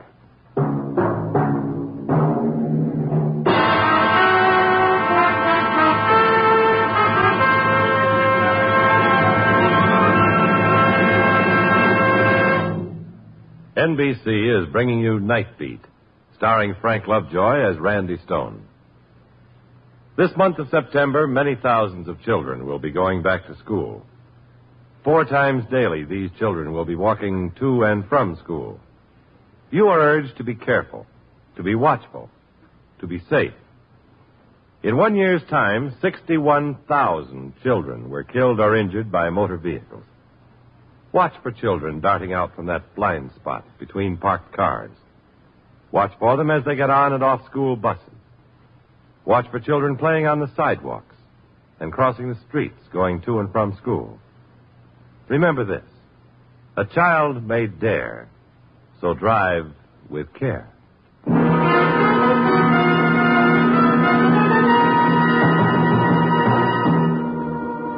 And now back to Night Beat and Randy Stone.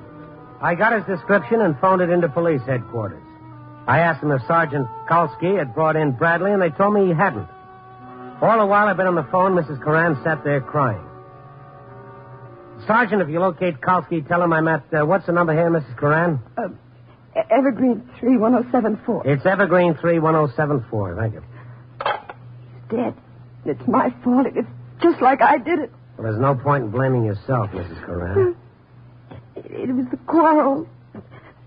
Hal and Bradley had started the business together. They were equal partners.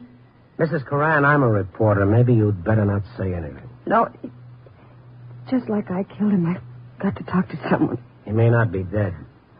About 6 years ago, Hal gambled with company funds. Bradley found out and said he'd prosecute if the money wasn't returned. Where could Hal raise $6,000? Well, that's quite a mound of greenbacks. They made a deal.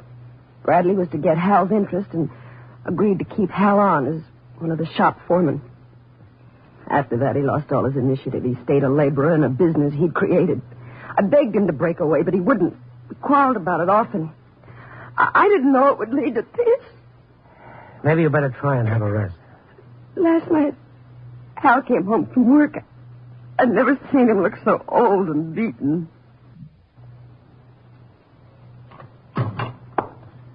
Ellen?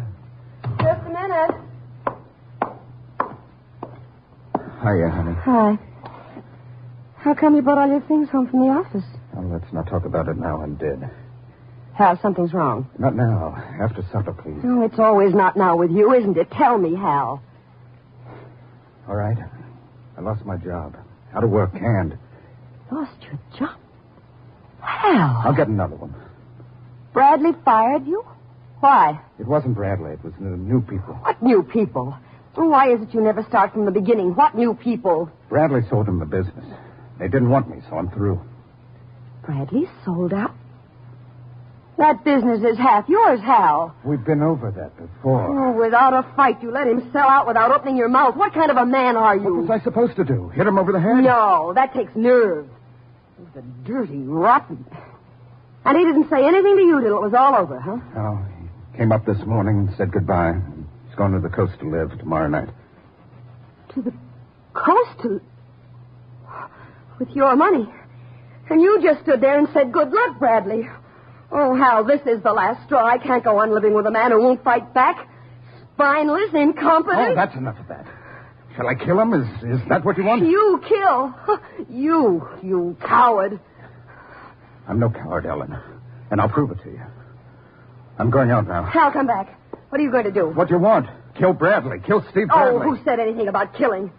Just go up to him and demand what's coming to you. That's not what you really want, is it, Ellen? Oh, try talking sense, Hal. I'm talking it for the first time in my life. Hal, come back, Hal.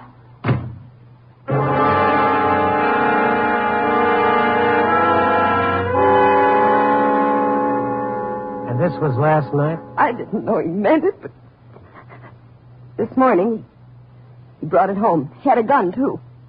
He said he'd kill me if I tried to interfere. He was crazy. What did he do with the bomb? He put it in the suitcase and made me go with him to the bus depot. Put the suitcase in the locker. Later, he had a messenger pick up the key and check the bag through to the plane. But why a bomb? Why take the lives of 40 people to murder one man? I told you, he lost his mind. He wouldn't talk to me all day. He just watched me every minute. And after the messenger came? He said goodbye to me. He said as soon as Bradley was dead, he'd kill himself. Well, we've got to find him. When he finds out Bradley wasn't killed, he'll go gunning for him. Bradley isn't dead? But the bomb, you said it went off. Well, it did, but the plane was still on the ground. Your call was in time after all. Then nobody was killed. What's the matter? Don't you understand? Nobody was killed. Nobody. Hal killed himself for nothing. Poor Hal. Even this last thing couldn't come off right for him. Well, I'm not so sure he's dead, Mrs. Coran. He may have been at the airport when the bomb went off. He may be looking for Bradley now. And with a gun. He's dead, I tell you. He's killed himself.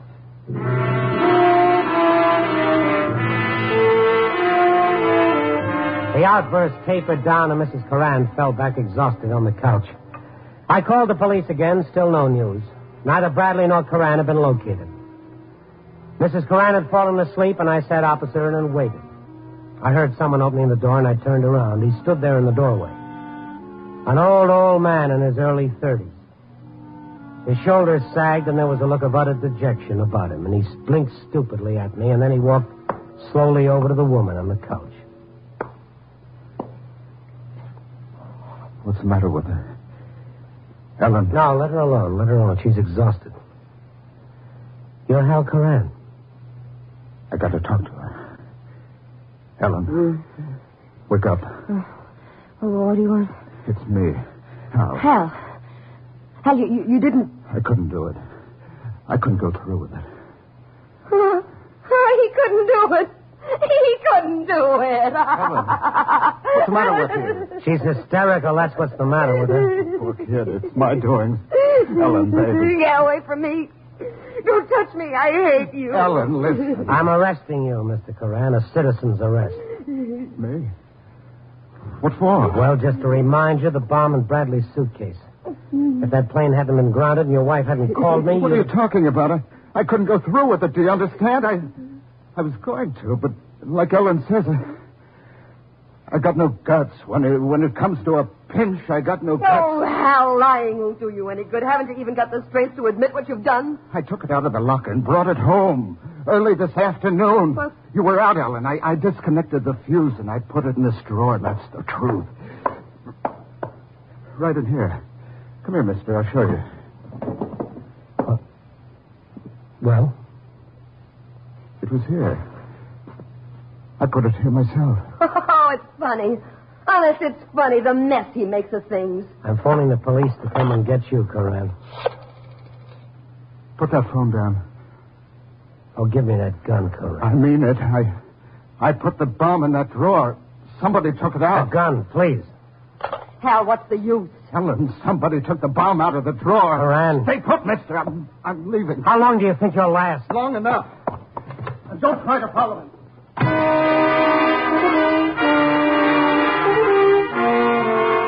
I phoned the cops again and brought them up to date, and then I went looking for him. I figured he might be hiding close by.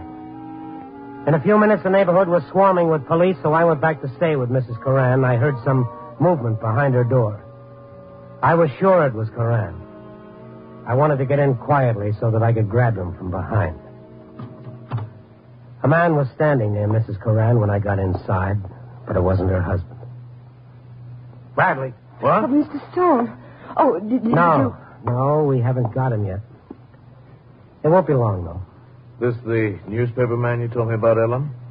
Yes. Well, you've been keeping yourself, Bradley. A lot of uniformed men have been looking for you. Oh, he knew at the airport that Hal had put the bomb there, didn't you, Steve?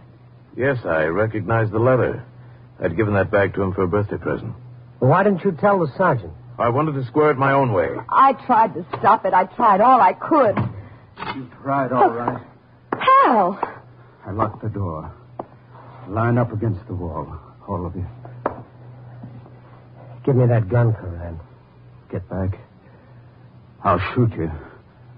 I mean it. Well, the cops will be here in a minute. That's all I need. A minute. Hal, darling, put the gun down. We can settle this without guns, Coran? It came to me all of a sudden. A few minutes ago, I got the total. I did take that bomb home. Oh, he's lying. He never came home all day. So I asked myself, who put it back in the suitcase and had it delivered? The answer was so simple, I had to laugh. Ellen. She took it back. Me? Coran, you're not on trial here. Save your defense for the right place. I'd suggest that you... Don't move. Anybody tries to stop me now gets killed. Why bring Ellen into this? Why don't you be man enough to take her? I asked myself that, too. Why would Ellen... Isn't anybody going to stop him? Then it hit me. Ellen been working me up on Bradley. Not because he was running out on me, but on her. Get it? He's crazy. When I told her Bradley was leaving, I couldn't understand why she went wild like that. Then I started remembering little things, like useless trips Bradley would send me on, stuff like walking into a room and seeing him laughing about something. You know that special kind of laugh? Hal, you're being ridiculous. Poor Hal. When he showed he was going to run out on her, she wanted him dead. And she took the bomb out of the drawer, rigged it up again, and sent it to the airport. You see the way it added up? Lies. Every word of it's lies. You prove all that in court, and you're in good shape, Hal. I can't wait for the court to straighten my accounts. I just got the total tonight, and I got to pay it off. Steve, he's going to kill you. Hal, look. You're not yourself. What do you want? Money? I'll give you some. Lots. Steve will make it right with you, Hal. He will. Tonight, I got the picture. Bradley, Ellen, and Hal. Ellen, Bradley, and Hal. Hal always laughed. No, that's not true. You know when it all came to me? After I left you a little while ago, Ellen, I didn't go running through the streets looking for a place to hide.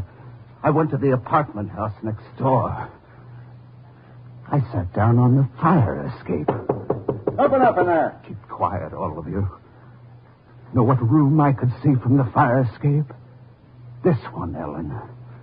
I saw Bradley come in. Hal, you... Oh, Hal, honest. It didn't mean anything. You ran up to him, and I saw a look on your face, the same look I used to see when we were first married. Randy, you in there? Hold it. Kowski's got a gun. Shut up. You took that look away from me and gave it to Bradley. That made it a clean sweep for him, my business, my job, my wife. Hell, I'll make it right. Just give me a chance. You, Bradley? You don't owe me anything. It's Ellen. What she's taken from me, there's only one way to square. Me? Hal, you're going to kill me? Coran, listen. I believe you. The court will, too. You love me, Hal. Don't you love me? Yes, Ellen. I love you. Then you wouldn't... Coran. Goodbye, Ellen. He did it. He killed her. Yeah.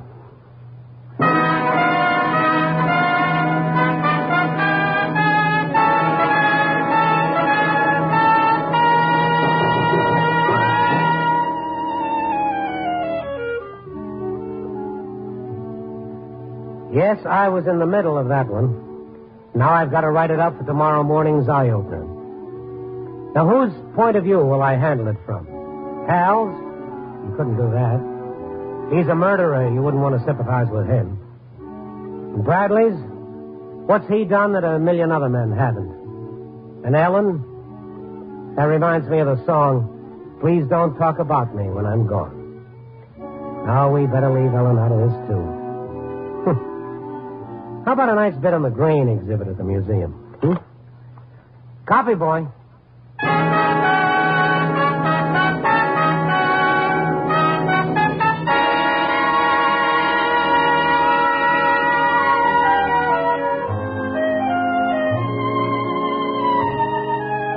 Night Beat, starring Frank Lovejoy, is produced and directed by Warren Lewis.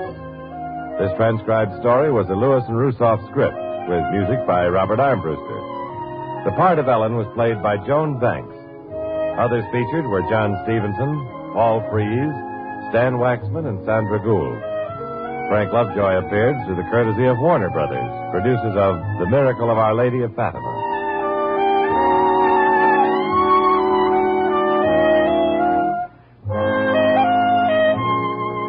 Listen next week at this time, and every week, as Randy Stone searches through the city for the strange stories waiting for him in the darkness.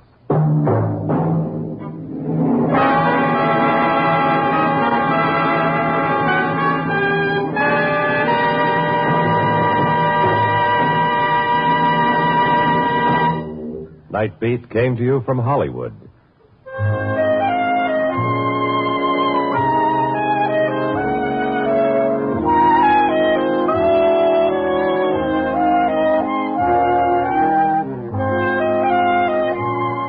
Protect yourself, your savings, your very way of life by becoming an investor in America.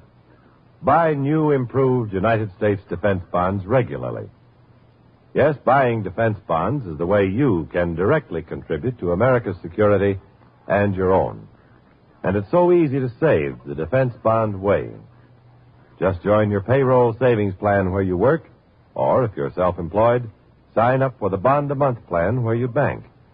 This way, you automatically put aside as much money as you want to each month. Before you know it, you have a backlog for emergencies, savings for a trip, the down payment on that new home, as well as having helped Uncle Sam in the all-important job of defense. And defense bonds are now an even better investment than ever, with new improved interest rates and a quicker return on your money. So become an investor in America today. Buy more defense bonds more often, because they're now even better.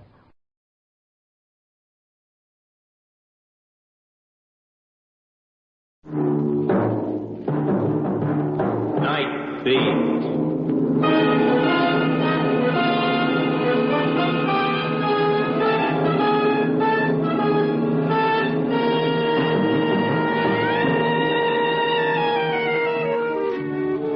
Hi, this is Randy Stone. I cover the night beat for the Chicago Star. Stories start in many different ways. This one began with a bloody brawl in the darkness of an alley and ended in the glare of a fight arena with the winner and still champion, Old Kid Death.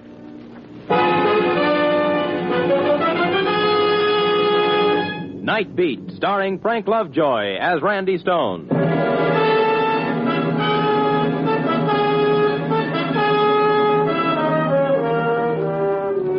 All that people need to make them happy, said Juvenal, are bread and circuses.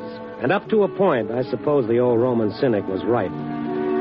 The promoter of the Metropolitan Arena probably never heard of Juvenal, but he would have agreed with him 100%. His fight club is a cut-rate monument to what the old Romans meant by circus, a place where gladiators meet regularly in combat. Its marquee flashed in the gathering twilight as I cruised past and crossed Madison and went up Clark, taking my time, for the night was young and the waking nightlife of the jukebox taverns might offer an incident for a story. But there was no inspiration there, so I kept going, cut through a cheap rooming house section and headed for the office. I stopped for a red light, and that's when it happened. A burst of footsteps pounded up from behind, and a man, his shirt blood-spattered, his head bleeding, jerked open the door and filed in beside me. Get going. They're after me. Hurry, please. Who's after you? They got guns. Step on it. I ran the light, noting several figures in my rearview mirror as they stopped running and turned toward a car at the curb. I made several turns as my passenger kept looking back. And finally, satisfied that we'd lost them, he leaned back, took out a handkerchief, and wiped the blood from his face. Lost him. He was a stocky, heavy-shouldered guy, rather good-looking in a rugged sort of way. The ridges over his eyes were thick with old scar tissue, and there was a dent in his nose.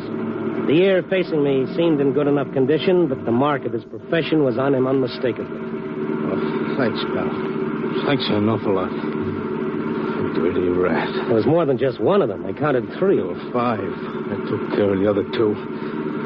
The rat I mean is the one who hired him to do the job. Who? Marty Bannon. Bannon? Yeah. Someone else must have tipped him off where I was staying. This the same Marty Bannon who was up before the grand jury last month in that gambling investigation? You must read the papers. Oh, more than that. I covered the story. A reporter? I'm Randy Stone, the Chicago Star. I'm Gunnar Evans. Yeah, I know. I saw your name on the marquee at the Metropolitan. You're fighting Pete Madigan tonight. That's right. You've seen me fight before, huh? Oh, yeah, but not lately. Not since you started your comeback. Last time I saw you was over 5 years ago when you nearly lifted the crown from the middleweight champ. Say, which way you going? Well, right now we're heading to the hospital. What? Oh, look, you've got to get to a doctor. Not Your head... that. I'm okay. Now, you look it. It's just a scratch, I tell you. Don't let a little blood scare you. All right. Oh, there's a cop there by that street lamp. No, tell him keep going. Please, I haven't got time. What's that? Look, Mr. Stone, I appreciate you helping me, but if I go to the cops now, they might hold me while they're investigating. I'll lose $2,000. Your purse tonight? More than just that. It's dough I put up to guarantee my appearance. Every dime I could scrape up. Look, I better get out. I'll drive you to the arena. So, thanks, but I'm going home first. Gotta pick up my manager. I'll drive you there. I'm in no hurry. Thanks, I appreciate it. Keep straight ahead. I'll tell you when to turn. Good. What's Marty Bannon got against you? I'll tell you someday, maybe. Works for a gambling syndicate, doesn't he? Works for it. He is a syndicate. I wondered. Turn to your left. You, owe him money? The house right there in the corner. Okay.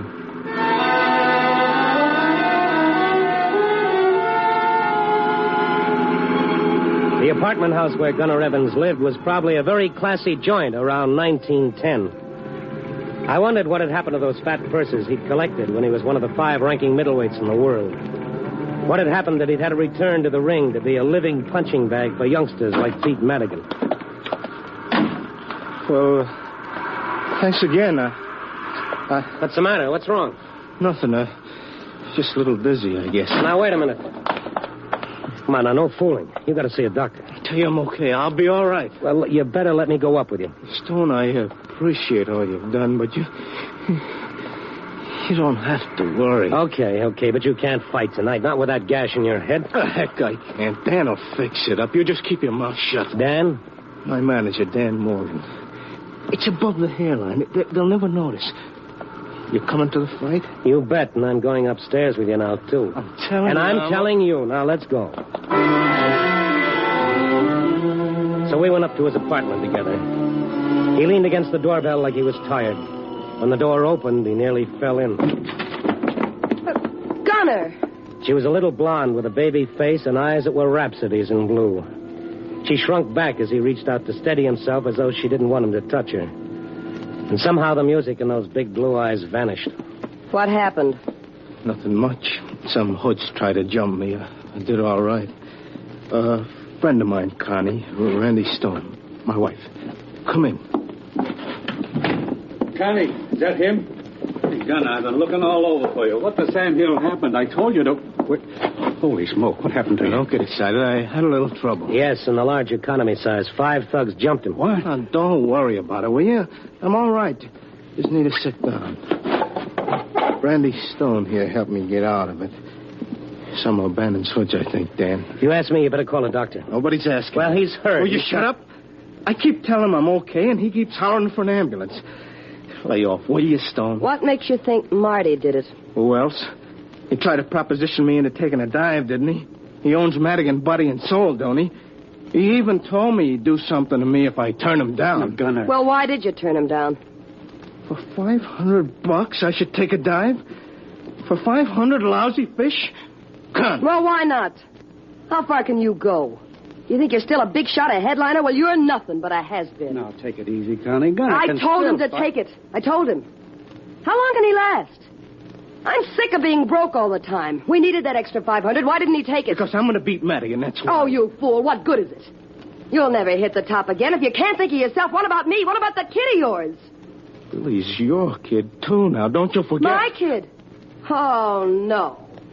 Don't wish him on me just because I'm married to you. I'm sick of playing nursemaid, do you understand? And I'm sick of living like this. Wouldn't be if you hadn't ruined me. What? You've stripped me of every cent I had, threw it away on parties, closed gambling, made me sell a little business I had to pay your lousy debts. Why, you cheap, punch-drunk bum. Now stop that, Connie. I don't have to take that talk from him or you or anyone else. I'm through, do you understand? Through, as of now. She almost ran from the room, burst into an adjoining bedroom, and disappeared. Gunner Evans stared at the closed door for a moment and then sat down slowly by the table. His face was gray and tired as death itself. Old Dan Morgan shook his head sadly and gently pulled Gunner's head forward so he could have a better look at the cut on top. Billy asleep, Dan? Yeah, I put him to bed before you came in. I hope she doesn't wake. That don't look good, Gunner. He still got that cough? He's better. I lit the vapor lamp by his bed. He'll be all right in a day or two. You know how kids are, sick one day, up the next. Hand me that bag there, will you, Stone? Oh, sure. Here, thanks. Connie. Yeah? Where you going with that suitcase? Connie! Well, that's the end, I guess. Oh, she'll be back, Gunner. You know how she is. Yeah, I know. Now, be still. I want to fix this. No. I want to take a look at Billy. Maybe he's uncovered. A young kid? 5. She's not his real mother, huh? No. Billy's ma died when he was 2. Gunner married Connie 6 months ago. Thought the boy needed a mother. Some mother. She hates the little fella. It's a shame. Well, Aggie and me, we never had any children ourselves, but if we ever had, I'd want him to be like Gunner's boy. What a kid. Smart. I don't get it. How can any woman, even a gold-digging little witch like Connie, not want him? Still sleeping, huh? Yeah. I'll have to see if I can get one of the neighbors to stay with him while we're gone. Sit down. I'll get my bag. What about it, Dan? Don't you think this is a job for a doctor? Will you keep out of this? Gunner, I was going to tell you, maybe you shouldn't fight tonight. Dan, for the love of Mike, don't you let me down, too. Every cent I got is tied up in that forfeit. $2,000. Well, I don't like the looks of it, but... Okay. You don't think you've lost too much blood? Nuts. Get to work. Time's running out. We gotta be at the arena pretty soon. Yeah, very well. Hold still now. This stuff is gonna sting. Go on. I only wish I knew who tipped Bannon off where I was staying. Hey, Stone, a piece of cotton. There. Oh. Here. You didn't mention it to anyone, did you, Dan? Of course not.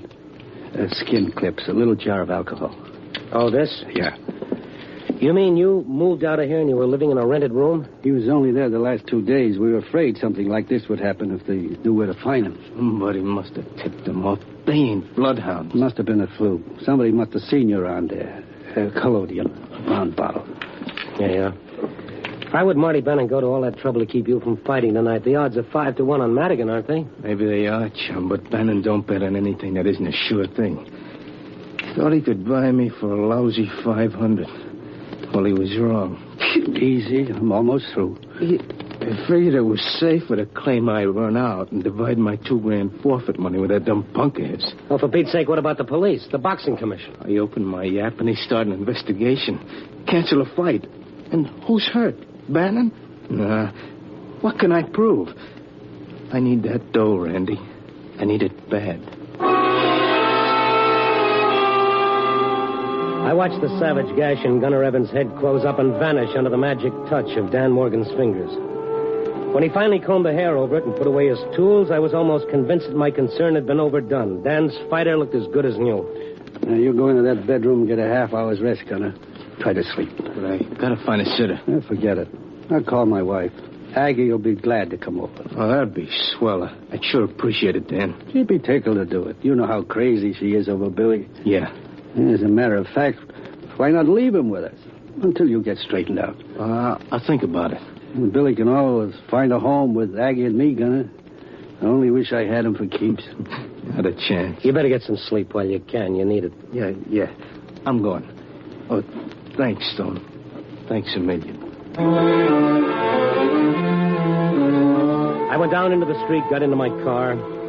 I lit a cigarette thinking of what was to come and hating it.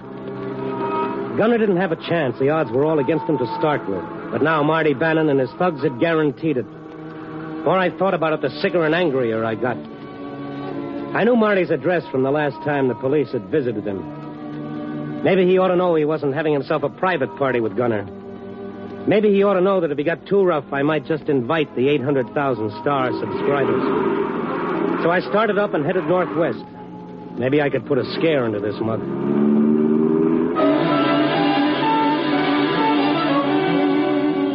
Bannon lived in a single penthouse apartment in the medium high rent district. I pressed the doorbell, and after a moment, a small peephole opened. An eye gave me a fishy stare, and the door swung wide. Well? Hiya, Marty. Remember me? Stone, Chicago Star. Oh, yeah, one of those poison pen artists. What do you want? A little talk. About what? About Gunner Evans. Come in. All right, spill it. What's in your mind? Who is it, doll baby? Shut up. Well, I like that. I only asked a simple...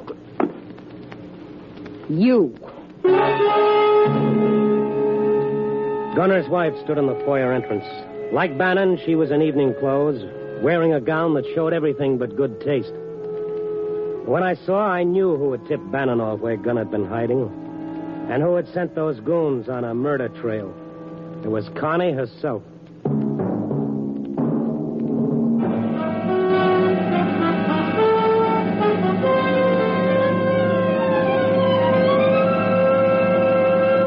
NBC is bringing you Night Beat, starring Frank Lovejoy as Randy Stone. Little-known episodes from the exciting annals of American history are presented in colorful, dramatic, factual manner on the Cavalcade of America, which returns over most of these NBC stations on Tuesday, August 29th. That's Cavalcade of America, returning Tuesday, August 29th. I wanted to see Marty Bannon about the fix he was trying to muscle through on tonight's fight between Pete Madigan and Gunner Evans. But when I saw Connie, Gunner's wife, in Marty's apartment, I knew my words would be as useless as rain on Lake Michigan. It was she who'd betrayed her own husband and told Bannon where his thugs could find him. Her big blue eyes widened when she saw me and then hardened into chips of ice. You get around, don't you, Stone? Yeah, but it'd be tough trying to keep up with you, baby. Connie, I told you to stay back. What are you worrying about, Bannon? Gunner Evans is bound to find out sooner or later. Probably sooner. Who cares? I'm through with that dumb ape, and he might as well know it now as any time. Look, dollface, I got enough to worry about without having a punchy mad dog on my trail. Too many big deals coming up. What's the matter, Bannon? You don't think he's got enough against you already? He can't prove a thing. You value your health, you'll forget you were here tonight. I thought you were smarter than that. The guy who fools around another man's wife is like a rented tuxedo. He never knows who's going to spill something on him. Be sure it ain't you. Now get out. Well, maybe I had done some good. I didn't know. At least he'd know now that somebody else knew what was going on. He'd drop the rough stuff, the fight would go on, and if he tried anything afterwards, it would be dangerous. I went back down to the lobby, walked out into the street. A taxi had pulled up to the curb, and the passenger was paying off the hacky.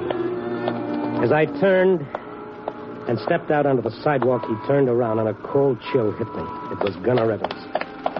Stone, what are you doing here? Well, I bet myself that you'd win tonight, and I came here to make sure I'd have a chance to win the bet. You won't, so forget it. Why not? Why did you come here? Well, home, Stone. One second. No, wait a minute. What are you seeing Bannon for? Out of my way. You're supposed to be taking a nap and resting up. Why'd you come here? Take the $500. What else? Why? After what Bannon's done to you, after what you said, why? Why? Got to thinking, lying there. What was I gaining being so big and noble? Nothing, absolutely nothing. Your self-respect? You can starve on self-respect. Look out. You can see your kid go hungry, your marriage go in the rocks. I got nothing to gain and everything to lose. So I'll take the $500. What does it matter? I'm washed up. I might as well face it. But you can quit clean. You don't have to wind up crooked. You can get a job, do something else. What? The only thing I ever done except fight is drive a truck, and I can't do that now. Why not? Because I'm half blind, you fool. You're what? Oh, I can see you well enough for anybody else who's close up. You don't have to see like an eagle when you're throwing leather. But I can't pass no truck driving test. Well, I didn't know. In the elevator. I didn't know. Nobody knows, not even Dan. You don't fight over 400 fights without losing something. With some guys, it's their brains. With others, their hearing or their teeth or their kidneys. With me, it's my eyes. Yeah, and my teeth, too. And the way things have been going, my brains, for all I know. All right. Now, come on back home, kid. You don't need Bannon's dough. It smells. No, but I need my wife. If I can find her and tell her I took Bannon's offer, well, she might come back. Get out of the elevator door. Move. I'm not breaking up my marriage for any $500. Bannon's on the 14th floor, ain't he? Yeah, the 14th floor. Wait. You coming along for the ride? You're making a bad mistake, Gunner, going to Bannon's. It's the worst thing you could do. Now, come on. Oh, preach, Stone. I'm sick of it. I made up my mind. Sure, I know it's the end of the trail. So what? I never hit the championship gravy, and even when you do, it ends up like this lots of times. No dough, no eyes, no brains. You still got brains enough to lick this thing, Gunner, believe me. Where's the button? Well, Stone, it's different when you're young. The promises sound good. The world looks good. You read the stuff they print about you in the paper, you're great. Sure, it gripes me that everybody seems to be making off their fights except you. The gamblers, the crooked managers, the shady promoters. Of course, they ain't all that way. There are some pretty good guys, like Dan Morgan.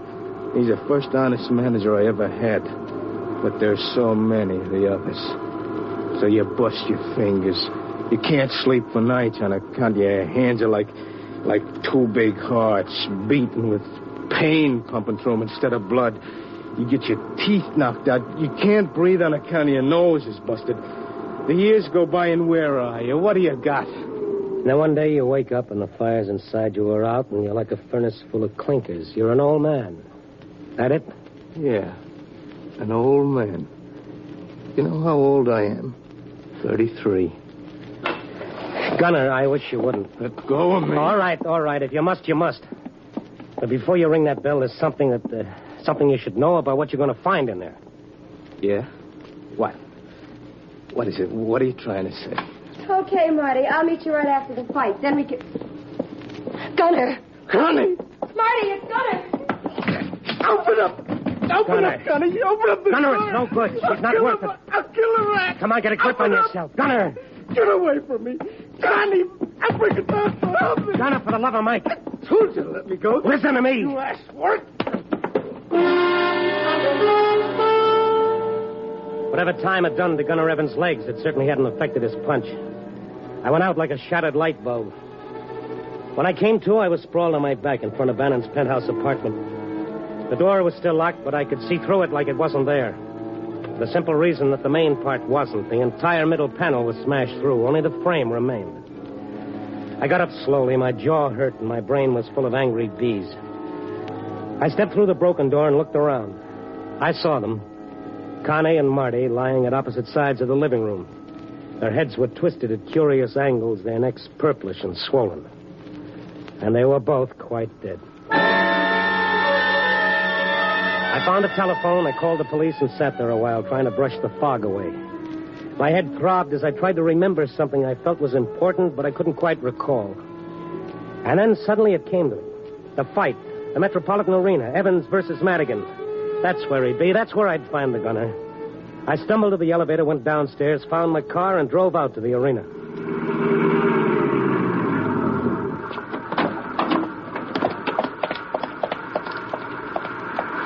Hi, is Gunner Evans here? Is he here? He's fighting tonight. Don't you see the signs? Yeah. You're just in time for the main goal, mister. Ringside? I got one on the aisle, row 5. Here's my press card. Say, what's going on anyway, you know? Meaning what? I mean, him coming in just a little while before the semifinal was over. His manager and the promoter was tearing their hair. You say the main go's about to start? Well, for round 1 rang 30 seconds ago. You're covering the fight, better get on in.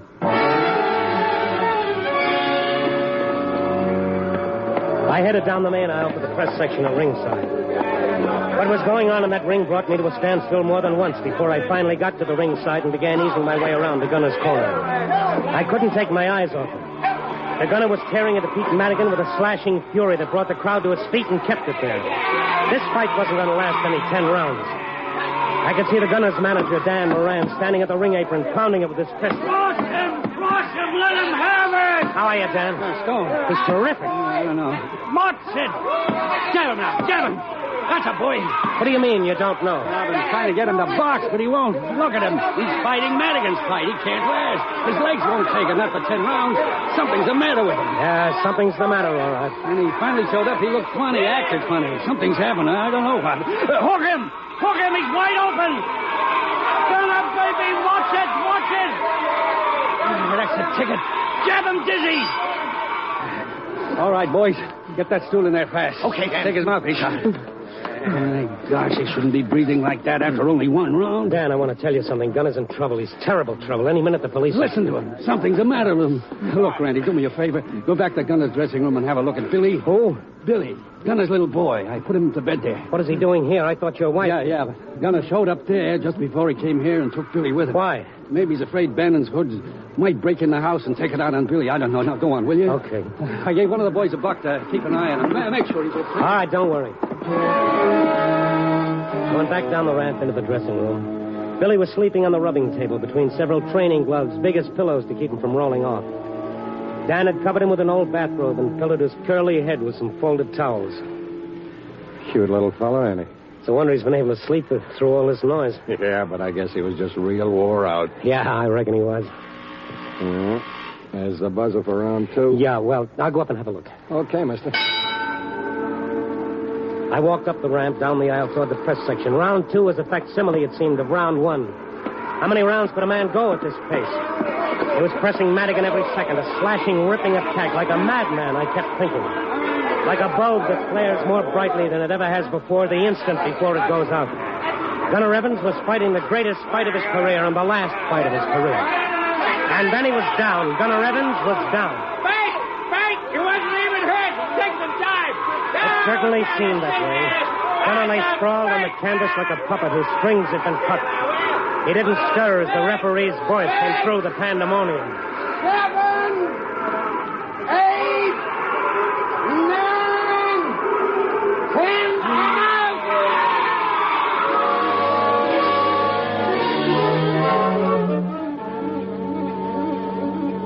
down the aisle through a now hushed crowd. Nobody moved. When I finally got to the ringside, Dan and his 2 seconds were still working on Gunner. A scared, haunted look had begun to deepen the furrows of Dan's wrinkled face. Presently, the commissioned doctor climbed into the ring and knelt beside the fallen fighter. After a while, he looked up, pointing to the patched-up wound on Gunner's head. It had oozed some blood, but now it had stopped. This man was hurt before the fight. Yeah, he cut his head. I told him he shouldn't fight, but he insisted on going on. In heaven's name, why? He had a $2,000 forfeit posted. $2,000. How bad is it, Doc? His skull was fractured before he entered the ring. You mean that... He's dead. We went back to the dressing room, Dan and I. I tried to tell him what had happened at Bannon's apartment, but he didn't seem to hear. He shuffled along, his head bowed, his eyes red. We stared at the sleeping child, and I asked Dan, Gunner have any relatives? I don't know. None that I know of. No. Gunner didn't have any kin. You mean Billy's alone? Alone? Of course not. He's not alone. Billy's got me and Aggie, ain't he? Well, then you better take him before the police get here. Here. Take him home with you. Yeah, poor little fella. He must be tired. Didn't open an eye. Yeah, I'll take him home. Don't want to take any chances. There's cough coming back. You going to keep him, Dan? Huh? You said you wanted him, didn't you? You mean? Gunner would have wanted you to have him. Billy. He's yours, Dan. For keeps. Your son.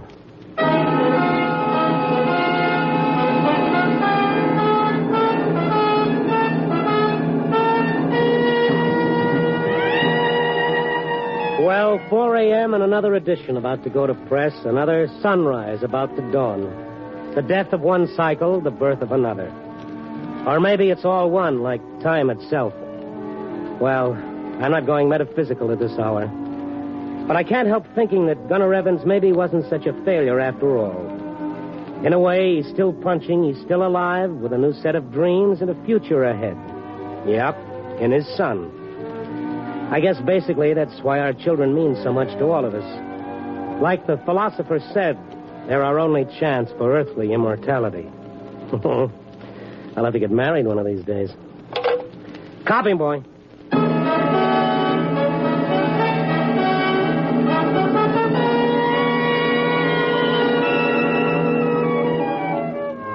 Night Beat, starring Frank Lovejoy, is produced and directed by Warren Lewis and edited by Larry Marcus. Tonight's story was written by Irvin Ashkenazi with music by Frank Worth. The part of Gunner Evans was played by Don Diamond. Listen next week at this time and every week as Randy Stone searches through the city for the strange stories waiting for him in the darkness.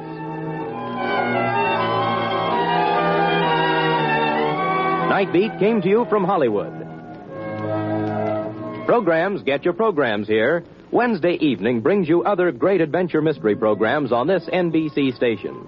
Be sure to hear The Falcon, Mr. District Attorney, Richard Diamond starring Dick Powell, and Dangerous Assignment with Brian Donlevy. That's Wednesday night for more stellar action-filled programs. Be sure to listen.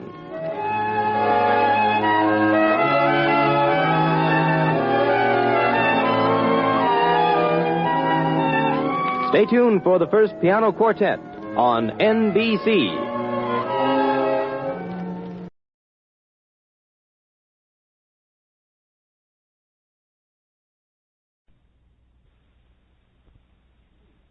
NBC presents Frank Lovejoy in Night Beat.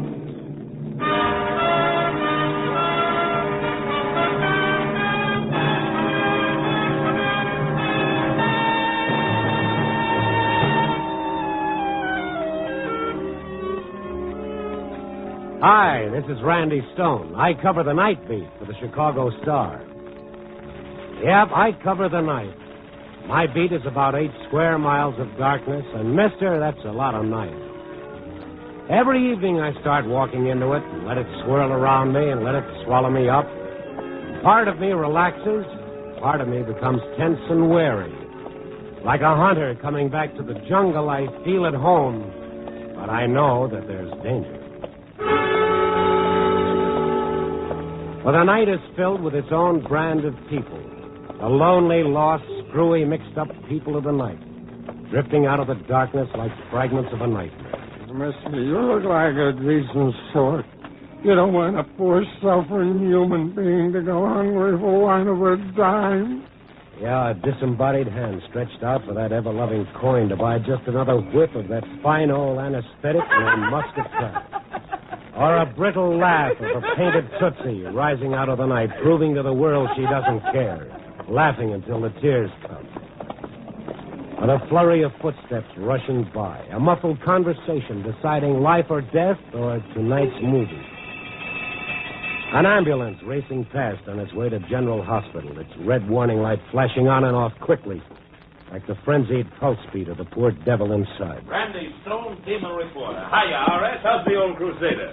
Night is for the phony, too, like this character coming toward me while I was grabbing a bite in the little restaurant next to the radio and TV studios. The actor, on stage 24 hours a day. You mind if I sit down next to you, baby? Yeah. What do you say? How's the kid, huh? Oh, the kid's fine. Teething like mad. Nothing serious. Barrel of laughs, this character. Real sense of humor. You know, I love that column of yours, baby. With me, it's like a shot of Vincentry. Oh. The only lack I find in it is that I never see any mention of, guess whom? Whom? John Bruce, the world's greatest thespian. Also available for wakes, weddings, and beer busts. You couldn't see your way clear to letting go of my sleeve so I can finish my coffee. How do you like this, citizen? He can insult you till you curl up and die, and you still love him. Look, I know the minute I'm out of your sight, you're going to forget me, so I'm going to give you this little postcard to hang on to. If your show could stand a boost, ask for the lad they call John Bruce. Well, it rhymes, anyway. Yeah, I gotta be going now. Remember, baby, I don't mind what you say as long as you say something, huh? Yeah. That's Bruce spelled with a B. I know it's spelled with a B.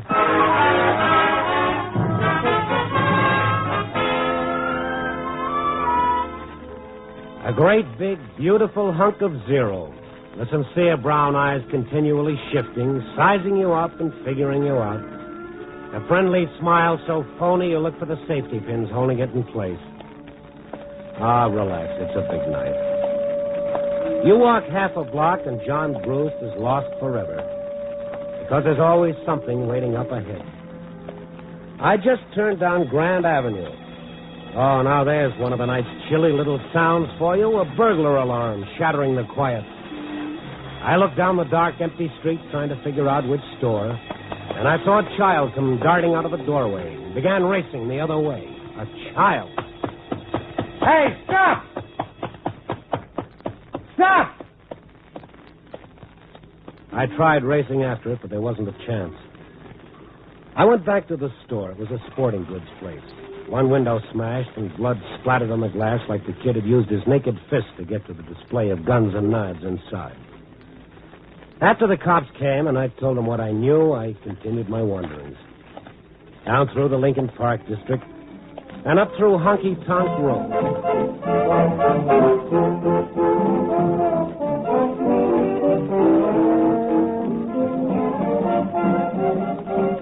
Wild neon signs making the night bleed red and green and purple.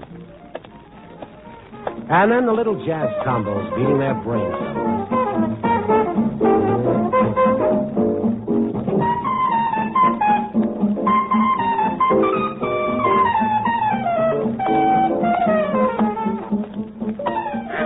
And the barkers, their gold teeth flashing as they bang their canes against the sidewalk and shout about the 12 dancing girls waiting just for you.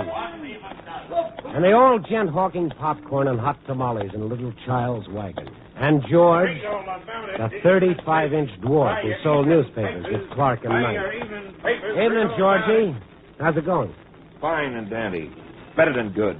Always A1 for little Georgie. Give me the Sun-Times. Always good to see what the competition's up to. There you are. Paper, read all about it. Get your paper. That's a lovely headline. One of those silly jerks going to wake up. Get evening paper. Hey, George. Maybe the way things are in the world, this is a good idea, but since when have they started printing the paper in blood? Huh? What are you talking about? Look for yourself, smeared all over. That's the way I got it.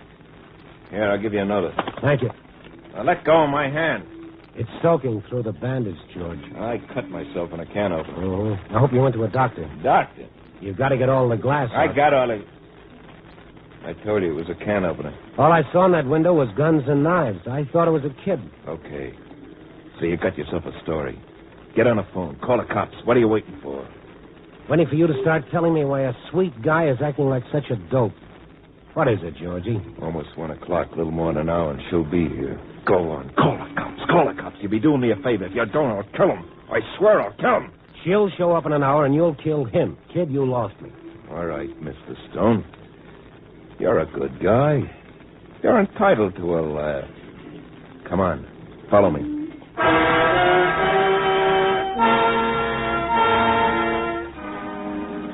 He dumped his papers onto the stand and started across the street. 35 inches of desperate humanity. I followed him around back and down the stairs of an old tenement.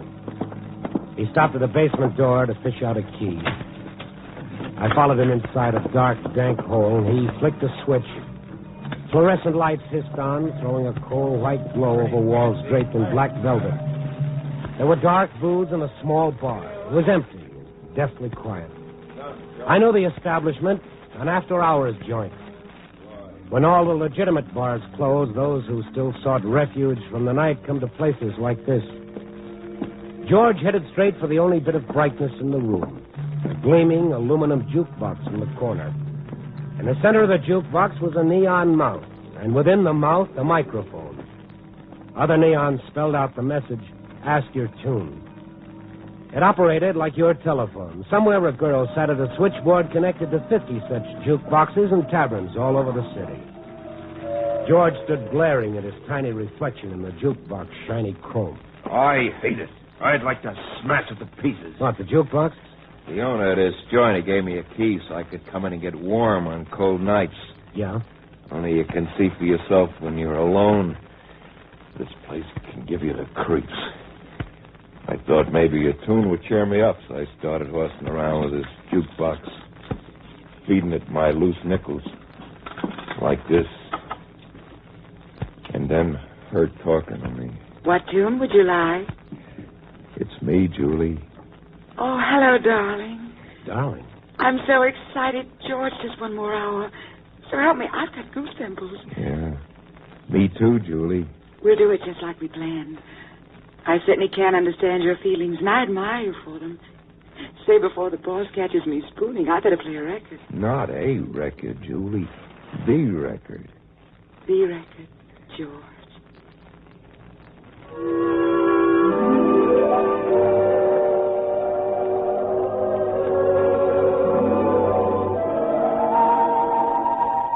Okay, you can start laughing any time you want, Mr. Stone.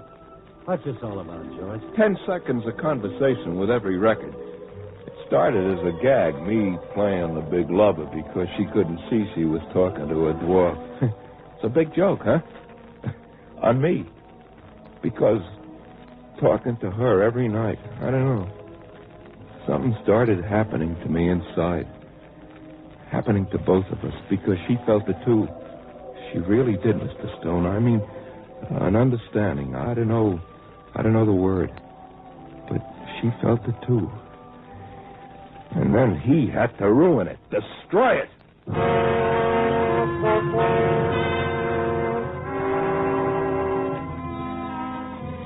Yes, it was soap opera at its sudsiest. The little dwarf and his love affair with Julie the jukebox girl. So help me, Georgie even invented an invalid wife. That was his reason why he and Julie could never meet except through the jukebox. But like all little melodramas taken from life, there was also a villain. One of the men who worked in this joint happened to overhear George spilling his heart out. And as a gag, when George wasn't around, he told Julie that the poor guy was dying to meet her in person, that they should get together at least once. And that's what's scheduled for 2 a.m., huh, this meeting? Yeah. It was Julie's idea. I mean, the way it's going to be. The record made her think of it. The record? Yeah, it's from Tchaikovsky. Is that what they call him? Uh-huh. Yeah. Well, he and his Baroness, some fancy lady, they had a friendship through letters, and they felt that they had to meet at least once. So one day they passed each other in carriages. and nodded, without a word, and went on. Never saw each other again. And what's good enough for Tchaikovsky is good enough for Georgie and Julie, huh? Yeah. She'll be wearing a green hat and a sprig of violets. I'll be wearing a red flower. Well, you think she'll be a little surprised at what she's going to see, Mr. Stone? Isn't it a joke? It's okay for you to laugh. Go on, laugh, Mr. Stone. Laugh! I turned. He was a big, paunchy, bald-headed gent, standing in the doorway, having himself a wonderful time.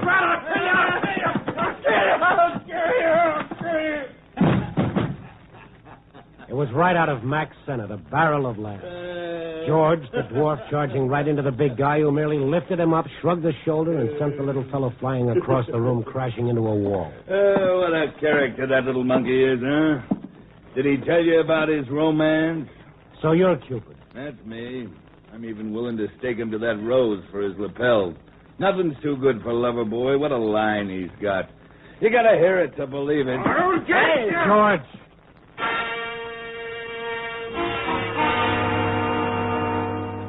The knife in George's hand would have looked much better back in that sporting goods window. He moved out of the shadows. He moved toward the big guy. A trickle of blood ran down George's mouth, but he didn't know anything about that. Put that knife away or I'll shove it down your throat. But George kept coming. The smile on the big man's face took a leave of absence. Hey, come on now, George. What's the matter? Can't you take a joke? A bead of sweat started zigzagging down his face, mixing with the talcum powder. His lips continued to work, but now no words came out. Because this thing coming towards him, this wasn't a comical little dwarf. This was death.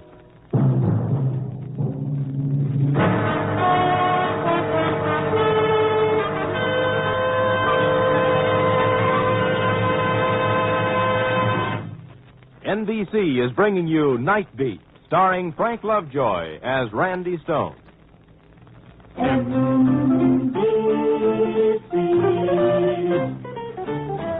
Enjoy the very best in radio. Be sure that you dial it right. Seems like the very best in radio. Morning, noon, and night is from this station. Morning, noon, and night. And now back to Night Beat and Randy Stone.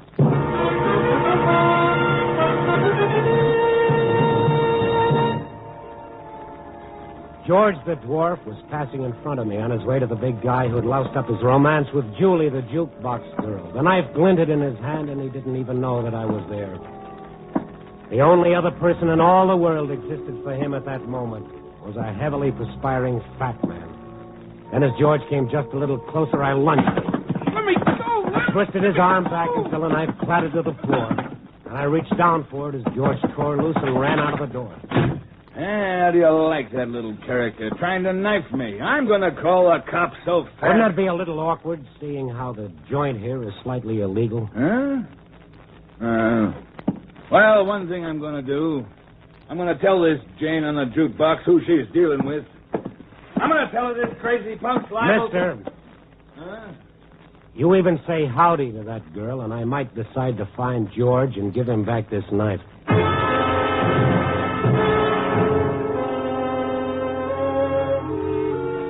I found George all right, slumped against his newsstand, all through wanting to kill anybody.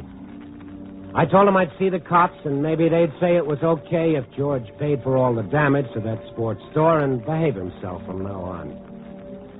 That didn't make him feel much better, because it was getting awfully close to 2 o'clock in his meeting with Julie. I told him that I'd call Julie and inform her that he'd suddenly come down with a slight case of bubonic plague or something. I got the name of the company off the jukebox in the after-hours joint, the Acme Music Company. I found a phone booth, reached for a coin, and instead came up with a card that said, "If your show can stand a boost, ask for the lad they call John Bruce." And John's beautiful, phony face smiling up at me. All of a sudden, I was looking for the phone number at the bottom of the card, and then I began dialing like mad. That's got to be her. Which one? Coming down the street. The green hat, the sprig of violets. Yep. Wow. This is going to be a distinct pleasure, baby. Just remember what you're supposed to do, baby. You walk past, you nod, and you keep walking. What's the mystery all about? You can level with Brucey, boy. $10, no questions asked. That was the agreement. Well, can I at least mumble some quote about... You open your mouth for anything but breathing. Okay. She's almost reached the corner. Move. I stepped back to the paper stand where George was waiting. Together we watched Julie and John Bruce approach each other. Mr. Tchaikovsky never had it so good. She was really something out of body beautiful. As the two approached, George's hand unconsciously fastened on my arm. Now Julie and John were passing each other, their eyes meeting. George's hand began to tighten. Julie. Oh, how beautiful. How beautiful. Julie nodded to John Bruce, and out of the corner of my eye, I saw little George nod in return. For one sickening moment, I thought Bruce was going to open his mouth and go into a monologue, but somehow he controlled himself. They passed each other and went on. I looked down at George. His eyes were shining. It was me. What I said to her, pouring out my heart, that brought her here tonight. Sure it did. Yeah. But why couldn't it really have been me? Why couldn't it have been me, Mr. Stone?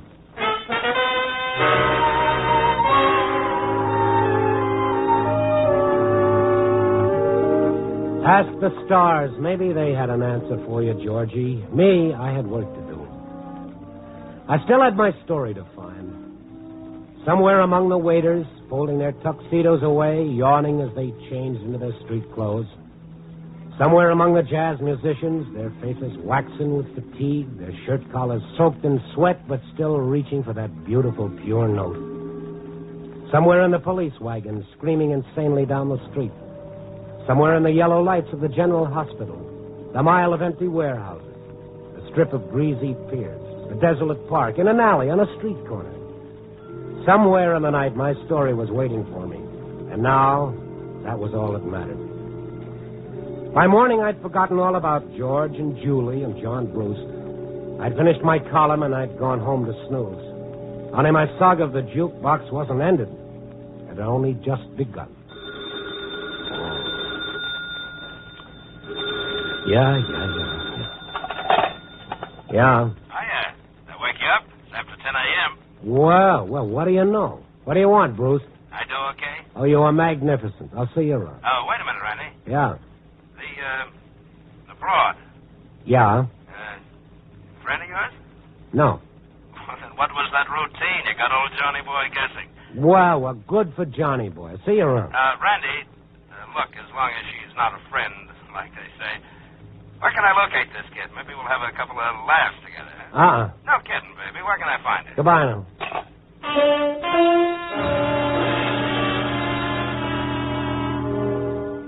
Yeah, when you're in my racket, when you deal with these characters on the night beat, brother, you've got to be prepared for the totally unexpected. Johnny Boy had fallen for the lady of the jukebox like a ton of bricks. Of course, he couldn't come right out and say it plain and simple. He had to ham it right up to the hilt. But I knew the score. And from then on, he haunted me night and day. Ah, come on, Randy. Who is she? Where can I find her? Give the girl a break, huh? He'd corner me on the street, at the newspaper, at my home. Who is she, Randy? Come on, be a pal. What's wrong with me looking her up and giving her a little attention? Day after day after day. Where can I find her, Randy? What's the big mystery?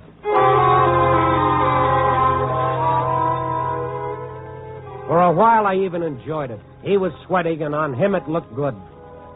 But I guess this morning I just wasn't in the mood. I'd come down to the office around 5 a.m. And any newspaper office that time of day is a pretty sad affair. Cleaning women sloshing their way up and down the aisle, the gray, listless dawn flat against the windows, the empty desks, and me with one of those real sour little tales to write about a bum they'd found behind some garbage cans on Skid Row. A bum with a Distinguished Service Cross pinned to the pocket of his filthy shirt. One of those gallant young gods that we swore we'd never forget. Yeah, I was feeling Jim Dandy as I sat down to my typewriter, and I whipped a hunk of paper into the roller. And then I saw John Bruce standing in the shadows across the room from me. Hello, Randy. Look, friend, I'm not in the mood this morning. I've got work to do. Randy, you've got to listen to me. They found him a little after midnight behind a wine shop. Randy, you've got to tell me where I can find him. Just another bum. Sleeping it off. Randy, listen to me. You got to tell me what... Look, Buster. I'm telling you nothing. You understand that? One dame is going to escape the famed John Bruce charm. It's a very small tragedy. Now, clear out of it. You'll only listen to me, please. I'm slightly bored with listening to you, Mr. Bruce. I'm even more bored with looking at you, Mr. Bruce. You're so phony it sticks out like measles, Mr. Bruce, from your crisp, curly hair right down to your beautifully polished shoes.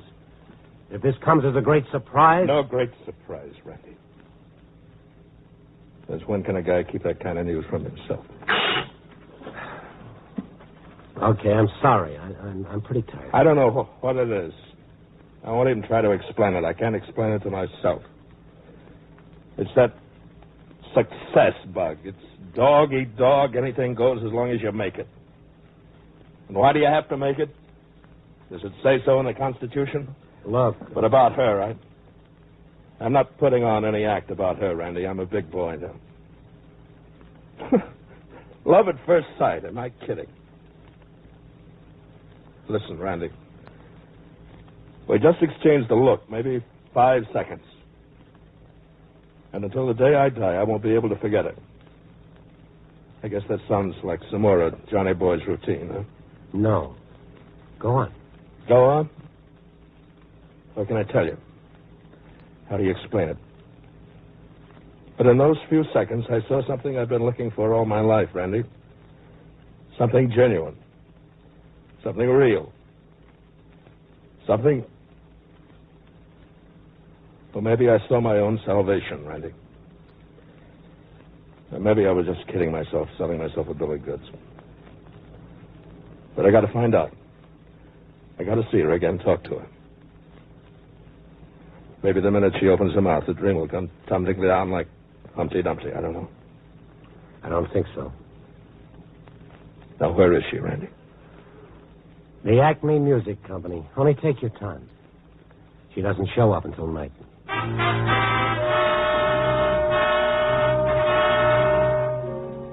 I don't know why I did it. Maybe it was something I saw in John Bruce's eyes that made me feel if I didn't tell him, well, it would have been a bum deal for Julie. I wanted to reach George right away, try to explain what I'd done, but I didn't know where to look for him except at his newsstand. In my world of the night, all you ever know about anyone is where they are right now. I didn't sleep much that day. Making George understand wasn't going to be any cinch. But he had to know that this had been a sick thing that could only hurt him in the end. That night, I hurried right onto his newsstand, only he wasn't around. I started worrying, and on a hunch, I went across the street to the after-hours joint. The door was ajar. I went in. He was there, squatting in front of the jukebox, listening to his song. His back was to me.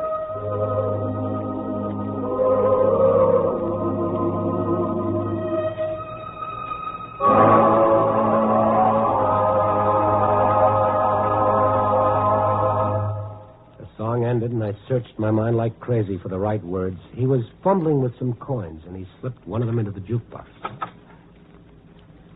Like it, darling? Oh, you know I do. Every time I hear it, I see you again. So beautiful. You're pretty beautiful yourself, mister. Julie, it's wonderful to hear you say that.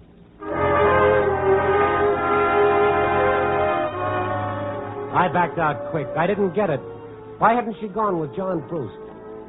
I hopped a cab for the Acme Music Company, a dilapidated office in a loft on Huron Street. Front door was open, so I went on inside. An empty desk with papers scattered all over, but nobody around. I went into a dark hallway marked No Admittance. Ahead of me was a lighted glass door with the word Studio painted on it. I started for it when someone came running up behind me. Hey, you, can't you read the sign? No admittance. I thought that was very clear. Well, there wasn't anybody at the desk. You're telling me something I don't know? Quitting without a minute's notice. That's a fine thing, huh? Mister. But wait, that Sally, she'll want a reference someday. I'll give her a reference, all right.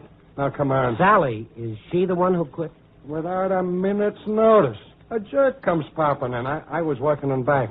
Next thing you know, she's waltzing out of here with him. But that's okay. Someday she'll want a reference. Sally is a dark-haired girl, beautifully built. So she's beautifully built. Big deal. Come on, mister. I got 50 things to do. Then that would be Julie working in the studio up ahead. So? Well, do you mind if I peek in through the door, and then I'll go? If you want to peek, all right, peek. With Julie, I'm not worried about her running off. With Julie, I'm safe.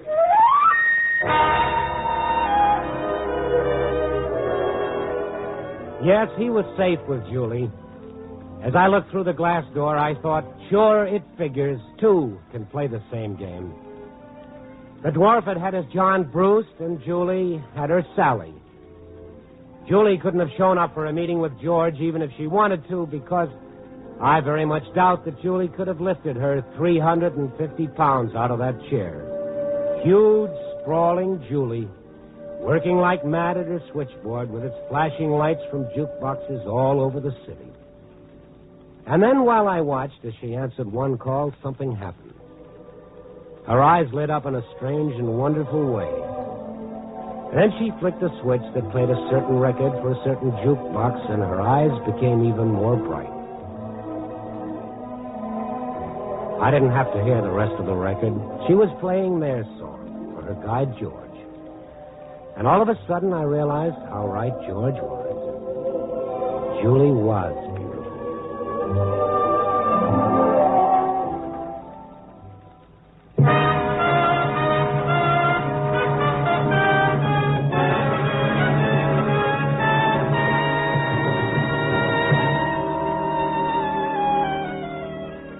Yeah, that's how it is when you walk the night beat. You always know that if you walk far enough and long enough, and if you keep your eyes open and you listen very carefully, sooner or later in the darkness, you'll find the city's heart. Yeah. Copy, boy.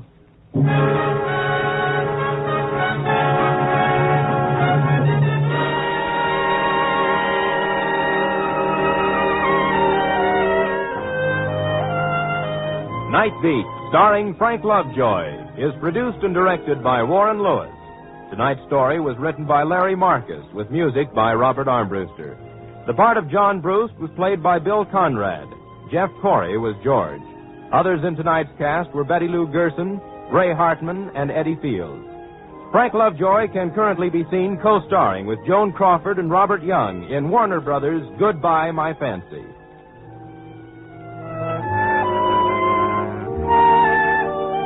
Listen next week at this time and every week as Randy Stone searches through the city for the strange stories waiting for him in the darkness.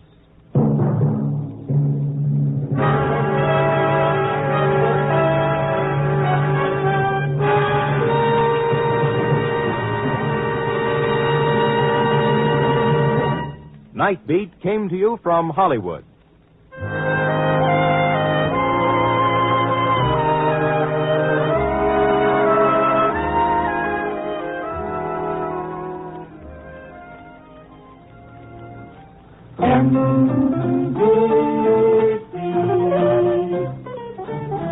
Enjoy the very best in radio. Be sure that you dial it right.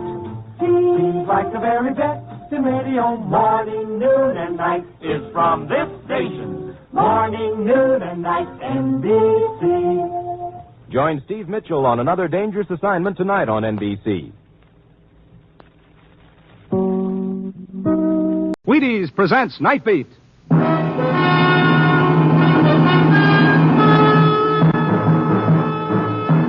On stage tonight from Hollywood, Night Beat, another in the Wheaties' big parade of exciting half-hour presentations. Night Beat.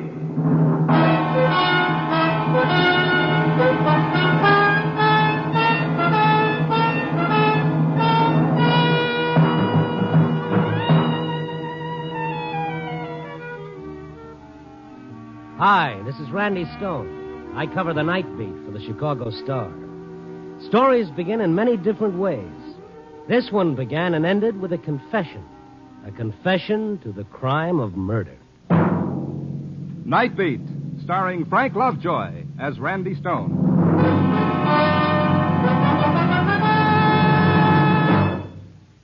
I have a little boy 3 years old, and he eats Wheaties without any sugar or cream on them. Just plain, like peanuts. Now, this isn't necessary for you, of course. You can put sugar and milk and fruit on your Wheaties if you want to. But they are good enough to eat plain. They're crisp, they have a nut-like taste. They're all by themselves for flavor. And they give you all their whole wheat goodness in every crispy bite. So if you choose to sit on the back steps eating Wheaties out of the box, it's your very own business. We won't complain. You'll still get that whole wheat and all the nourishment in it. Eat Wheaties any way you like it. But eat them often. So good. Wheaties. Breakfast of champions, that is.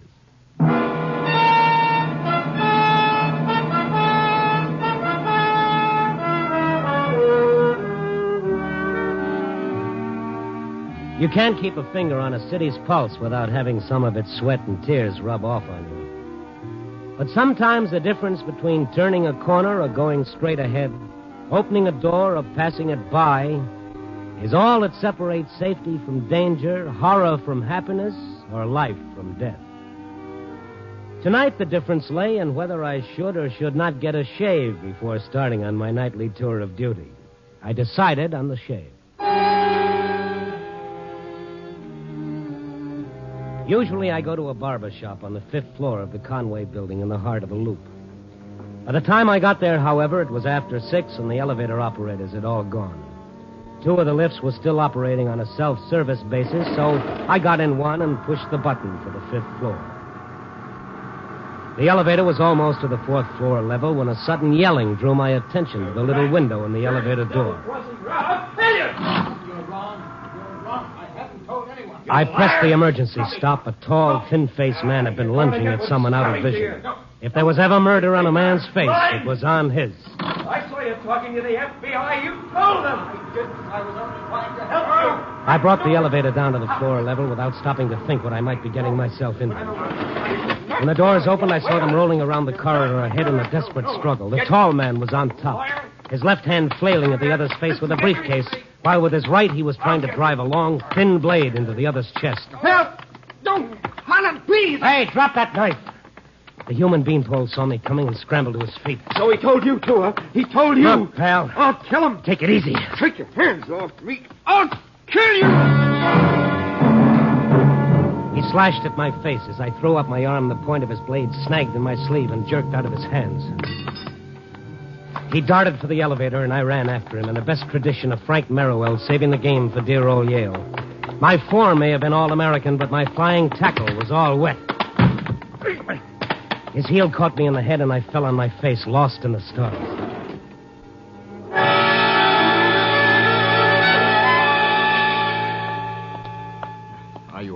Are you hurt? Oh, no, I'm just stupid. Every time I try to borrow trouble, I always find my credits good. Here, let me help you up. I'm terribly sorry. Oh, thank you. I'm all right. How about you? No, he didn't hurt me. Well, he was sure trying. He a friend of yours? Will you come into my office and let me dress that bruise on your cheek?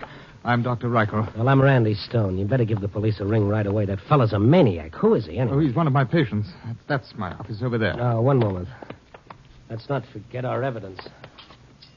This knife he dropped. Well, it isn't a knife. It's a letter opener. He took it off my desk. A letter opener? Mm-hmm. Well, that's different. What was he trying to do? Open you with it? Oh, now, please, come in. I'll put something on that bruise and try to explain. Thank you. Let's see, a little methyl. Should fix that up. Yeah.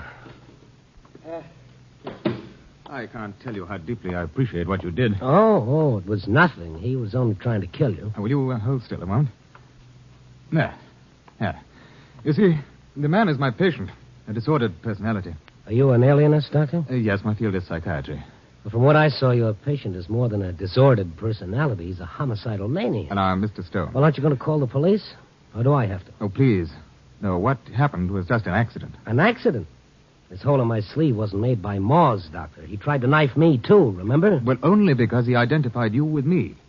Now, it's not too unusual in a case of this sort for a patient to transfer his persecution complexes against the doctor who is treating him. Oh, yes, but... But what happened tonight is entirely my fault.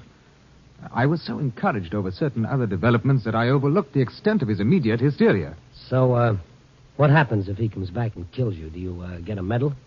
No, he won't try. Not again. I can assure you. But all I ask is that you don't report this incident. To have him arrested would destroy my chances of curing the poor fellow. Now, you won't, will you? Well, okay, Doc. You probably know what you're doing, I hope. Who is he, anyway? What's his name? Now, Mr. Stone. Please. I'm sorry. Okay, Doc.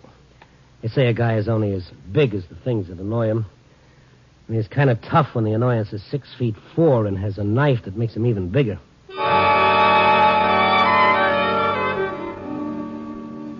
Well, it just goes to show you.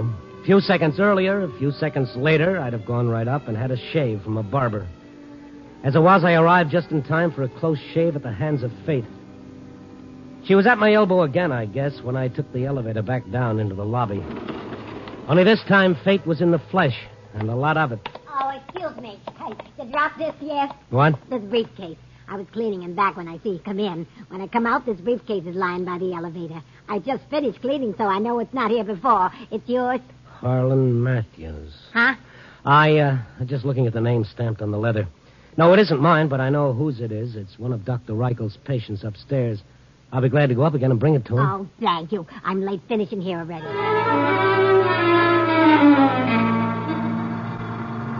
Harlan Matthews. I'd heard the doctor call him Harlan. It was the same man and the same briefcase he'd been using to bash Dr. Reichel over the head. As the elevator doors opened on the 4th floor, the doors of another elevator slammed shut and started down. I found Dr. Reichel's office locked and the light out. Obviously, he'd just left. I went down to the street level again, but the city had swallowed him up. I looked inside the briefcase. It contained a heavy album of foreign stamps belonging to Harlan Matthews. A phone book in the corner drugstore showed 2 numbers for Matthews, his home and his business. I tried his home. Hello? I'd like to speak to Harlan Matthews. Oh, he's not in. Is there any message? Is this Mrs. Matthews? Yes. Your husband left a briefcase in the Conway building The and Conway building? Have you seen him there? This isn't Dr. Reichel, is it? No, Mrs. Matthews. My name is Stone. However, I did see your husband at Dr. Reichel's office just a little while Well, ago. I just phoned there. Well, you must have just missed him. Well, where is Harlan now? He's coming home, isn't he? Have you tried his office? There's no answer. Isn't he coming home? Well, that I don't know. Dr. Reichel may be able to tell you. Oh, I've been trying to get him at his home for the last 2 hours.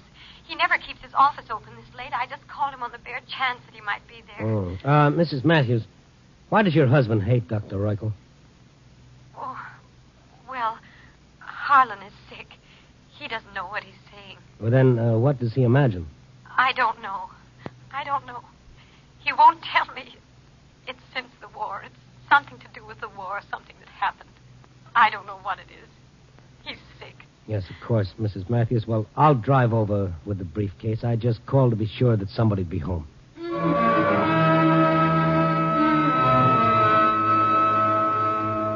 The Matthews lived in a small apartment on the north side.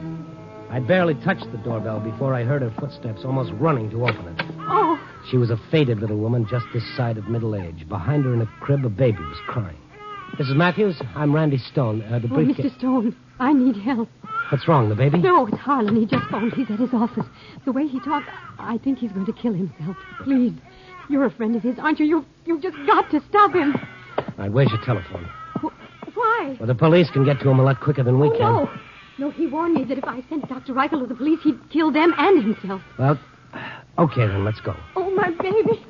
If we're not too late already. Oh, I can't. My baby is so sick. I just can't leave her. I can't. All right, Mrs. Matthews, it's all right. You stick here. I'll handle it.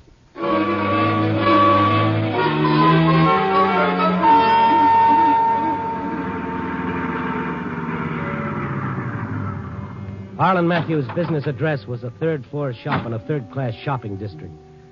The dry goods store on the street level was still open for business. Its long awning still hung over the sidewalk in memory of the recent May Day sunshine. The windows above it were all dark, except one on the 3rd floor. The lettering on it read, H. Matthews, stamps bought and sold. I climbed 2 flights to the 3rd floor landing. The doors of the stamp emporium were half open. Inside, Harlan Matthews was seated at a desk, his thin, bloodless face seeming to stare straight at me. But the light was in his eyes, and I knew he couldn't see too much. Not until I got inside, anyway. Hello, Mr. Matthews. Yes, what is it? I found a briefcase with your name on it. Huh? Well, where is it? Your wife has it. I gave it to her. You came here just to tell me that? Well, not entirely. Oh, I see. She sent you here. Well, look, Mr. Matthews, you have a... Keep your hands on the desk. Don't do it. Drop it. Drop that gun. Let go, you fool. I'm using the gun on myself. You're not using it on anybody. Drop it. Drop it. I'll take that. Sorry I had to hurt you, Matthews, but you're a lot better off alive than dead, believe me. Why? So you can arrest me? Arrest you? What makes you think I'm a cop? Don't think I'm so blind that I didn't recognize you when you came in here. You tried to jump me at Reichel's office tonight. Waiting out in the corridor. You think I didn't know what was going on? That Reichel had ratted on me. You've got the doc all wrong. Oh, I have I? As if I couldn't see through this stupid act of yours. You and Dr. Reichel trying to help me, too, aren't you? All I have to do is talk, don't I? Just relax and talk. Well, what would you like to hear? Look, friend, you don't have to tell me a thing. Yes, why repeat what you know already? Dr. Reichel's already told you everything I ever confided in him. What do you want, a written confession that I shot Captain Claney in the back? Well, I did. Write it down. I'll sign it. Is that what you want? If you don't mind. Details? You like details? Look, May 6, 1943, 2 days before we took Tunis, out in patrol. Write it down. I hated him. He was a lousy dog, arrogant, insulting. All right, there it is. Motive, time, place, everything. You satisfied? No, I'm just tired. If you feel like talking, talk to the police, not me. I never saw either you or Dr. Reichel before tonight. My name is Stone. I'm with the Star. If you doubt it, pick up the phone and find out. The papers? Reichel told the papers? Well, you get this into your head and you'll have it in a nutshell. Reichel never told anybody. All I know is what you've just spouted. Me? You sit here like a broken-down ham, dramatizing yourself, dreaming up things that never happened, making like a martyr, feeling sorry for yourself, leaving your wife at home worried sick about you. You got a family to think of. Now, go on and get your coat. I'm taking you home. I guess maybe you're right. I've been acting like a fool, haven't I? I'm sorry. You'll feel lots better in the morning, Mr. Matthews. Now, come on, let's go. Yeah. I'll put things away first. May I have my gun? You better let me keep it for a while. Oh, you don't have to worry, Mr. Stone. Not anymore. This note on the table, I was writing it to my wife when you arrived, telling her goodbye. Well, I've changed my mind about dying. Well, we all have our bad days. Shall we go? Yeah. My gun, please. Oh, it's all right, really. Well, okay. Here, I've taken out the cartridges. Souvenirs, you know. Thank you. I'll put away these catalogs. Would you mind closing that window for me? I walked over to the big window facing the street. It was wide open from the bottom. I reached up to close it just as a soft footstep sounded close behind me. Try to and Matthews pushed me over the sill toward the street below.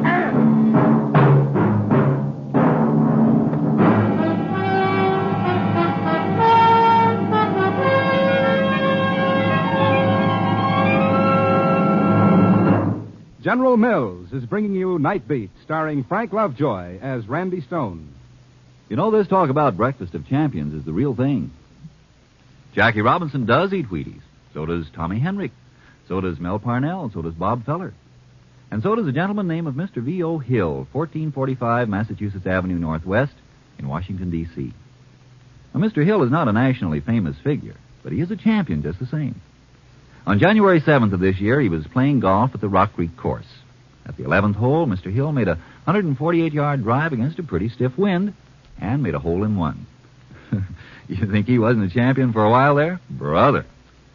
And I'm standing here telling you Mr. Hill eats Wheaties. He does. Says he eats them regularly. They're whole wheat, you know. There's a lot of energy in whole wheat. It's the kind of energy you need, whether you're dealing with a baseball bat or a golf club or a vacuum cleaner. Get your Wheaties come breakfast time and see if you don't have a better morning. Wheaties, milk, fruit. Breakfast of champions. It's for you, too.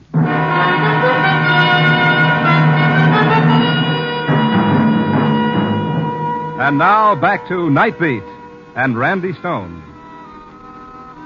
Life, they say, is a continual process of getting used to things we hadn't expected. Like, for instance, getting pushed out of a guy's office window.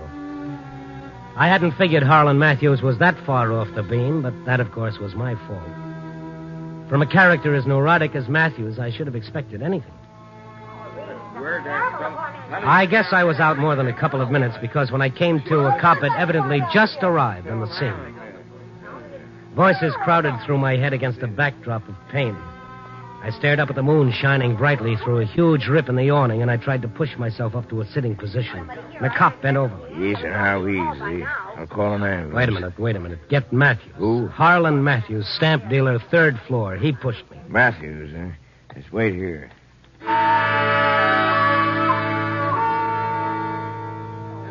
I took inventory of my legs and arms and found them in usable condition. I climbed to my feet.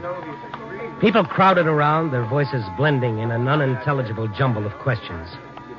I staggered through them toward the cab. Their faces swarmed about me, white and staring like faces in a nightmare.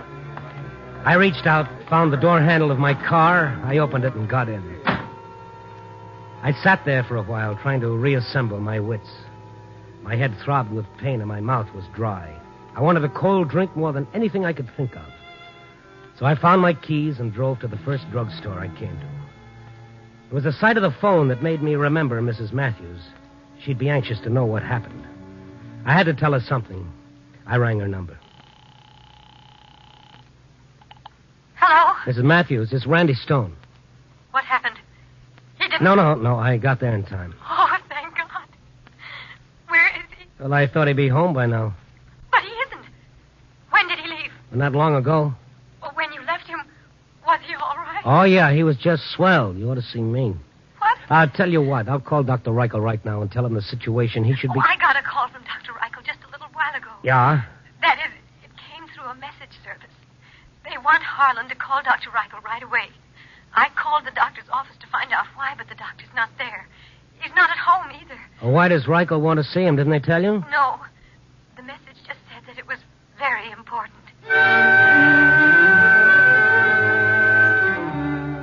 I invested another nickel in the call to Dr. Reichel's office. There was no answer, so I sat down at the counter and had a cup of coffee. I felt somewhat better by now, although my head still throbbed, and I still found it hard to unscramble my thoughts. I went back to the phone booth and called Dr. Reichel's home. Perhaps he'd returned by now. Oh, what is it, please? Dr. Reichel residence? Has Dr. Reichel come in yet? No, Dr. Reichel, not here now. Look, has there been anybody at the house to see him within the last hour or so? No visitor. Too late. You call tomorrow, maybe. Yes? Goodbye. I checked with Mrs. Matthews once again to see if Matthews had returned yet. He was still missing. However, since my last call, the police had dropped in. They wanted to talk to him about pushing someone out of a window. Someone who'd driven away from the scene without leaving his name, address, or license number. You were with him, Mr. Stone. He couldn't have done it. Oh, yes. Utterly fantastic. You'd better try to get some sleep, Mrs. Matthews. I'll ring you if I locate him. Good night.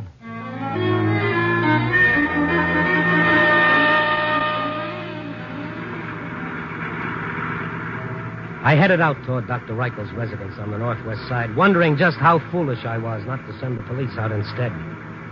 Matthews did more than just pass from mania to depression. He'd made the round trip. The doc had been looking for him, but now he could be looking for the doc. I stepped on the gas.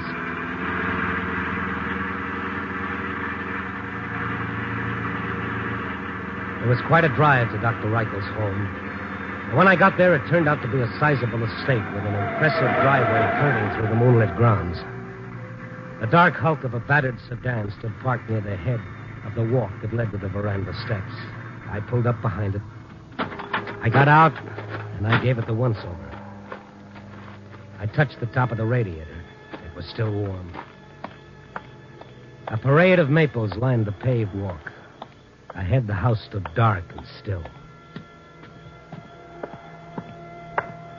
I lifted my hand to the doorbell. Don't. Well, hello, Matthews. Kind of thought you might be around. What are you doing here, Mr. Stone? When I hit the pavement, I kept bouncing until I finally landed out here. I hardly expected to find you quite the same as when I left you. Oh, I'm not. I'm smarter.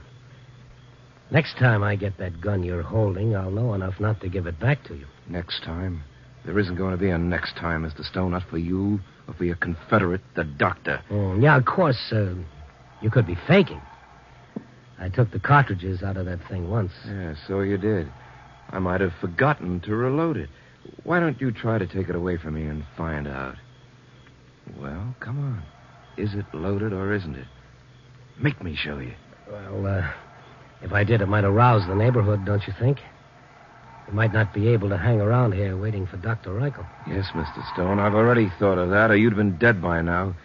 Unless, of course, the gun isn't loaded. I'm willing to let you force me to show you. All you have to do is take one step toward me. Just one step, Mr. Stone. One single step. And you'll know the answer. Before I do, maybe you could give me some other answers. Answers to a few things I still don't understand. Indeed? What, for instance? Well, for one thing, I still don't understand just what good it'll do you to kill either Dr. Reichel or me. You know the answer to that, you and him both. I wish I did. He said he was my friend. It would help me if I talked, so I told him. Then I saw him talking to the FBI man at the Federal Building, and I knew I'd made a mistake, that he betrayed me. If he had, would you be free now? Figure it out. I have. They're just waiting to round up some witnesses who saw me shoot Captain Claney. You're wrong, Matthews. You're dead wrong. Reichel hasn't told anyone at all, and he never will. Same goes for me. I only wish to heaven that were true, because if it were, I'd never have a better reason for killing you than now, before you do have a chance to talk. But unfortunately, I'll never be sure that you haven't talked. Well, kill me, there's one thing you can be sure of. Star billing in an execution party. Really? But right now, it's you who are the star, Mr. Stone. Or maybe this gun isn't really loaded after all. Come on, find out. Give me an excuse for pulling the trigger. There he comes. Back. Against the wall. Stay where you are. Right there. A cold wind rustled the maples as the big car came to a halt at the head of the drive. Hidden by the trees, its lights blinked out. By the veranda rail, a dozen feet away, Matthews crouched, gun raised. The trees hid whoever it was coming up the walk as the moonlight and shadow danced among the leaves. Come on, Reichel, come on. Keep coming, come on. Matthews. A little closer, a little closer. In another moment or two, his target would be out of the shadow of the trees into the bright moonlight. Matthews! Huh? Those men with him. Oh, hiding among the trees, see? They're moving. Where? There. That shadow there, and over there, and over there. Can't you see them? Yes, yeah. They're covering him. He knows you're here. I'll kill him. They'll get you first. You haven't a chance. No.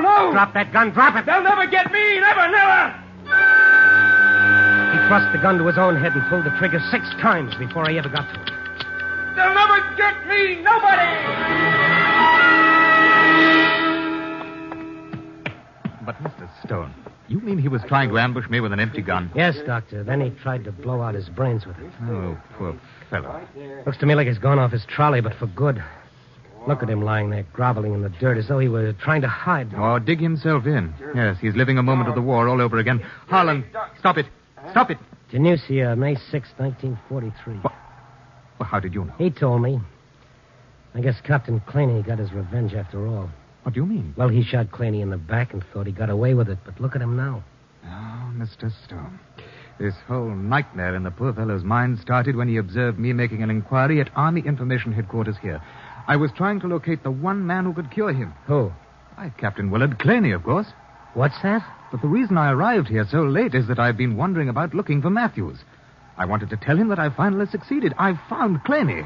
You mean that... The man's alive and well, working in a bank in Spokane. I spoke to him tonight on long distance. Well, that's one for the book. Matthews must have just wounded him and then thought that he... Matthews didn't even hit him. He didn't hit him? Doctor. Wait a minute. Harlan. Yes? I think he's aware. Harlan, do you hear me? Dr. Reichel. Did you hear what I said? Captain Claney is alive. You didn't kill him. Do you understand? You did not kill him. You're lying. No, I can prove it to you. Now, we can call him up. You can speak to him yourself. He's alive. No, I shot him. You thought you shot him, Harlan, but you missed. You missed. No, I saw him drop. I saw him, and he dropped. Oh, yes. Claney dropped all right, but not from your bullet. No. When I spoke to him on the phone tonight, he said that the only wound he received was a shell splinter in the chest. Why, he doesn't even remember a sergeant named Harlan Matthews. What? You're joking. No, Harlan, it's the truth. I didn't kill him. I didn't kill him. Know the truth, and the truth shall set you free, huh, Doc? Well, for him, there's still a long, hard road ahead and plenty of work to do. But at least, Mr. Stone, we've reached the beginning.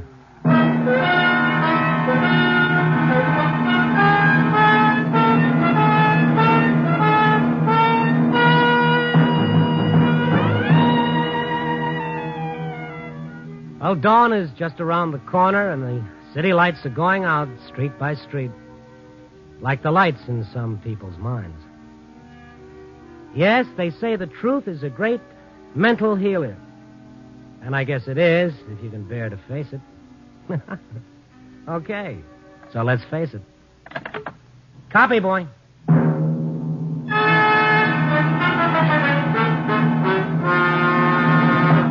You are listening to Night Beat on the Wheaties Big Parade. Whole wheat. Flakes of golden whole wheat. Sounds pretty good, just like that, doesn't it? Everybody knows you need whole wheat, and Wheaties make a very nice way to get it. Breakfast time, lunchtime, any time's the time for Wheaties. Easy, too. Just open the package, pour those flaky little flakes into a bowl, sugar 'em, cream 'em, and be happy. That's Wheaties you're eating. Breakfast of champions. Wheaties. Get some.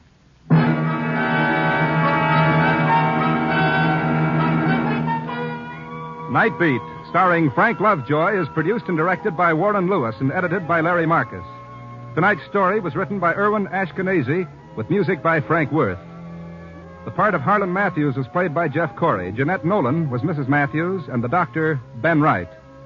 Listen next week at this same time and every week as Randy Stone searches through the city for the strange stories waiting for him in the darkness. And this is your Wheaties man, Frank Martin, inviting you to listen also on Tuesday, that's tomorrow night, to the premiere of the Penny Singleton Show on the Wheaties Big Parade. See you then.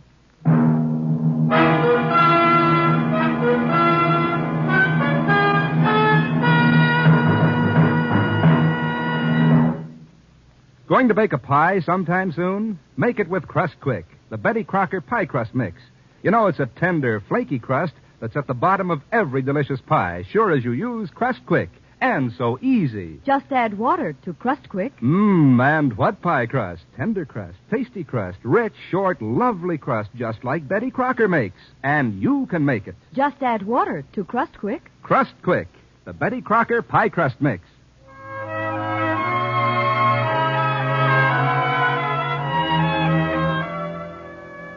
Night Beat came to you from Hollywood. Stay tuned for Christopher London over most NBC stations.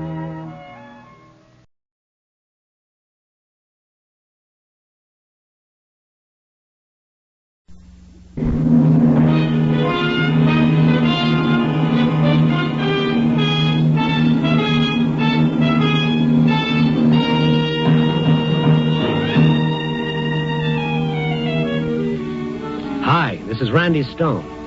I cover the Night Beat for the Chicago Star. Stories start in many different ways. This one began when I bumped into a wonderful legend out of the past and watched that legend die before my eyes. Night Beat, starring Frank Lovejoy as Randy Stone.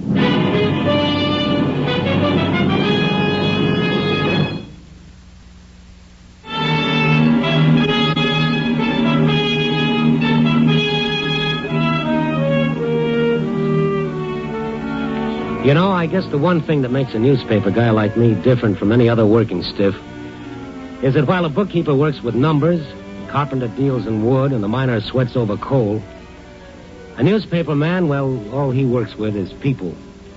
What makes them laugh and dance in the street, what makes them cry in the night. But just the same, like most kinds of work, this has its occupational hazards, too. Being a newspaper man doesn't give you painter's colic or housemaid's knee. But sometimes it can sure do some lousy things to your heart. It was my night off. I had a date with a little blonde at the information desk. You know, the girl who tells you where to go after you tell her what you're looking for. I finally talked her into going dancing. I was supposed to pick her up at 9 o'clock. Only here it was 8:30, and I was still trying to find a flower shop to buy her a corsage. I'd walked to the edge of Skid Row when I finally spotted this place, a little florist shop in the center of a shabby office building. Looking through the window, I saw a gray-haired old lady pinning a boutonniere on the lapel of a chunky fellow in a shiny blue serge. As I came through the front door, the fellow spun around like he was expecting the worst. Will you hold still so I can get this flower in place? I'm sorry, Mrs. Dunlap. I'm expecting somebody. I thought maybe this fellow might be the one. All right. Now, you just stay quiet. I'll be with you in a moment, sir. All right, there's no hurry at all. There now. Isn't that beautiful? My husband set it aside especially for you. Tell your husband thanks. I don't know, no matter how punk I feel, if I get a fresh flower in my lapel, it picks me up better than a shot of raw gin. How much do I owe you? 50 cents. Here you are. Oh, I'll pick it up. Looking upset tonight. This person you're going to meet must be quite important. Yeah, he sure is. He's the man who's going to put me out of my misery. What? Sure. Tell your husband next time I need a flower, he better make it a nice white lily. Goodbye. That fella's sure upset. Oh, poor Tom Paxton. I've seen him like this before. He's just had a wee bit too much to drink, I'm afraid. Tom Paxton? No. Huh? The rose in his lapel used to be his trademark. Oh, do you know Tom? Well, if he's the same one, I was never that lucky. Best I could do was worship him from a distance. Worship Tom? Yeah, that sounds crazy, doesn't it?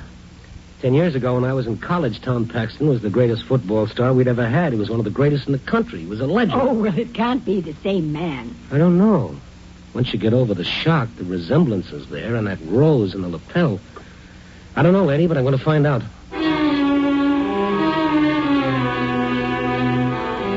I went out the side door of the florist shop into the lobby. And there was Tom standing in the dark, pushing the button for the elevator.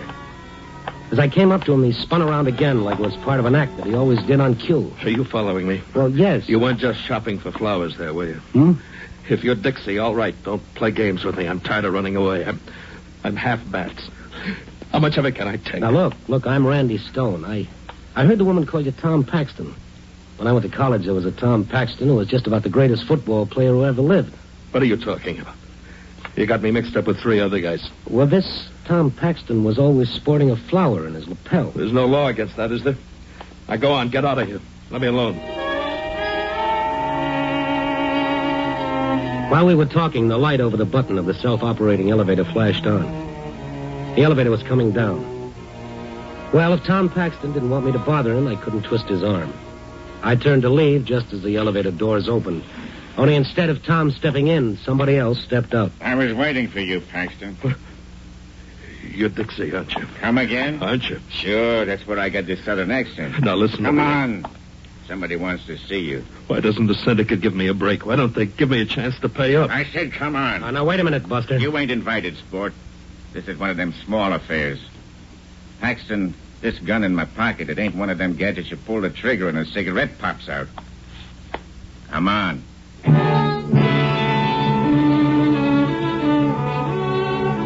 Tom and the mug went out to a small black sedan parked at the curb. As the car raced down the street, I ran across the lobby into Dunlap's flower shop and called the police. When the squad car arrived, I told the boys what little I knew. We found Tom's office on the 4th floor. It told me more about his life since he left college than a 600-page biography. A battered couch, a filing cabinet with nothing filed away except a half-empty bottle of gin, and a beaten-up desk that gave up a couple of old racing forms. And then on the wall behind the desk, I saw something that really grabbed my heart. A picture of the college football team, with Tom right in front with a pigskin in his arms, smiling defiantly like nothing bad could ever happen to him. I hung around after the police left. The picture made me feel low. I wondered how many beatings you had to take to go from All-American to Skid Row to maybe the county morgue. Then the office door opened, and Tom was standing in the doorway. Only he looked different. He didn't seem to be so frightened anymore. Well, I hear there were cops all over the place. What are you trying to do, get me some publicity? Did Dixie give you a stay of execution? Nah, that wasn't Dixie. Just one of Frank Bird's tough guys. Burr, the big shot politico? Yeah, that's right. Had a little assignment for yours truly. Oh, yeah? How many times do you have to vote for him? No, it's nothing like that. I'm going to conduct a little investigation. Ah, so you remembered the old hatback, huh? I thought you didn't know what I was talking about. Oh, well, I had a lot on my mind downstairs. Wasn't in any mood to chew the fat. Yeah, what are you doing these days? I work on a newspaper. Oh, is that so? Uh-huh. Well, me, like you see, I went into the investigating game. It's not much of an office, but if big shots like Burr come to me, I guess it's not so bad, huh? No, I guess not. Say, this fella Dixie I mentioned, I don't want you to get any funny ideas about him. I just gambled a little over my head, like anybody does now and then. Well, I owe the syndicate a few $1,000, so they think they can scare me by putting their hatchet men on my trail. Only if you remember Tom Paxton, you know he don't scare so easy. Right? That's right. And that reminds me, I better call the boys right now and tell them I'll settle up at the end of the week. I don't want them losing any sleep on my account. Well, I'll be going, Tom. No, kid. Stick around. I'd like to talk to you, kid. About old times, eh? All right, okay, Tom. Hello, Jack. Hiya, kid. This is Tom Paxton. Say, look, baby, I got some good news for you. I'll be able to settle with you boys at the end of the week. Well, I know I have, but this time it's on the level. Well, now, wait a minute, Jack. Don't hang up on me. Well, now, give me a break, baby. 3 days? Oh, but I can't do the job in 3 days. No, wait, please, don't hang up. Okay. 3 days. Only tell Dixie to lay off. Yeah. Thanks, Jack. Thanks a lot. 3 days. How am I going to find him in 3 days? Tom, is there anything I can do? What? Oh, yeah. Yeah, there's something you can do. You can clear out of here. So you found me out, huh? That make you feel good or something? Oh, now, look. Maybe if you'd taken the beatings I have, maybe if you've been crossed up, stabbed in the back, slugged, cheated as many times as I have, you...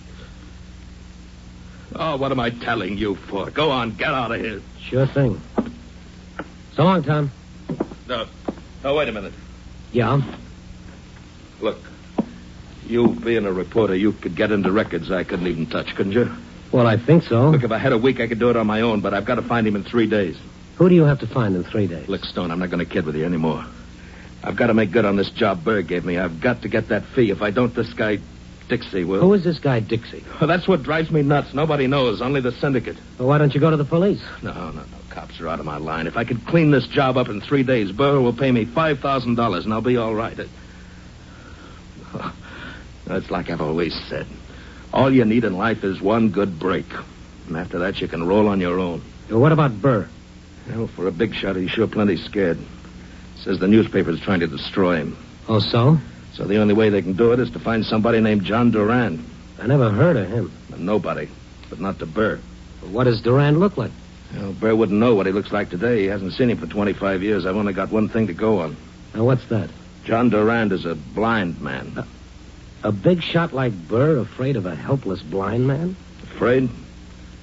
Burr's as frightened of that blind man, John Durand, as I am of my unknown pal, Dixie.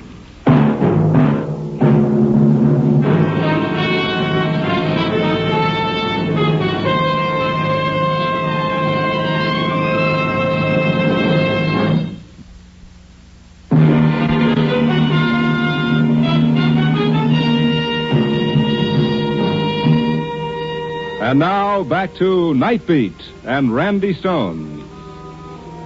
Tom and I started work the next morning, right after he picked up a fresh, sweet-smelling rose from Mr. and Mrs. Dunlop's florist shop in the lobby. It's funny, but for Tom, a flower in his lapel was like a shot of Benzedrine. After that, we split up. I went down to the paper to have a talk with the political editor. Yes, everyone interested in clean government was trying to wash that Burr right out of their hair. But so far, nothing definite had turned up against him. Only a funny blank space in Burr's biography, a blank space that happened 25 years ago.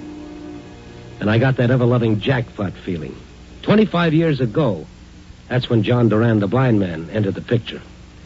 Tom and I had to find that blind man, and we had 3 days. Randy, I'm calling from City Hall. I've checked all the city directories. No John Durand. Oh, that's great.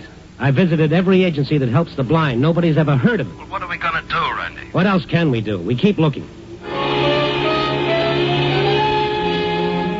He's not on any credit report. His name's never appeared on any police blotter. Well, we're running out of time. Well, nothing to do but keep looking. I'm going through the records over at the county building. I can't find a trace. We've got only 1 day left, Randy. The syndicate gave me till midnight tomorrow. What are we going to do? What we've been doing right along. Keep looking. The third day, we started making the rounds of all the hoodlum hangouts, the bars, the pool halls, the mangy little side street flop houses. I took one section of the city, and Tom took the other. And late that night in one of those flop houses, I got the shock of my sweet life. No, nobody named John Durand ever stopped here. Well, I thought he might have stayed here under a phony name. He's a blind guy. Yeah, I know all about him, mister. You what? What did this poor sucker do anyhow? Every hoodlum I know is looking for him. What are you talking about? Just what I said. Every guy in town who'll cut a throat to earn a buck is looking for John Durand.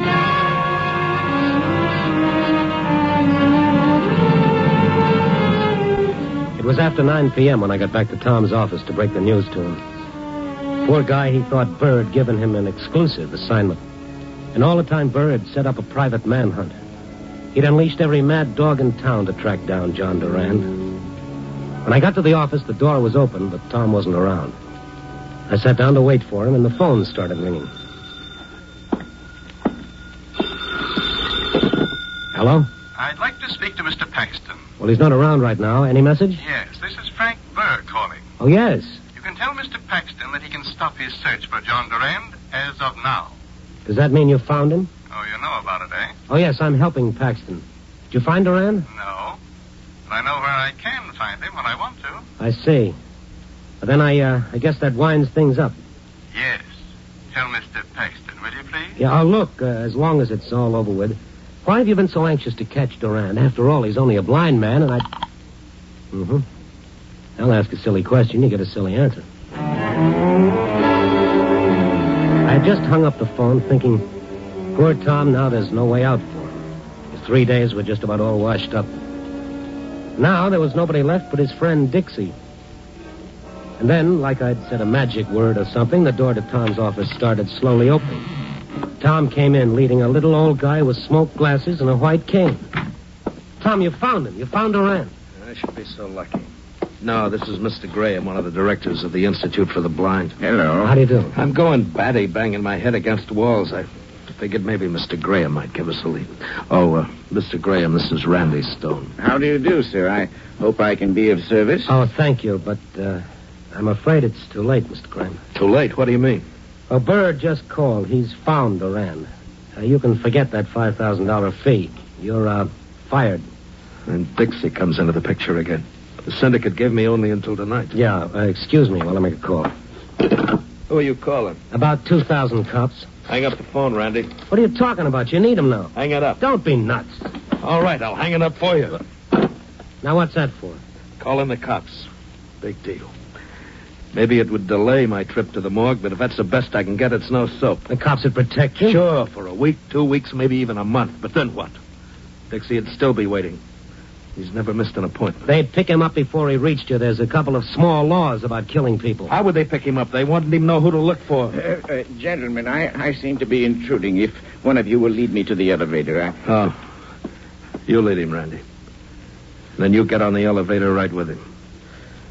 Thanks for the track. Oh, now, wait a minute. Beat it, will you? I'm expecting a guest. Now, Mr. Graham, before we leave, for my own amazement, I want to ask you something. Yes? Can you think of any reason why a powerful man like Burr should be afraid of a helpless blind man? Well, of course, that's hard to say. Randy, will you get out of here, the both of you? Unless, of course, the man saw something just before he went blind that would incriminate Mr. Burr. Hmm? Yes. You see, the blind never forget the last thing they see before they go blind. It stays alive in their mind until the moment they die. Well, then, if Durand had been a witness to a crime Burr committed and then went blind... That would indeed make him the greatest possible menace to Burr. Well, then that's it. Hooray for our side. A lot of good it does me now. I can tell you how it was when I went blind. It happened quite suddenly, as the doctor said it would. I was out in the country with my family. Wildflowers everywhere. And now that my blindness has made me so overly sensitive to the lovely scent of flowers, the picture is even more real. You know, it's a strange thing about flowers. The blind man kept talking softly, more to himself than to us. Tom had spun his swivel chair around so that he was looking out of the window. The back of his shirt collar was soaking wet. I knew the pressure was building up inside him like steam in a boiler. Absently, he'd been taking the ever-present flower from his lapel, and he was tearing it apart with nervous fingers. And then Tom's back stiffened. He was staring through the window down at the dark street. I looked over his shoulder. A big car had stopped a short way down the street. A heavy-set, well-dressed man had stepped out. As he passed under the street lamp in front of the flower shop, I recognized him from his pictures. Burr. It's Frank Burr. Tom's voice sounded cockeyed. I looked at him. His face was falling to pieces like an overripe melon. He was looking at the flower he'd taken from his lapel. Mrs. Dunlop, she won't like what I'm doing to her flower. Always so proud because her husband could select sweet-scented flower. Graham, what did you say before? Now that my blindness has made me sensitive to the scent of flowers. Yes, I see. Mr. Dunlop, the florist. I never had a good look at him. He was always puttering around and back. You think? I know. John Durand was always just downstairs in the lobby. And there's still time for me, Randy. There's still time.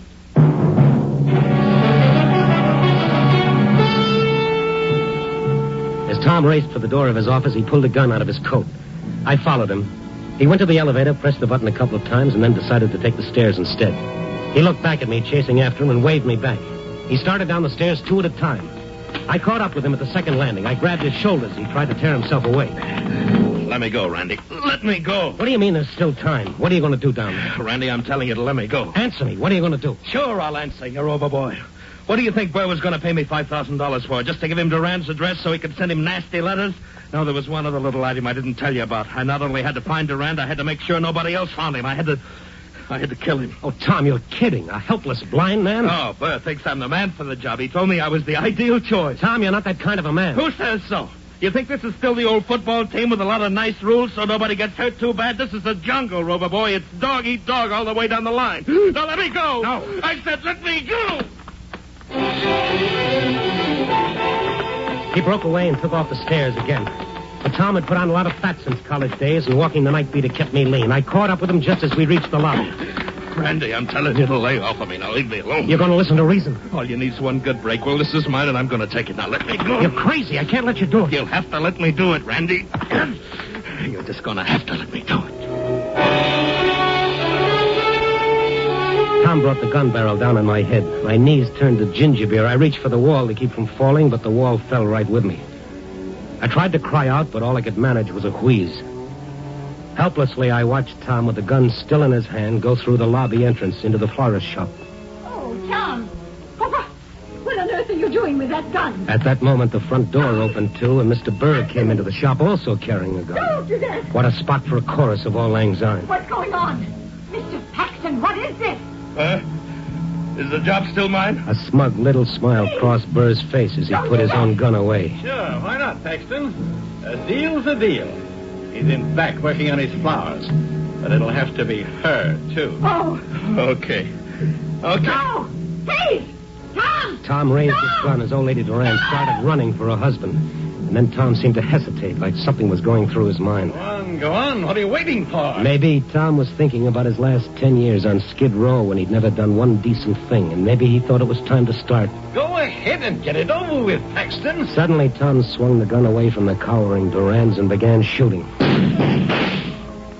There wasn't even time for that smug smile to leave Burr's face as Burr slowly crumbled to the floor. After that, everything started getting foggy for me. By the time the police arrived and splashed cold water on my face, Tom had gotten away, disappeared into the night. Burr was dead, and now John Durand wasn't afraid to talk. 25 years before, Burr had been a punk in the rackets. There'd been a bombing. One man killed, John Durand blinded.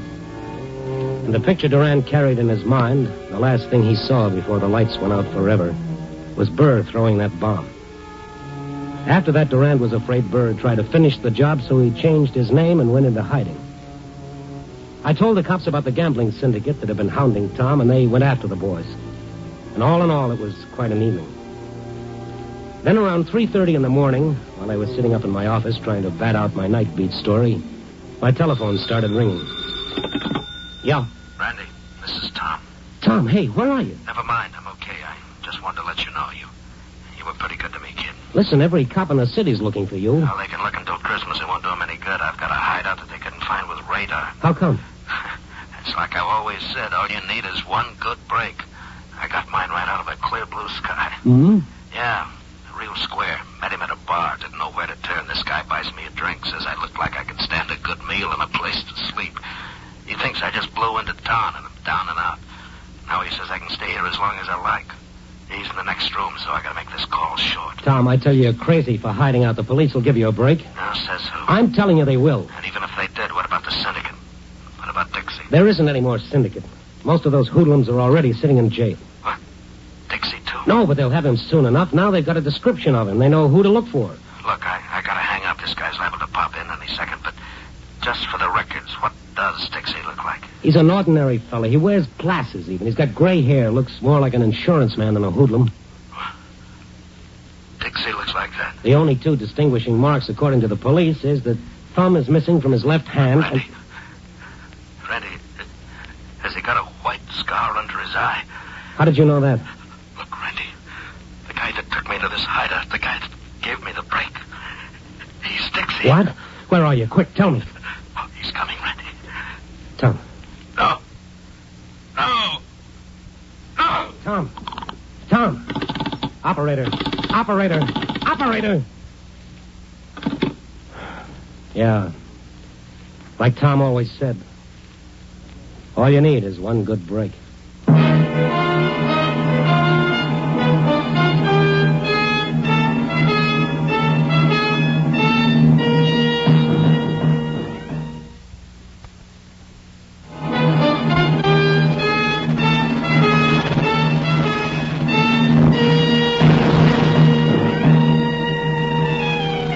Tomorrow? Sure, a nice, pleasant morrow coming right up. Well, maybe not so pleasant. Tom had been dead a long time before Dixie caught up with him. Tom had died when he found out he wasn't always going to be a hero, the guy on top of the heap. What is there about people that they've got to be number one or they won't play? What's so bad about being number two or number three? Why does life have to be one great victory after another? What's so fancy about us that we can't afford to fall on our face every so often? The fellow who said, God, give me the strength to fail, really had something. And besides, not making the top of the heap has its compensations, too. It's a lot less lonely down here among us also, Rand. Copy, boy.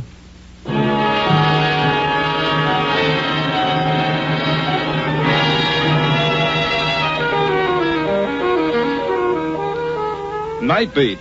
A dramatic series stars Frank Lovejoy as Randy Stone. Night Beat is distributed exclusively by Nostalgia Broadcasting Corporation, Cedar Rapids, Iowa.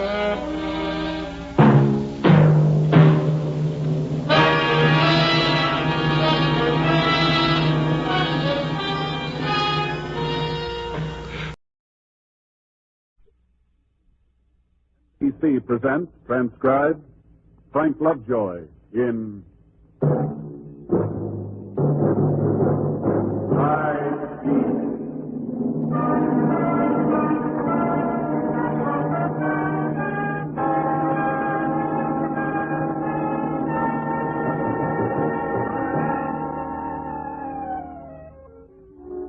Hi, this is Randy Stone. I cover the night beat for the Chicago Star. There's a certain party around town by the name of Panagen. He slugs out an acid column for Pierce's Gazette based on semi-truth, crumbs of political gossip, and backstage hearsay. All of it liberally spiced with sly comments on female anatomy. His major pitch is what he calls his target of the week, in which some unfortunate citizen gets a 6-day mud bath. As a result, Those broken in Panagin's column are beyond count. Well, last week, the color of his ink hit home, and hard. Believe me, friends, it's something of a shock to pick up the opposition paper, only to read that you're a killer.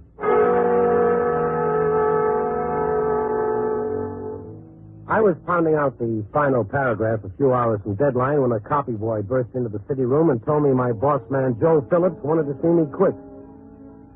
I walked up a flight of stairs, down a hall of frosted glass doors to one marked Night Editor. Phillips was leaning over his desk, his heavy brows squeezed into a familiar frown. The minute I came in, he picked up a clipping from the Pierce's Gazette and bade me take a chair. Sit down, Randy. Pleasure. What's up? You won't believe this.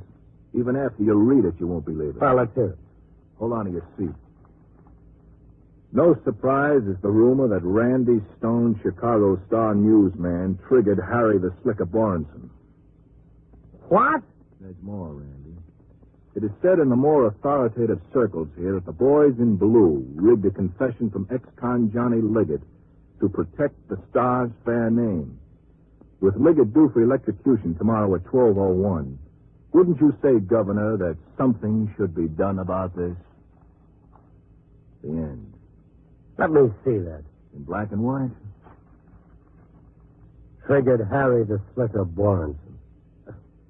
This must be a gag. You can buy that gag at any newsstand. Wow. Yeah, wow. I feel like somebody just smacked me in the basket. You look green, all right. Well, what's the answer? Nearest I can figure, Randy, it's that series you did on Borenson about 6 months ago. 4-time loser? That was the title. Oh, no, Phillips. You got any better ideas? That's your only connection with Borenson. Oh, this thing was picked straight out of the air. Why, I don't know. I never had a run-in with Pierce's Gazette. Of all the 4 million people in the city, why me? Maybe because you work for the Star, the Gazette's stiffest competition. But it's such an obvious lie, Phillips. How can they hope to get away with it? Liggett was convicted of Borenson's murder. 1, 2, 3. The jury was out 30 minutes. What about proof?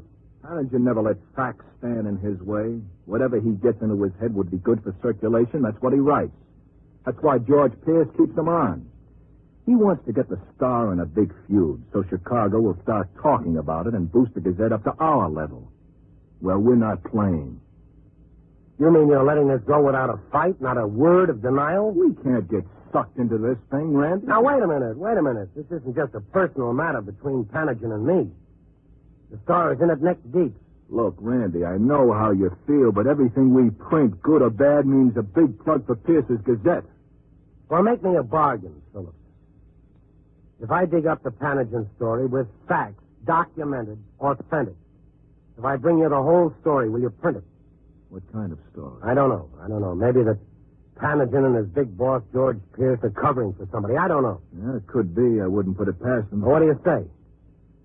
Well, if the story's really hot, okay. Thanks. Where are you going?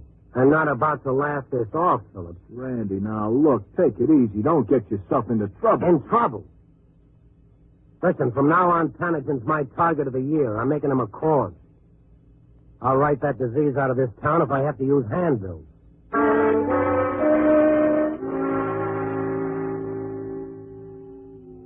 But frankly, I didn't feel much like brandishing the golden sword. I felt weak and sick, and I couldn't think. I went outside into the biting wind, hoping it would beat the nightmare out of my head. But the terror had taken hold, and it wouldn't let go. It was the giant power of the lie issued in the loud voice of sound authority amplified by the press. That's the way to take the truth down to size. Let the public cry for blood just so you sell papers. Well, I walked, and all the time a line kept singing its way through me, a line I used to chant to the other 6-year-olds when I was a kid. Sticks and stones can break my bones, but names can never hurt me. That's a kid's line, strictly. All of which brought me to my favorite bar on LaSalle Street. Chet, the barkeep, demonstrated some awfully odd behavior. Hi, Chet. What's the matter with you? Nothing the matter. What? What are you staring at? You're not staring. Just gonna wipe the squares. Come on, Chet, boy, out with it. What's the angle? Something wrong with my paperness? No, of course not, Mr. Stone. I'm not going to shake the cash drawer. That's pretty good. Come on, speak up, friend. What's the beef? Look, Mr. Stone, I want you to know, I don't believe a word of it. The Tanagen thief? I told Mike, the other bartender. I told him you didn't even know Borenson. How could you have anything to do with the killing? Well, you were wrong, Chet. I did know him. You did? Yeah. All right. What's the talk? Mr. Stone, you know how it is. People, they read something, they believe what they read. They figure anything's in the paper, it's got to be right, Then Watson and Liggett's confession to Borenson's murder, they figure it was cut and dried. Fakes, huh? Yeah, that cheap publicity gag the Gazette has. You see what they do now? They keep Tanagen's real identity hidden, see? It's a big secret, see? So that none of the people he talks about get revenge on him. It's freedom of expression. That's what the papers call it. Freedom of expression, yeah. What am I telling you for? You know the story. But just a tip, Mr. Stone. This thing is pretty hot. You know how people are. They get all upset. They all want to be knights of the round table or something. Look, I'd be kind of careful if I was you. If I was you, I'd go home. You never know with people, Mr. Stone. Oh. Well, I might do that, Chet. After I take care of a little business. What's the tab?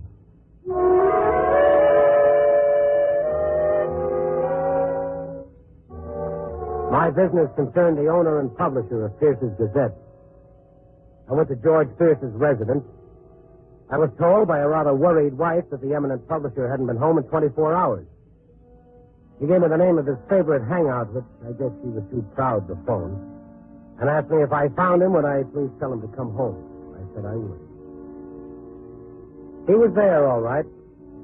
George Pierce, executive in the blue light of a cheap tavern, pumping his royal bloatedness full of sherry, flushed and sweating in a tight tuxedo. I sat down uninvited between him and the jowly blonde, thus killing the punchline of a very old story. What are you talking about? That was your... Who are you?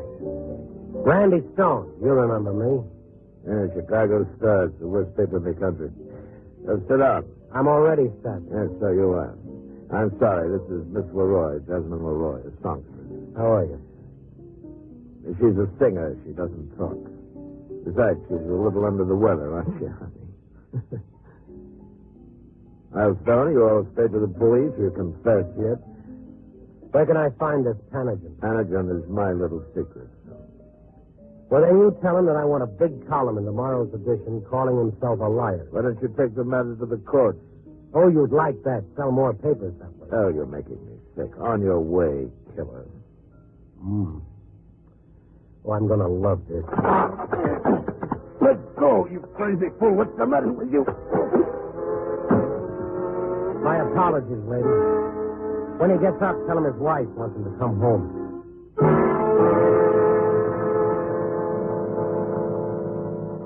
I'm no lover of the quick punch, but I'll admit it, I walked out of there feeling singularly better.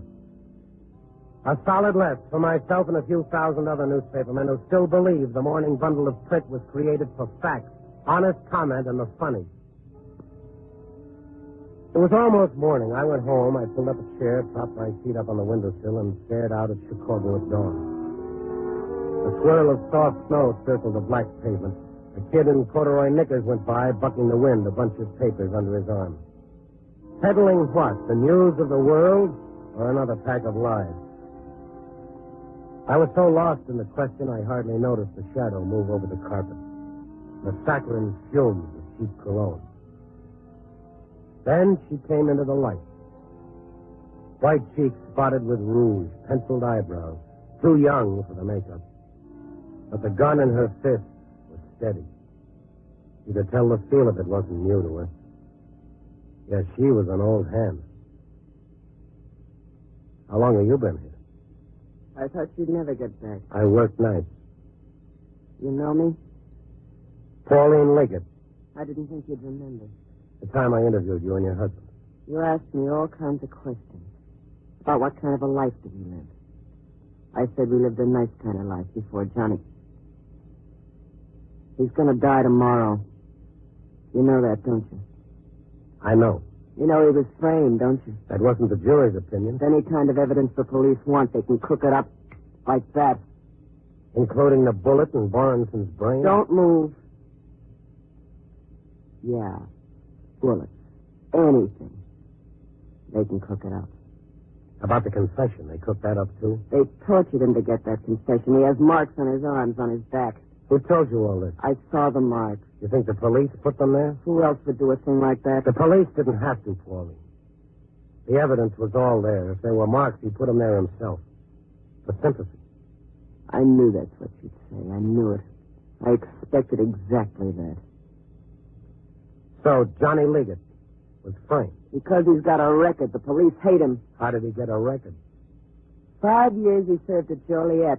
You know why? He went to prison to help his brother. His brother stole a lot of money, and Johnny went to prison so his brother wouldn't have to. That's touching. And the 2 years in Leavenworth. Johnny served that for his brother, too? Listen, once they start framing you, just like Johnny says, you're the patsy from there on in. They always put the finger on you. You haven't got a chance. Why didn't you tell the governor about all this reserve honesty? The lawyer's taking care of all that. Mm-hmm. Now, what's the gun for? I went down to the jail and I saw him. I asked him, I said, Johnny, now you tell me the truth. Did you do it, Johnny? And he looked at me and he said, no, Pauline, I swear to you, he said, I never done a thing like that. It's like everything else, he said, a frame.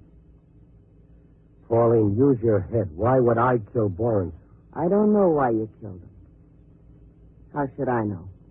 Maybe over some kind of deal you had with him, money maybe, or a girl maybe. But this Mr. Pierce, and this guy Panagen that writes for him, they're for the little guy, always for the little guy like Johnny.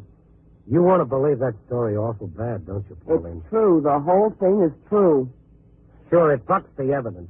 All the logic. But it's true. Yeah, I'll bet it looks real fine all printed up. When they put it up in black and white and charge people money to read it, it sounds like a lot of truth, doesn't it? Like the state's attorney. You talk good, Mr. Stone. Johnny's going to die tomorrow night. An awful lot of me is going to die with him. But you aren't going to have a chance to sit back and laugh. At 12:01, they killed Johnny. At 12:01, I kill you.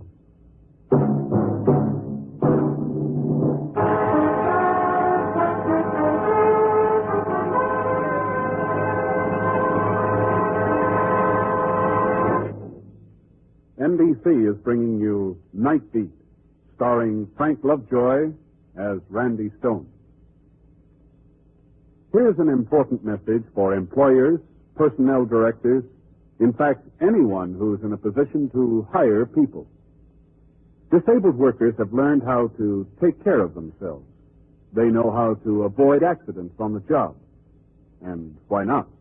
They've gone through one period of suffering, and they certainly don't want another. Now, the result? Well, they observe your safety rules to a T.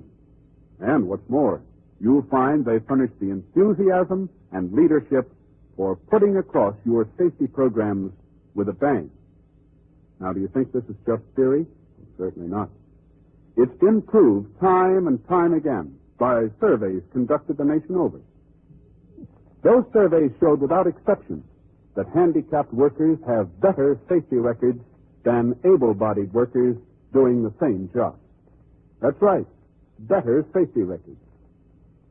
And so, Mr. Employer, hire the handicapped. Do it now. The local office of your state employment service will be glad to help you.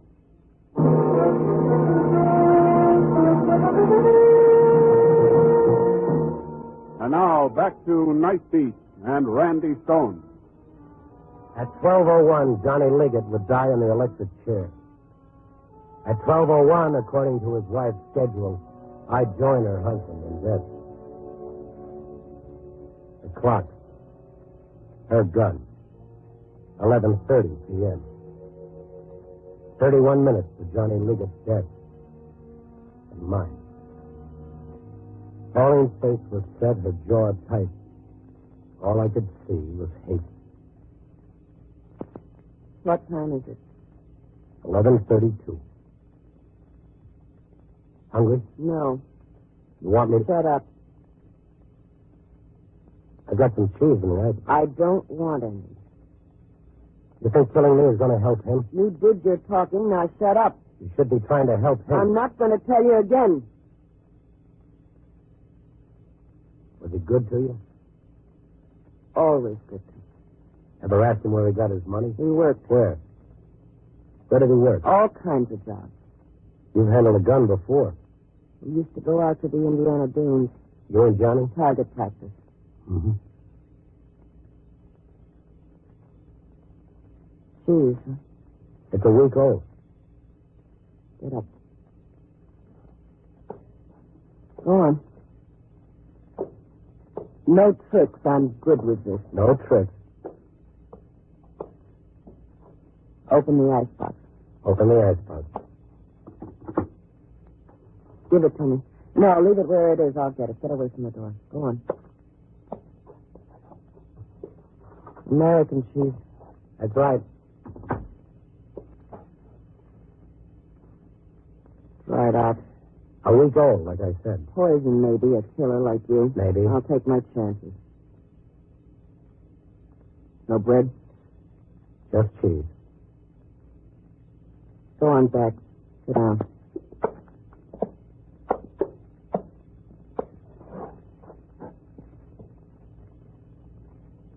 What time is it?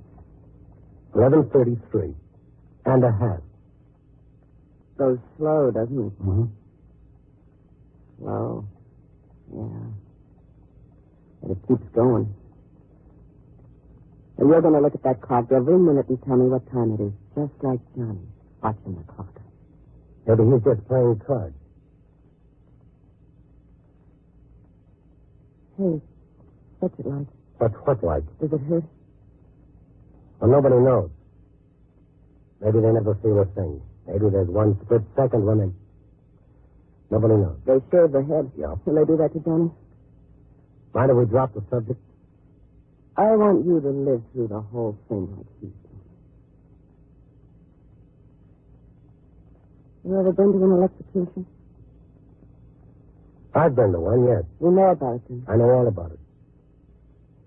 You're sick, Pauline. Listen, you've said everything you're going to say. You talked yourself blue all morning, all afternoon. Now shut up. Just shut up. You want to do the same thing to you they're going to do to Johnny. Listen now. You? You asked me that. Shut up.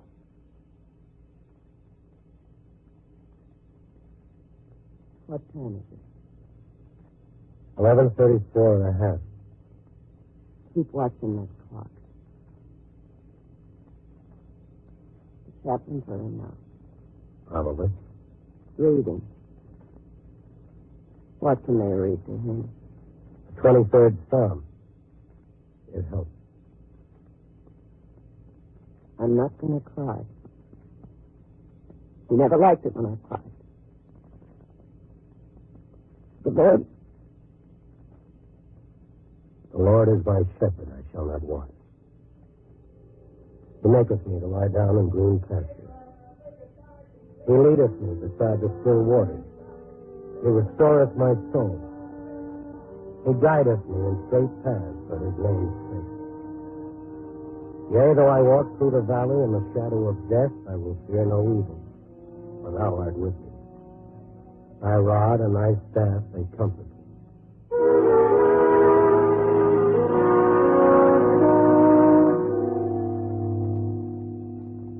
Papers are out. Panagin's column. Don't you want to read it? I'll read it. After. As a last request. No. Even Johnny will get a last request. The paper boy is coming back. The other side of the street. No sale. Maybe a pardon. Not in a million years. You never can tell. Call out the window before he goes away. Don't move. I got my eye on you every second. Boy! Paper here. I've got change. Don't move, I said. A 5 and 3. One word. One word and I'll do it. When he comes to the door, you just sit there, because I don't care, Mr. Stone. It's nothing to me what happens. If he sees me do it or if he doesn't. You're shaking. What time is it? 11:37. 11:37. You think you're the perfect woman, don't you, Pauline? What? A guy sheds all his sins just because you love him. He's not perfect, but he's not a killer. Grow up, Pauline. Your husband took a gun and shot a man. You were at the trial. I heard all the lies, mister. Now shut up. Johnny was an innocent man. Present tense, Pauline. He's still alive. That's right. He's still alive. Not a word. Paper, man? Here you are. Thank you. Let's see what Tanajan has to say. I like to read my own publicity. I'll do the reading. Hannigan's notebook. Let's hear it. I can read and watch you, too. Read it. A few hours from now, Johnny Liggett, convicted of the murder of Harold Borenson 2 months ago, will die in the electric chair on California Avenue. Go on. I visited the condemned man in his cell today. He told me he wants everyone to know he did not kill Harold Borenson. I am an innocent man. He said he holds no grudge against the man who did the killing. He'll be punished, Liggett said, but I forgive him. Is that all Tanajan has to say? Liggett asked me to take care of his wife, Pauline. I haven't been a good husband to her. I wish I'd told her about the other women a long time ago. Other woman. Last minute confession. Another woman. It's a lie. It's a dirty lie. Tanajan? Tanajan never lies, Pauline. Johnny always said to me there never was anybody but you, Pauline. He always said that. You better make up your mind, Pauline. What? If Tanajan's a liar. Other woman. If Johnny went with another woman, Tanajan's telling the truth. If he didn't, Tanajan's a liar. He's a liar. If he's a liar, Pauline, then he lied about a lot He's of a things. liar. Johnny wouldn't do that to me. Give me the gun, No, Pauline. stay away. Stay away from me. Don't you come near me. Stay away. Listen to me, Don't you Pauline. talk to me. I don't want you talking to me. The whole city knows about it now. The city knows all about the way he cheated on you. They're sorry for you. They're all saying, isn't it a shame she has to find out just before her husband dies in the electric chair that he was cheating on her all the time. Just because somebody printed a lie. He loved me. Johnny loved me. You're right, Pauline. He loved you very much. He couldn't do a thing like that when he loved me so much. Sure, he loved you that much. And a man who loved you that much couldn't do that to you. He couldn't have been seeing another woman. It's a dirty lie. Everything's a lie, Pauline. Everything they said. They lied about both of us. Now, give me that gun. You come with me. Where are you going? You come with me. Now, wait a minute. Liars! They make me so ashamed. Liars.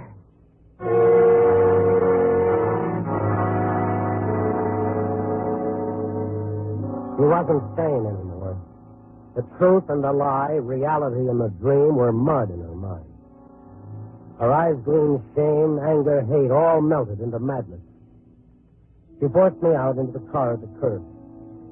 In talking myself out of my own killing, I talked her into another. Our destination, the home of Tanajan's boss, George Pierce. It was 11:55 when we reached Pierce's residence. He answered the door, blinking into the darkness, his tiny eyes buried in sleek, puffy flesh. His bulk was wrapped in a silk dressing gown, his feet in carpet slippers. He was scratching himself. Hey, Susan. Get inside. Hurry up. She's got a gun, George. Don't. Now listen Get here. inside. He's right. I've got a gun. Pauline, listen. Inside. Business, look at that. Dirty liar. Liar? Your paper. What's the trouble, Mrs. Liggett? Another woman. Now, listen, Mrs. Liggett, maybe just for human interest, Panagen might have said something. Human interest? Look, why don't we go into the library and have a drink? You look like you could use a drink, Mrs. Liggett. He's going to die tonight. He's going to die, and all you care about is human interest. You write things like that about him, making off like I wasn't a good wife. Nobody ever loved anybody like Johnny loves me, Mr. Pierce. Nobody. We'll print a full retraction, Mrs. Liggett. I know about Panagen, too. There is no Panagen. Everything that goes into that column is yours, Mr. Pierce. Every dirty line of it. Now, Mrs. Liggett. You're Panagen, aren't you? Mrs. Liggett, please. You're the liar, aren't you? No, Mrs. Liggett, I didn't even see this. Dirty liar!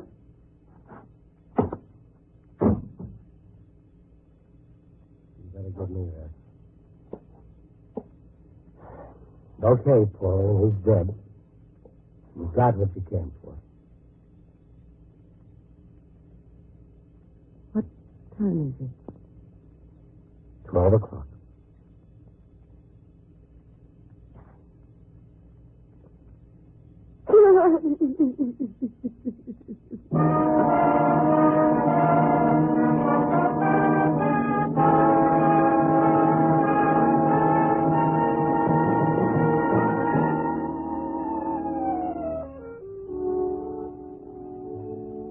Confessed killer Liggett died in a chair last night, and his wife will be tried for murder. Her attorneys will plead that she didn't know right from wrong or true from false. I wouldn't be surprised if the court went along with them. But by the same token, did you pass the test? How good are you at telling the lie from the truth?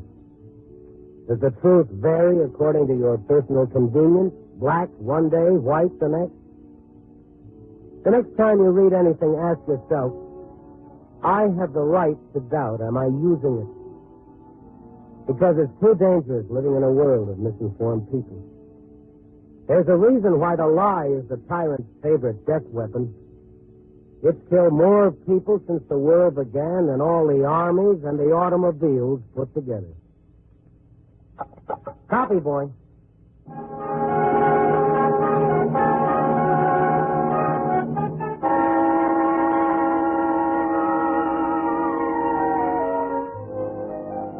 Night Beat, starring Frank Lovejoy, is produced and directed by Warren Lewis. Tonight's transcribed story was written by David Ellis, with music by Robert Armbruster. The part of Pauline was played by Joan Banks. Others featured were Bill Conrad, Peter Leeds, and Lou Krugman.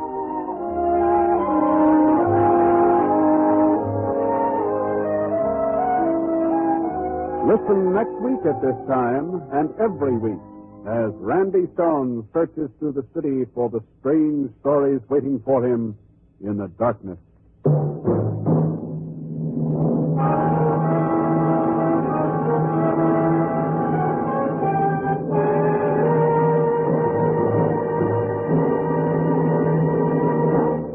Night Beat came to you from Hollywood.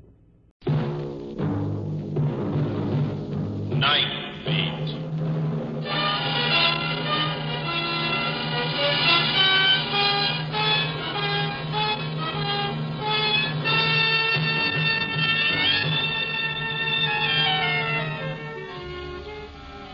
Hi, this is Randy Stone. I cover the Night Beat for the Chicago Star. Stories start in many different ways. This one started with a secret that ended with the river.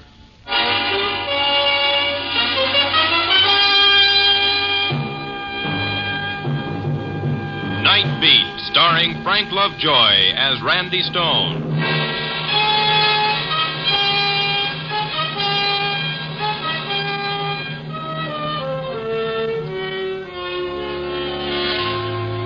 To most people, nightlife in Chicago means slumming in the honky-tonks, a fast tour of the taverns, or a ringside table at the Chez Paris. To me, it's more than that. Nightlife is made up of the stories that happen in the lives of ordinary people that wouldn't happen in the light of day, and I've got headlines to prove it. It's the time when darkness can hide the ugliness of dirt and misery, or the gloom can make it worse. Those same shadows that are a big help to Cupid can be a cover for crime.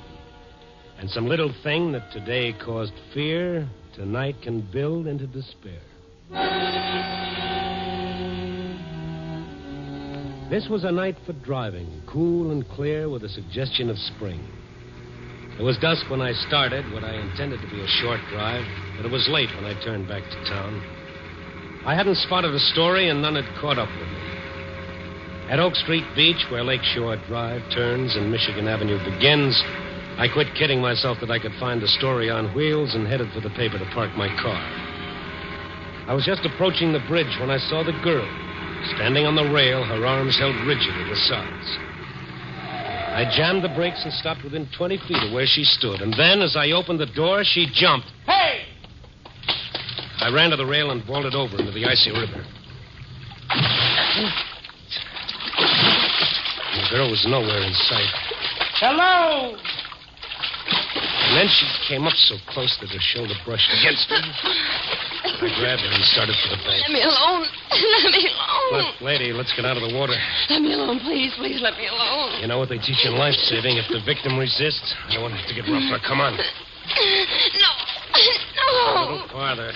A little more. There. Now climb up. No. Climb up. There, that's better. Why did you do it? Why did you do it? They know. They know what? What are you talking about? They know my secret. They know my secret. Well, you can tell me about it in the car. Looks like I'm going your way. We stumbled up the bank and under the bridge. People were starting to gather at the rail. I put the girl in the front seat of my car, and I pulled away fast. I hate a curious man. The girl huddled over against the door, shivering. She didn't make a sound until we crossed the bridge. And she began to cry.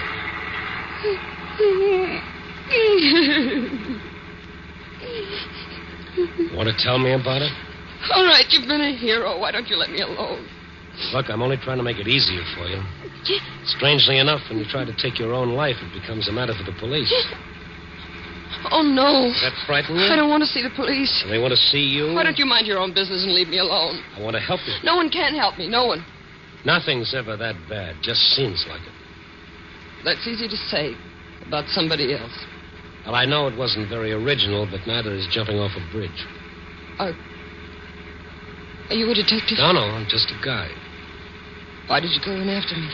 Oh, I saw you jump just as I drove up. Reflex, maybe. I was in the water before I had time to think. I guess I do owe you something. Well, now that's more like it. I'll settle for a cup of hot coffee and some dry clothes. I can make the coffee. I don't know about the dry clothes. Maybe the janitor can find you some. It's quite a trade. A cup of coffee for my life. One of us is getting gypped.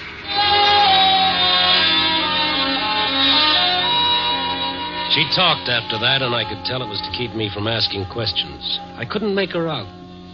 If she was still angry, she didn't show it. It was a reaction I'd never seen before. She wasn't happy or unhappy. It seemed more that...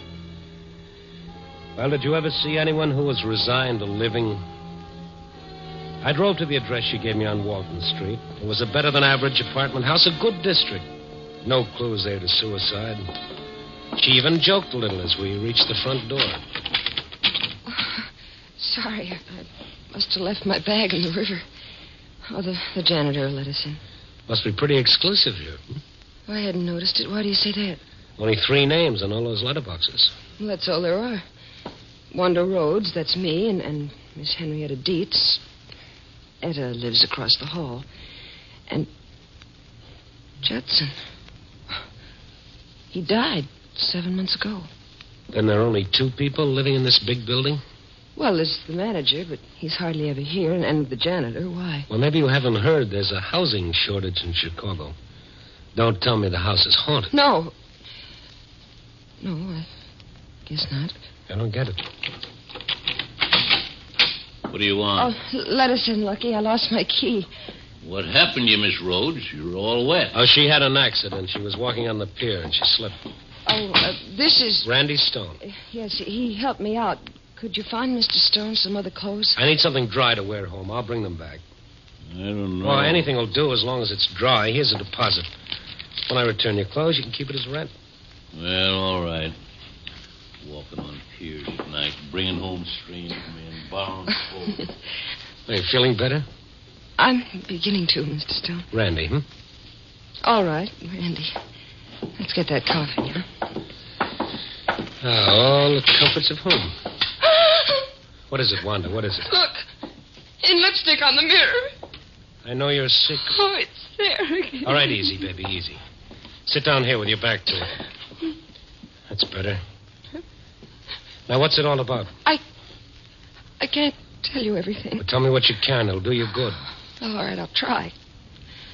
At first, it was typewritten notes. What do they say? That. I know your secret? Yes. Go on. The first one was yesterday. No, the day before. It was slipped under the door. Wasn't signed, of course. Oh, no, none of them were. How many notes have you had? I don't know. They were everywhere under the door in my mailbox. I even found one in the laundry. Say anything about it to anyone? Oh, no. Not till you. Oh, you don't understand. Yeah, I think I understand. Who else knows about this secret? No one. No one here in Chicago. What else happened other than the notes? There were the sounds. But I can't be sure about them. What sounds? I may have imagined it. The notes got on my nerves, I guess. I began to hear things, boards creaking, footsteps. I'd hear something outside in the hall. When I'd open the door, there'd be nothing there. Imagination can do strange things. I tried going out to get it off my mind, but that made it worse. I dreaded coming home. I knew what I'd find. You let those notes drive you? Then there was the phone. There was no mistake about that. That began late this afternoon.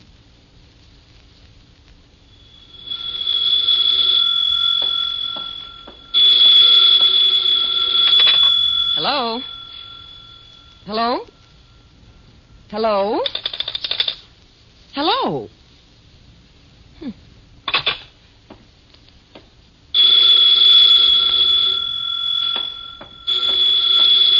Hello? Hello?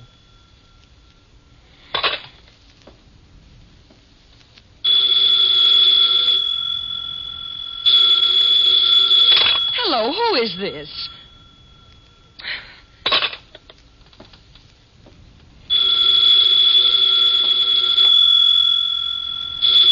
Oh, ring. Go ahead. Ring your head off. Hello. Hello. Oh. Look, what are you trying to do? I'll fix you. I'll leave the receiver off the hook. There. That'll settle that. All the crazy things. Well, ring. Go ahead. See if you can ring now. Oh. Hello. This is the service operator. Is your receiver off the hook? Well, yes. Are you using this line? Well, no, but you see... Then I must ask you to hang up your receiver. Operator, let me explain. My phone keeps ringing. When I answer, there's no one there. There is a party waiting for your line. Well, is it a man or a woman? I'm sorry, we cannot give out that information. Will you please replace your receiver and see if your number can be dialed? Oh, all right. Hello? Hello? Oh.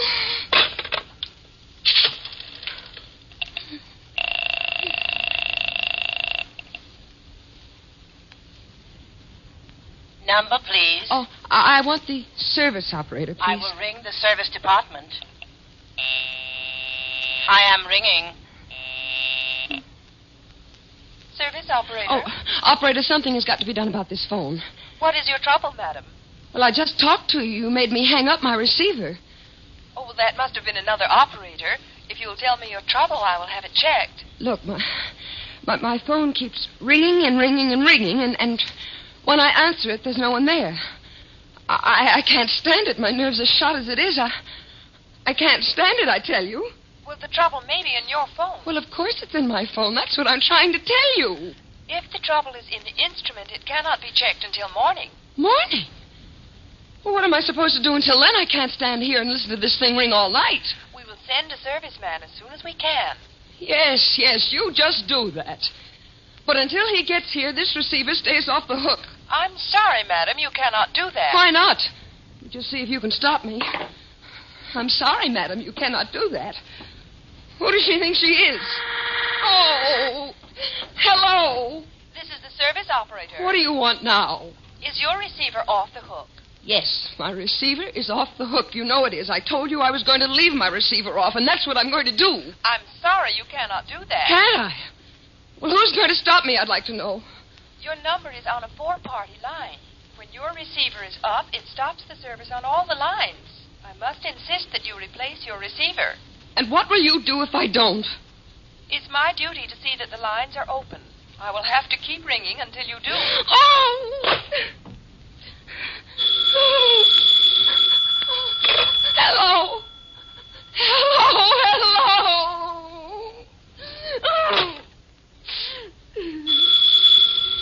The phone kept ringing and ringing until I guess I went a little crazy. I grabbed my coat and ran down the hall. When I got to the front door, I found a note pasted on the glass. I know your secrets.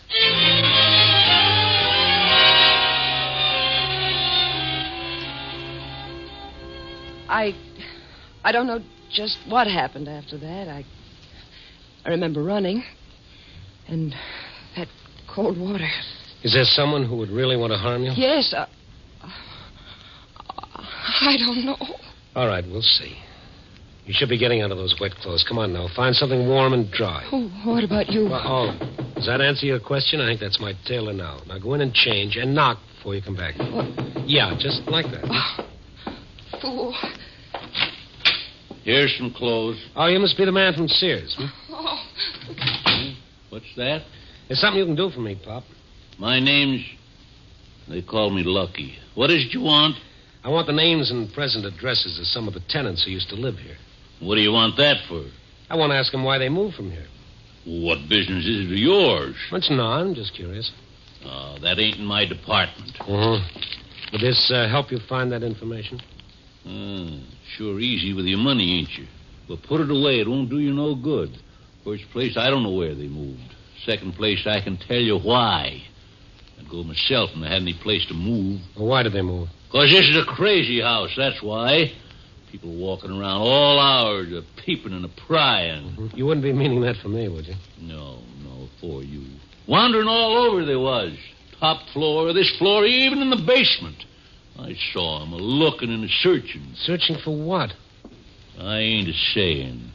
Tell me what you mean, Pop, Lucky. You can tell me about it. There ain't nothing more I'm going to say except this. Just heed, mister, you don't get in somewhere you can't get out of alive.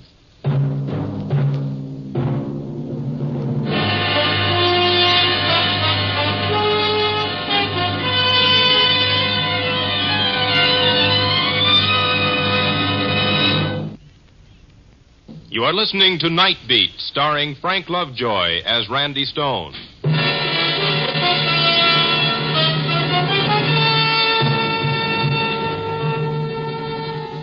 There I stood in a strange apartment, wringing wet, with an armful of shabby, faded clothes, and a door slammed in my face. Well, I wonder what that was all about. Must be as nutty as a candy bar. Just heed, mister, you don't... Yeah. Can I come in now? Oh, not yet. Has Lucky come yet? Yeah.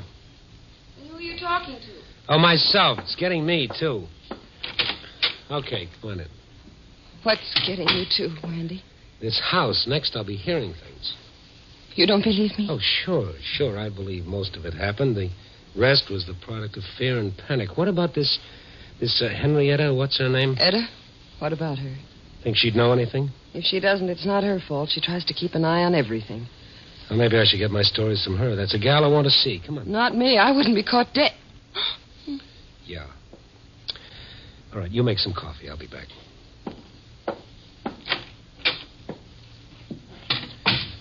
I stepped across the hall, rang the buzzer. There was no answer.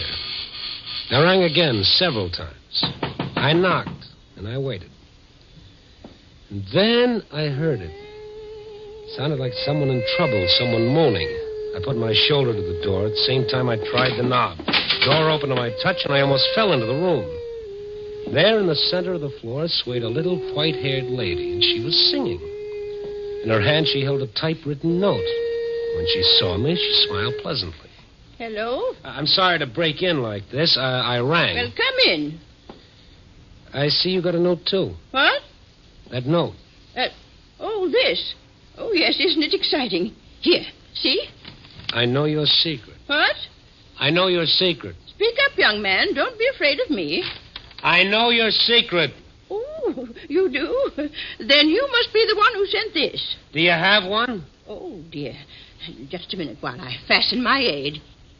Now, what did you say? Do you have one? You needn't shout, young man. I can hear perfectly well. Now, what is it you want to borrow? Do I have one what? Do you have a secret? A secret? I thought you said you knew. All right, look, let's start over. Now, I walked in. You were holding a typewritten note in your hand which said, I know your secret. I read the note. I did not send it. That clear? Why, yes, it seems so to me. What is it you don't understand? Miss, Dietz. Miss Dietz, do you have a secret? Young man, I am 60. That is 58. I taught school for more than 25 years. I am not deformed nor disfigured. There are those who even call me attractive.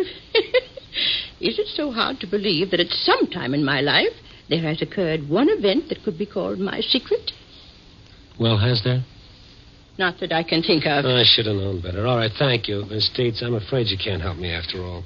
Well, try. Ask me something. All right, okay. Yes. Once more. What can you tell me about the tenants who were here, the last ones to move? Oh, I can tell you plenty. Now, there was that Mr. Taylor. He was a traveling man, and you know how traveling men are. Yeah. Yes. Then there was that Mrs. May. That one, she spent a fortune on psychiatrists, but that didn't keep her from drinking alone. You know, she would draw the shades. She said it was her eyes. And she would come out for 3 or 4 days. Do you know why they moved? No, I don't. I know where they moved, though. Yes, I have it right here. There, here you are. Thank you, yes, thank you. Now, let me tell you about them. No, thank you, Miss Dietz. I know when I've had enough. Wanda had coffee made when I got back to her apartment. It was strong and hot. Wanda sipped and watched me. I drank 1 cup, and I started on another. See her? Yeah. Why didn't you tell me? I tried to. I feel like I'm playing hopscotch. Yeah, I know what you mean. Oh, this whole thing is out of my line. I'm pulling out of it. Oh, well, that's just dandy. Now, wait a minute. This is a matter for the police. I don't want the police to know anything about it. And I say that they should. If you've committed a crime and you're hiding, go to them and get it over. If not, they have detectives who can clear this up. No. I haven't broken any law. But there'd be publicity. I've seen it happen before. Pictures, names in the papers. Okay, all right. It's your ball game. We'll play your rules.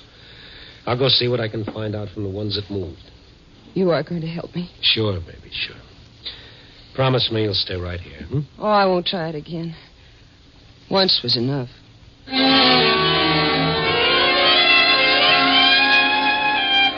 I started with the nearest ex-tenant, Mr. Taylor.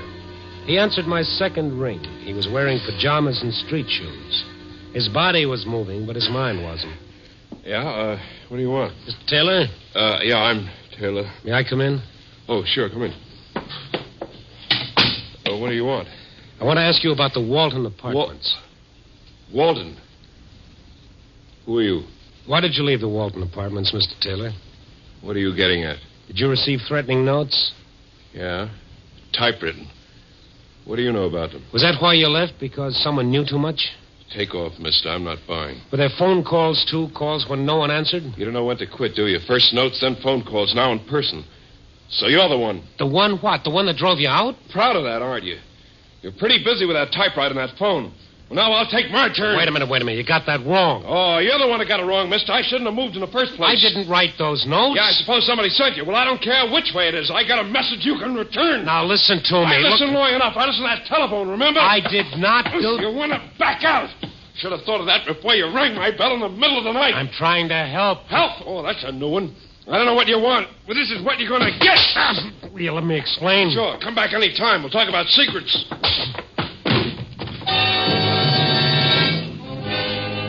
For a traveling man, Taylor had a good right. I don't know what he sold, but it must have been heavy, for his arm was in good condition. When I came to, I was lying in the hall in front of his door like a watchdog. I was convinced that Taylor was not interested in my explanations, so I went to see Mrs. May. I knocked several times at her door before it opened a little way. She looked at me and started to close the door again. I stopped her with my foot. She was in cream and curlers.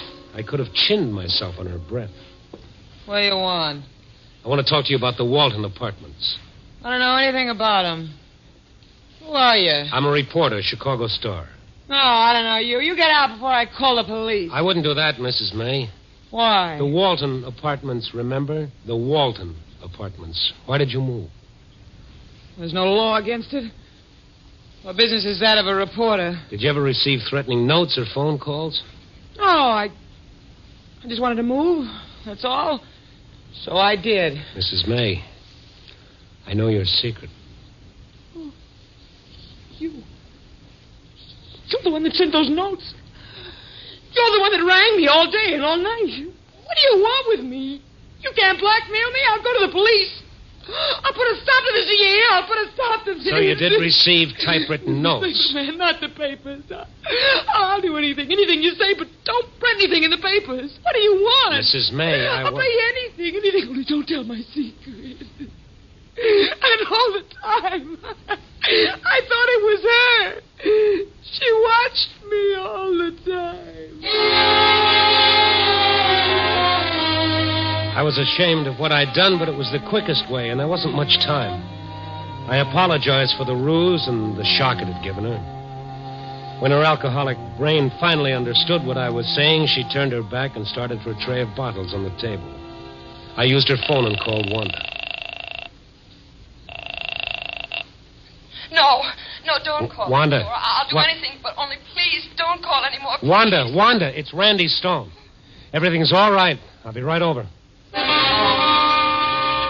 Mrs. May didn't hear me when I left. Wanda was near collapse when I reached her apartment. Her phone had rung almost constantly since I left there, and it was still ringing. Randy, that phone is driving me crazy. All right, let it ring. I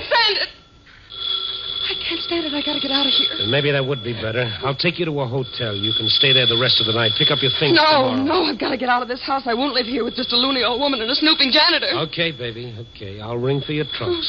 The house phone. Use the house phone over there. Okay.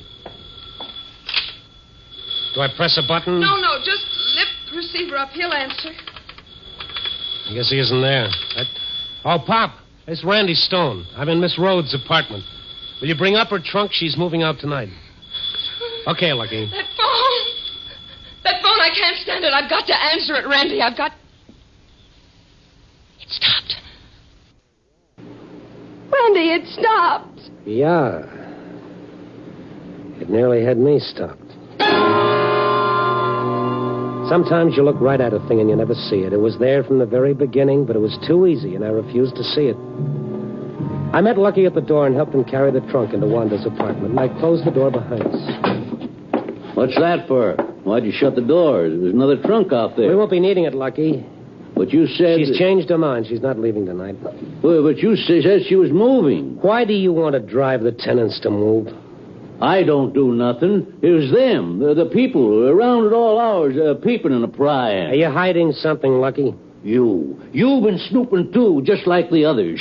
I saw them down there, and you, too, Miss Rhodes, trying to find out where I hid it. I don't know what you mean. You can't fool me. You found out about it. I saw you snooping in the basement, pretending you was doing your laundry. I know you want to steal it from me. I've never stolen anything in my life. I don't know what you're talking about. What did you steal, Lucky? What did you steal and hide in the basement? I didn't steal it. I found it. Found it? Well, it was the same thing as finding it. It was in that suitcase Mr. Judson stored here when he come back from the war. It was loot. It weren't his. He stole it. I didn't. What was it, Lucky? A bag of jewels. A plain old canvas bag of jewels. Oh, they were so pretty. I never had nothing so pretty before. If you took them from his case, that's stealing. But I didn't. The case got knocked off in the basement and come open. He never come back. He was killed in that plane crash. That makes it mine. Now, don't it the same as I find it? You were the one that was phoning me? Sure. I knew if I could scare you off, you'd quit snooping. And I would have, too, if that nosy newspaper guy hadn't butted in. But how did you know about my secret? I didn't. Then why did you type those notes? I knew you had a secret. Everybody has one. And if you thought I knew about it, you wouldn't tell about me. You didn't know anything about Wanda? No. When I tried the first time, the people moved, and that gave me the idea, so I've been doing it ever since. Lucky. That's what they call me, lucky. And now your luck has run out. No, it ain't. This was in the bag, too. A gun? Yes, Miss Nosy, a loaded gun. Hey, what's that? It's the phone. I'll take care of that gun now. Oh, no, not again. All right, baby, I'll answer. Hello. We have been able to check your line. We cannot locate your trouble. Oh, yes. Thanks a lot, operator. You can cancel the complaint. We've located the trouble right here. Oh, and operator, get me the police.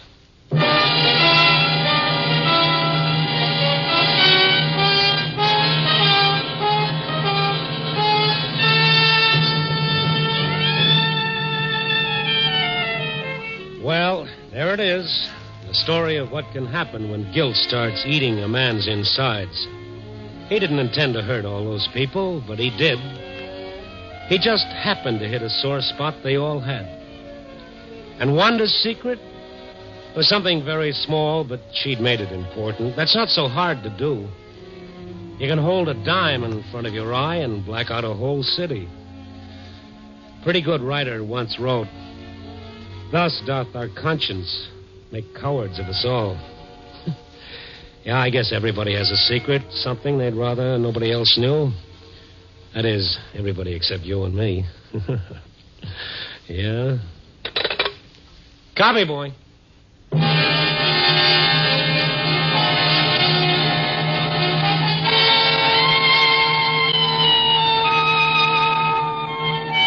Night Beat, a new dramatic series, stars Frank Lovejoy as Randy Stone. Tonight's script was written by Joel Hunt. Night Beat is edited by Larry Marcus and directed by Warren Lewis. Music is by Frank Worth. The part of Wanda was played by Joan Banks. Others in tonight's cast were Jeff Corey, Martha Wentworth, Betty Lou Gerson, Colleen Collins, and Will Wright. Frank Lovejoy will next be seen in Milton Sperling's production, Rock Bottom, released by Warner Brothers.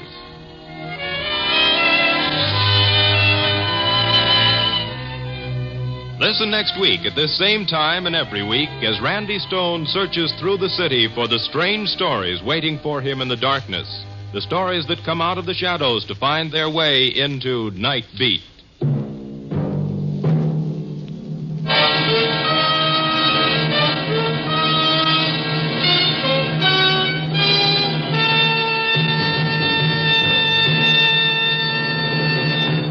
Richard Diamond, Private Detective, is now heard on Wednesdays.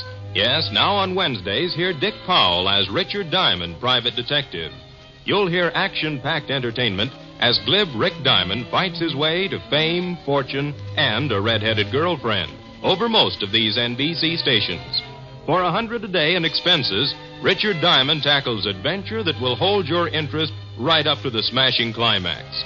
Be sure to tune for the thrill-packed action drama that is yours for the listening every Wednesday on Richard Diamond, Private Detective. Now on Wednesday night, NBC brings you a trio of great adventure and mystery shows. Mr. District Attorney, The Big Story, and Richard Diamond. Hear them all Wednesday night on NBC.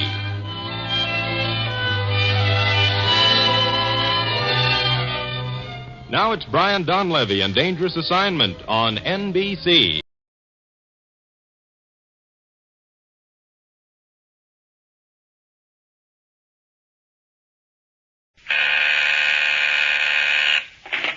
Casualty ward, Dr. Lindsay speaking. Yes, I see. Yes, I've got it. Right, we'll be ready. Sounds like one for the night surgeon. Night Surgeon. Dynamic dramas set against the background of a great city hospital.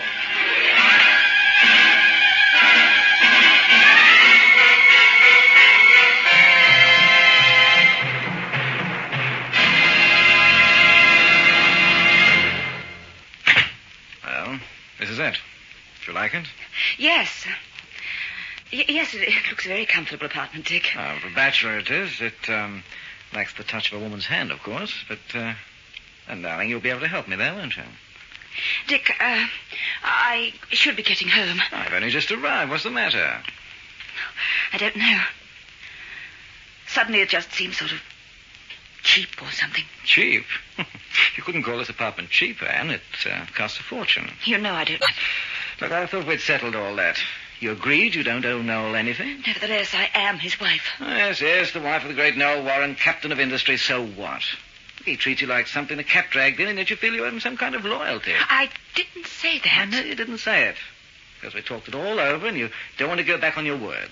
But you still can't help feeling a kind of loyalty, now can you? No, it isn't like that at all. It's just that, well, like this sneaking up to your apartment. We came up just to have a drink. Now, what's wrong with that? Dick, don't make fun of me. I'm not. I said a drink. I meant it. Well, now, what would you like? Scotch? Oh, yes, all right. Anything. No, it's funny. I never thought you'd turn out to be such a Puritan. Neither did I. At least I suppose I didn't expect to feel the way I do.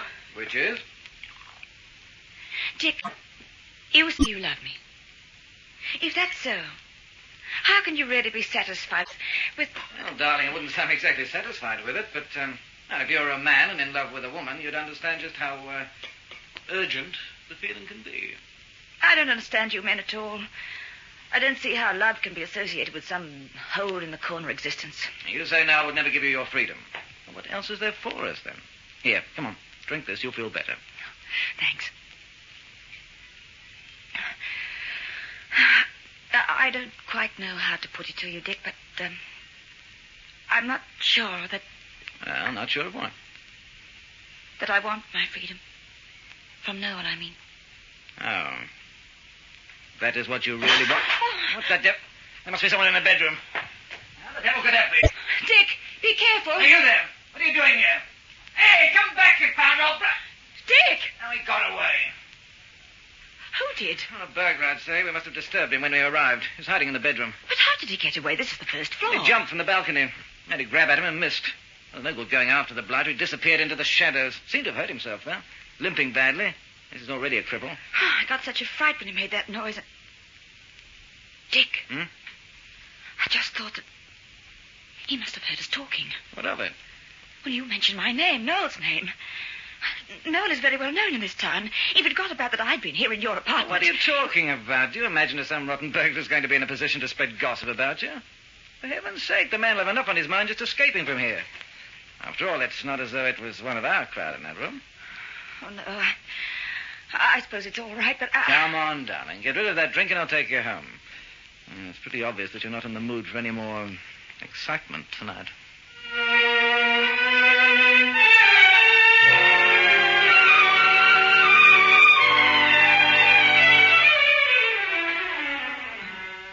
Easy does it now. Just ease down into the chair. Careful. There we are. Ooh. Lucky I made it, eh? I can't think how you did. Your leg's probably broken.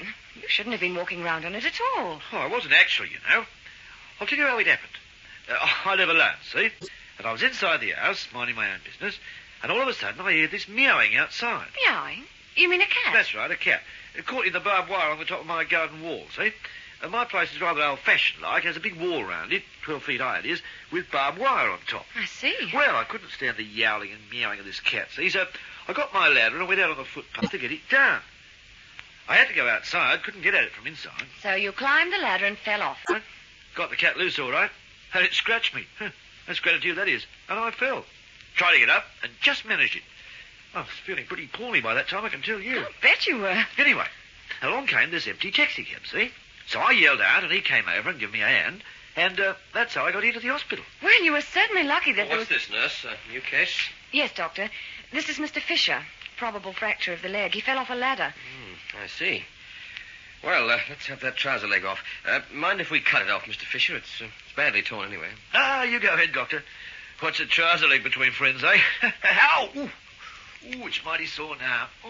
Well, I'll give you something for the pain in a minute. I want to see the leg first. It's okay. I can take it, as the saying is. Listen, Doctor, if I have to stay here, can I have one of them rooms with a telephone in it? You know, a private room, like? Oh, certainly, if you feel like paying for it. Oh, that's no trouble. Money's no problem to me. I've got a big deal coming up, I have. Oh, and I have 40 quid on me right now, so I should be good for the room, eh? All ready, Doctor. Oh, good. Let's see. Say it'll be doing things in style, eh? Lying in a hospital bed, being waited on by all the pretty nurses, doing all my business by telephone. That's the life for me.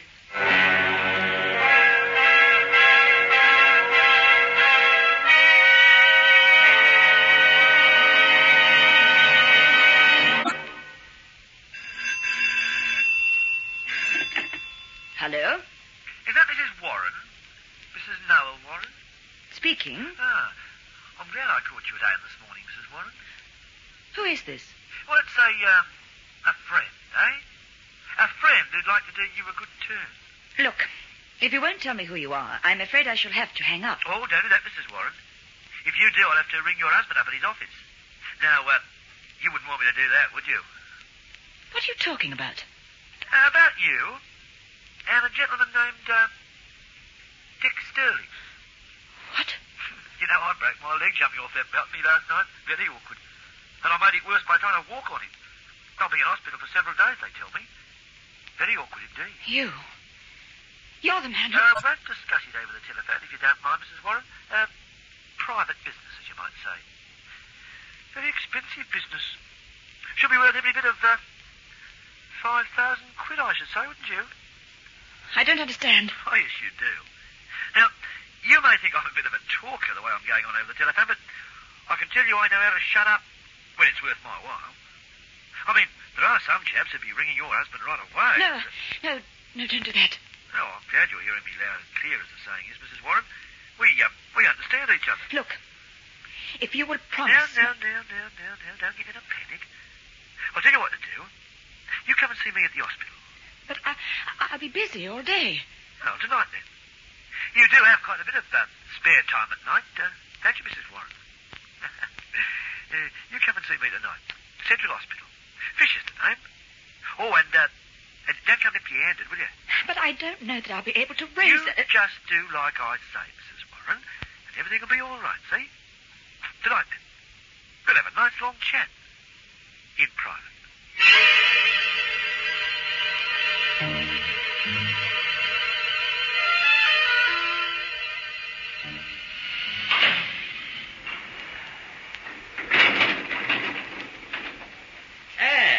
Anne Warren. What? Oh, good evening, Henry. Well, by all that's wonderful, what brings you to the hospital? Oh, I'm just visiting someone, you know. Well, that's a relief. I thought for a moment you might have, Well, how are you? It's a long time since I was able to ask. No, I'm fine, thanks, Henry. I'm just fine. And you? Oh, a few more grey hairs, a few more wrinkles. Otherwise, pretty much the same, you know.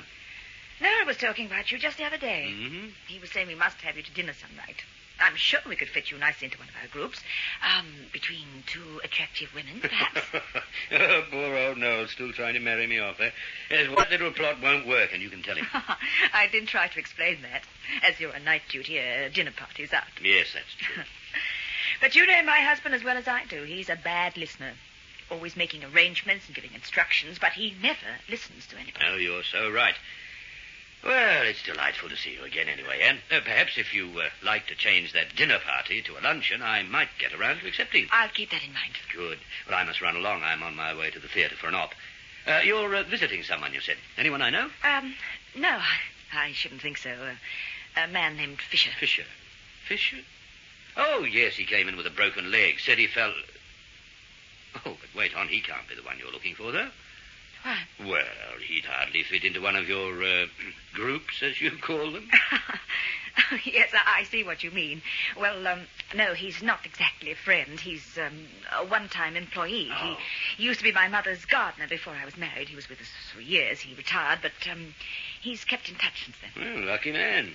Lucky? Well, to retire so young, he wouldn't be more than 45. Well, I mean, he retired from gardening. I believe he has a small business or something. He was very good to Mother, so when I heard he was in hospital... Well, bad news travels fast, it seems. I must leave you, Anne. Excuse me for dashing off. Let me know about the luncheon. Yes, I will, Henry.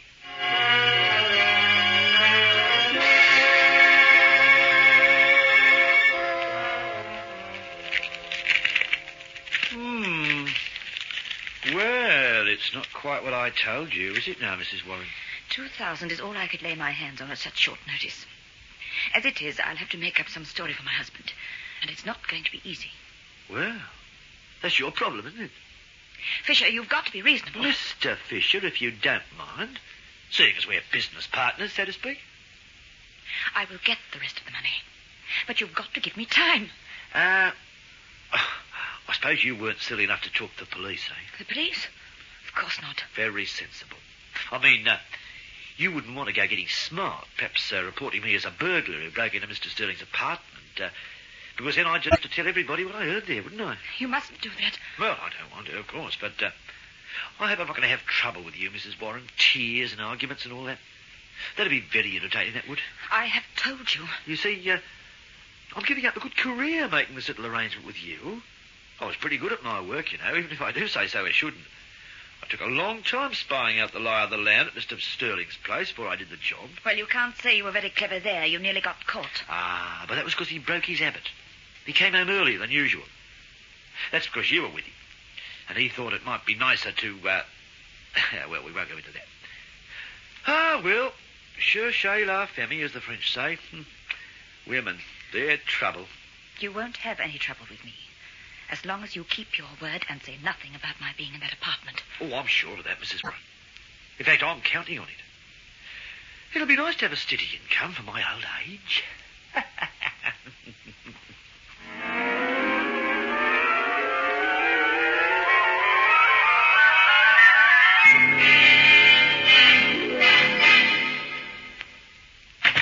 Good evening, Mr. Fisher. Oh, good evening, Doctor. Here we are again, eh? Here we are again. How's the leg? Pain gone? Oh, my word, yes. Felt good when I woke this morning. And no trouble since. No trouble at all. Good. Well, we'll have you up and managing to get about in a day or two. Have to keep the plaster on, of course. Oh, I expect I will. That's understandable. I believe you had a visitor this evening. Visitor? Yes, Mrs. Warren. You know her? Oh, yes. Practically everybody in town knows the Noah Warrens, of course. I suppose so, but you don't know her real well, eh? Not particularly well, no. Not as well as you do, I imagine. Me? Yes. After all, she visits you. That must mean that... Well, no. Matter of fact, I met her only last night, you know. Last night? When I broke my leg. She was driving past in her car, and she stopped to see if I needed help. Oh, is that so? Yes, but everything was all right because I just hailed this taxi cab and the driver helped me, see? And just because of having seen the accident, Mrs. Warren came here to visit you? That's right. Charming lady, I must say. Very nice of her to drop in. Said she'd come again, too. Well, that was certainly very nice of her, as you say. You're a lucky man, Mr. Fisher. Lucky? Well, to have so charming a lady take an interest in you. Oh, that. Oh, my word, you're right there. Must be my fatal charm, as the saying is, eh?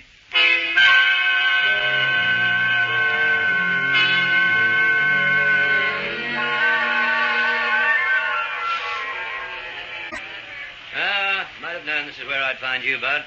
Oh, hi, Doc. Take a pew. Why would Ann Warren be visiting a stupid creep like Fisher? I don't know. That's what I've been wondering myself. Oh, Doc, are you sure that I met her on the way in. She wasn't quite so upset then, but she said some very odd things. At least they seem odd to me now. So? I've always felt a bit sorry for her, you know. I mean, Noel's a friend of mine, very decent chap, but I suspect he makes a terrible husband. You suspect? Well, he treats her so casually. Always has done, as far as I know. Swept her off her feet when he was courting her, got married, and that was that. He's a good bit older than she is, isn't he? Yes, he is. But not too old to learn, I hope. Otherwise, their marriage could end up a flop. And what does that last bit mean? That, Oh, well, it means that I think I'll take a run out to the Warrens' place when we knock off.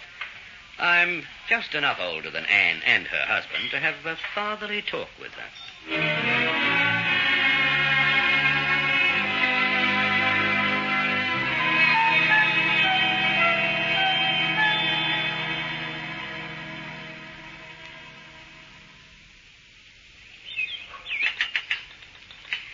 There we are, Henry. Made with my own fair hands, just for you. I'm sure it'll be the best coffee I ever tasted. Black or white? No, on a lovely day like this, I'm going to ask for cream. I think I see cream. Eleanor? You do? Cream it is, then. And to what, said she demurely, do I owe the pleasure of this visit? To get straight to the point, you're going to see Fisher. I'm sorry I've made you spill it. Here, let me. No, it doesn't matter. Just leave it. I have spare cups here. You're upset? No. I'm perfectly all right. Better put down the coffee pot, Anne. I fear we're not going to enjoy coffee right now anyway. That's better. Henry, just what is this? I don't see that you have the right Perhaps I don't. But I've known you and Noel for some years now, and I'm rather fond of you both. Well, that sounds very nice, I'm sure. Do you feel like telling me why you went to see Fisher? I did tell you. He was my mother's gardener. Was he? Odd that he doesn't remember it. Doesn't remember? No. He said he never met you before he had the accident. Oh. And perhaps you should have warned him about the story you gave me. Well? Henry, please. I can't explain it. Don't ask me. Would you rather I asked Noel? No. No, I thought not. Is this man Fisher blackmailing you, Anne? Why, how could you possibly know that? Just a shrewd guess, actually. There could have been other explanations, but then I heard you were upset when you left the hospital, and you told me such a bold lie about knowing the man. Henry, I've been nearly out of my mind with worry. I didn't know what to do. But Noel must never know. Look, if you have any friendship for me at all, you mustn't tell him. What's the basis of this blackmail? I can't tell you. I'm sorry, my dear, but you're going to have to. All right. Fisher is a burglar. It was my bad luck that he broke into a man's apartment the night I went there. He overheard us talking. Names were mentioned. He broke his leg escaping from the apartment. Dick tried to catch him. Dick? Dick Sterling. I don't think you know him.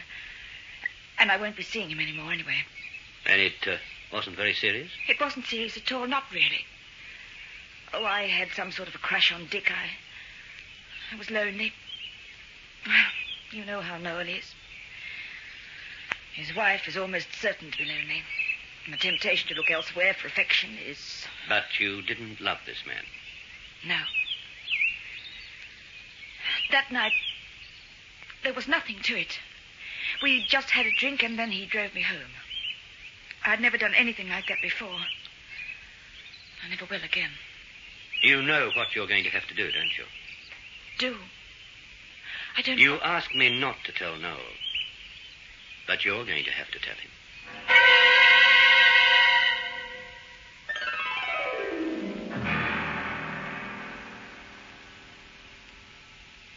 That's the whole story, Noel.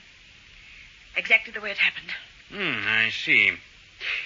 Yes, it's quite a story. You're sure you didn't make it up? Make it up? As if any woman would make up such a thing. I just wondered. Anyway, now you know.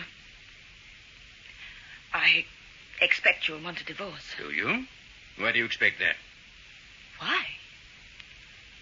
Well, I mean, what do you... You've been careful to point out that this escapade was quite innocent. You said you're not in love with this, what's his name again? Dick Sterling. Oh, yes. I don't know him, do I? No. Anyway, you say you're not in love with him and that you never were. You went to his apartment for drinks, you had a drink and came home. That's right. Well, it's hardly grounds for divorce there, my dear. Not if you believe me. No. Then why shouldn't I believe you? I don't know. I just thought that, well, most husbands would suspect that there was more to it than that. I'm not most husbands. Mind you, I don't mind saying that I find this blackmail story a bit much. It's true. Every word of it. This man, Fisher, he's in the hospital right now. Yes, you told me. He was there. He heard us talking. Your name was mentioned. Well, as I say, I believe you, Anne. After all, I don't think you're in the habit of lying to me. No. I'm glad you decided to tell me instead of paying this fellow off. You're glad? Yes. Well, it wouldn't do to have some disgusting creature like him bleeding us white over a silly thing like this, would it? But, Noel, I don't understand. You're not even angry. I thought that You thought I'd run screaming up the wall and call you all kinds of names, eh? Well, it seemed to be the kind of thing that... Oh, I'm sorry, Noel. I didn't mean to insult you, but... You're not exactly the most tolerant of men about certain things. No, I'm not. But then you've been honest with me about this whole thing, which must have taken some doing. Then, of course, I have to consider how much of it is really my own fault. Your fault? Yes. Look, Anne, what say we forget all this nonsense and make a clean start, eh? We could even try a second honeymoon. I've heard it works wonders in cases like this.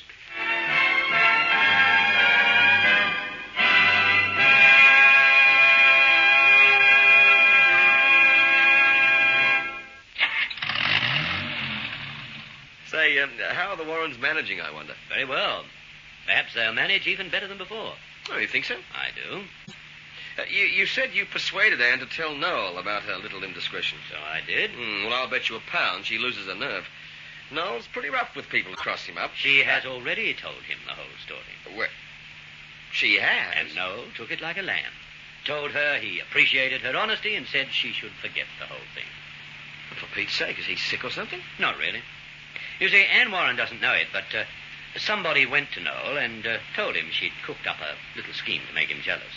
A what? The idea was that if she pretended someone was blackmailing her over some fictitious indiscretion, then Noel would realize how he'd been neglecting her. Oh, you mean he'd think his neglect must have forced her to have a flirtation with another man? That's right. So, believing it was all an invention, Noel could afford to be big-hearted and tell Anne it didn't matter. Yes, I guess he could. Of course, he had to pretend to believe her, otherwise it might have been embarrassing, showing her up as a liar. Well, now I've heard the lot. Just a second. Somebody went to Noel, you said? That's right. Yeah, but who? I mean, who knew all about this, other than... Oh, no. Hey, look out! Now, don't try to look at me, Bart. Keep your eyes on the road. You'll have a crack up for sure. Oh, you should worry. Nothing could ever happen to you, Doc. Not with that outsized halo you're wearing. A casualty ward is like a great theater, but the players are drawn from real life, and not every story has a happy ending. So much depends on the night surgeon.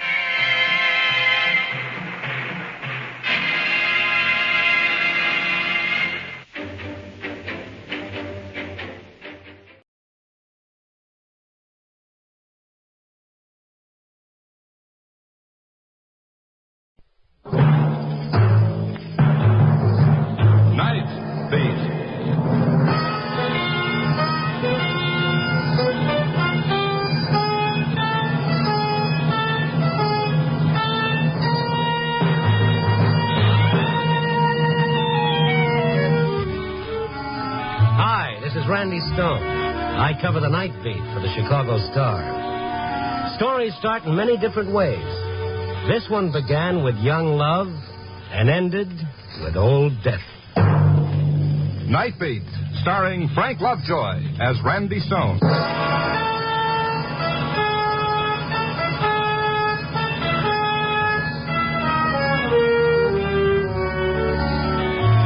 This working at night and trying to sleep in the daytime is all wrong.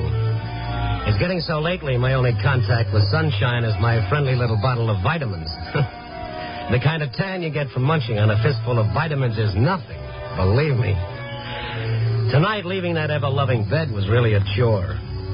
I scraped a razor across my face, and I bathed my fevered brow with cold water to scatter the cobwebs. And I headed uptown for police headquarters and a couple of one-syllable words with my old friend, Sergeant Kalski. Kalski was on his way in to watch an early evening show-up, and I tagged along. If you've never been in a police show-up room, it's kind of like a little theater.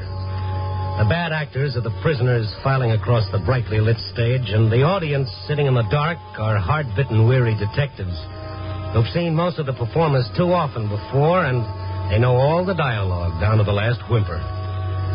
The line coming out now were women, an even half-dozen assorted sizes and ages.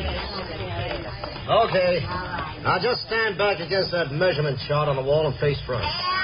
The usual cross-section on the police blotter of any large city. Shoplifters, thieves, narcotics suspects, husband beaters, and an occasional common garden variety drunk. Hey, you, on the end. What's your name? You've been here before. That's a lie. Never been here before in my life. What's your name? I refuse to say anything without the advice of the proper party. Kind of hurt the old girl's feelings there, Kosky. Not her, Randy. Her feelings were pickled in alcohol years ago. Well, how about the young one there? Good-looking kid, huh? Oh, yeah. It doesn't seem to belong somehow. They all belong, Randy. You can't tell by how they look. Why, that innocent-looking doll with her baby blue eyes. Yeah, I know. Don't tell me. Probably killed her grandmother. Only 2 will get you 5. Whatever she did, it's a first offense. That kid looks half scared to death. Hey, you on the far end. What's your name? You mean me? That's right. I'm sorry I can't see you. These lights are so bright. You're not supposed to see me. Step out a little. Just answer the question. What's your name? Linda Johnson. But I'm here by mistake.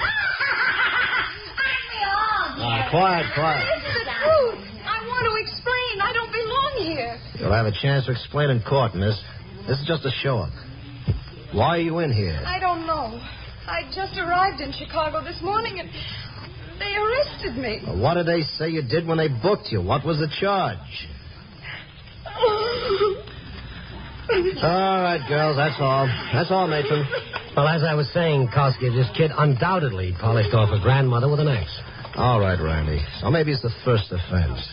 Maybe even a mistake, like the girl says, but you haven't looked at the book yet to see what the charge says. Well, anyway, can I talk to her? It might be something for me. Sure. Go ahead to the women's division. Tell the matron I okayed it.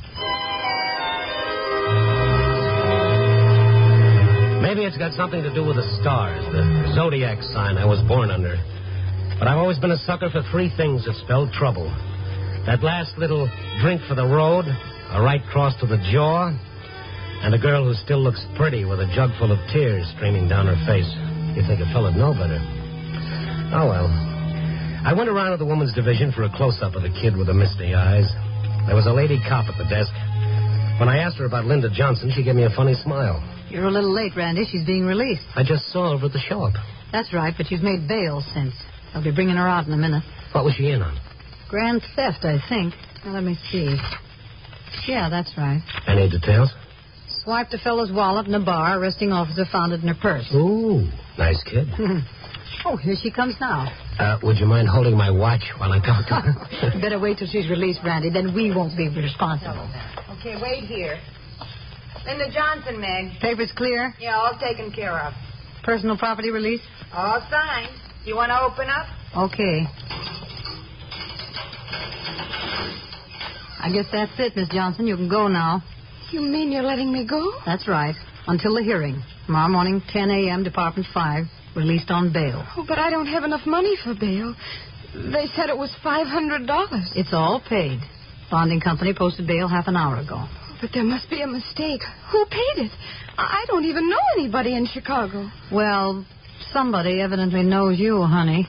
And pretty well, too. But who? Don't you really know? Oh, no. It's crazy.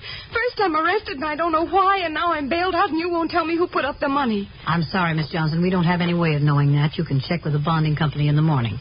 Probably a friend. Or maybe your folks. Oh, no. No, they don't even know where I am. They mustn't ever know. This kid was scared, but good. Her eyes had the bewildered expression of a little girl that's been whipped for something she didn't do and can't understand why.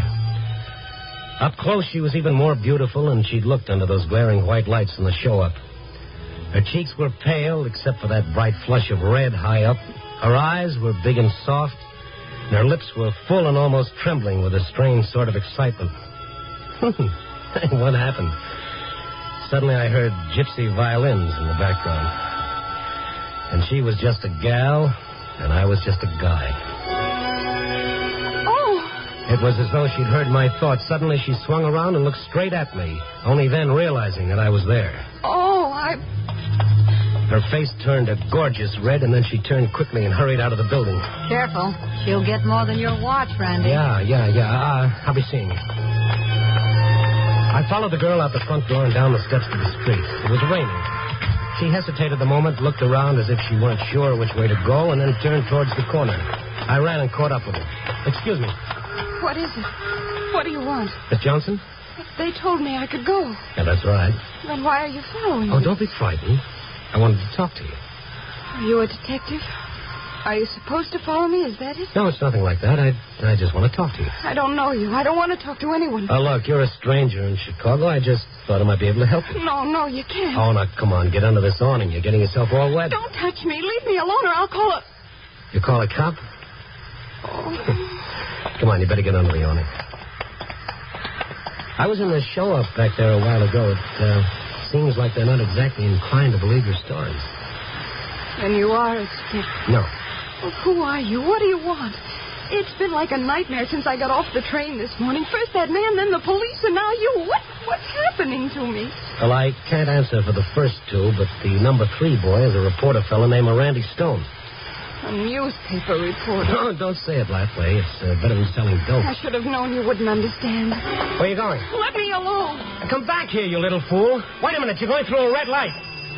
She stepped off the curb against the signal. A big green sedan gunned up the street, throttle wide open, and raced through the intersection. Linda, look out! Get back to the curb. You want to get killed? That car. Did it hit you? No, but the man at the wheel. He was the man whose wallet they said. Oh, now, look, lady, look, I'm a real simple fellow. When things come too fast, I get all mixed up. Now, what do you say we start at the beginning? And in that doorway so that we don't get soaked. I'm sorry. My name is... Yeah, I got that. It's Linda Johnson, and you just arrived in Chicago this morning. Where from? Molina, Kansas. Did you come here alone? Of course I came alone. All right, don't get sore. I just asked a question. But the way you asked it. You said you didn't know anybody in Chicago. A kid like you shouldn't be running around alone. I am not a kid.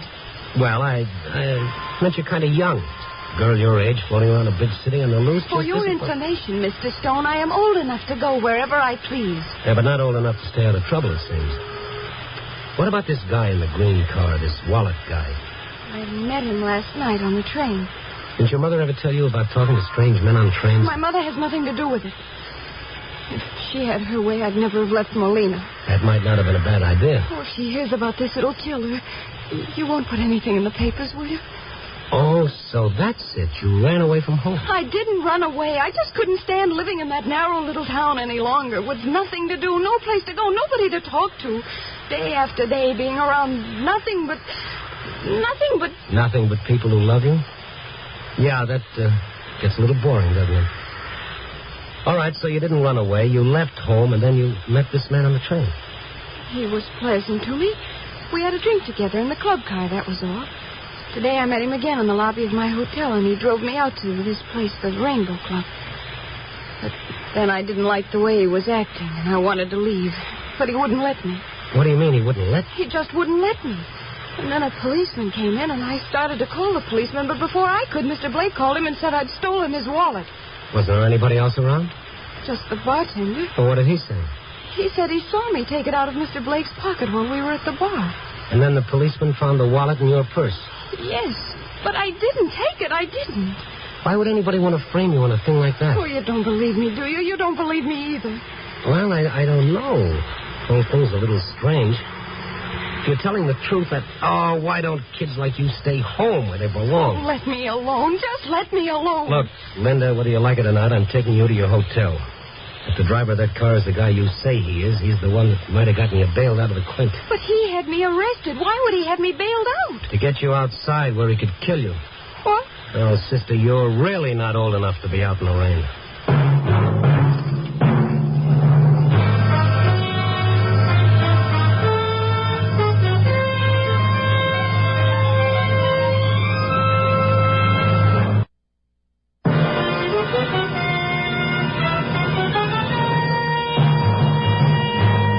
And now back to Night Beat and Randy Stone.